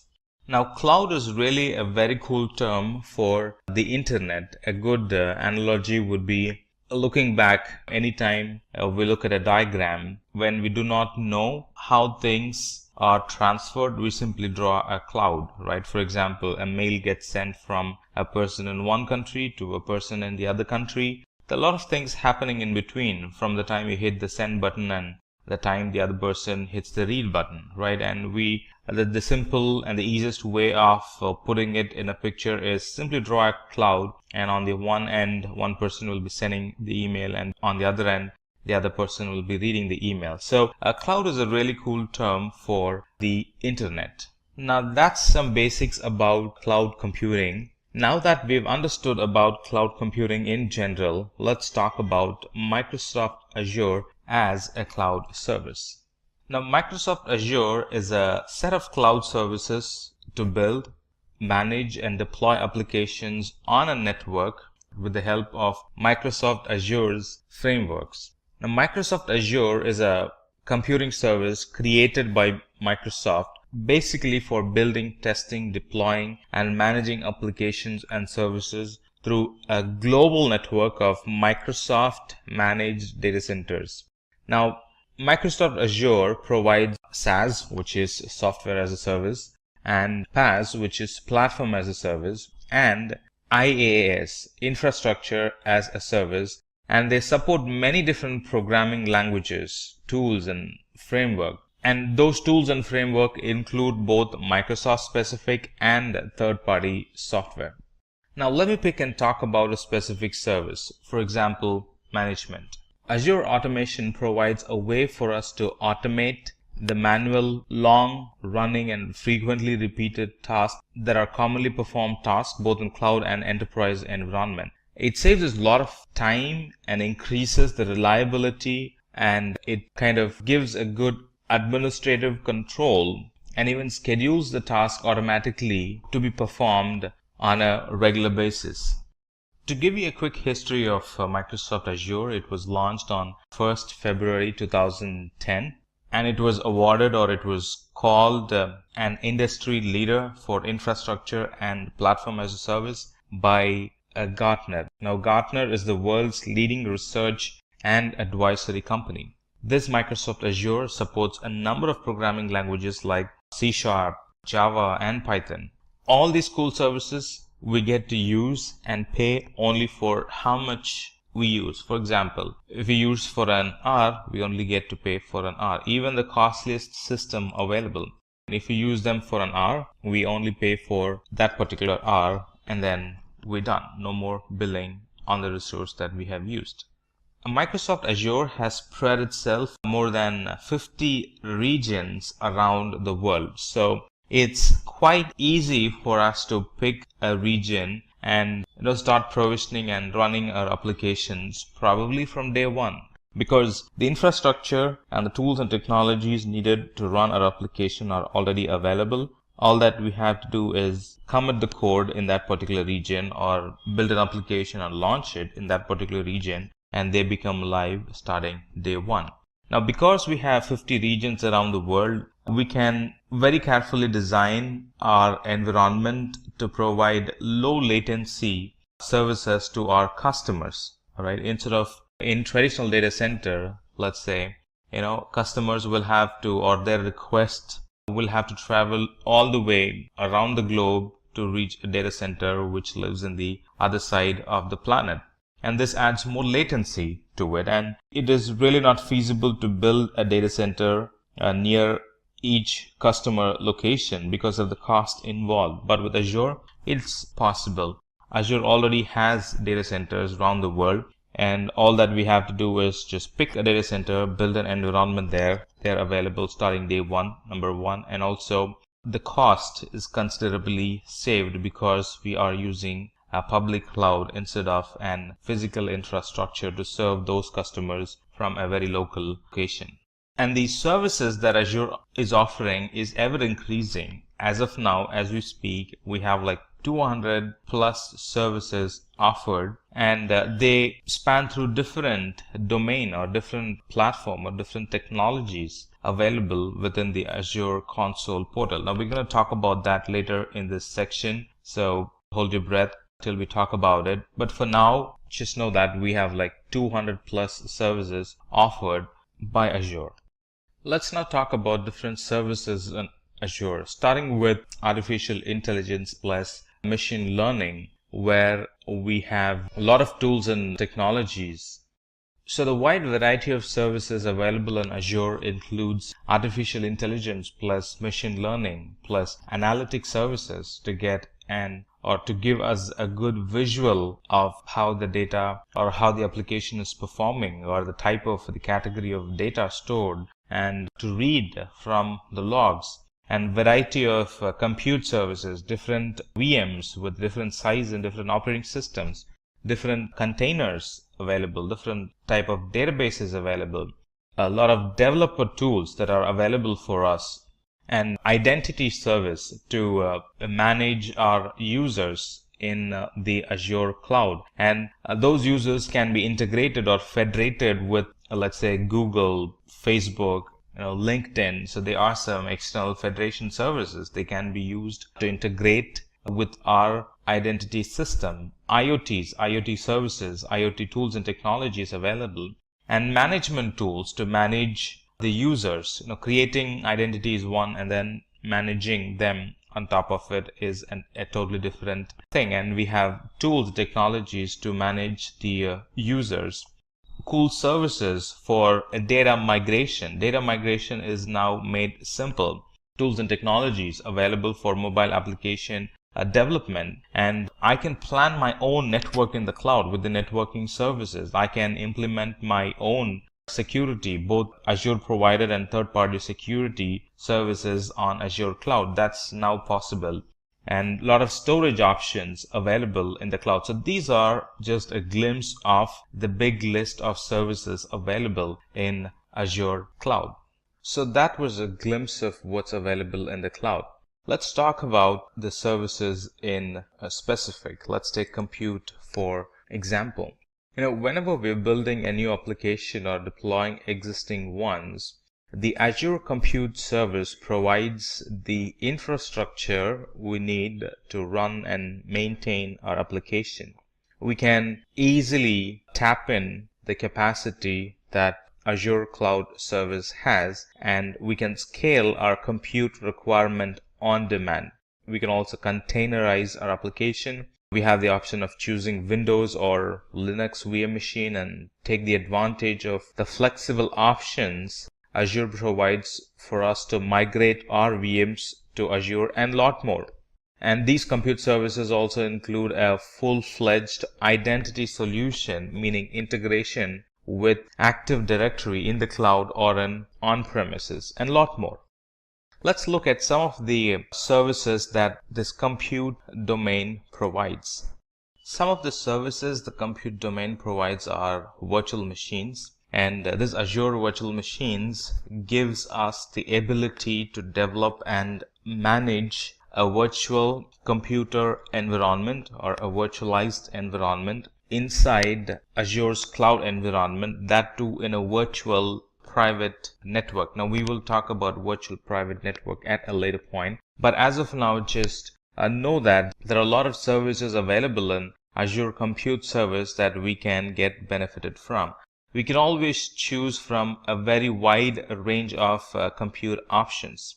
For example, we have an option to choose the operating system. We have the option to choose whether the system should be in on-premises or in the cloud, or do we want to maintain the environment both in on-premises and in the cloud. We have the option of choosing the operating system, whether we want to use our own operating system with some software attached to it, or do we want to go and buy the operating system from the cloud, from Azure Marketplace. And these are just a few of the options available for us when we want to buy the compute environment. And these compute environments are easily scalable, meaning we can easily scale our VM instances from one instance to thousands of virtual machines in a matter of minutes, or simply put, in a couple of button clicks. And all these services are available on a pay for what we use model, meaning there is no upfront cost. We use the service and then pay for the services that we have used. There is no literal long-term commitment when it comes to using virtual machines in the cloud. And most of the services are built on a pay-per-minute billing basis. All right. And at no point, because of the pay-per-minute billing model, at no point we will be overpaying for any of the services. That's attractive, isn't it? Now let's talk about batch service. Now, batch service is always independent, regardless of whether you choose Windows or Linux, it's going to run fairly well. And with batch service, we can take advantage of the environment's unique features. And not only that, in short, the batch service helps us to manage the whole batch environment, and also it helps to schedule the jobs. Now this Azure batch service actually runs on a large scale parallel and high performance computing. Because of that, batch jobs are highly efficient in Azure. And when we run batch services, this Azure batch creates a pool of computer nodes and installs the needed applications that we want to run, and then it schedules jobs to those individual nodes in those pools. As a customer, there is no need for us to install a cluster, or there is no need for us to install a software that actually schedules the jobs, or even to manage or even to scale those infrastructure or the software, because everything is managed by Azure. And this batch service is a platform as a service. There is no additional charge for using this batch service, except for, the only charges that we'll be paying is for the virtual machines that the service uses, and the storage that we will be using, of course, and the networking services that we would be using for this batch service.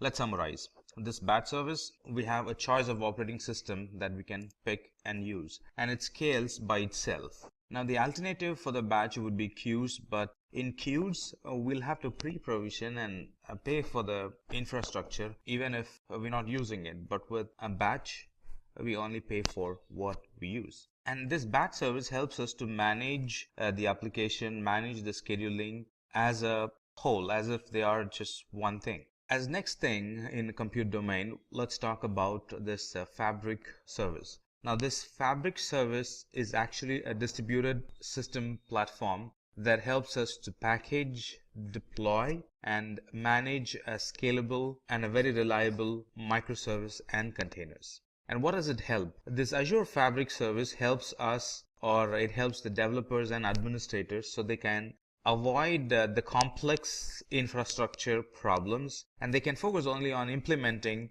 workloads or taking care of their development, taking care of their application, instead of spending time on infrastructure. So what's Service Fabric? Service Fabric, it provides runtime capabilities and life cycle management to applications that are composed of microservices, no infrastructure management at all. And with Service Fabric, we can easily scale the application to tens or hundreds or even to thousands of machines. Here, machines represent containers. As next thing in compute domain, let's talk about virtual machine scale set. Now, this virtual machine scale set, it lets us to create a group of identical load balanced VMs. I just want to mention it again. It helps us to manage a group identical and load balanced VMs. The number of instances or the number of VM instances in a scale set can increase or decrease in response to the demand or in response to a schedule that we define.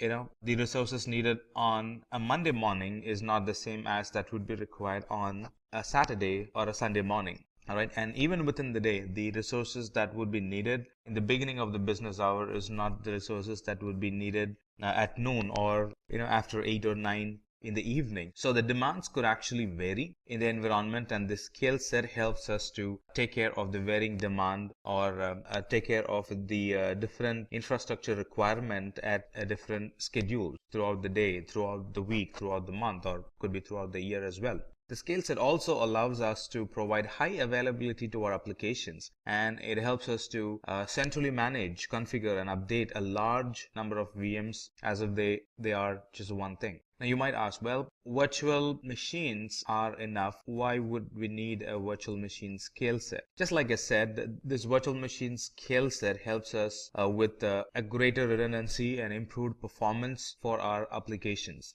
And those applications can be accessed through a load balancer that actually distributes the requests to the application instances. So in a nutshell, this virtual machine scale set, it helps us to create a large number of identical virtual machines, number one. And with scale set, we can increase or decrease the virtual machines. With virtual machine scale set, we can centrally manage and configure and update a big group of VMs. And it's a great use case when it comes to big data or container workloads. As next thing in compute domain, let's talk about cloud services. Now this Azure Cloud Service is actually a platform as a service, and it's very friendly. In fact, it is designed for applications that support scalability, or an application that requires scalability or reliability, and on top of it you want them to be very inexpensive to operate. So Azure Cloud Service provides all these. So where would this cloud service run? Well, it runs on a VM, but it's a platform as a service. VMs are infrastructure as a service, and when we run applications on VM through cloud service, it becomes platform as a service. So here is how you got to be thinking. With infrastructure as a service like VMs, we first create and configure the environment, and then we run applications on top of it. Let's look at the responsibility. The responsibility for us in VM is that we manage everything end to end, like deploying new patches, picking the versions of the operating system, and making sure they are intact and all that stuff. It's all managed by us. But on the contrary, with platform as a service, it's as if the environment is already ready. All that you have to do is deploy your application in it and manage the platform. Manage the platform not as an administrator, because all the administration is taken care by Azure, like deploying new versions of the operating system. It's all handled by the Azure. So we deploy the application and we manage the application. That's it. Infrastructure management is handled by Azure. So what does cloud service provide? This cloud service provides a platform where we can write the application code, and we don't have to worry about hardware. Simply hand over the code and cloud service takes care of it. So no worry on the hardware at all. So responsibilities like patching, what do we do if something crashes? How do I update the infrastructure? How do I manage the maintenance or the downtime in the underlying infrastructure? All that is handled by Azure. It also provides a good testing environment for us. We can simply run the code, test it before it's actually released to the production. I want to expand a bit on these testing applications. So this Azure Cloud Service, it actually gives us a staging environment for testing a new release without it affecting the existing release, which actually reduces the customer downtime. So we can run the application, test it, and anytime that's ready for production, all that's needed for us to do to move it to production is simply to swap the staging environment into the production environment, and the old production environment will now become the new staging environment, where we can add more to it and then swap it back at a later point. So it kind of gives us a swappable environment for testing our applications. And not only that, it gives us health monitoring alerts. It helps us to monitor the health and availability of our application. And there is a dashboard we can benefit from when we use Azure Cloud Services, and that shows the key statistics all in one place. And we can also set up real-time alerts to warn when a service availability or a certain metrics that we are concerned about degrades. As next thing in compute domain, let's talk about functions. Now, functions are serverless computing. Many times, if you heard about Azure being serverless, a lot of time they are referencing, or the person who's talking to you is referencing to serverless computing or Azure Functions, which is a serverless computing service hosted on Microsoft Azure. The main motive of a function is to accelerate and simplify application development. Functions helps us to run code on demand without we need to pre-provision or manage any Azure infrastructure. So Azure Functions are script or a piece of code that gets run in response to an event that you want to handle. So in short, we can just write a code that you need for a problem at hand without actually worrying about the whole application or the infrastructure that will be running that code. And the best of all the best is when we use functions, we only pay for the time that our code runs. So what does functions provide, or what does Azure Functions provide? Azure Functions allow users to build applications using serverless simple functions with a programming language of our choice. So the current programming languages that are supported is C#, F#, Node.js, Java, and PHP. So here we really don't have to worry about provisioning or maintaining servers. If a code requires more resource, yes, Azure Functions handles, or it provides the additional resources needed by the code. And the best part is we only pay for the amount of time the functions are running, not the resources, but the amount of time the function is running. as next thing, and moving to the new domain, let's talk about the container domain in Azure. Now the container domain or the container service, it allows us to quickly deploy a production ready Kubernetes or a Docker Swarm cluster. Now what's a container? A container is a standard unit of software that packages up code and all its dependencies so the applications run quickly and reliably from one computing environment to another. It could be testing to staging to development environment to staging to production, or from one production to another production, or on-premises to cloud, or one cloud to another cloud, vice versa.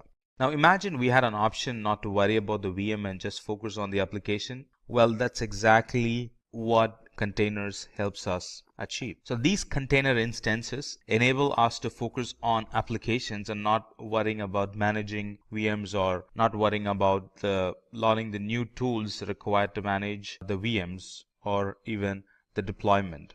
And our applications that we create, they run in a container. And running in a container is what helps us to achieve all these, not being able to manage or not needing to manage the virtual machines. So these containers, they can be deployed into the cloud using a single command if you're using a command line interface, and a couple of button clicks if we are using the Azure portal. And these containers are kept lightweight, but they are equally secure as virtual machines. Let's talk about container service as next thing. The container service, or sometimes called as Azure Kubernetes Service, it helps us to manage the containers. Container is one thing, and a service that's used to manage the container is another thing. Now this Kubernetes service, or ACS, it helps us to manage the containers. So let's expand on this a bit. So this Azure Container Service, or ACS, it actually provides a way to simplify the creation, configuration, and management of a cluster of virtual machines that are pre-configured to run containerized applications on top of them.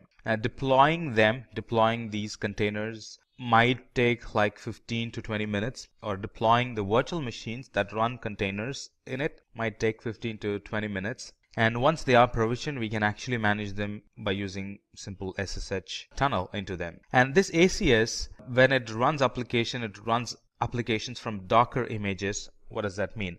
Docker images makes sure that the applications the container runs are fully portable. Images are portable. And ACS also helps us to orchestrate the container environment. Not only that, it also helps us to ensure that these applications that we run in containers can be scaled to thousands or even tens of thousands of containers. So in a nutshell, managing an existing application into a container and running it using AKS or ACS is really easy, or that's what it is all about, to make the application management or migration easy. Now, managing the container-based architecture, and we discussed that containers could be tens or even tens of thousands of containers. So managing them is made simple using this container services.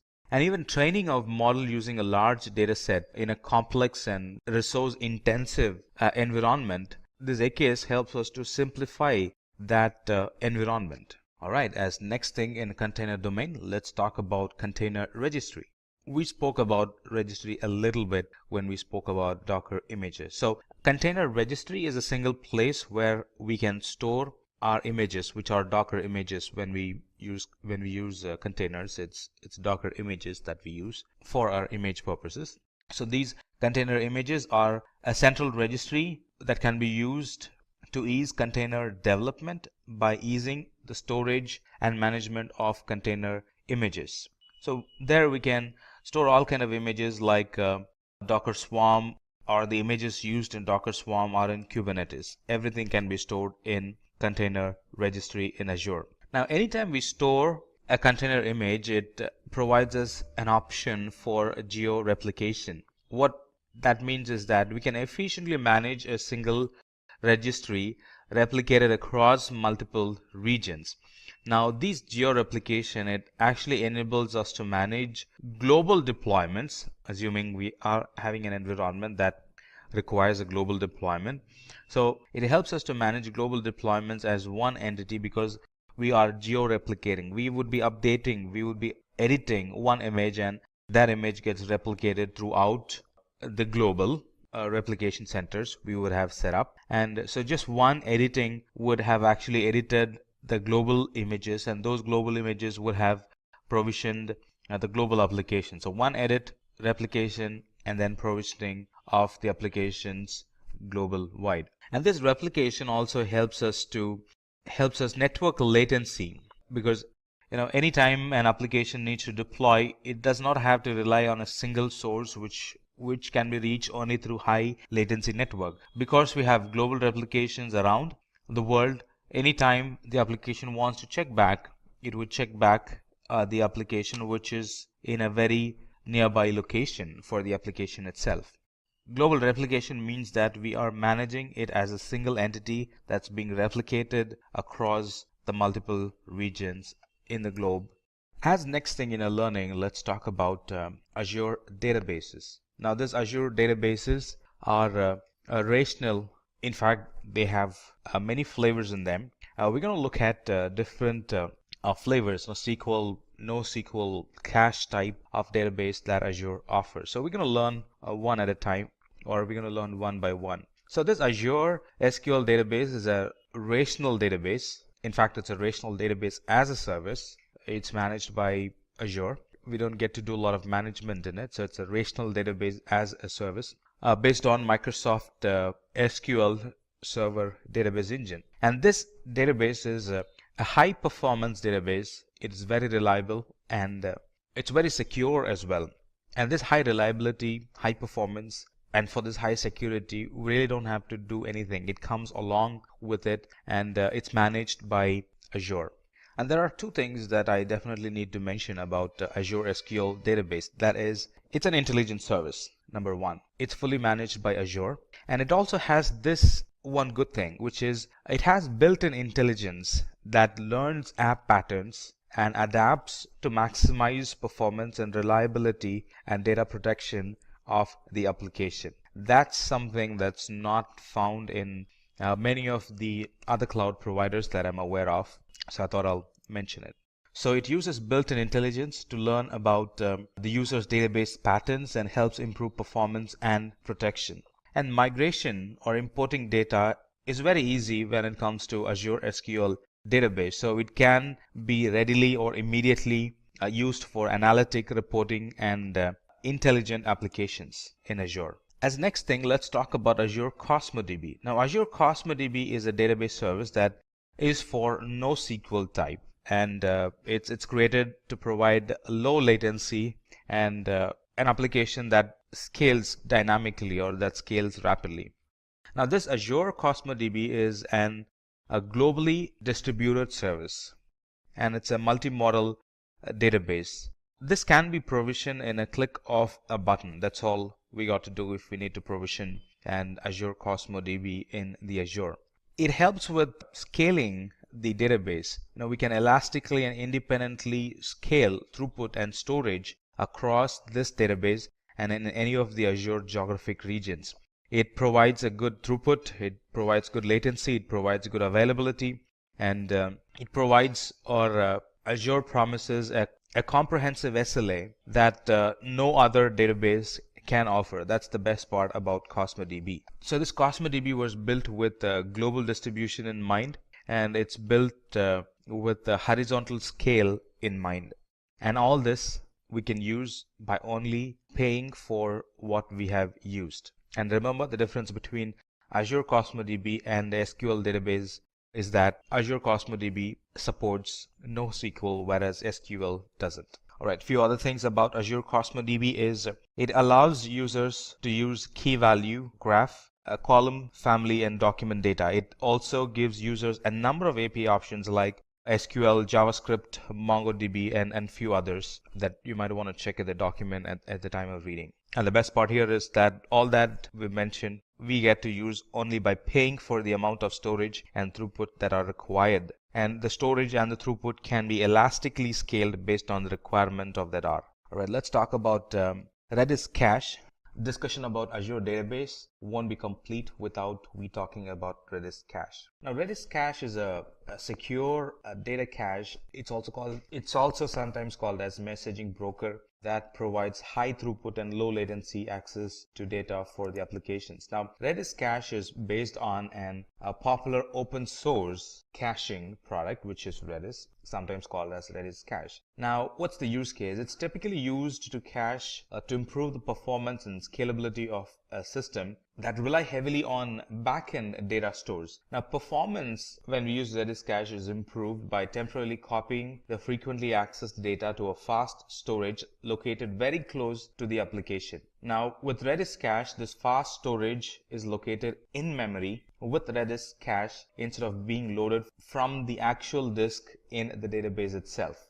Now, this Redis Cache can also be used as an in-memory data structure store. Not only that, it can be used as a distributed non-relational database and a message broker. So there are a variety of use cases for this Redis Cache. And by using Redis Cache, the application performance is improved by taking advantage of the low latency and the high throughput performance that this Redis Cache engine provides. So to summarize, this Redis Cache, when we use Redis Cache, data is stored in the memory instead of the disk to ensure that there is high throughput and low latency when the application needs to read the data. It provides various levels of scaling without any downtime or interference. Now, this Redis Cache is actually backed by Redis server, and it supports string, hashes, linked list, and various other data structures. Now let's talk about security and identity services. Now, identity management in specific is a process of authenticating first and then authorizing using security principles. And not only that, identity management involves controlling information about those principal identities. You might ask, now what's a principal identity? Now, identity or principal identity are services, applications, users, groups, and a lot more. The speciality about this identity management is that it not only helps authenticate and authorize principals in cloud, it also helps authenticate and authorize principals or resources on premises, especially when you run an hybrid cloud environment. So all these services and features that this identity management helps us to get additional level of validation, like identity management can provide multi-factor authentication. It can provide access policies based on condition, permit or deny based on condition. It can also monitor suspicious activity, and not only that, it can also report it. It can also help generate alerts for potential security issues, and in a way to mitigate it, can send us an alert so we can get involved and prevent a security accident from happening. So let's talk more about identity management. So some of the services under security and identity management are Azure Security Center. Now, this Azure Security Center provides security management and threat protection across the workloads in both cloud and in the hybrid environment. It helps control user access and application control to stop any malicious activity if present. It helps us to find and fix vulnerabilities before they can be even exploited. It integrates very well with analytic methods that helps us to identify, or it gives us the intelligence to identify or detect attacks and prevent them before it can actually happen. And it also works seamlessly with hybrid environments. So you don't have to have one policy for on-premises and one policy for the cloud. It's now a unified service, both for on-premises and the cloud. The next service in security and identity would be Key Vault. Now, a Key Vault is a service or a feature that helps safeguard the cryptographic keys and any other secrets used by the cloud applications and the services. In other words, this Azure Key Vault is a tool for securely storing and accessing the secrets of the environment, the secret keys. Now, a secret is anything that you really want to have a very tight control access, like the certificates, like the passwords, stuff like that. Now, if I tell you what Key Vault actually solves, that would actually explain what Key Vault is. Now, Key Vault is used in secrets management. It's helped in securely storing the tokens, the passwords, the certificates. It helps in key management. It really helps in creating and controlling the encryption keys that we would use to encrypt data. It helps in certificate management. Talking about certification management, it helps us to easily provision, manage, and deploy public and private SSL, TLS certificates in Azure, and a lot more. So in a nutshell, this key vault, it provides users the ability to provision new vaults and keys in just a matter of minutes, all that in a single command, or all that in a couple of button clicks. It also helps users to centrally manage their keys, secrets, and policies.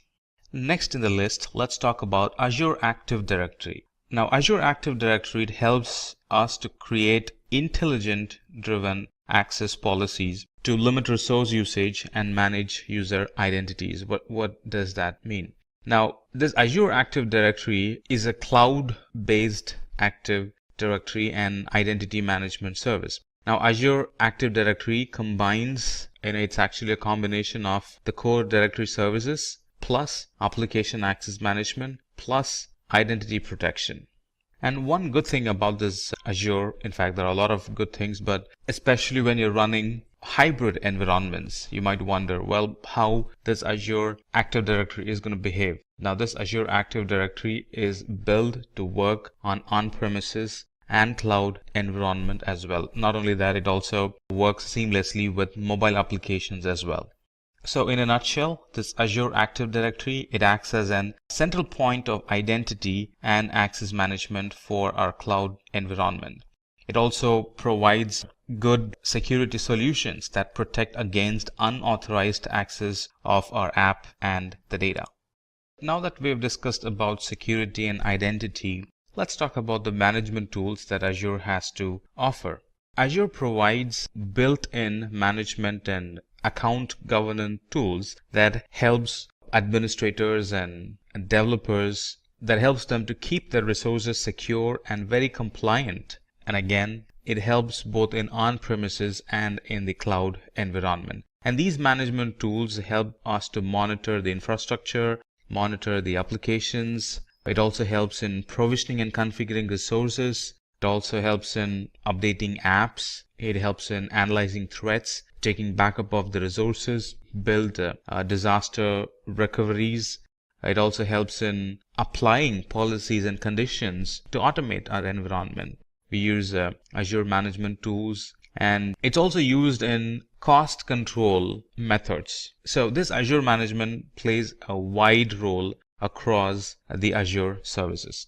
And in the management tools, first comes the Azure Advisor. Now this Azure Advisor, it acts as a guide to educate us about Azure best practices. It throws recommendations that we can select on the basis of the category of service, and it also provides the impact it can have, or the impact that would happen in our environment if we follow the recommendations given. And recommendations are, first one is the recommendations are kind of templatized, and it throws the templatized recommendations. Not only that, it also provides customized recommendations on the basis of the configuration, on the basis of our usage patterns. And these recommendations are not hard. It's not like something that it recommends and then just leaves us hanging there. These recommendations provided are very easy to follow, very easy to implement and see results. You can think of Azure Advisor as a very personalized cloud consultant that helps you to follow best practices to optimize our deployments. It kind of analyzes our resources, our configurations, our usage, and then it recommends a solution for us that really helps in improving the cost effectiveness, improving the performance, improving high availability, and improving security in our Azure environment. So with this Azure Advisor, we can get a proactive, actionable, and personalized best practice recommendations. Now, you don't have to be an expert. Just follow the Azure Advisor and your environment is going to be good. It also helps in improve the performance, security, high availability of our environment. And also it helps in bringing down the overall Azure spend. And the best part is it's a free service that analyzes our Azure usage and provides recommendations how we can optimize our Azure resource to reduce cost. And reduce cost at the same time boost the performance, helps in strengthening the security and improve the overall reliability of our environment. And next in the list would be Network Watcher. Now this Network Watcher helps users identify and gain insights in the overall network performance and the health of the overall environment. Now these Azure Watchers provides enough tools to monitor, to diagnose, to view the metrics, and to enable or disable logs, which means generate and collect the logs for resources in the Azure Virtual Network. So with Network Watcher, you can monitor and diagnose issues in networking without even logging into the virtual machines. With just the logs, which are real time, we can actually come to a conclusion what could be wrong in a certain resource, in a VM or in a database, by just looking at the logs. And not only that, it's used for analytic or to gain some intelligence of what's happening in our network. We can gain a lot of insight to the current network traffic pattern using the security group flow logs that this Network Watcher offers. It also helps in investigating VPN connectivity issues using detailed logs. Now, you might or might not know that VPN troubleshooting requires both parties, or it involves two parties. The person, the network administrator on this side and the network administrator on the other side. And they will have to check logs in their end and we'll have to check logs in our end, stuff like that. But with the Network Watcher, it kind of takes it to the next level. The logs itself, we could easily identify which side is having the issue and suggest an appropriate fix. And the next in the list would be Microsoft Azure Portal. Now, this Microsoft Azure Portal, it provides a single unified console to perform various number of activities like building, not only building, managing and monitoring the web applications that we build. Now, this portal can be used to organize our environment or the appearance of the environment or the visual of the environment based on our work style. And using Azure Portal, users can control who gets to manage or access the resources, all from the Azure Portal. And this Azure Portal gives a very good visibility on the spends that happen on each resource, right? And if we can customize it, we can also identify spends based on team, spends based on days, spends based on department, stuff like that. So it kind of gives us a good visual of where the money is spending or where is the bill consumed within the Azure environment. Next in the list would be Azure Resource Manager. Now, Azure Resource Manager enables us to manage the usage of the application resources. Now, we use Resource Manager to deploy, monitor, and manage solution resources as a group, as if it's one single entity. Now, the infrastructure of our application is typically made of various components, which includes virtual machine, storage, virtual network, web app, database servers, some other third-party services that we might use in our environment. And they are by nature separate services. But with Azure Resource Manager, we don't see them as different components or different entities. Instead, we see them as related services in a group that supports an application. Now we kind of get the relation between them instead of letting them spread. Azure Resource Manager identifies the relation between them and helps us to visually see them all as one or single entity. Not only that, Azure Resource Manager helps or it ensures that the resources that we provision or deploy at a constant rate along with the other application. It also helps users to visually see their resources and how they are connected, and that helps in managing the resources a lot better. Resource group also is used to control who can access the resources within the user's organization. Kind of gives you the fine-grained control over who gets to access and who does not get access. And the last one in the management tools would be automation. And this automation gives us the ability to automate, configure, and install upgrades across hybrid environments. It provides a cloud-based automation and configuration service. Not only that, this can be applied for non-Azure environments as well, which is on-premises. So some of the automation we could do is process automation, update management automation, configuration features automation, stuff like that. And this Azure automation provides complete control during the deployment, operation, and also during the decommissioning of the workloads and resources. With automation, we can actually automate time-consuming or mundane or any task that's error-prone because of human errors. Those things can be automated. So irrespective of how many times you run it, it's going to run the same way. And that really helps in reducing the overall time and also the overhead cost, because a lot of the things are automated, which means it's human error-free, which means the application is not going to break and keep running for a longer time. With automation, we can actually build a good inventory of operating system resources and configuration items all in one place with ease. And this really helps in tracking the changes and investigating the issue. Let's say something happened.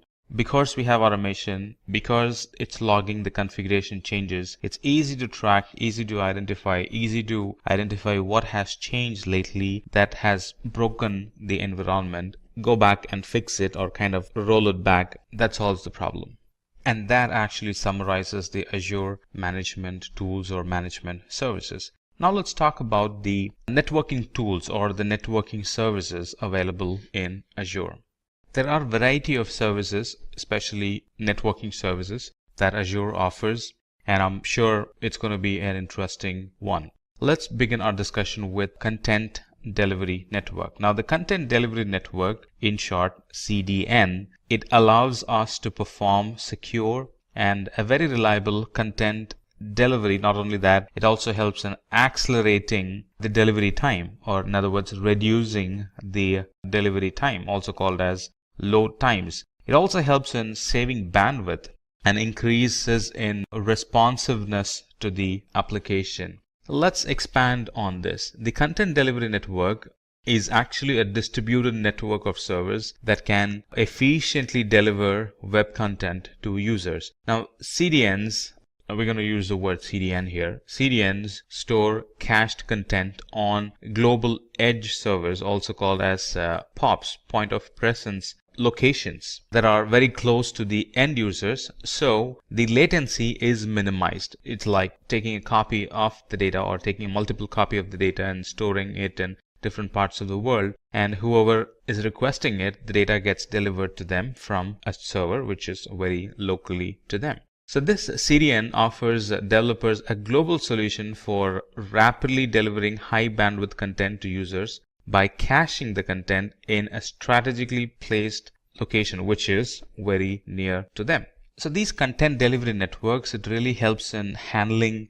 That's one advantage you get for content delivery network, that's we can handle spikes and heavy loads very efficiently. And we can also run analytic against the logs that gets generated in content delivery network, which helps in gaining good insight on the workflow and what would be the future business need for that application. And this, just like a lot of other services, this is on a pay-as-you-go type. So you use the resource first and then you only pay for what you have used. The next one in networking would be ExpressRoute. Now, ExpressRoute is actually a circuit or a link that provides a direct private connection to Azure. And because it's direct, it gives low latency link to Azure. It gives good speed and reliability for the Azure data transfer. It could be on-premises to Azure. So it gives very good speed. It gives increased reliability and low latency for that connection. Let's expand on this a bit. Now, this ExpressRoute is a service that actually provides a private connection between Microsoft data center and infrastructure in our premises or in a different co-location facility that we might have. Now, these ExpressRoutes do not go over the public internet. And because they don't go over the public internet, they offer a high security, reliability, and speed and low latency compared to the connections which are in the internet.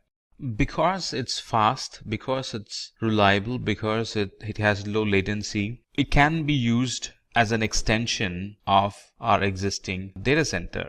Users are not going to feel the difference whether they are accessing services from an on-premises or in the cloud environment, because latency is minimized as much as possible. Users are really not going to see the difference.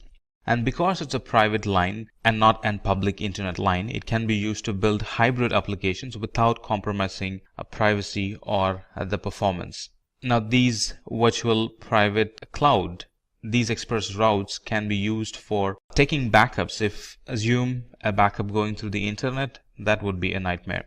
If you use express route for backups, that's going to be fast. And imagine recovering a data through the internet, from the cloud, through the internet to the on-premises in a time of disaster. That would be the worst nightmare. So these express routes can be used not only to backup but also to recover the data. Because it provides good speed, low latency, recovering the data is going to be a lot sooner. The next product or service we're going to discuss in networking is Azure DNS. Now, Azure DNS allows us to host domain name in Azure, and these domain names come with an exceptional performance and availability. Now, Azure DNS is used to set up and manage DNS zones and records for our domain name in the cloud.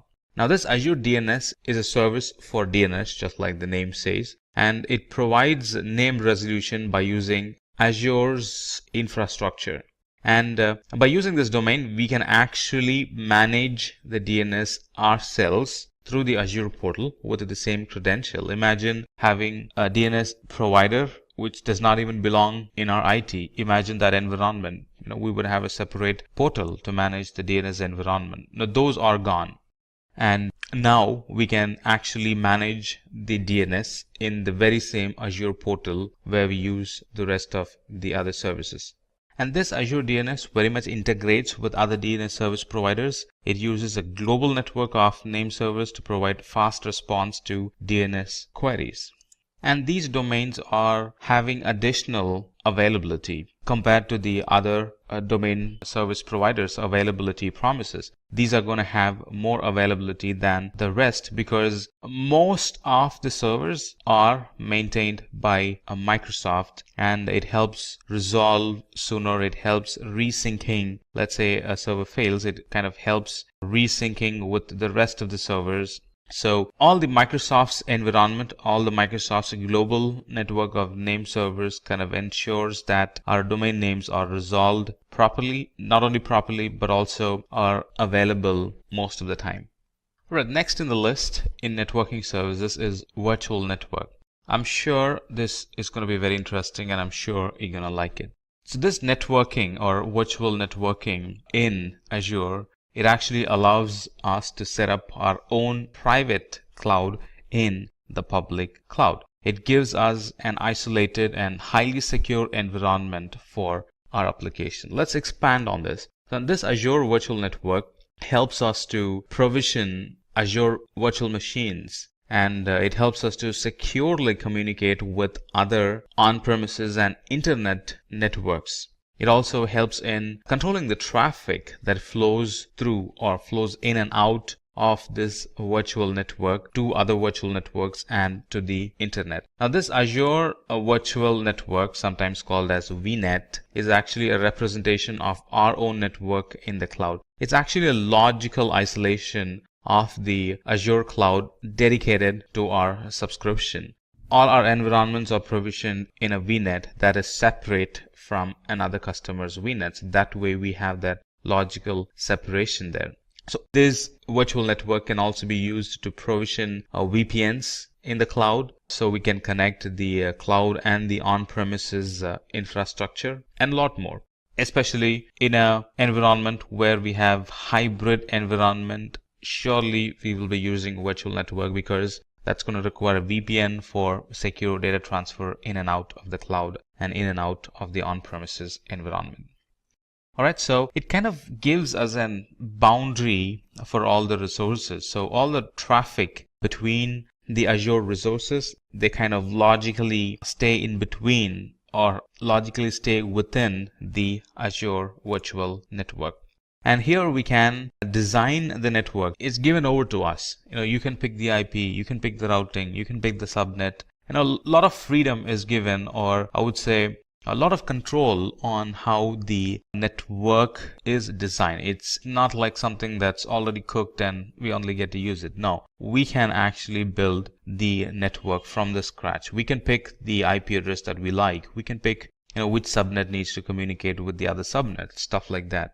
And like I said, if you are using hybrid environment, you definitely would be requiring a virtual network because it helps connect the on-premises and the cloud in a secure fashion using VPN.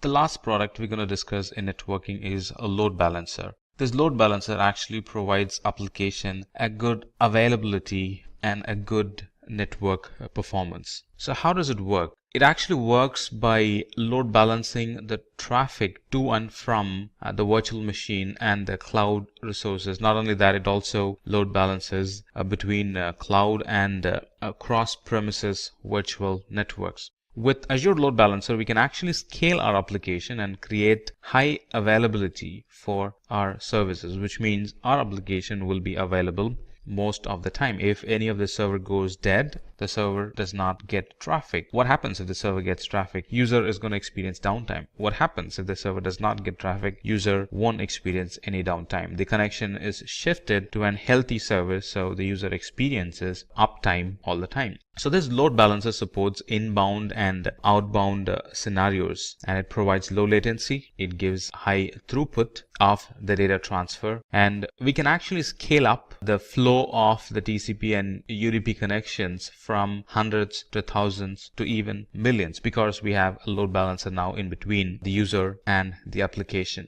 So how does it operate? This load balancer actually receives the traffic and it load balances the traffic to the backend pool of instances connected to it according to the rule and the health probe that we set. That's how it maintains high availability. So what does load balancer help? It helps in creation of high available scalable application in the cloud in minutes. It can be used to automatically scale the environment with the increasing application traffic. And one feature of load balancer is to check the health of the user's application instance, and it removes or it stops sending the request to the unhealthy instance and kind of shifts that connection to the healthy instance. That way a user or a connection does not get stuck with an instance that's not healthy. That's all that you need to know about the networking services. Now let's talk about the storage services or the storage domain in Azure. Now Azure Storage in general is a Microsoft managed service providing cloud storage, which basically is highly available, secure, durable, scalable, and redundant because it's all managed by Azure. We don't get to manage a lot of it. And these Azure storages are a group of storage services. They cater different needs. And the storage products include Azure Blobs, which is actually an object storage. It includes Azure Data Lake. It includes Azure Files. As you see, it includes Azure Queues. It includes Azure Tables and a lot more. But let's start our discussion with Azure Store Simple. Azure Store Simple is an hybrid cloud storage solution that actually lowers the cost of storage to nearly 60% of how much you would be actually spending without using it. So Azure Simple Storage or Store Simple is an integrated storage solution that manages the storage task between on-premises and the cloud storage. What I really like about Azure is that it's built around a hybrid environment in mind. There are a lot of other cloud providers that are there where running an hybrid environment is a big challenge. It has some compatibility. You won't be able to find an hybrid or a on-premises and cloud solution for your need, stuff like that. But with Azure, especially when it comes to storage, a lot of the things that we're going to see, it clearly is designed with hybrid environment in mind. All right, so let's come back and talk about Store Simple. So Store Simple is a very efficient, cost-effective, and a very easily manageable SAN, storage area networking solution in the cloud. I thought I'll throw in this information. The reason why it got Store Simple is really because it uses Store Simple 8000 series devices services which are used in Azure data center. And this Store Simple or Simple Storage, it comes along with storage tiering to manage the stored data across the various storage media. So the very current data is actually stored in on-premises on solid-state drives, and data that is used less frequently is stored in HDDs or hard disk drives. And the data that requires archived or that needs to be archived, very old data, let's say less frequently used data, candidate for archive, they are actually pushed to the cloud. So you see how this storage tiering automatically happens in Store Simple. And another cool feature of Store Simple is that it enables us to create an on-demand and scheduled backups of data and then store the data locally or in the cloud. And these backups are actually taken in the form of incremental snapshot, which means that they can be created and restored quickly. It's not a complete backup, it's an incremental backup. And these cloud snapshots, they can be critically important when there is a disaster and when there is a disaster recovery scenario, because these snapshots can be called in and they can be put on storage systems and then they become the actual data. So recovering is faster if you have proper scheduled backups or if you have frequent backups. And this Storage Simple, it really helps in easing our backup mechanism, which means it kind of eases our disaster recovery steps or procedures as well. So this Store Simple, it can be used to automate data management, data migration, data movement, data tiering across the enterprise, both in cloud and on premises. It actually improves the compliance and accelerates the disaster recovery for our environment.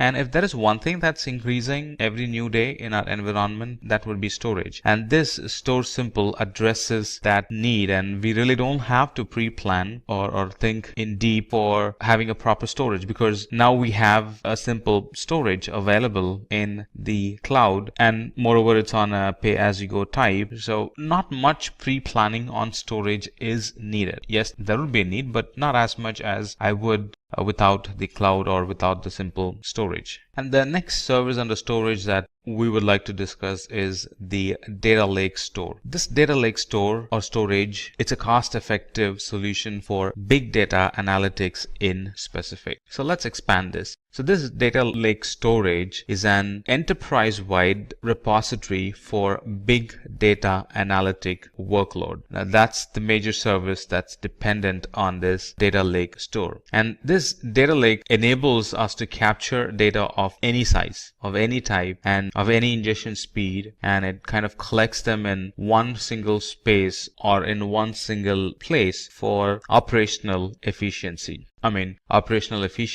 And for analytic purpose. Hadoop in Azure is very dependent on this Data Lake Storage. And this Data Lake Store is designed with performance for analytics in mind. So anytime you think of, or anytime you're using analytic in the cloud, or anytime you're using Hadoop in the cloud in Azure, we are definitely using, or we will be to the most part, or the normal procedure or the right storage to pick would be Data Lake Store in Azure. It's designed with security in mind. So anytime we use Azure storage, we can be rest assured that we are using storage from within a data center which was built with security in mind. So this data store also uses Azure Blob Storage behind the scenes for global scale, durability, and for performance. Let's talk about blob storage. Now, blob storage provides large amount of storage and scalability. Now, this blob storage is the object storage solution for Azure Cloud. Let's expand a bit on blob storage. Azure Blob Storage is Microsoft offering for object storage. Now, this blob storage is optimized for storing massive amount of unstructured data, which could be text or binary data. It's designed and it's optimized for rapid reads. If I explain to you on what scenarios we would be using blob storage, that might help you get a good understanding of what blob storage is. So it's designed, as of now it's being used in many IT environments to serve images or documents directly to the browser. It helps in storing files for distributed access. A lot of fetchers can fetch data from Azure Blob Storage. and it's currently helping users stream video and audio. It's currently being used for writing log files. It's currently being used to store data as backup and restore at a later point in times of disaster recovery. It also is used as an archiving storage in a lot of cloud IT environments. It's widely used in storing analytic data, not only storing but also running analytic query against the data stored in it. So that's a wide use case for blob storage. Not only that, in addition to all that we mentioned, it also supports versioning. So anytime somebody updates an data, a new version gets created, which means at any point I can roll back as and when needed. And it provides a lot of flexibility on optimizing the user's storage need. It also supports tiering of the data. So based on need, when I actually explore, I would find a lot of options I can pick from that suits to my unique storage environment or unique storage need. And like I said, it stores unstructured data, and this unstructured data is available for customers through REST-based object storage environment. The next product and storage service would be queue storage. Now, queue storage provides durable queues for large volume cloud services. It's a very simple and a cost-effective, durable messaging queue for large workloads. Let's expand this queue storage for a moment. Now, this queue storage is a service for storing large amount of messages that can be accessed from anywhere in the world through HTTP and HTTPS calls. A single queue or a single queue message can be up to like 24 KB in size, and a single queue can contain millions of such 24 KB in size messages. And how much can it hold? It can hold up to the total capacity of the storage account itself. So that's kind of easy to translate. How much would it hold? And this Azure Queue Storage, it provides an messaging solution between applications and components in the cloud. What does it help? It helps in designing an application for scale. It helps in decoupling the application, so it's not very dependent, or sometimes it's not at all dependent on the other application, because now we have a queue in between which kind of translates or which kind of connects or which kind of decouples both the environment. Now we have a queue in between, both the environment can scale up or scale down independently. The next in the storage service would be file storage. Let's talk about file storage. Now, these Azure files provide secure, simple, and managed cloud file shares. Now, with file share in the cloud, it actually extends the user server's on-premises performance and capacity. And a lot of familiar tools for the cloud file share management can be used along with the file storage that we're talking about. So let's expand a bit on file storage. Now, this Azure Files or Azure File Storage offers a fully managed file shares in the cloud that can be accessed via the SMB protocol, Server Message Block Protocol. Now, this Azure file shares can be mounted concurrently by cloud or in on-premises deployments. A lot of operating systems are compatible with it. Windows are compatible, Linux is compatible, Mac OS is compatible. In addition to all this being able to run on-premises and on the cloud, or being able to access from on-premises and on the cloud, it can also offer cache for caching the data and keeping it locally, so it's immediately available when needed. So that's some additional feature, I would say that's some advanced feature that it offers compared to the other file shares available in the market. Let's talk about table storage. Now, table storage is a NoSQL key value pair storage for quick deployments with large semi-structured data sets. The difference between one important thing to note with table storage is that it has a flexible data schema, and also it's highly available. Let's expand a bit on table storage. So anytime you want to pick a schema-less, a NoSQL type table storage is the one we'll end up picking. It provides an key pair attribute storage with a schema-less design. This table storage is very fast and very cost effective for many of the applications, and for the same amount of data, it's a lot cheaper when you compare it with the traditional SQL data or data storage. So some of the things that we can store in the table storage are, of course, they're going to be flexible data sheets, such as user data for web application, address books, device information, and other types of metadata for our service requirements. And it can have any number of tables up to the capacity limit of the storage account. Now, this is not possible with SQL. This is only possible with NoSQL, especially with table storage in Azure. Explanation of storage really concluded the length and breadth of the explanation this CEO was giving his IT personnel. But this IT personnel is not done with it yet. He still has a question even after this lengthy discussion. And his question was, well, there are a lot of other cloud providers available. What made you specifically choose Azure? I mean, from the kind of question that he asked, we can say that he is very curious, and he definitely had asked a very thoughtful question. So his CEO went on and started to explain about the other capabilities of Azure, or how it kind of outruns the rest of the cloud providers. So he started, or he again started his discussion, but from a different angle now. So he started to explain what are the capabilities or how Azure is better than the competitors. So he started with explaining the platform as a service capabilities. And I'm going to tell you what the CEO told his IT person. So this platform as a service, or in platform as a service, the infrastructure management is completely taken care by Microsoft, allowing users to focus completely on the innovation. No more infrastructure management responsibilities. Go and focus on innovation. That's a fancy way of saying it. When we buy platform as a service, that's what we get. We can contribute our time on innovation and not just maintaining the infrastructure. And Azure especially is .NET friendly. Azure supports the .NET programming language, and it has, or it is built or designed, or it is optimized to work with old and new applications deployed using .NET programming framework. So if your application is .NET, most of the time you would end up picking Azure. I mean, if you try to compare, most of the time you would end up picking Azure as your cloud service provider. And the security offerings that Azure offers is it's designed based on the security development lifecycle, which is an industry-leading assurance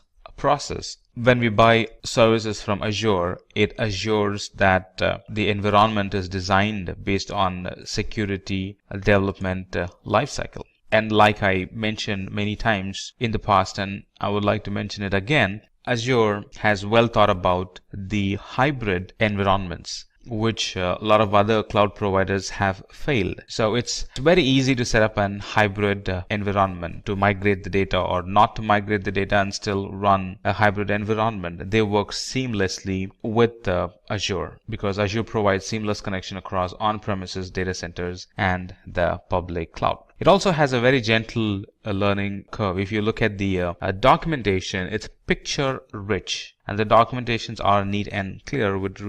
It would encourage you to learn more. It would encourage you to think and imagine and try easily get a grasp of how services work. So it has a very gentle learning curve. Azure allows the utilization of technologies that several businesses have used for years. So there is a big history behind it. It has a very gentle learning curve. The certifications, the documentations, the stage-by-stage certification levels, it's all very gentle learning curve, which is generally missing in other cloud service providers. Now, this would really impress the CTOs or people working in finance and budgeting. If an organization is already using Microsoft software, they can definitely go and avail or be bold and ask for a discount that can reduce the overall Azure spending. In other words, overall pricing of the Azure. So that's what helped, or they are the information that helped the CEO pick Azure as his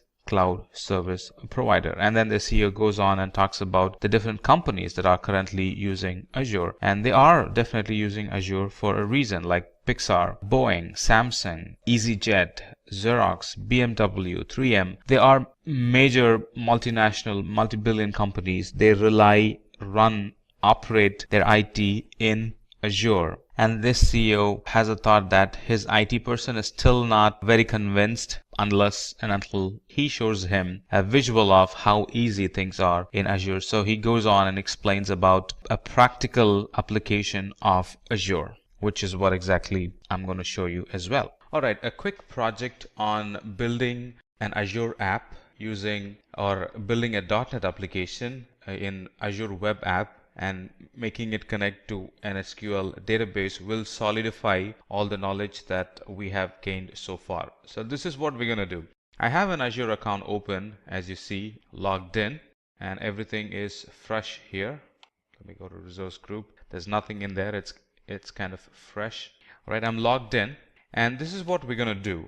So we're going to create an application like this, which is nothing but an to-do application, a to-do list application, which is going to run from the web app, get information from us, and save it in the database that's connected to it. So you can already see it's a two-tier application, web and DB. All right. So let me go back to my Azure account. The first thing is to create an resource group. Let's give it a meaningful name. Let's call it Azure Simplilearn. All right. And it's going to be a free trial. And the location, pick one that's nearest to you or wherever you want to launch your application. Now for this use case, I'm going to pick Central US and create. It's going to take a while to get created. There you go. It's created. It's called Azure Simplilearn. Now what do we need? We need an web app and a separate SQL database. Let's first get our web app running. So go to App Services and then click on Add. It's not the web app plus SQL that we want. We want web app alone for this example. So let's create an web app. Give it a quick name. Let's call it Azure Simplilearn. The subscription is free trial. And I'm going to use my existing resource group, a resource group that we created some time back. It's going to run out of Windows, and we're going to publish the code. All set, we can create it. All right, while this is running, let me create my database. All right, SQL database, create a database. Give it a name. Let's call it Azure Simplilearn DB. Put it in our existing resource group that we created. It's going to be a blank database, all right? And it's going to require some settings like the name of the server and the admin login, the password that goes along, and in which location this is going to be created. The server name is going to be Azure Simplilearn DB. That's the server name. And the admin login can be, what can be the admin login name? Let's see. So let's call it Simplilearn. That's my admin login name. And let me pick a password. Click on create. So what have we done so far? We have created an web app and we have created a database in the resource group that we have created. So if I go to resource group, it's going to take some time before things show up. So if I go to my resource group, I only have one resource group as of now, Azure Simplilearn, and there I have a bunch of resources being created. It's still being created. Right. In the meantime, I have my application right here that's running out of or that's in Visual Studio as of now. Right. So once the infrastructure is set and ready in the Azure console, we're going to go back to Visual Studio, feed these inputs in the Visual Studio, so the code knows what the database is, the credentials to log into the database, stuff like that. So we're going to feed those information in Visual Studio.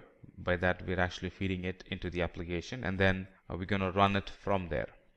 Deploying these applications takes quite a while. We really got to be patient. Right, now we have all the resources that we need for the application to run. Here's my database, and here is my app service. There's one more thing we need to do, that is create an firewall exception rule. So one more thing needed is to create an firewall exception rule, right? So the application is going to run from my local desktop, and it's going to connect to the database, right? So let's add an exception rule by simply adding the client IP. It's going to pick my IP, the IP of the laptop I'm using as of now, and it's going to create an exception to access the database. So that's done. Now we can go back to our Visual Studio. I already have a couple of apps running, or a couple of configurations pushed from Visual Studio. I'm going to clean that up. If you're doing it for the first time, you may not need to do this. Alright, so let's start from the scratch. This is very similar to how you would be doing in your environment. Alright, so we're going to select an existing Azure app service. Now before that, I have logged in. As you can see, I have logged in with my credentials. So it's going to pull few things automatically from my Azure account. So in this case, I'm going to use an existing Azure app. So select existing and then click on publish.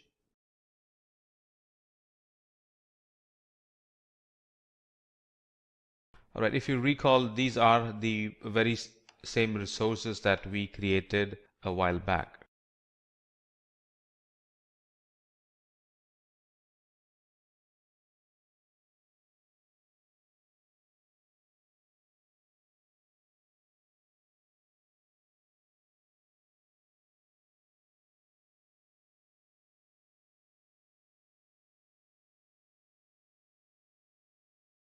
Right, we have clicked on save and it's running, kind of validating the code, and it's going to come up with an URL. Now initially the URL is not going to work because we haven't mapped the application to the database. So that would be the next thing.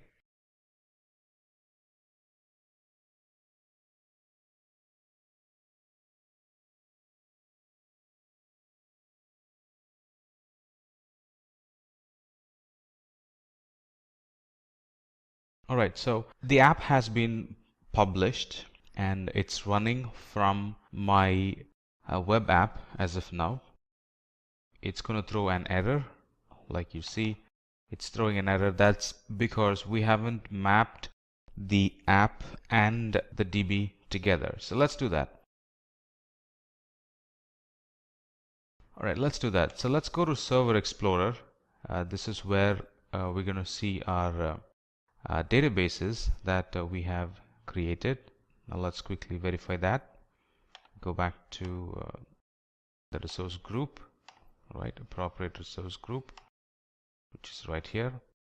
And here I have my database, Azure Simplilearn database.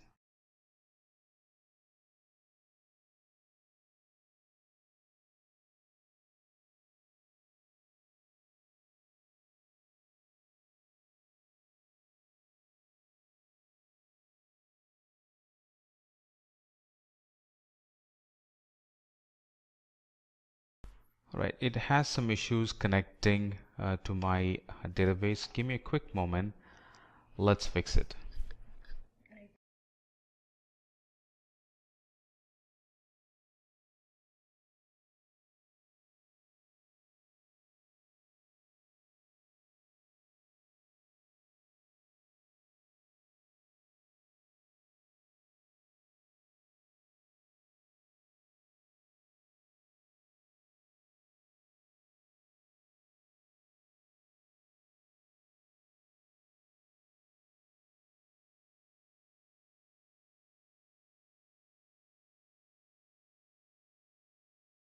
Alright, so we'll have to map the database into this application.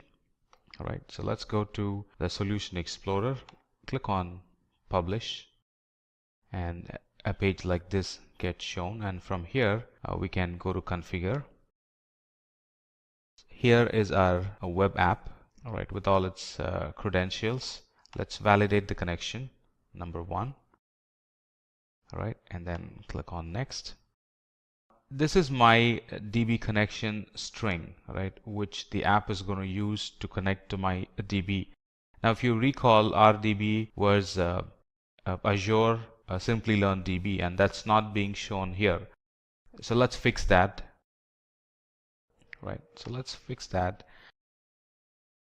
Click on configure, and here let's put our DB servers URL. Now before that, let's change this to SQL server. All right, and then in here put the DB's URL. So go back to Azure. Here is my DB or server's name. Put that here, right? The username to connect to the server, that's right here.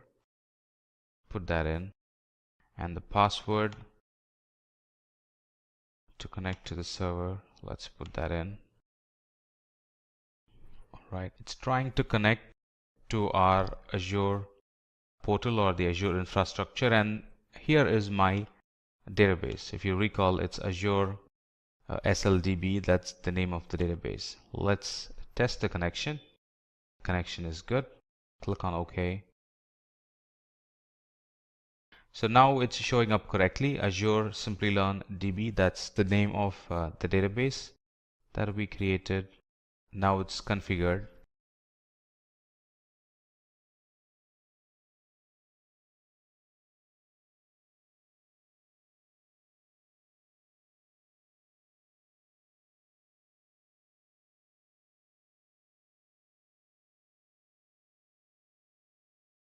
All right, let's modify the data connections.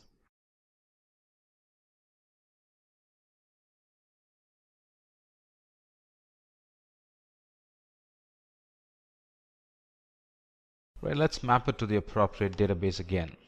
All right, so our name of the database is Azure Simplilearn DB, and then it's going to be SQL Server. That's the data source.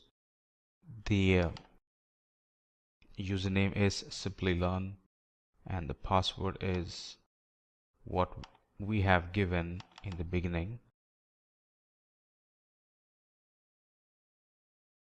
All right, let's validate the connection.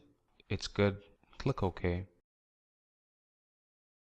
Now we're all set and ready to publish our application again. Now the application knows how to connect to the database. We have educated it with the correct connection strings, the DNS name, the username, and the password for the application to connect to the database. So Visual Studio is building this project, and once it is up and running, we'll be prompted with an URL to connect, and anytime we put or we give inputs to the URL, that's going to receive the input and save it in the database.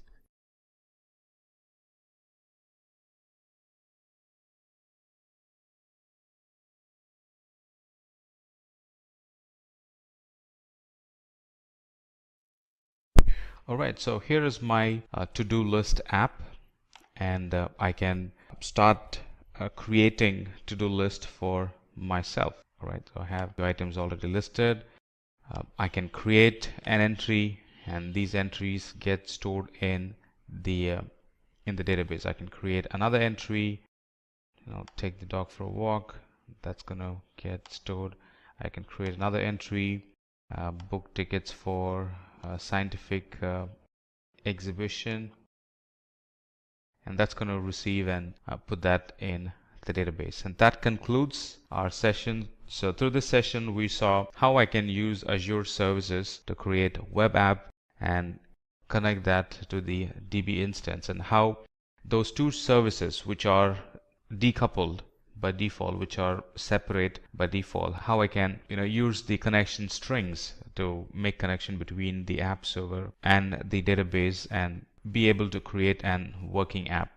So what is Google Cloud Platform?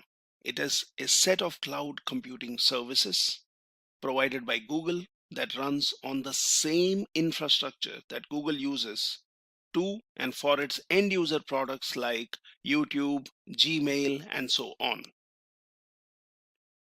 Let's learn about benefits of Google Cloud Platform, such as high productivity, working from anywhere, quick collaboration, high security, fewer data stored on vulnerable devices, reliable resources which can be used across organization, across geographical regions, across countries, very flexible, which allows organizations to scale up and down as the demand rises or as the demand declines, and cost-effective solutions for various use cases. These are some of the benefits.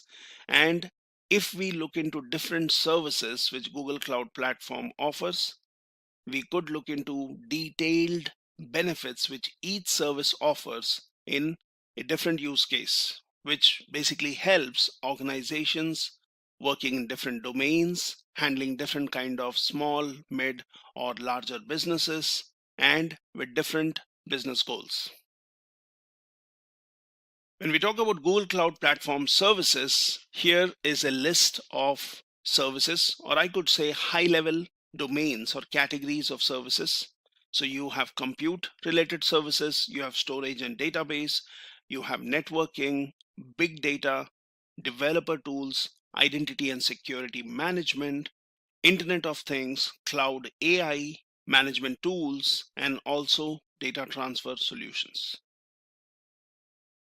When we talk about Google's infrastructure, Google has one of the most powerful infrastructure in the world. The infrastructure is available in two levels, the physical and the abstract layers. You have physical infrastructure and then you have the abstract infrastructure. Physical infrastructure consists of data centers, extensive development of high efficiency backend data centers. You have a very strong backbone network which is used by Google itself and also offered as services to customers via GCP platform services. So you have global meshed redundant backbone network. Points of presence, when we talk about Google, it has 110 plus edge points of presence in more than 200 countries. And when we talk about edge caching platform at periphery of their network. So this is what defines the physical infrastructure of Google. Now there is much more to it rather than just these 4 points. When we talk about abstract infrastructure, that is divided in global, regions, and zones. When we talk about zone, a zone is roughly equivalent to a data center and a single point of failure. So you could have your compute engine, which is within a zone, or you could say compute engine is a zonal resource. You have regions, which are geographical areas which contain multiple zones. So you could have a region for US Central or Europe Central, Europe West, and so on. And within a region, you would have one or multiple zones, and zones basically would allow high availability of resources. So you have cloud load balancer as an example, which is regional resource. Then you have global resources, and they are available and shared across the planet. So you have various global resources such as network, which could be even your IP addresses and so on. Now let's do a quick comparison of AWS vs Azure vs GCP, and let's look at what each cloud provider offers. Later we will also look into different services in detail when it comes to Google Cloud Platform, what each service does, what you can benefit from, which service should you use in what case. We will learn about those in later slides. If I compare your different cloud providers, when we talk about Amazon and its cloud offerings, that is Amazon Web Services or AWS as we well know it, Amazon Web Services has 69 availability zones within 22 geographical locations, and soon it will have 12 more in future. So this number keeps growing based on the spread of the services which a particular cloud provider offers. Here we are talking about availability zone specific information. When we talk about Microsoft's Azure, it has 54 regions worldwide and is available in 140 countries across the globe. When we talk about Google Cloud Platform is available in 200 plus countries across the globe. When we talk about virtual servers, Amazon's EC2, that is Elastic Compute Cloud. It is a web service which basically helps to resize your compute capacity, where you can run your application programs on a virtual machine. So using EC2 service, you could launch virtual instances that could have any distribution of Linux, Windows. You could have different specifications when it comes to RAM or CPU cores or disk.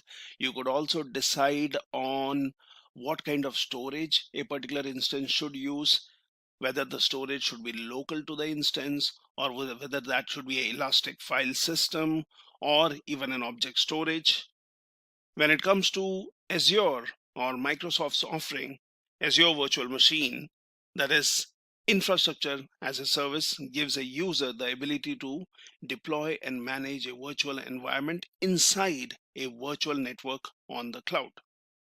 And this virtual network on the cloud would be managed by cloud provider. Google Cloud, or the offerings from Google Cloud Platform, that is GCP VM instances, enables users to build, deploy, and manage virtual machines in order to run different kind of workloads on the cloud. Now, when we talk about compute engine, here it would be good to discuss a little bit more about compute engine and what are the different options which Google Cloud offers. So when you talk about your compute engine, you have scalable, high-performance virtual machines. Compute Engine delivers configurable virtual machines which run in Google's data center with access to high-performance networking infrastructure and block storage. And you could select VMs for your needs. That could be general purpose or workload optimized. And when we talk about workload optimized, you have predefined machines or you have custom machine sizes. You can integrate compute with other Google Cloud services such as AI or ML and go for your data analytics. You have, when we talk about your GCP VM instances, just to expand on that, you have general purpose instances, which we call as N2, which provide a balance between price and performance, and they are well suited for most workloads, including line of business applications, web servers, and databases. Google Cloud also offers compute optimized instances, which we call as C2 instances, which offer consistent high-end virtual CPU performance, which are good for AAA gaming, EDA, HPC, and other applications. Now, when we talk about compute optimized or general purpose, how would we leave memory optimized instances? Those are M2 machines, which Google offers. So these offer highest amount of memory. These VMs are well suited for in-memory databases such as SAP HANA, real-time analytics, and in-memory caches. So if I would summarize this, when we talk about different instances, AWS also offers different kind of instances which are memory or compute or disk optimized. You have general purpose, and each category of machines has a different pricing model. You can always go to an AWS website, look for the pricing models, and that will give you an idea of on-demand instances or dedicated instances, reserved instances, and so on. Similarly, if you talk about Google Cloud also has instances with various options, which become the key features of why customers would choose Google Cloud Platform, such as live migration for VMs. So Compute Engine within your GCP can live migrate between host systems. And when I say live migrate, it basically means without rebooting, which keeps your application running even when the underlying host systems require maintenance. You also have preemptible virtual machines, wherein you can run batch jobs and fault-tolerant workloads on preemptible VMs to reduce your virtual CPU and memory cost by up to 80% while getting the same performance. So these are your preemptive or preemptible virtual machines. The only demerit is these can give you a really cost-efficient resource usage, however, can be taken off the shelf anytime. And that's why we call them preemptible virtual machines. You also have sole tenant nodes, which are physical compute engine servers dedicated explicitly or exclusively for users use case. And when we talk about sole tenant nodes, these are usually good when you are dealing with or when you're working with your applications, which we call as bring your own license applications. So sole tenant nodes give you access to same machine types and virtual machine config options as regular compute instances. So there are different options which Google Cloud offers when it comes to these instances which we are talking about, and it takes care of different use cases in comparison to other cloud providers which are also offering these services, such as you can have predefined machine types, you can have custom machine types, preemptible VMs, as I said, live migration of VMs.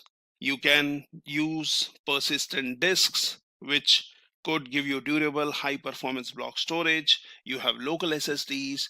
You also have GPU accelerators, which can be added to accelerate computational intensive workloads such as machine learning, simulation, medical analysis, and so on. And you have features such as global load balancing, which makes Google Cloud a unique choice. When we talk about platform as a service, Amazon has platform as a service offering, which we call as Elastic Beanstalk. Among one of its services, it's an orchestration service for deploying applications and helping in maintaining these applications. Azure Cloud Service provides a platform to write the user application code without worrying about the hardware resources.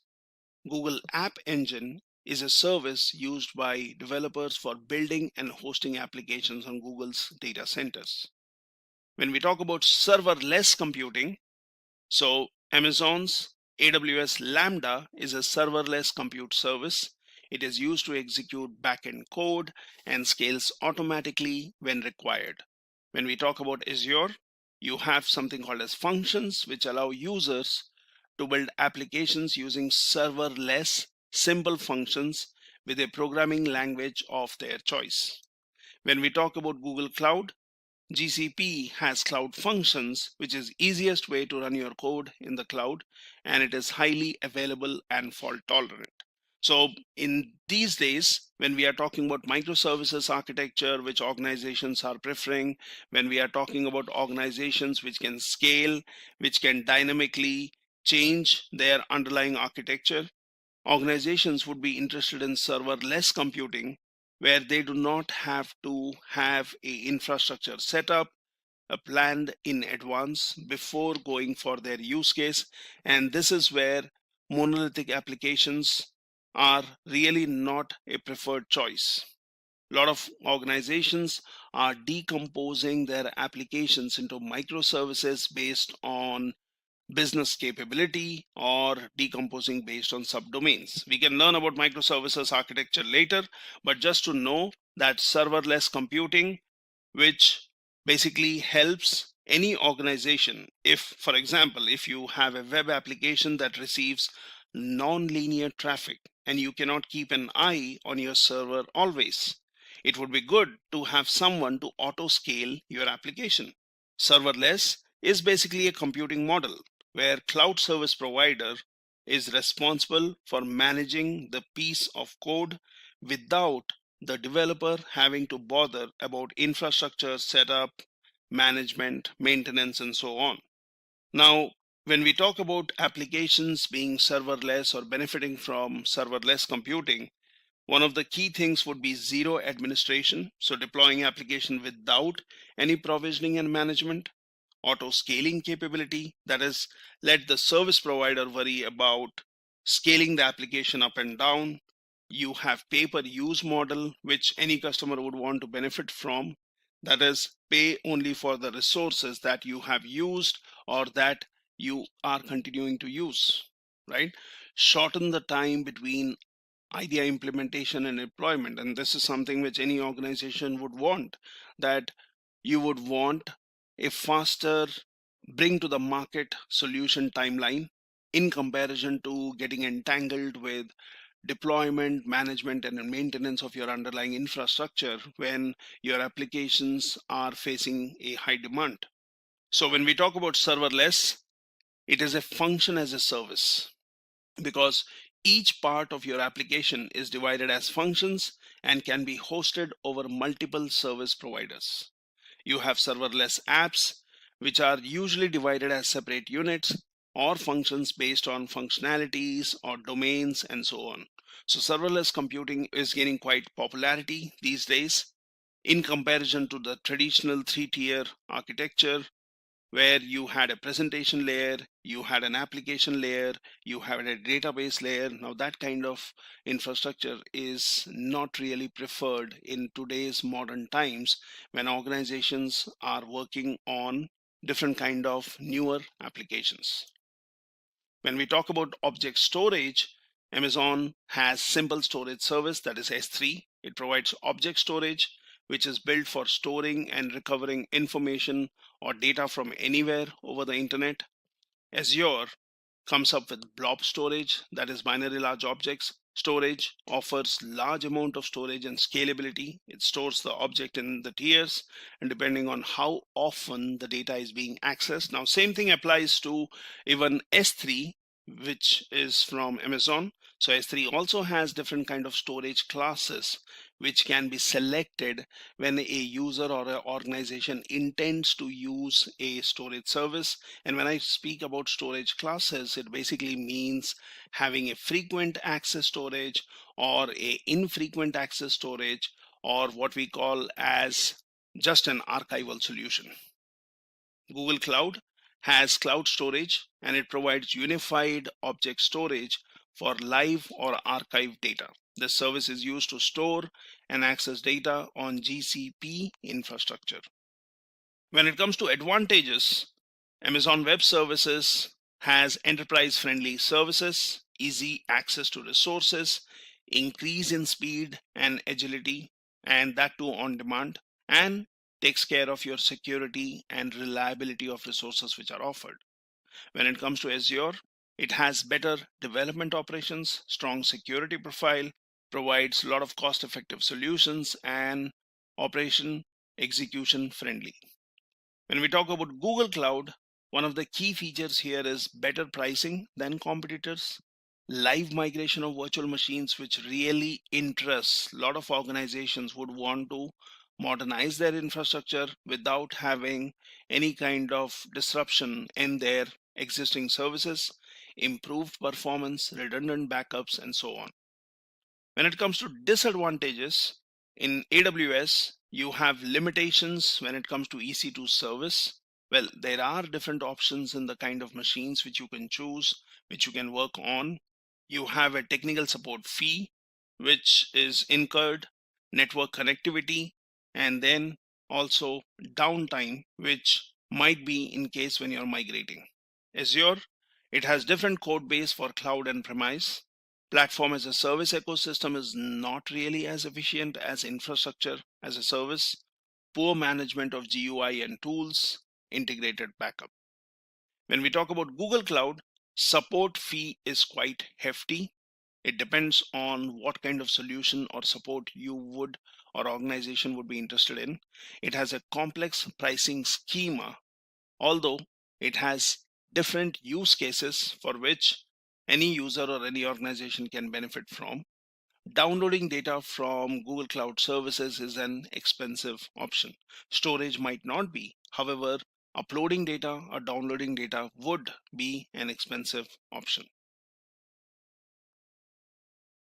When we talk about Domino's Pizza use case, now while we were discussing about these features, I would really want to spend more time in discussing each of these features or services in detail, such as you have compute engine, you have storage, you have big table, you have data proc, and so on. So there are a huge list of services. Now, before we get into your Domino's Pizza use case, let me show you this page on Google Cloud where you can look at different services. So if you go to cloud.google.com and if you look at get started option under doc, so here you can find build solutions, look at different use cases, learn from basics of what is your Google Cloud, what are cloud basics.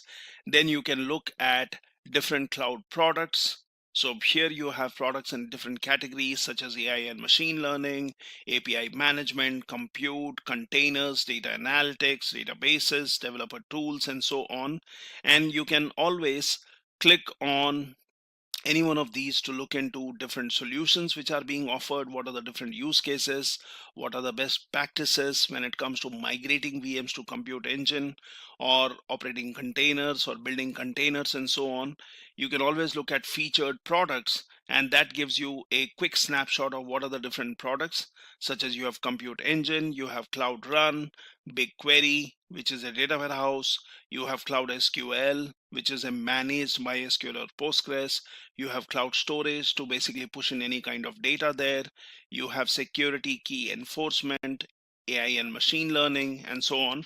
So you have different featured products. Now if you scroll down to the lower end of this page, you can again look at different solutions, and that would be really interesting to read and learn from. So you have infrastructure modernization, you have application modernization, you have data management, and so on. So if I look at infrastructure modernization, you could basically look at the solutions which Google Cloud offers and what it does when it comes to having your infrastructure modernized, or benefiting by integrating with cloud and having immediate benefits of infrastructure modernization. You can look at different use cases, what they are doing, how Google Cloud really helps when it comes to migrating the workloads to a cloud, and how your different cloud solutions such as VM migration, you have SAP on Google Cloud, VMware as a service, and so on. And you could learn from these different solutions which are offered.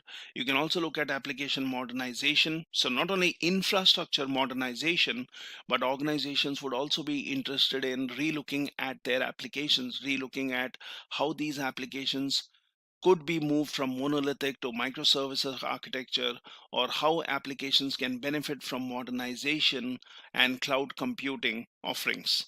So you have again different use cases here, uh, which talks about different ways in which Google Cloud can help, how you can modernize your applications, how you can use different solutions which Google Cloud is offering. Now, when we talk about cloud computing services, you can always go into cloud.google.com. If you have created a free account, then you can just log in, and every user by default gets a $300 free credit, so wherein they can try out different products, where they can use different services. So here, if I click on console, where I'm already logged in with my Gmail account or my Google Cloud account, wherein I have $300 free credit, out of which some is being used. You have a Google Cloud console, and here from the hamburger menu, you can click and you can look at different services within different domains. So you have compute domain, which has different services such as app. You have compute engine, and that basically allows you to use your VM instances, which we were talking about previous slides, different instance groups, create your templates, use sole tenant nodes, create snapshots or backup of your data, use different zones. You can go for Kubernetes, which is containerized based engine. You have cloud functions, you have cloud run, and then you have storage related different options such as Bigtable, you have data store, Firestore, file store, storage, and so on. And for each of these services, you can read about from the Google's documentation, or anyways, I will be explaining that later. You can also look at networking related, operation related, and other tools which are offered by Google Cloud. So these are huge list of services which Google Cloud Platform offers in different ways for different use cases. Now, let's look at this Domino's Pizza use case and see what it helps us learn about. So you can always access this page by going to this link which talks about customers, and then which shows you different use cases. So Domino's increasing monthly revenue by 6% with Google Analytics Premium, Google Tag Manager, and Google BigQuery. So this is basically when Domino's started using GCP and what was the result of that. Now let's look further into this. So we all know that Domino is most popular pizza delivery chain operating across the globe. But how was that possible? Let's take a look. So the challenges were they wanted to integrate marketing measurement across various devices, connecting CRM and digital data to create a clear view of customer behavior, to make cross-channel marketing performance analysis easy and efficient. Now, for these challenges which Domino's was facing, the solution was using Google Analytics Premium, Google Tag Manager, and BigQuery, which were used to integrate digital data sources and CRM data. Reporting was made easier and more efficient by implementing Google Analytics Premium because it had the ability to access a single Google Analytics account to evaluate web and app performance. By using the new Google Tag Manager implementation, Domino's were able to act fast. They were able to connect CRM data with digital analytics, which basically provided Domino with greater visibility on customer behavior. What was the result? There was an immediate 6% increase in monthly revenue, 80% of costs in ad serving and operations were saved, increases agility with streamlined tag management. They obtained easy access to powerful reporting and customized dashboards. Now that was just one simple use case. Before we go on to hands-on, we can also talk a little bit back about the services which Google Cloud offers, as we discussed, and some of these services which can really make you think, why not Google Cloud Platform? So when we talk about your different cloud platform services, let's learn about some of these services in brief, in what each service is, what it does, and how it can help us in handling our use cases or working with different products. So let's learn briefly about different services which Google Cloud Platform offers. Now, one of the domains is compute, and then let's look at the compute services which GCP offers. Now here I can log into the console, and this hamburger menu on the top left corner, I can click on this one and go into the compute engine section. So this is the compute domain, which has app engine, Kubernetes engine, cloud functions, and cloud run. So these are your different services which are offered within the compute domain. And here we can get into compute engine by clicking on this one and then basically going to VM instances. So before we see how we can use this compute engine, let's understand about some of the features of compute engine, which basically offers scalable, high performance virtual machines, which are configurable and which runs in Google's data center with access to high performance networking infrastructure and block storage. So from here, you can select VM for your needs, for your general purpose or workload optimized, predefined or custom machines. Now here you can integrate compute with other Google Cloud services such as AI, ML, and other data analytics services. You have different machines which are offered here, such as general purpose, which provide a balance between price and performance, which are well suited for most workloads, including line of business applications, web services, and databases. You also have compute optimized machines, which offer consistent high-end virtual CPU core performance and which are mainly good for gaming, EDA, high process computing, and other such applications. Apart from general purpose compute optimized, you also have memory optimized machines, which offer highest amount of memory. And these VMs are basically well suited for in-memory databases such as SAP HANA, real-time analytics, and in-memory cache. Now, we can see these options here. You can click on VM instances while you're logged in into your Google Cloud Console. Here, you can even create an instance template which can be used to spin up instances. For example, if I click on new VM instance from a template, there are some templates which I have already created for my usage. Now here, I can basically use one of these templates, or what I can do is I can go back, I can go into instance templates, and this basically allows me to create a template. So you can click on create instance template, which basically allows you to create templates which can be used to spin up different instances. We can give a name to the template. For example, we can say template instance.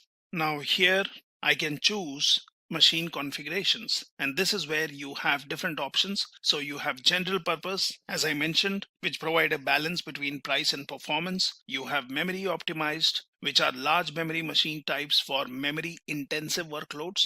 You also have compute optimized, which basically give you high performance machine types for compute intensive workloads. So you can choose any machine configuration which is available here based on your requirements. Now, if you click on general purpose, that has different options here. So you look into the series where you have N1 series, you have E2, which are CPU platform selection based on availability. You have N2 and N2D. So let's just have N1 selected. Now you also have here, which talks about machine types. And here we can choose the configuration which we are interested in. Depending on the applications which will run within the machines, we can choose a machine. So by default, it shows one virtual CPU core and 3.5 gigabyte of memory or RAM. You could choose a higher end machine. So as of now, I'll just say N1 standard.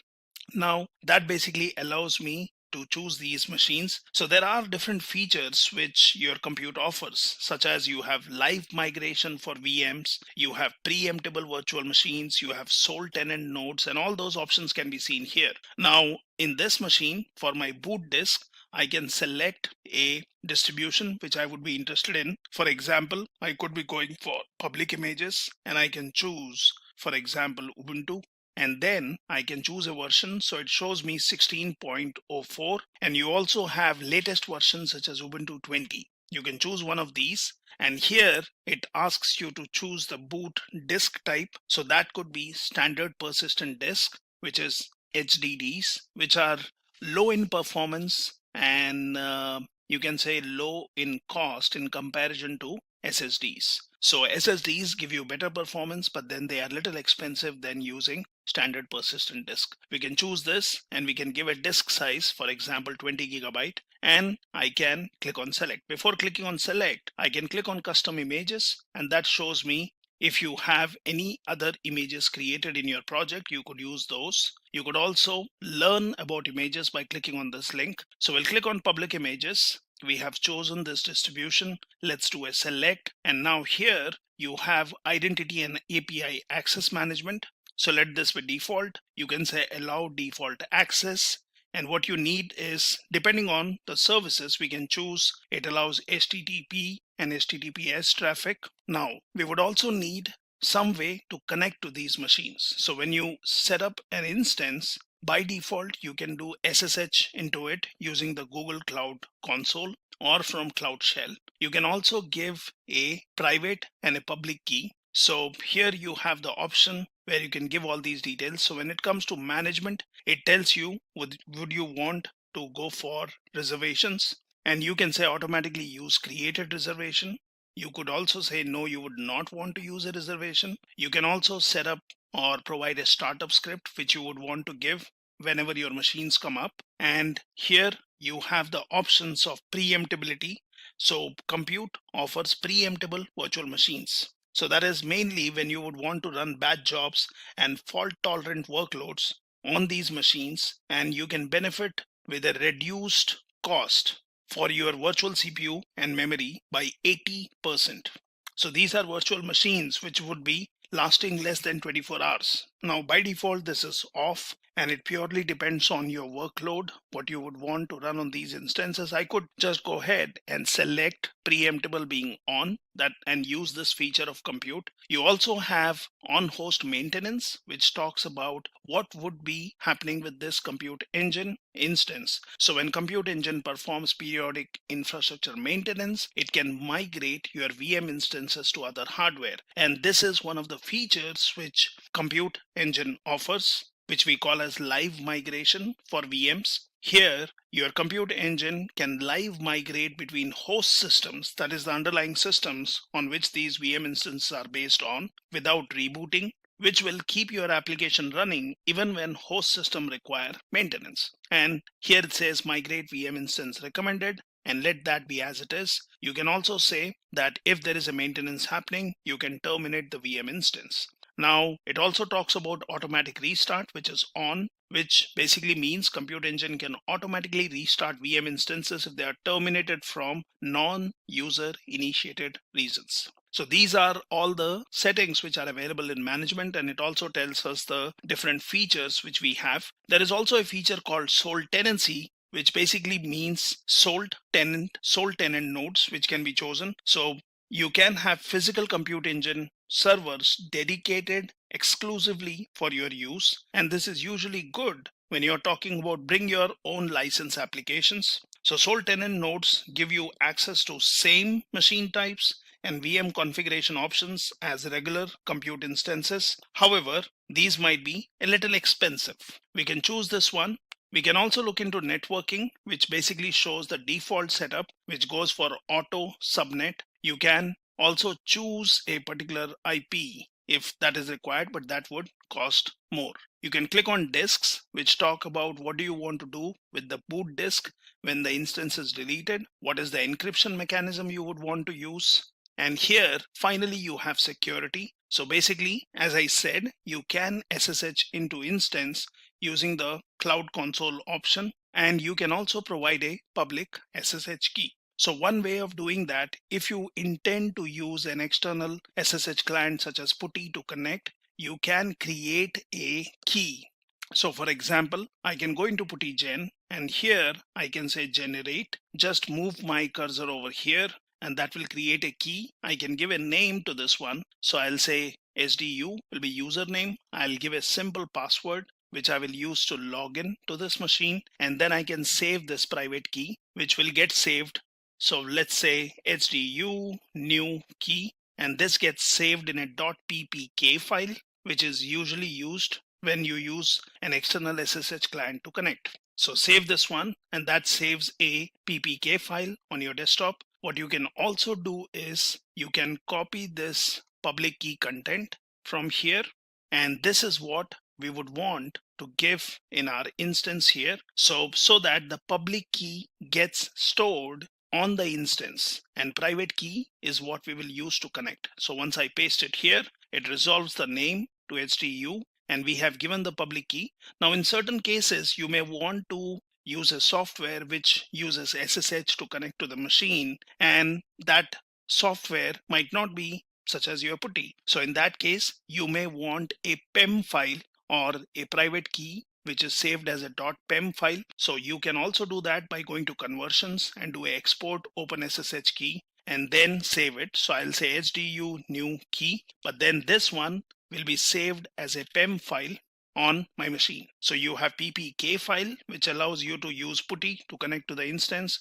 You have a PEM in case a software needs directly SSH to these machines. You also have the public key, which we have already provided in the machine. Now, once this is done, I can close PuTTY Gen. I can go back to this page where I'm creating an instance template, and then I can just click on create. So this has created an instance template, which I can use to spin up my instances, any number of instances using the same template. Only thing which I would have to do is change the region where I would want the instance to run. So now that we have created instance, and that's this one, the third option, I can go back to VM instances. Now I can click on create, and here I can either create an instance from scratch by giving all the details again, or I can just use my template. So I can click on new VM instance from a template, choose my template, click on continue. And once this is done, I can give my instance name. So let's say C1. I can choose the region. So I will choose Frankfurt, and then rest everything is auto populated based on the template what you have given, and you click on create. Now this basically allows you to spin up an instance, and you can create any number of instances using your template. You could have already created a new instance right from scratch. Now once the instance is created, this has a public IP and a private IP. Private IP will not change unless you would want to set up a new machine, but public IP will change every time you stop and start the machine. Now this is what we need to connect to this machine. I can also do a SSH from here by doing this and open in a browser window. Let's click on this. So this is an internal way of connecting to your instance using SSH. Let's wait because it would be transferring the SSH keys to the VM. It establishes a connection and I'm connected to my machine. What we can easily do is to confirm if we are in the right machine. We can just do a ls to look at the file system. What we can also do is we can basically log in as root by doing a sudo su, and that allows you to get into the machine as root. And from here I can switch to HDU user, which will have a .ssh directory in home, and that basically has authorized keys. And if we would want to see if this one contains my public key, I can just do a cat .ssh and then look into authorized keys, and this shows me the public key which we had initially added to our instance. So this confirms that we are logged into the machine which we created. Now I can close this, and what I can also do is I can copy this public IP. So let's do a copy to clipboard. Now go to putty, and here I will say host name, where I'll say HDU, give my public key. I'll click on SSH, and in SSH I'll go to authentication. Now here we need to give our PPK file. So the PPK file was HDU new key. Select this one, come back here, come to the session, give it a name, for example C1, save it, and then you can just say open and say yes, and you are logged in to your machine. Now once you're logged in, you can always do a -SSH, and that shows you the file. So this is how you have just used the compute engine to spin up an instance, but we used a template which basically allowed me to create this instance, and then I can connect to this instance and then I can start working on this. So when we talk about features of compute engine, it has predefined machine types as we saw. So compute engine offers different predefined virtual machines, and they have configurations for every need, from small general purpose instances to large memory optimized instances with up to 11.5 terabytes of RAM. You can have fast compute instances optimized up to 60 virtual CPU cores. You also have custom machine types, so you can create a VM that best fits your workload, and by tailoring a custom machine type to your specific need, you can realize significant savings. There are preemptible VMs, which we saw. There is also a facility which allows you to take the benefit of live migration. For VMs, you have durable high performance block storage for virtual machine instances in the form of persistent disks, where data is stored redundantly for integrity, flexibility, and to resize storage without interruption. And you could be choosing HDDs or SDDs for your instances. Now you also have options such as GPU accelerators. So for example, if I just click on create instance and I can look into that. So here, let the instance name be instance 1. And what I would be interested in looking at this one, which says CPU platform and GPU. So CPU platform configuration is permanent. You can also do add GPU. So GPUs can be added to accelerate computationally intensive workloads like machine learning, simulation, medical analysis, and virtual workstation applications. So you can add and remove GPUs to a VM when your workload changes and pay for GPU only while using. So these are some of the features which basically compute engine offers, and we already know that Google bills in second level increments, so we only pay for the compute time. Now there are different savings which are possible. So you have commitment savings, which basically means you can save up to 57% with upfront cost per instance type lock-in.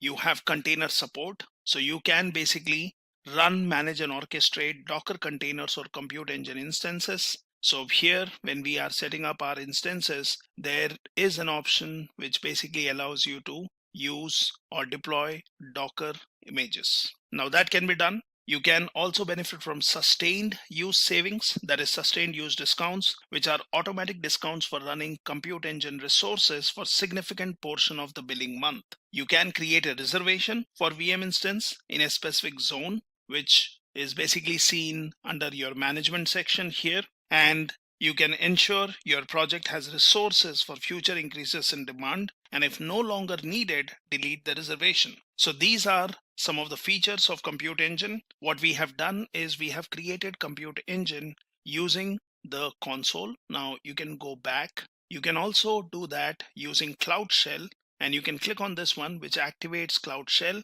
You could also have the Cloud SDK support set up on your machine, which can be used. Now I can just open this in a new window, and from here I can start giving commands if I would be interested in setting up an instance from my command line. So here you have different options. Now to begin with, you can just do a G Cloud and just hit enter, and that will show you different options which are available, which can be used. So you have G Cloud Compute here, which shows an option to create and manipulate Compute Engine resources. Now I can just do a Q to quit. I can do G Cloud Compute, and that basically will again show me different options which are available if you would be interested in setting up instances from the command line.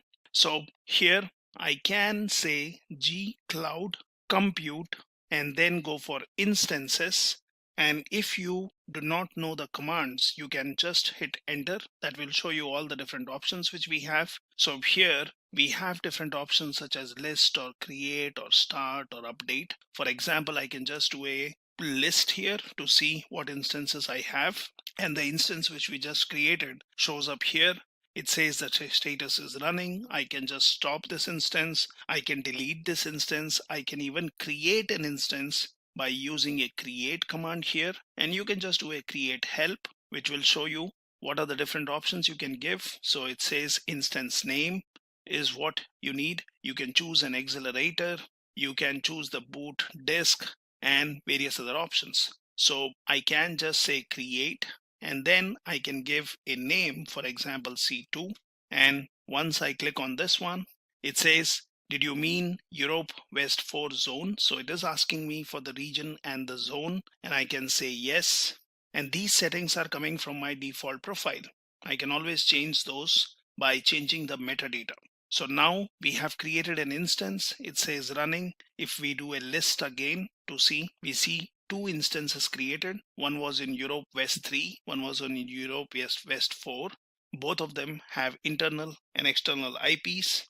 Now you can do a describe to look at the different options here. So G Cloud basically allows you different commands which you can use to work with your instance, to create instances, to change the metadata. If you would want to change the region, if you would want to add a startup script, all those options are possible from the command line, which we can learn in detail in later sessions. So this is your Compute Engine as a service. Now that we have learned about the compute domain and compute services, which is offered by GCP, let's also learn about storage and databases. That's again within the storage domain and the services which are offered by Google Cloud Platform. Now you can go back to console, and here you can click on this one. And here you can just scroll down to see what are the different options in storage. So you have options such as Bigtable, you have Data Store,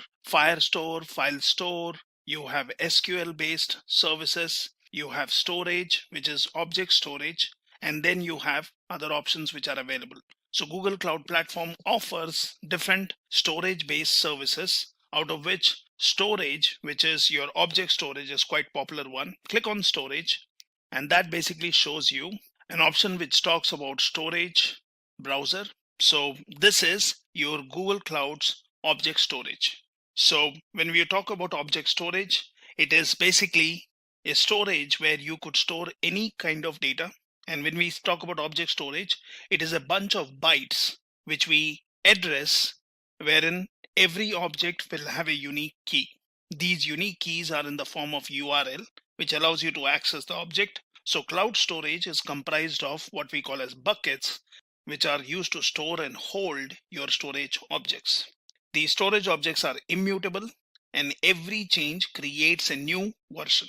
Now you can also have control access via IAM, that is Identity Access Management, or via access control list. So there is also an option called object versioning, which basically says if it is on, every time you try to store the same object, a new version of the object would be created. Otherwise, newer option will override old one, as we cannot archive the old version. So let's see how we work with this object storage. So here you can click on create bucket.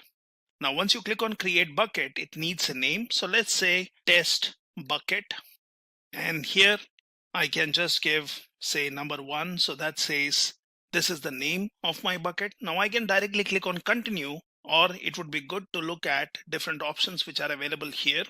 So when you click on choose where to store your data, so it already gives me an option. It says the bucket name is already taken. So let me give it a unique name.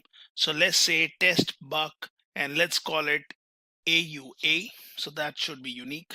Now here it says choose where to store your data. So this one gives you location type. So you can have region specific buckets which give you lowest latency, that is fastest response time within a single region. However, it does not make your storage highly available. You can make it dual region, which is basically allowing your bucket or storage to be accessible across regions. You can also make it multi-region, which is highest availability offered. As of now, we can choose region specific, and now it asks you to choose a location. Now, as always, I will choose Frankfurt. Now I can click on continue and let all the storage options be default, or you can click on a default storage class. Now that tells you based on your storage class, there are variant costs when it comes to storing, retrieving, or doing any kind of operations. So you have a standard option which says best for short-term storage and frequently accessed data. You can also go for cold storage such as nearline, which is best for backups and data access less than once a month. You can go for freezing storage such as cold line, best for disaster recovery and data accessed less than once a quarter. Or you can go for archiving, where the data is accessed less than once a year. Let's go for standard as of now. And now you can choose how to control access to objects. So you have fine-grained or uniform. Let it be fine-grained, wherein you can give additional permissions at bucket level using IAM, or object level permissions using access control list. In advanced settings, you can choose the encryption, and you can also choose a retention policy. So a retention policy to specify the minimum duration that this bucket's objects must be protected from deletion or modification after they are uploaded. You can always learn about this more by clicking here. Now, once I've chosen all the relevant options, I can click on create, and that basically will create a bucket by the name I have given.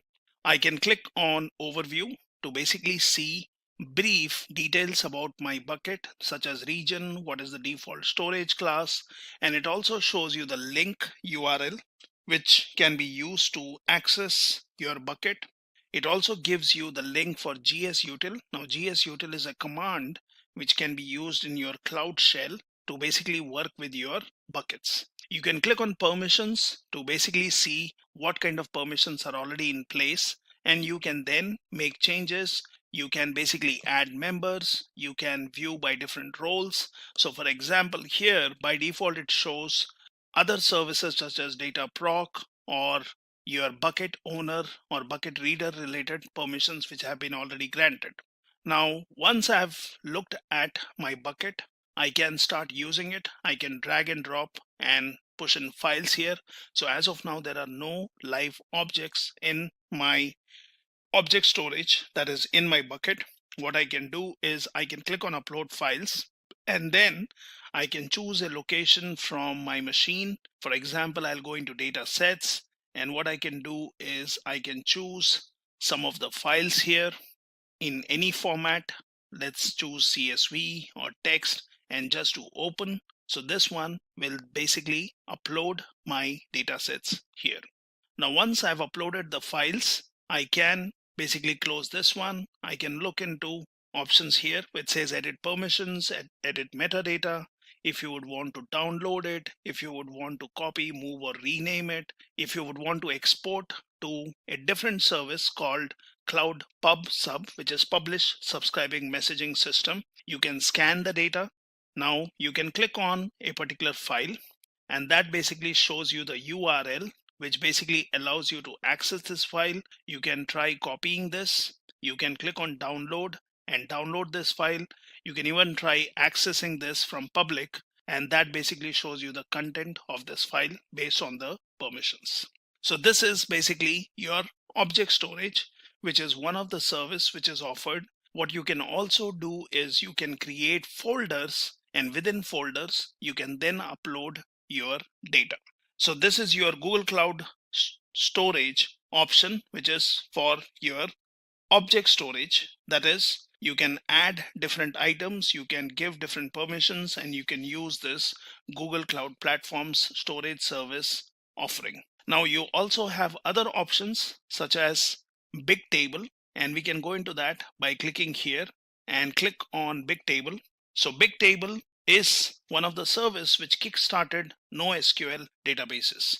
Today in market, we see different NoSQL databases such as Cassandra, HBase, MongoDB, CouchDB, Neo4j, and many others. So you can basically use Bigtable, which was the pioneer when it comes to your NoSQL databases, or not only SQL databases. So the problem initially faced by Google was that the web indexes behind search engine were taking too long to build. So company wanted to build database that would provide real-time access to petabytes of data. And that's where Bigtable began.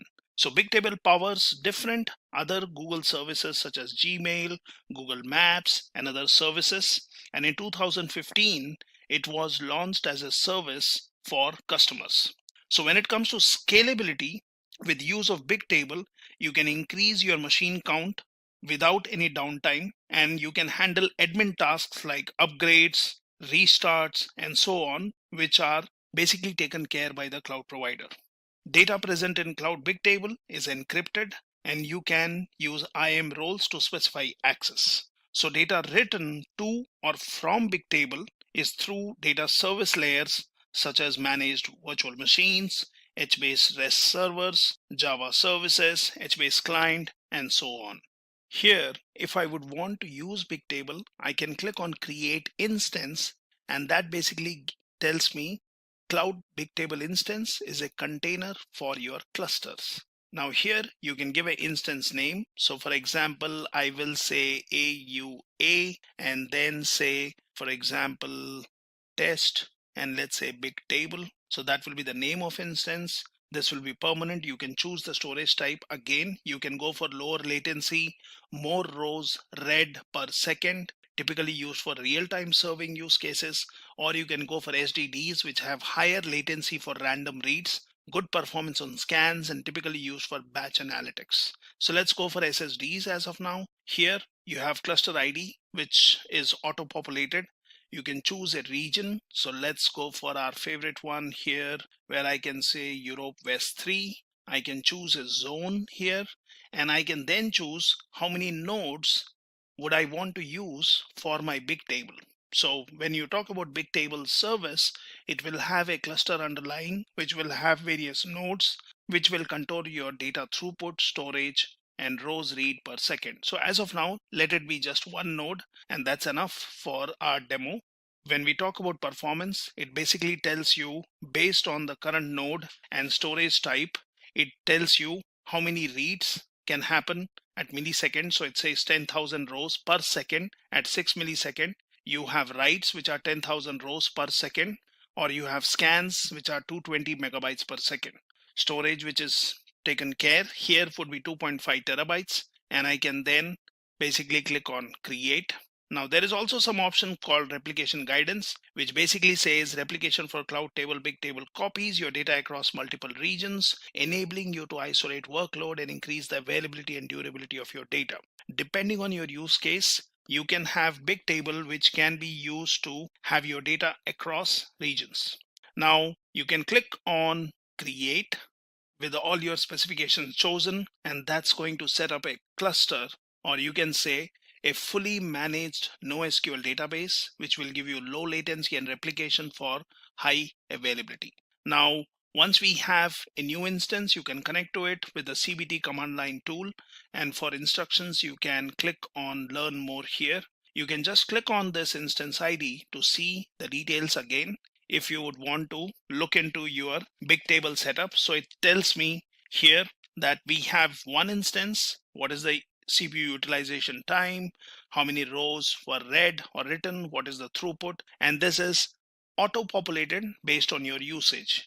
You can click on monitoring, and that basically will give you different widgets which will display information for your CPU utilization, what is your hottest node, depending on how many nodes you have, system errors, automatic failovers, storage utilization, and so on. You can click on Key Visualizer, which will allow you to look into your table if you have already created some data here, and you can click on Tables to see how many tables you have added here.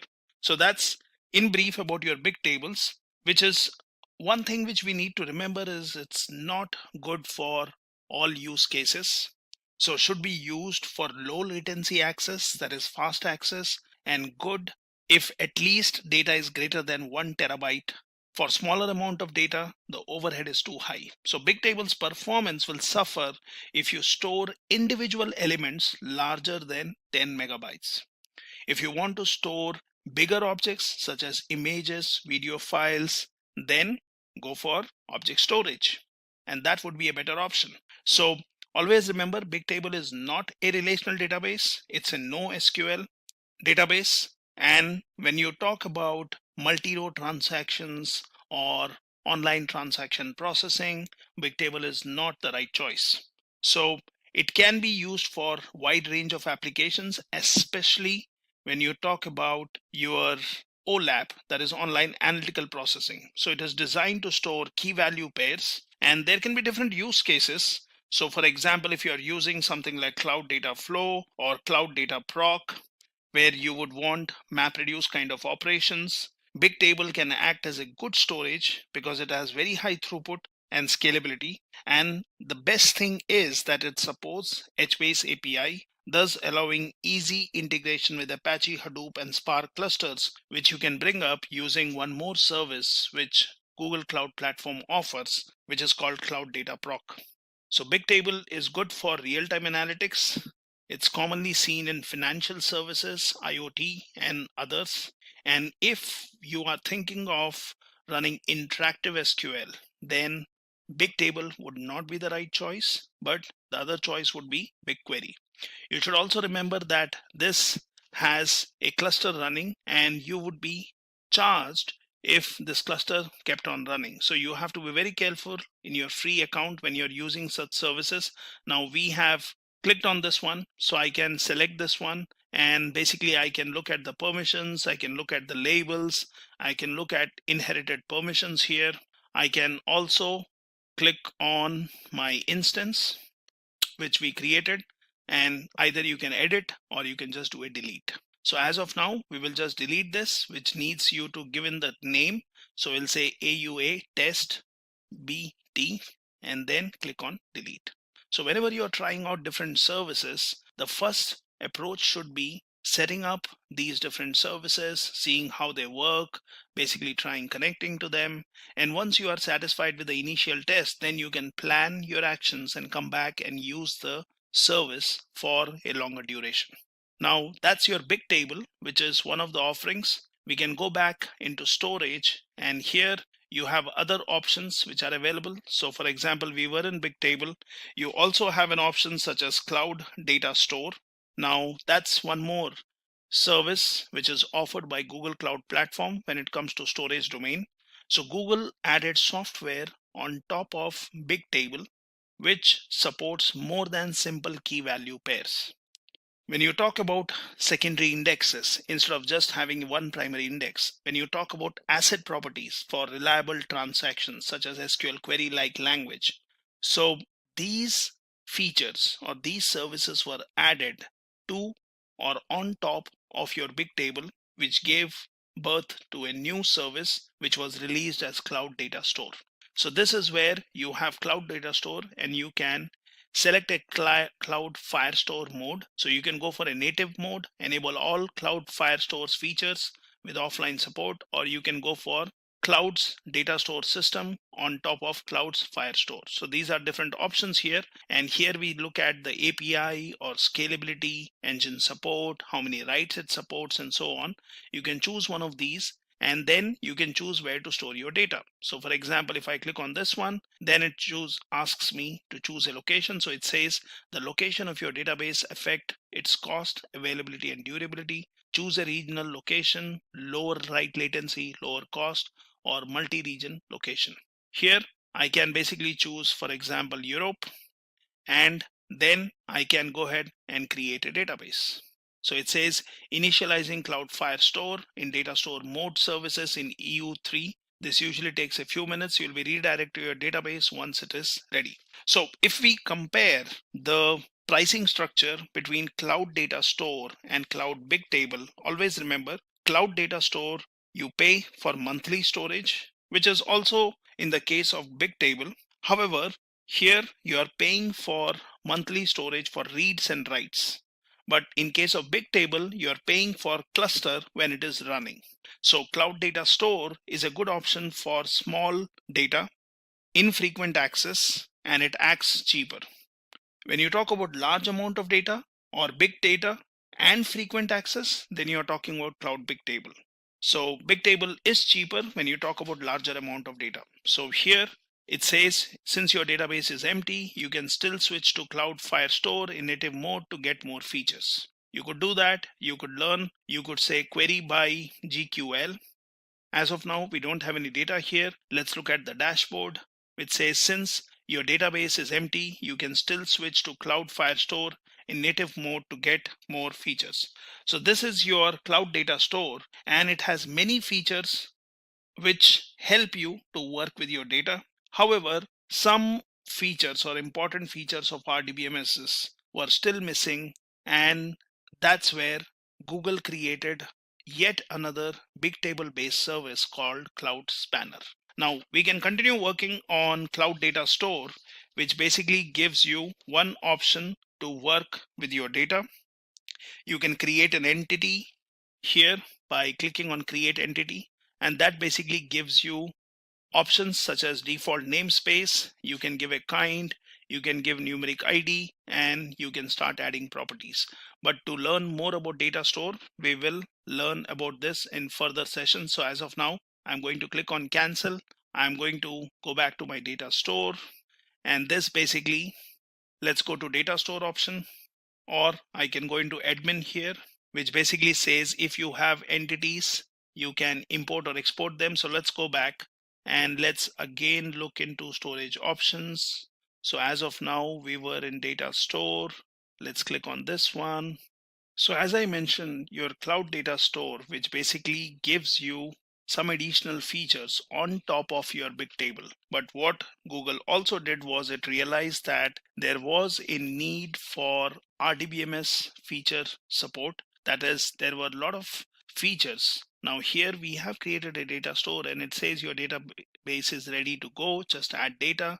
You can create entities, start putting in data, and then you can go ahead and query this. So if you would want to learn more about your data store, you can just click on this one, and that takes you to the complete documentation of native mode and data store mode. What is Firestore in native mode? What is in data store mode?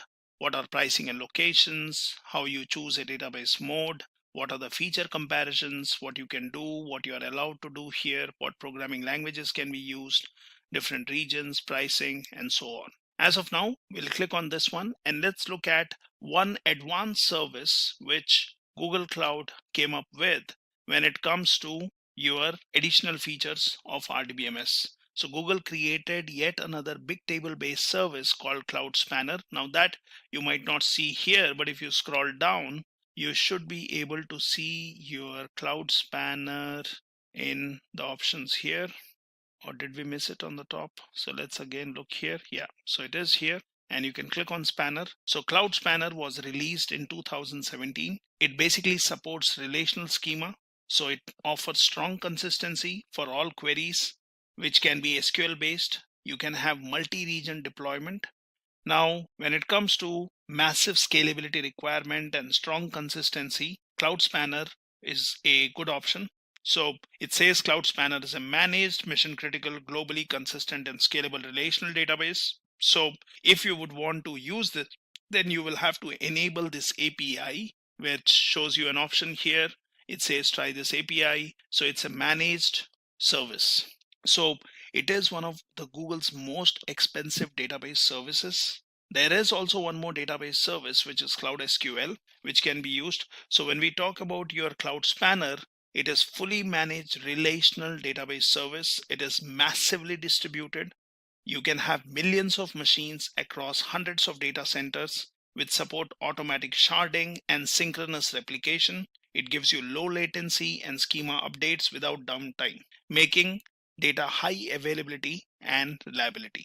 So we'll learn about Cloud Spanner with more details later in other sessions. Now, we can also go back to storage and we can look at the different options which we have here. So you have object storage, you have Spanner, you also have your SQL based service, which is yet another managed service offered by Cloud or Google Cloud, I would say. So that's called Cloud SQL. So this is basically a service which allows you to have fully managed relational MySQL, Postgres, and SQL Server databases. Google handles replication, patch management, database management, and other things which are related to this managed or fully managed database service. It can allow you to handle terabytes of storage capacity with 40,000 IOPS with huge amount of RAM per instance. So you can click on create instance here, and then you can choose one of the database which you would want to use. So Cloud SQL is a managed service. You can choose one of your MySQL or Postgres and SQL Server. Say for example, I choose MySQL. Now that basically tells me what is the instance ID. It sets up a password. You can always change the password. You can change the region.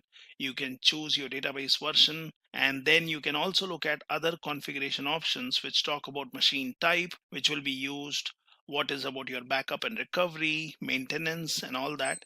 And if you click on create, this will basically create a fully managed SQL service which can allow you to straight away start using MySQL on cloud, thus allowing you to store your relational data.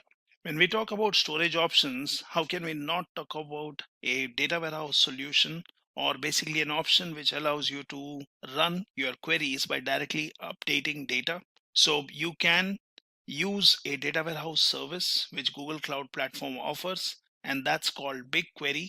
So basically you can be looking into the big data section here, and here you have an option called BigQuery. So this basically brings ease of implementation and speed. So building your own data warehouse can be expensive, time consuming, and difficult to scale. So with BigQuery, you just load data and pay only for what you use. So when it comes to features, you have features such as capability to process billions of rows in seconds. And if you would want to do real-time analysis of streaming data, that is also possible here. So here we have clicked on BigQuery, which basically shows you the option where you can start typing your query and test your data access. For example, if I have uploaded some data, so it shows me there are some queries which are saved here. Now I can schedule a query. I can basically choose the format of a particular query by clicking on this more. Here I have an option which says add data. So I can pin it to a particular project. I can explore public data sets. I can create a connection. So if I click on explore public data sets, then it takes me to a page from where you can get different kind of data sets which are already available, which you can put into your BigQuery and start querying your data. By default, it shows that it is aligned to my project and I don't need to worry about it. I can look at saved queries if I have already saved a particular query. I can look at job history. I can look at transfers, scheduled queries, and reservations. So BigQuery basically initially had its own version of SQL, which was slightly different from standard SQL. But in 2016, BigQuery 2 was released that supports SQL 2011 standard. You can always select standard SQL. Now BigQuery When it comes to pricing, we need to remember that the storage cost is very less here, approximately 0.02 cents per GB per month. It is almost similar to Nearline, where you can also have low cost, that is 0.01 cents per gigabyte per month. There is no charge for reading data from storage. When it comes to querying, and that's where the cost is incurred. So 1 terabyte per month is free, and after that it costs few cents per gigabyte. So this is mainly for high volume customers. There is a flat rate pricing which can be used. So when you talk about querying, you can save your query results. You can create data set to store the results. Now results are put in a temp table in cache, and after you're done with that, you can delete data set and delete all the data. So when you talk about loading data into BigQuery, you can get the data from cloud storage, Google Drive, Cloud Data Store, Stack Driver, Stack Driver, other options. You have Cloud Bigtable or other web interfaces. So you can download from URL such as CSV, JSON, Avro. You can create dataset, create table, and create from source by doing a file upload.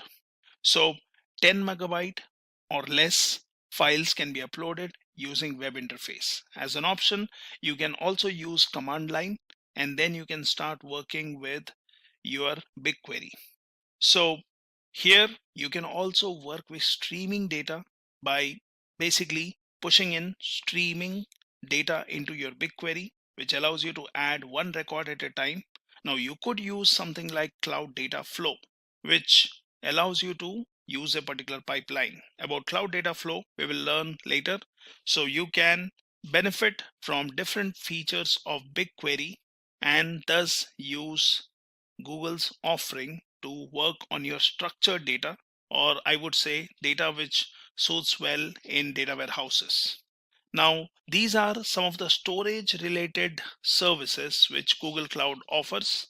Although we will learn about using BigQuery and running or uploading some data by creating add data set here, by say creating connection or using a public data set. So as of now, I have this. You can also access the command line to work with this, but we will learn in detail about BigQuery in later sessions. Now here you can scroll down and you also have an option within big data space, and that is your data proc.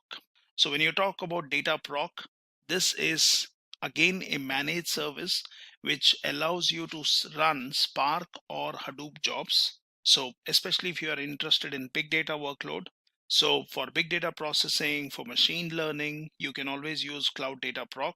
This uses compute engine instances under the hood, but takes care of management of these instances. So it's a layer on top to spin up clusters. It's a managed service. It's cheaper, pay when the jobs are running only.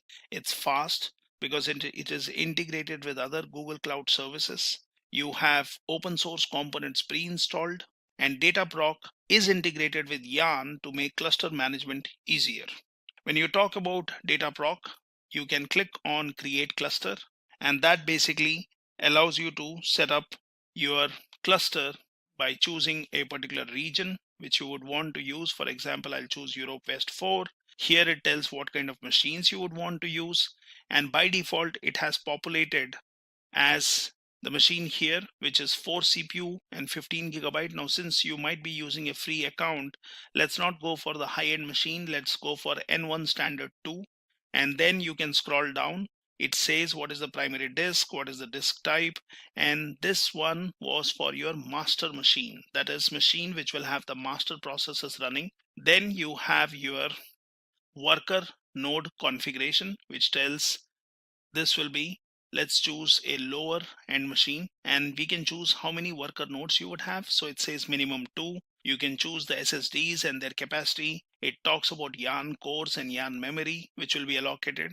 And here we have then option of clicking on create. So once you click on create, this will basically spin up a cluster wherein you can straight away start submitting jobs to this.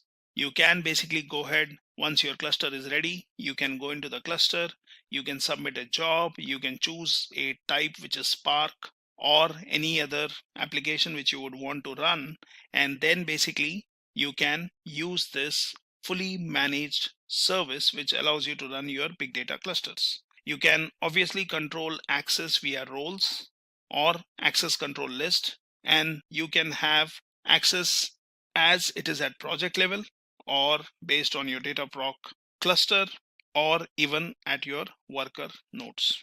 So we'll learn about Dataproc in later sessions. So as of now, you see here, the cluster is getting created.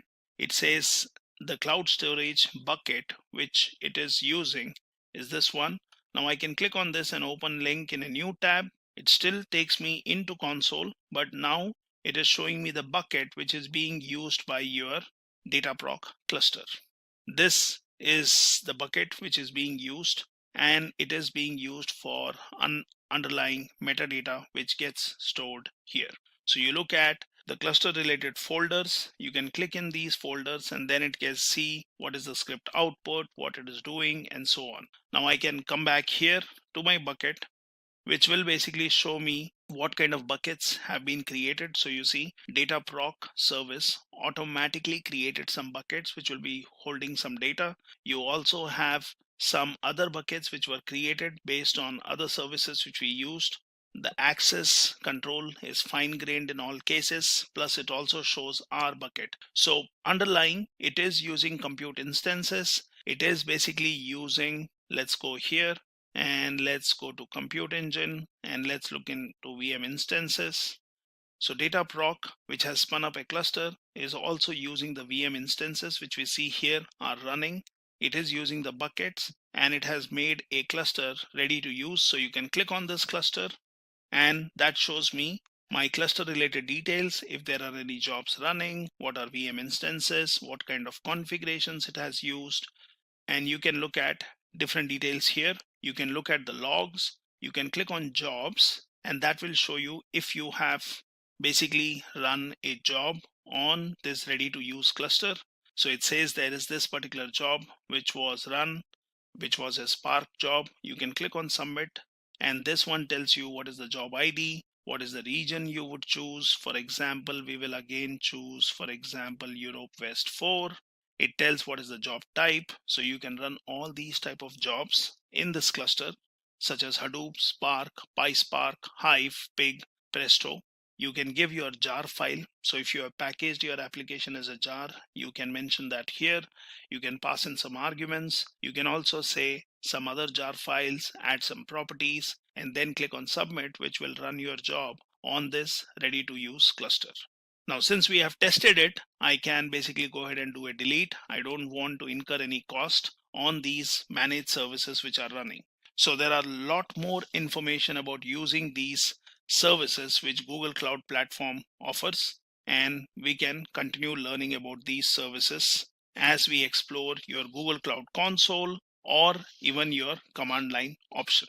Now we can come out of this one by clicking on this menu, and then we have other options such as Kubernetes, you have cloud functions, you have your networking related services, monitoring related services, different kind of tools what you have other big data specific services which you can learn about. And for each of these services, Google has a very good documentation available. For example, when you talk about publish subscribe messaging system, it is a real-time managed service which basically is a pioneer which was used, and now you have a famous service such as Kafka which is being used for your publish subscribing or messaging system kind of requirements. So to conclude about Google Cloud Platform services, you can always go to cloud.google.com and look into the document section.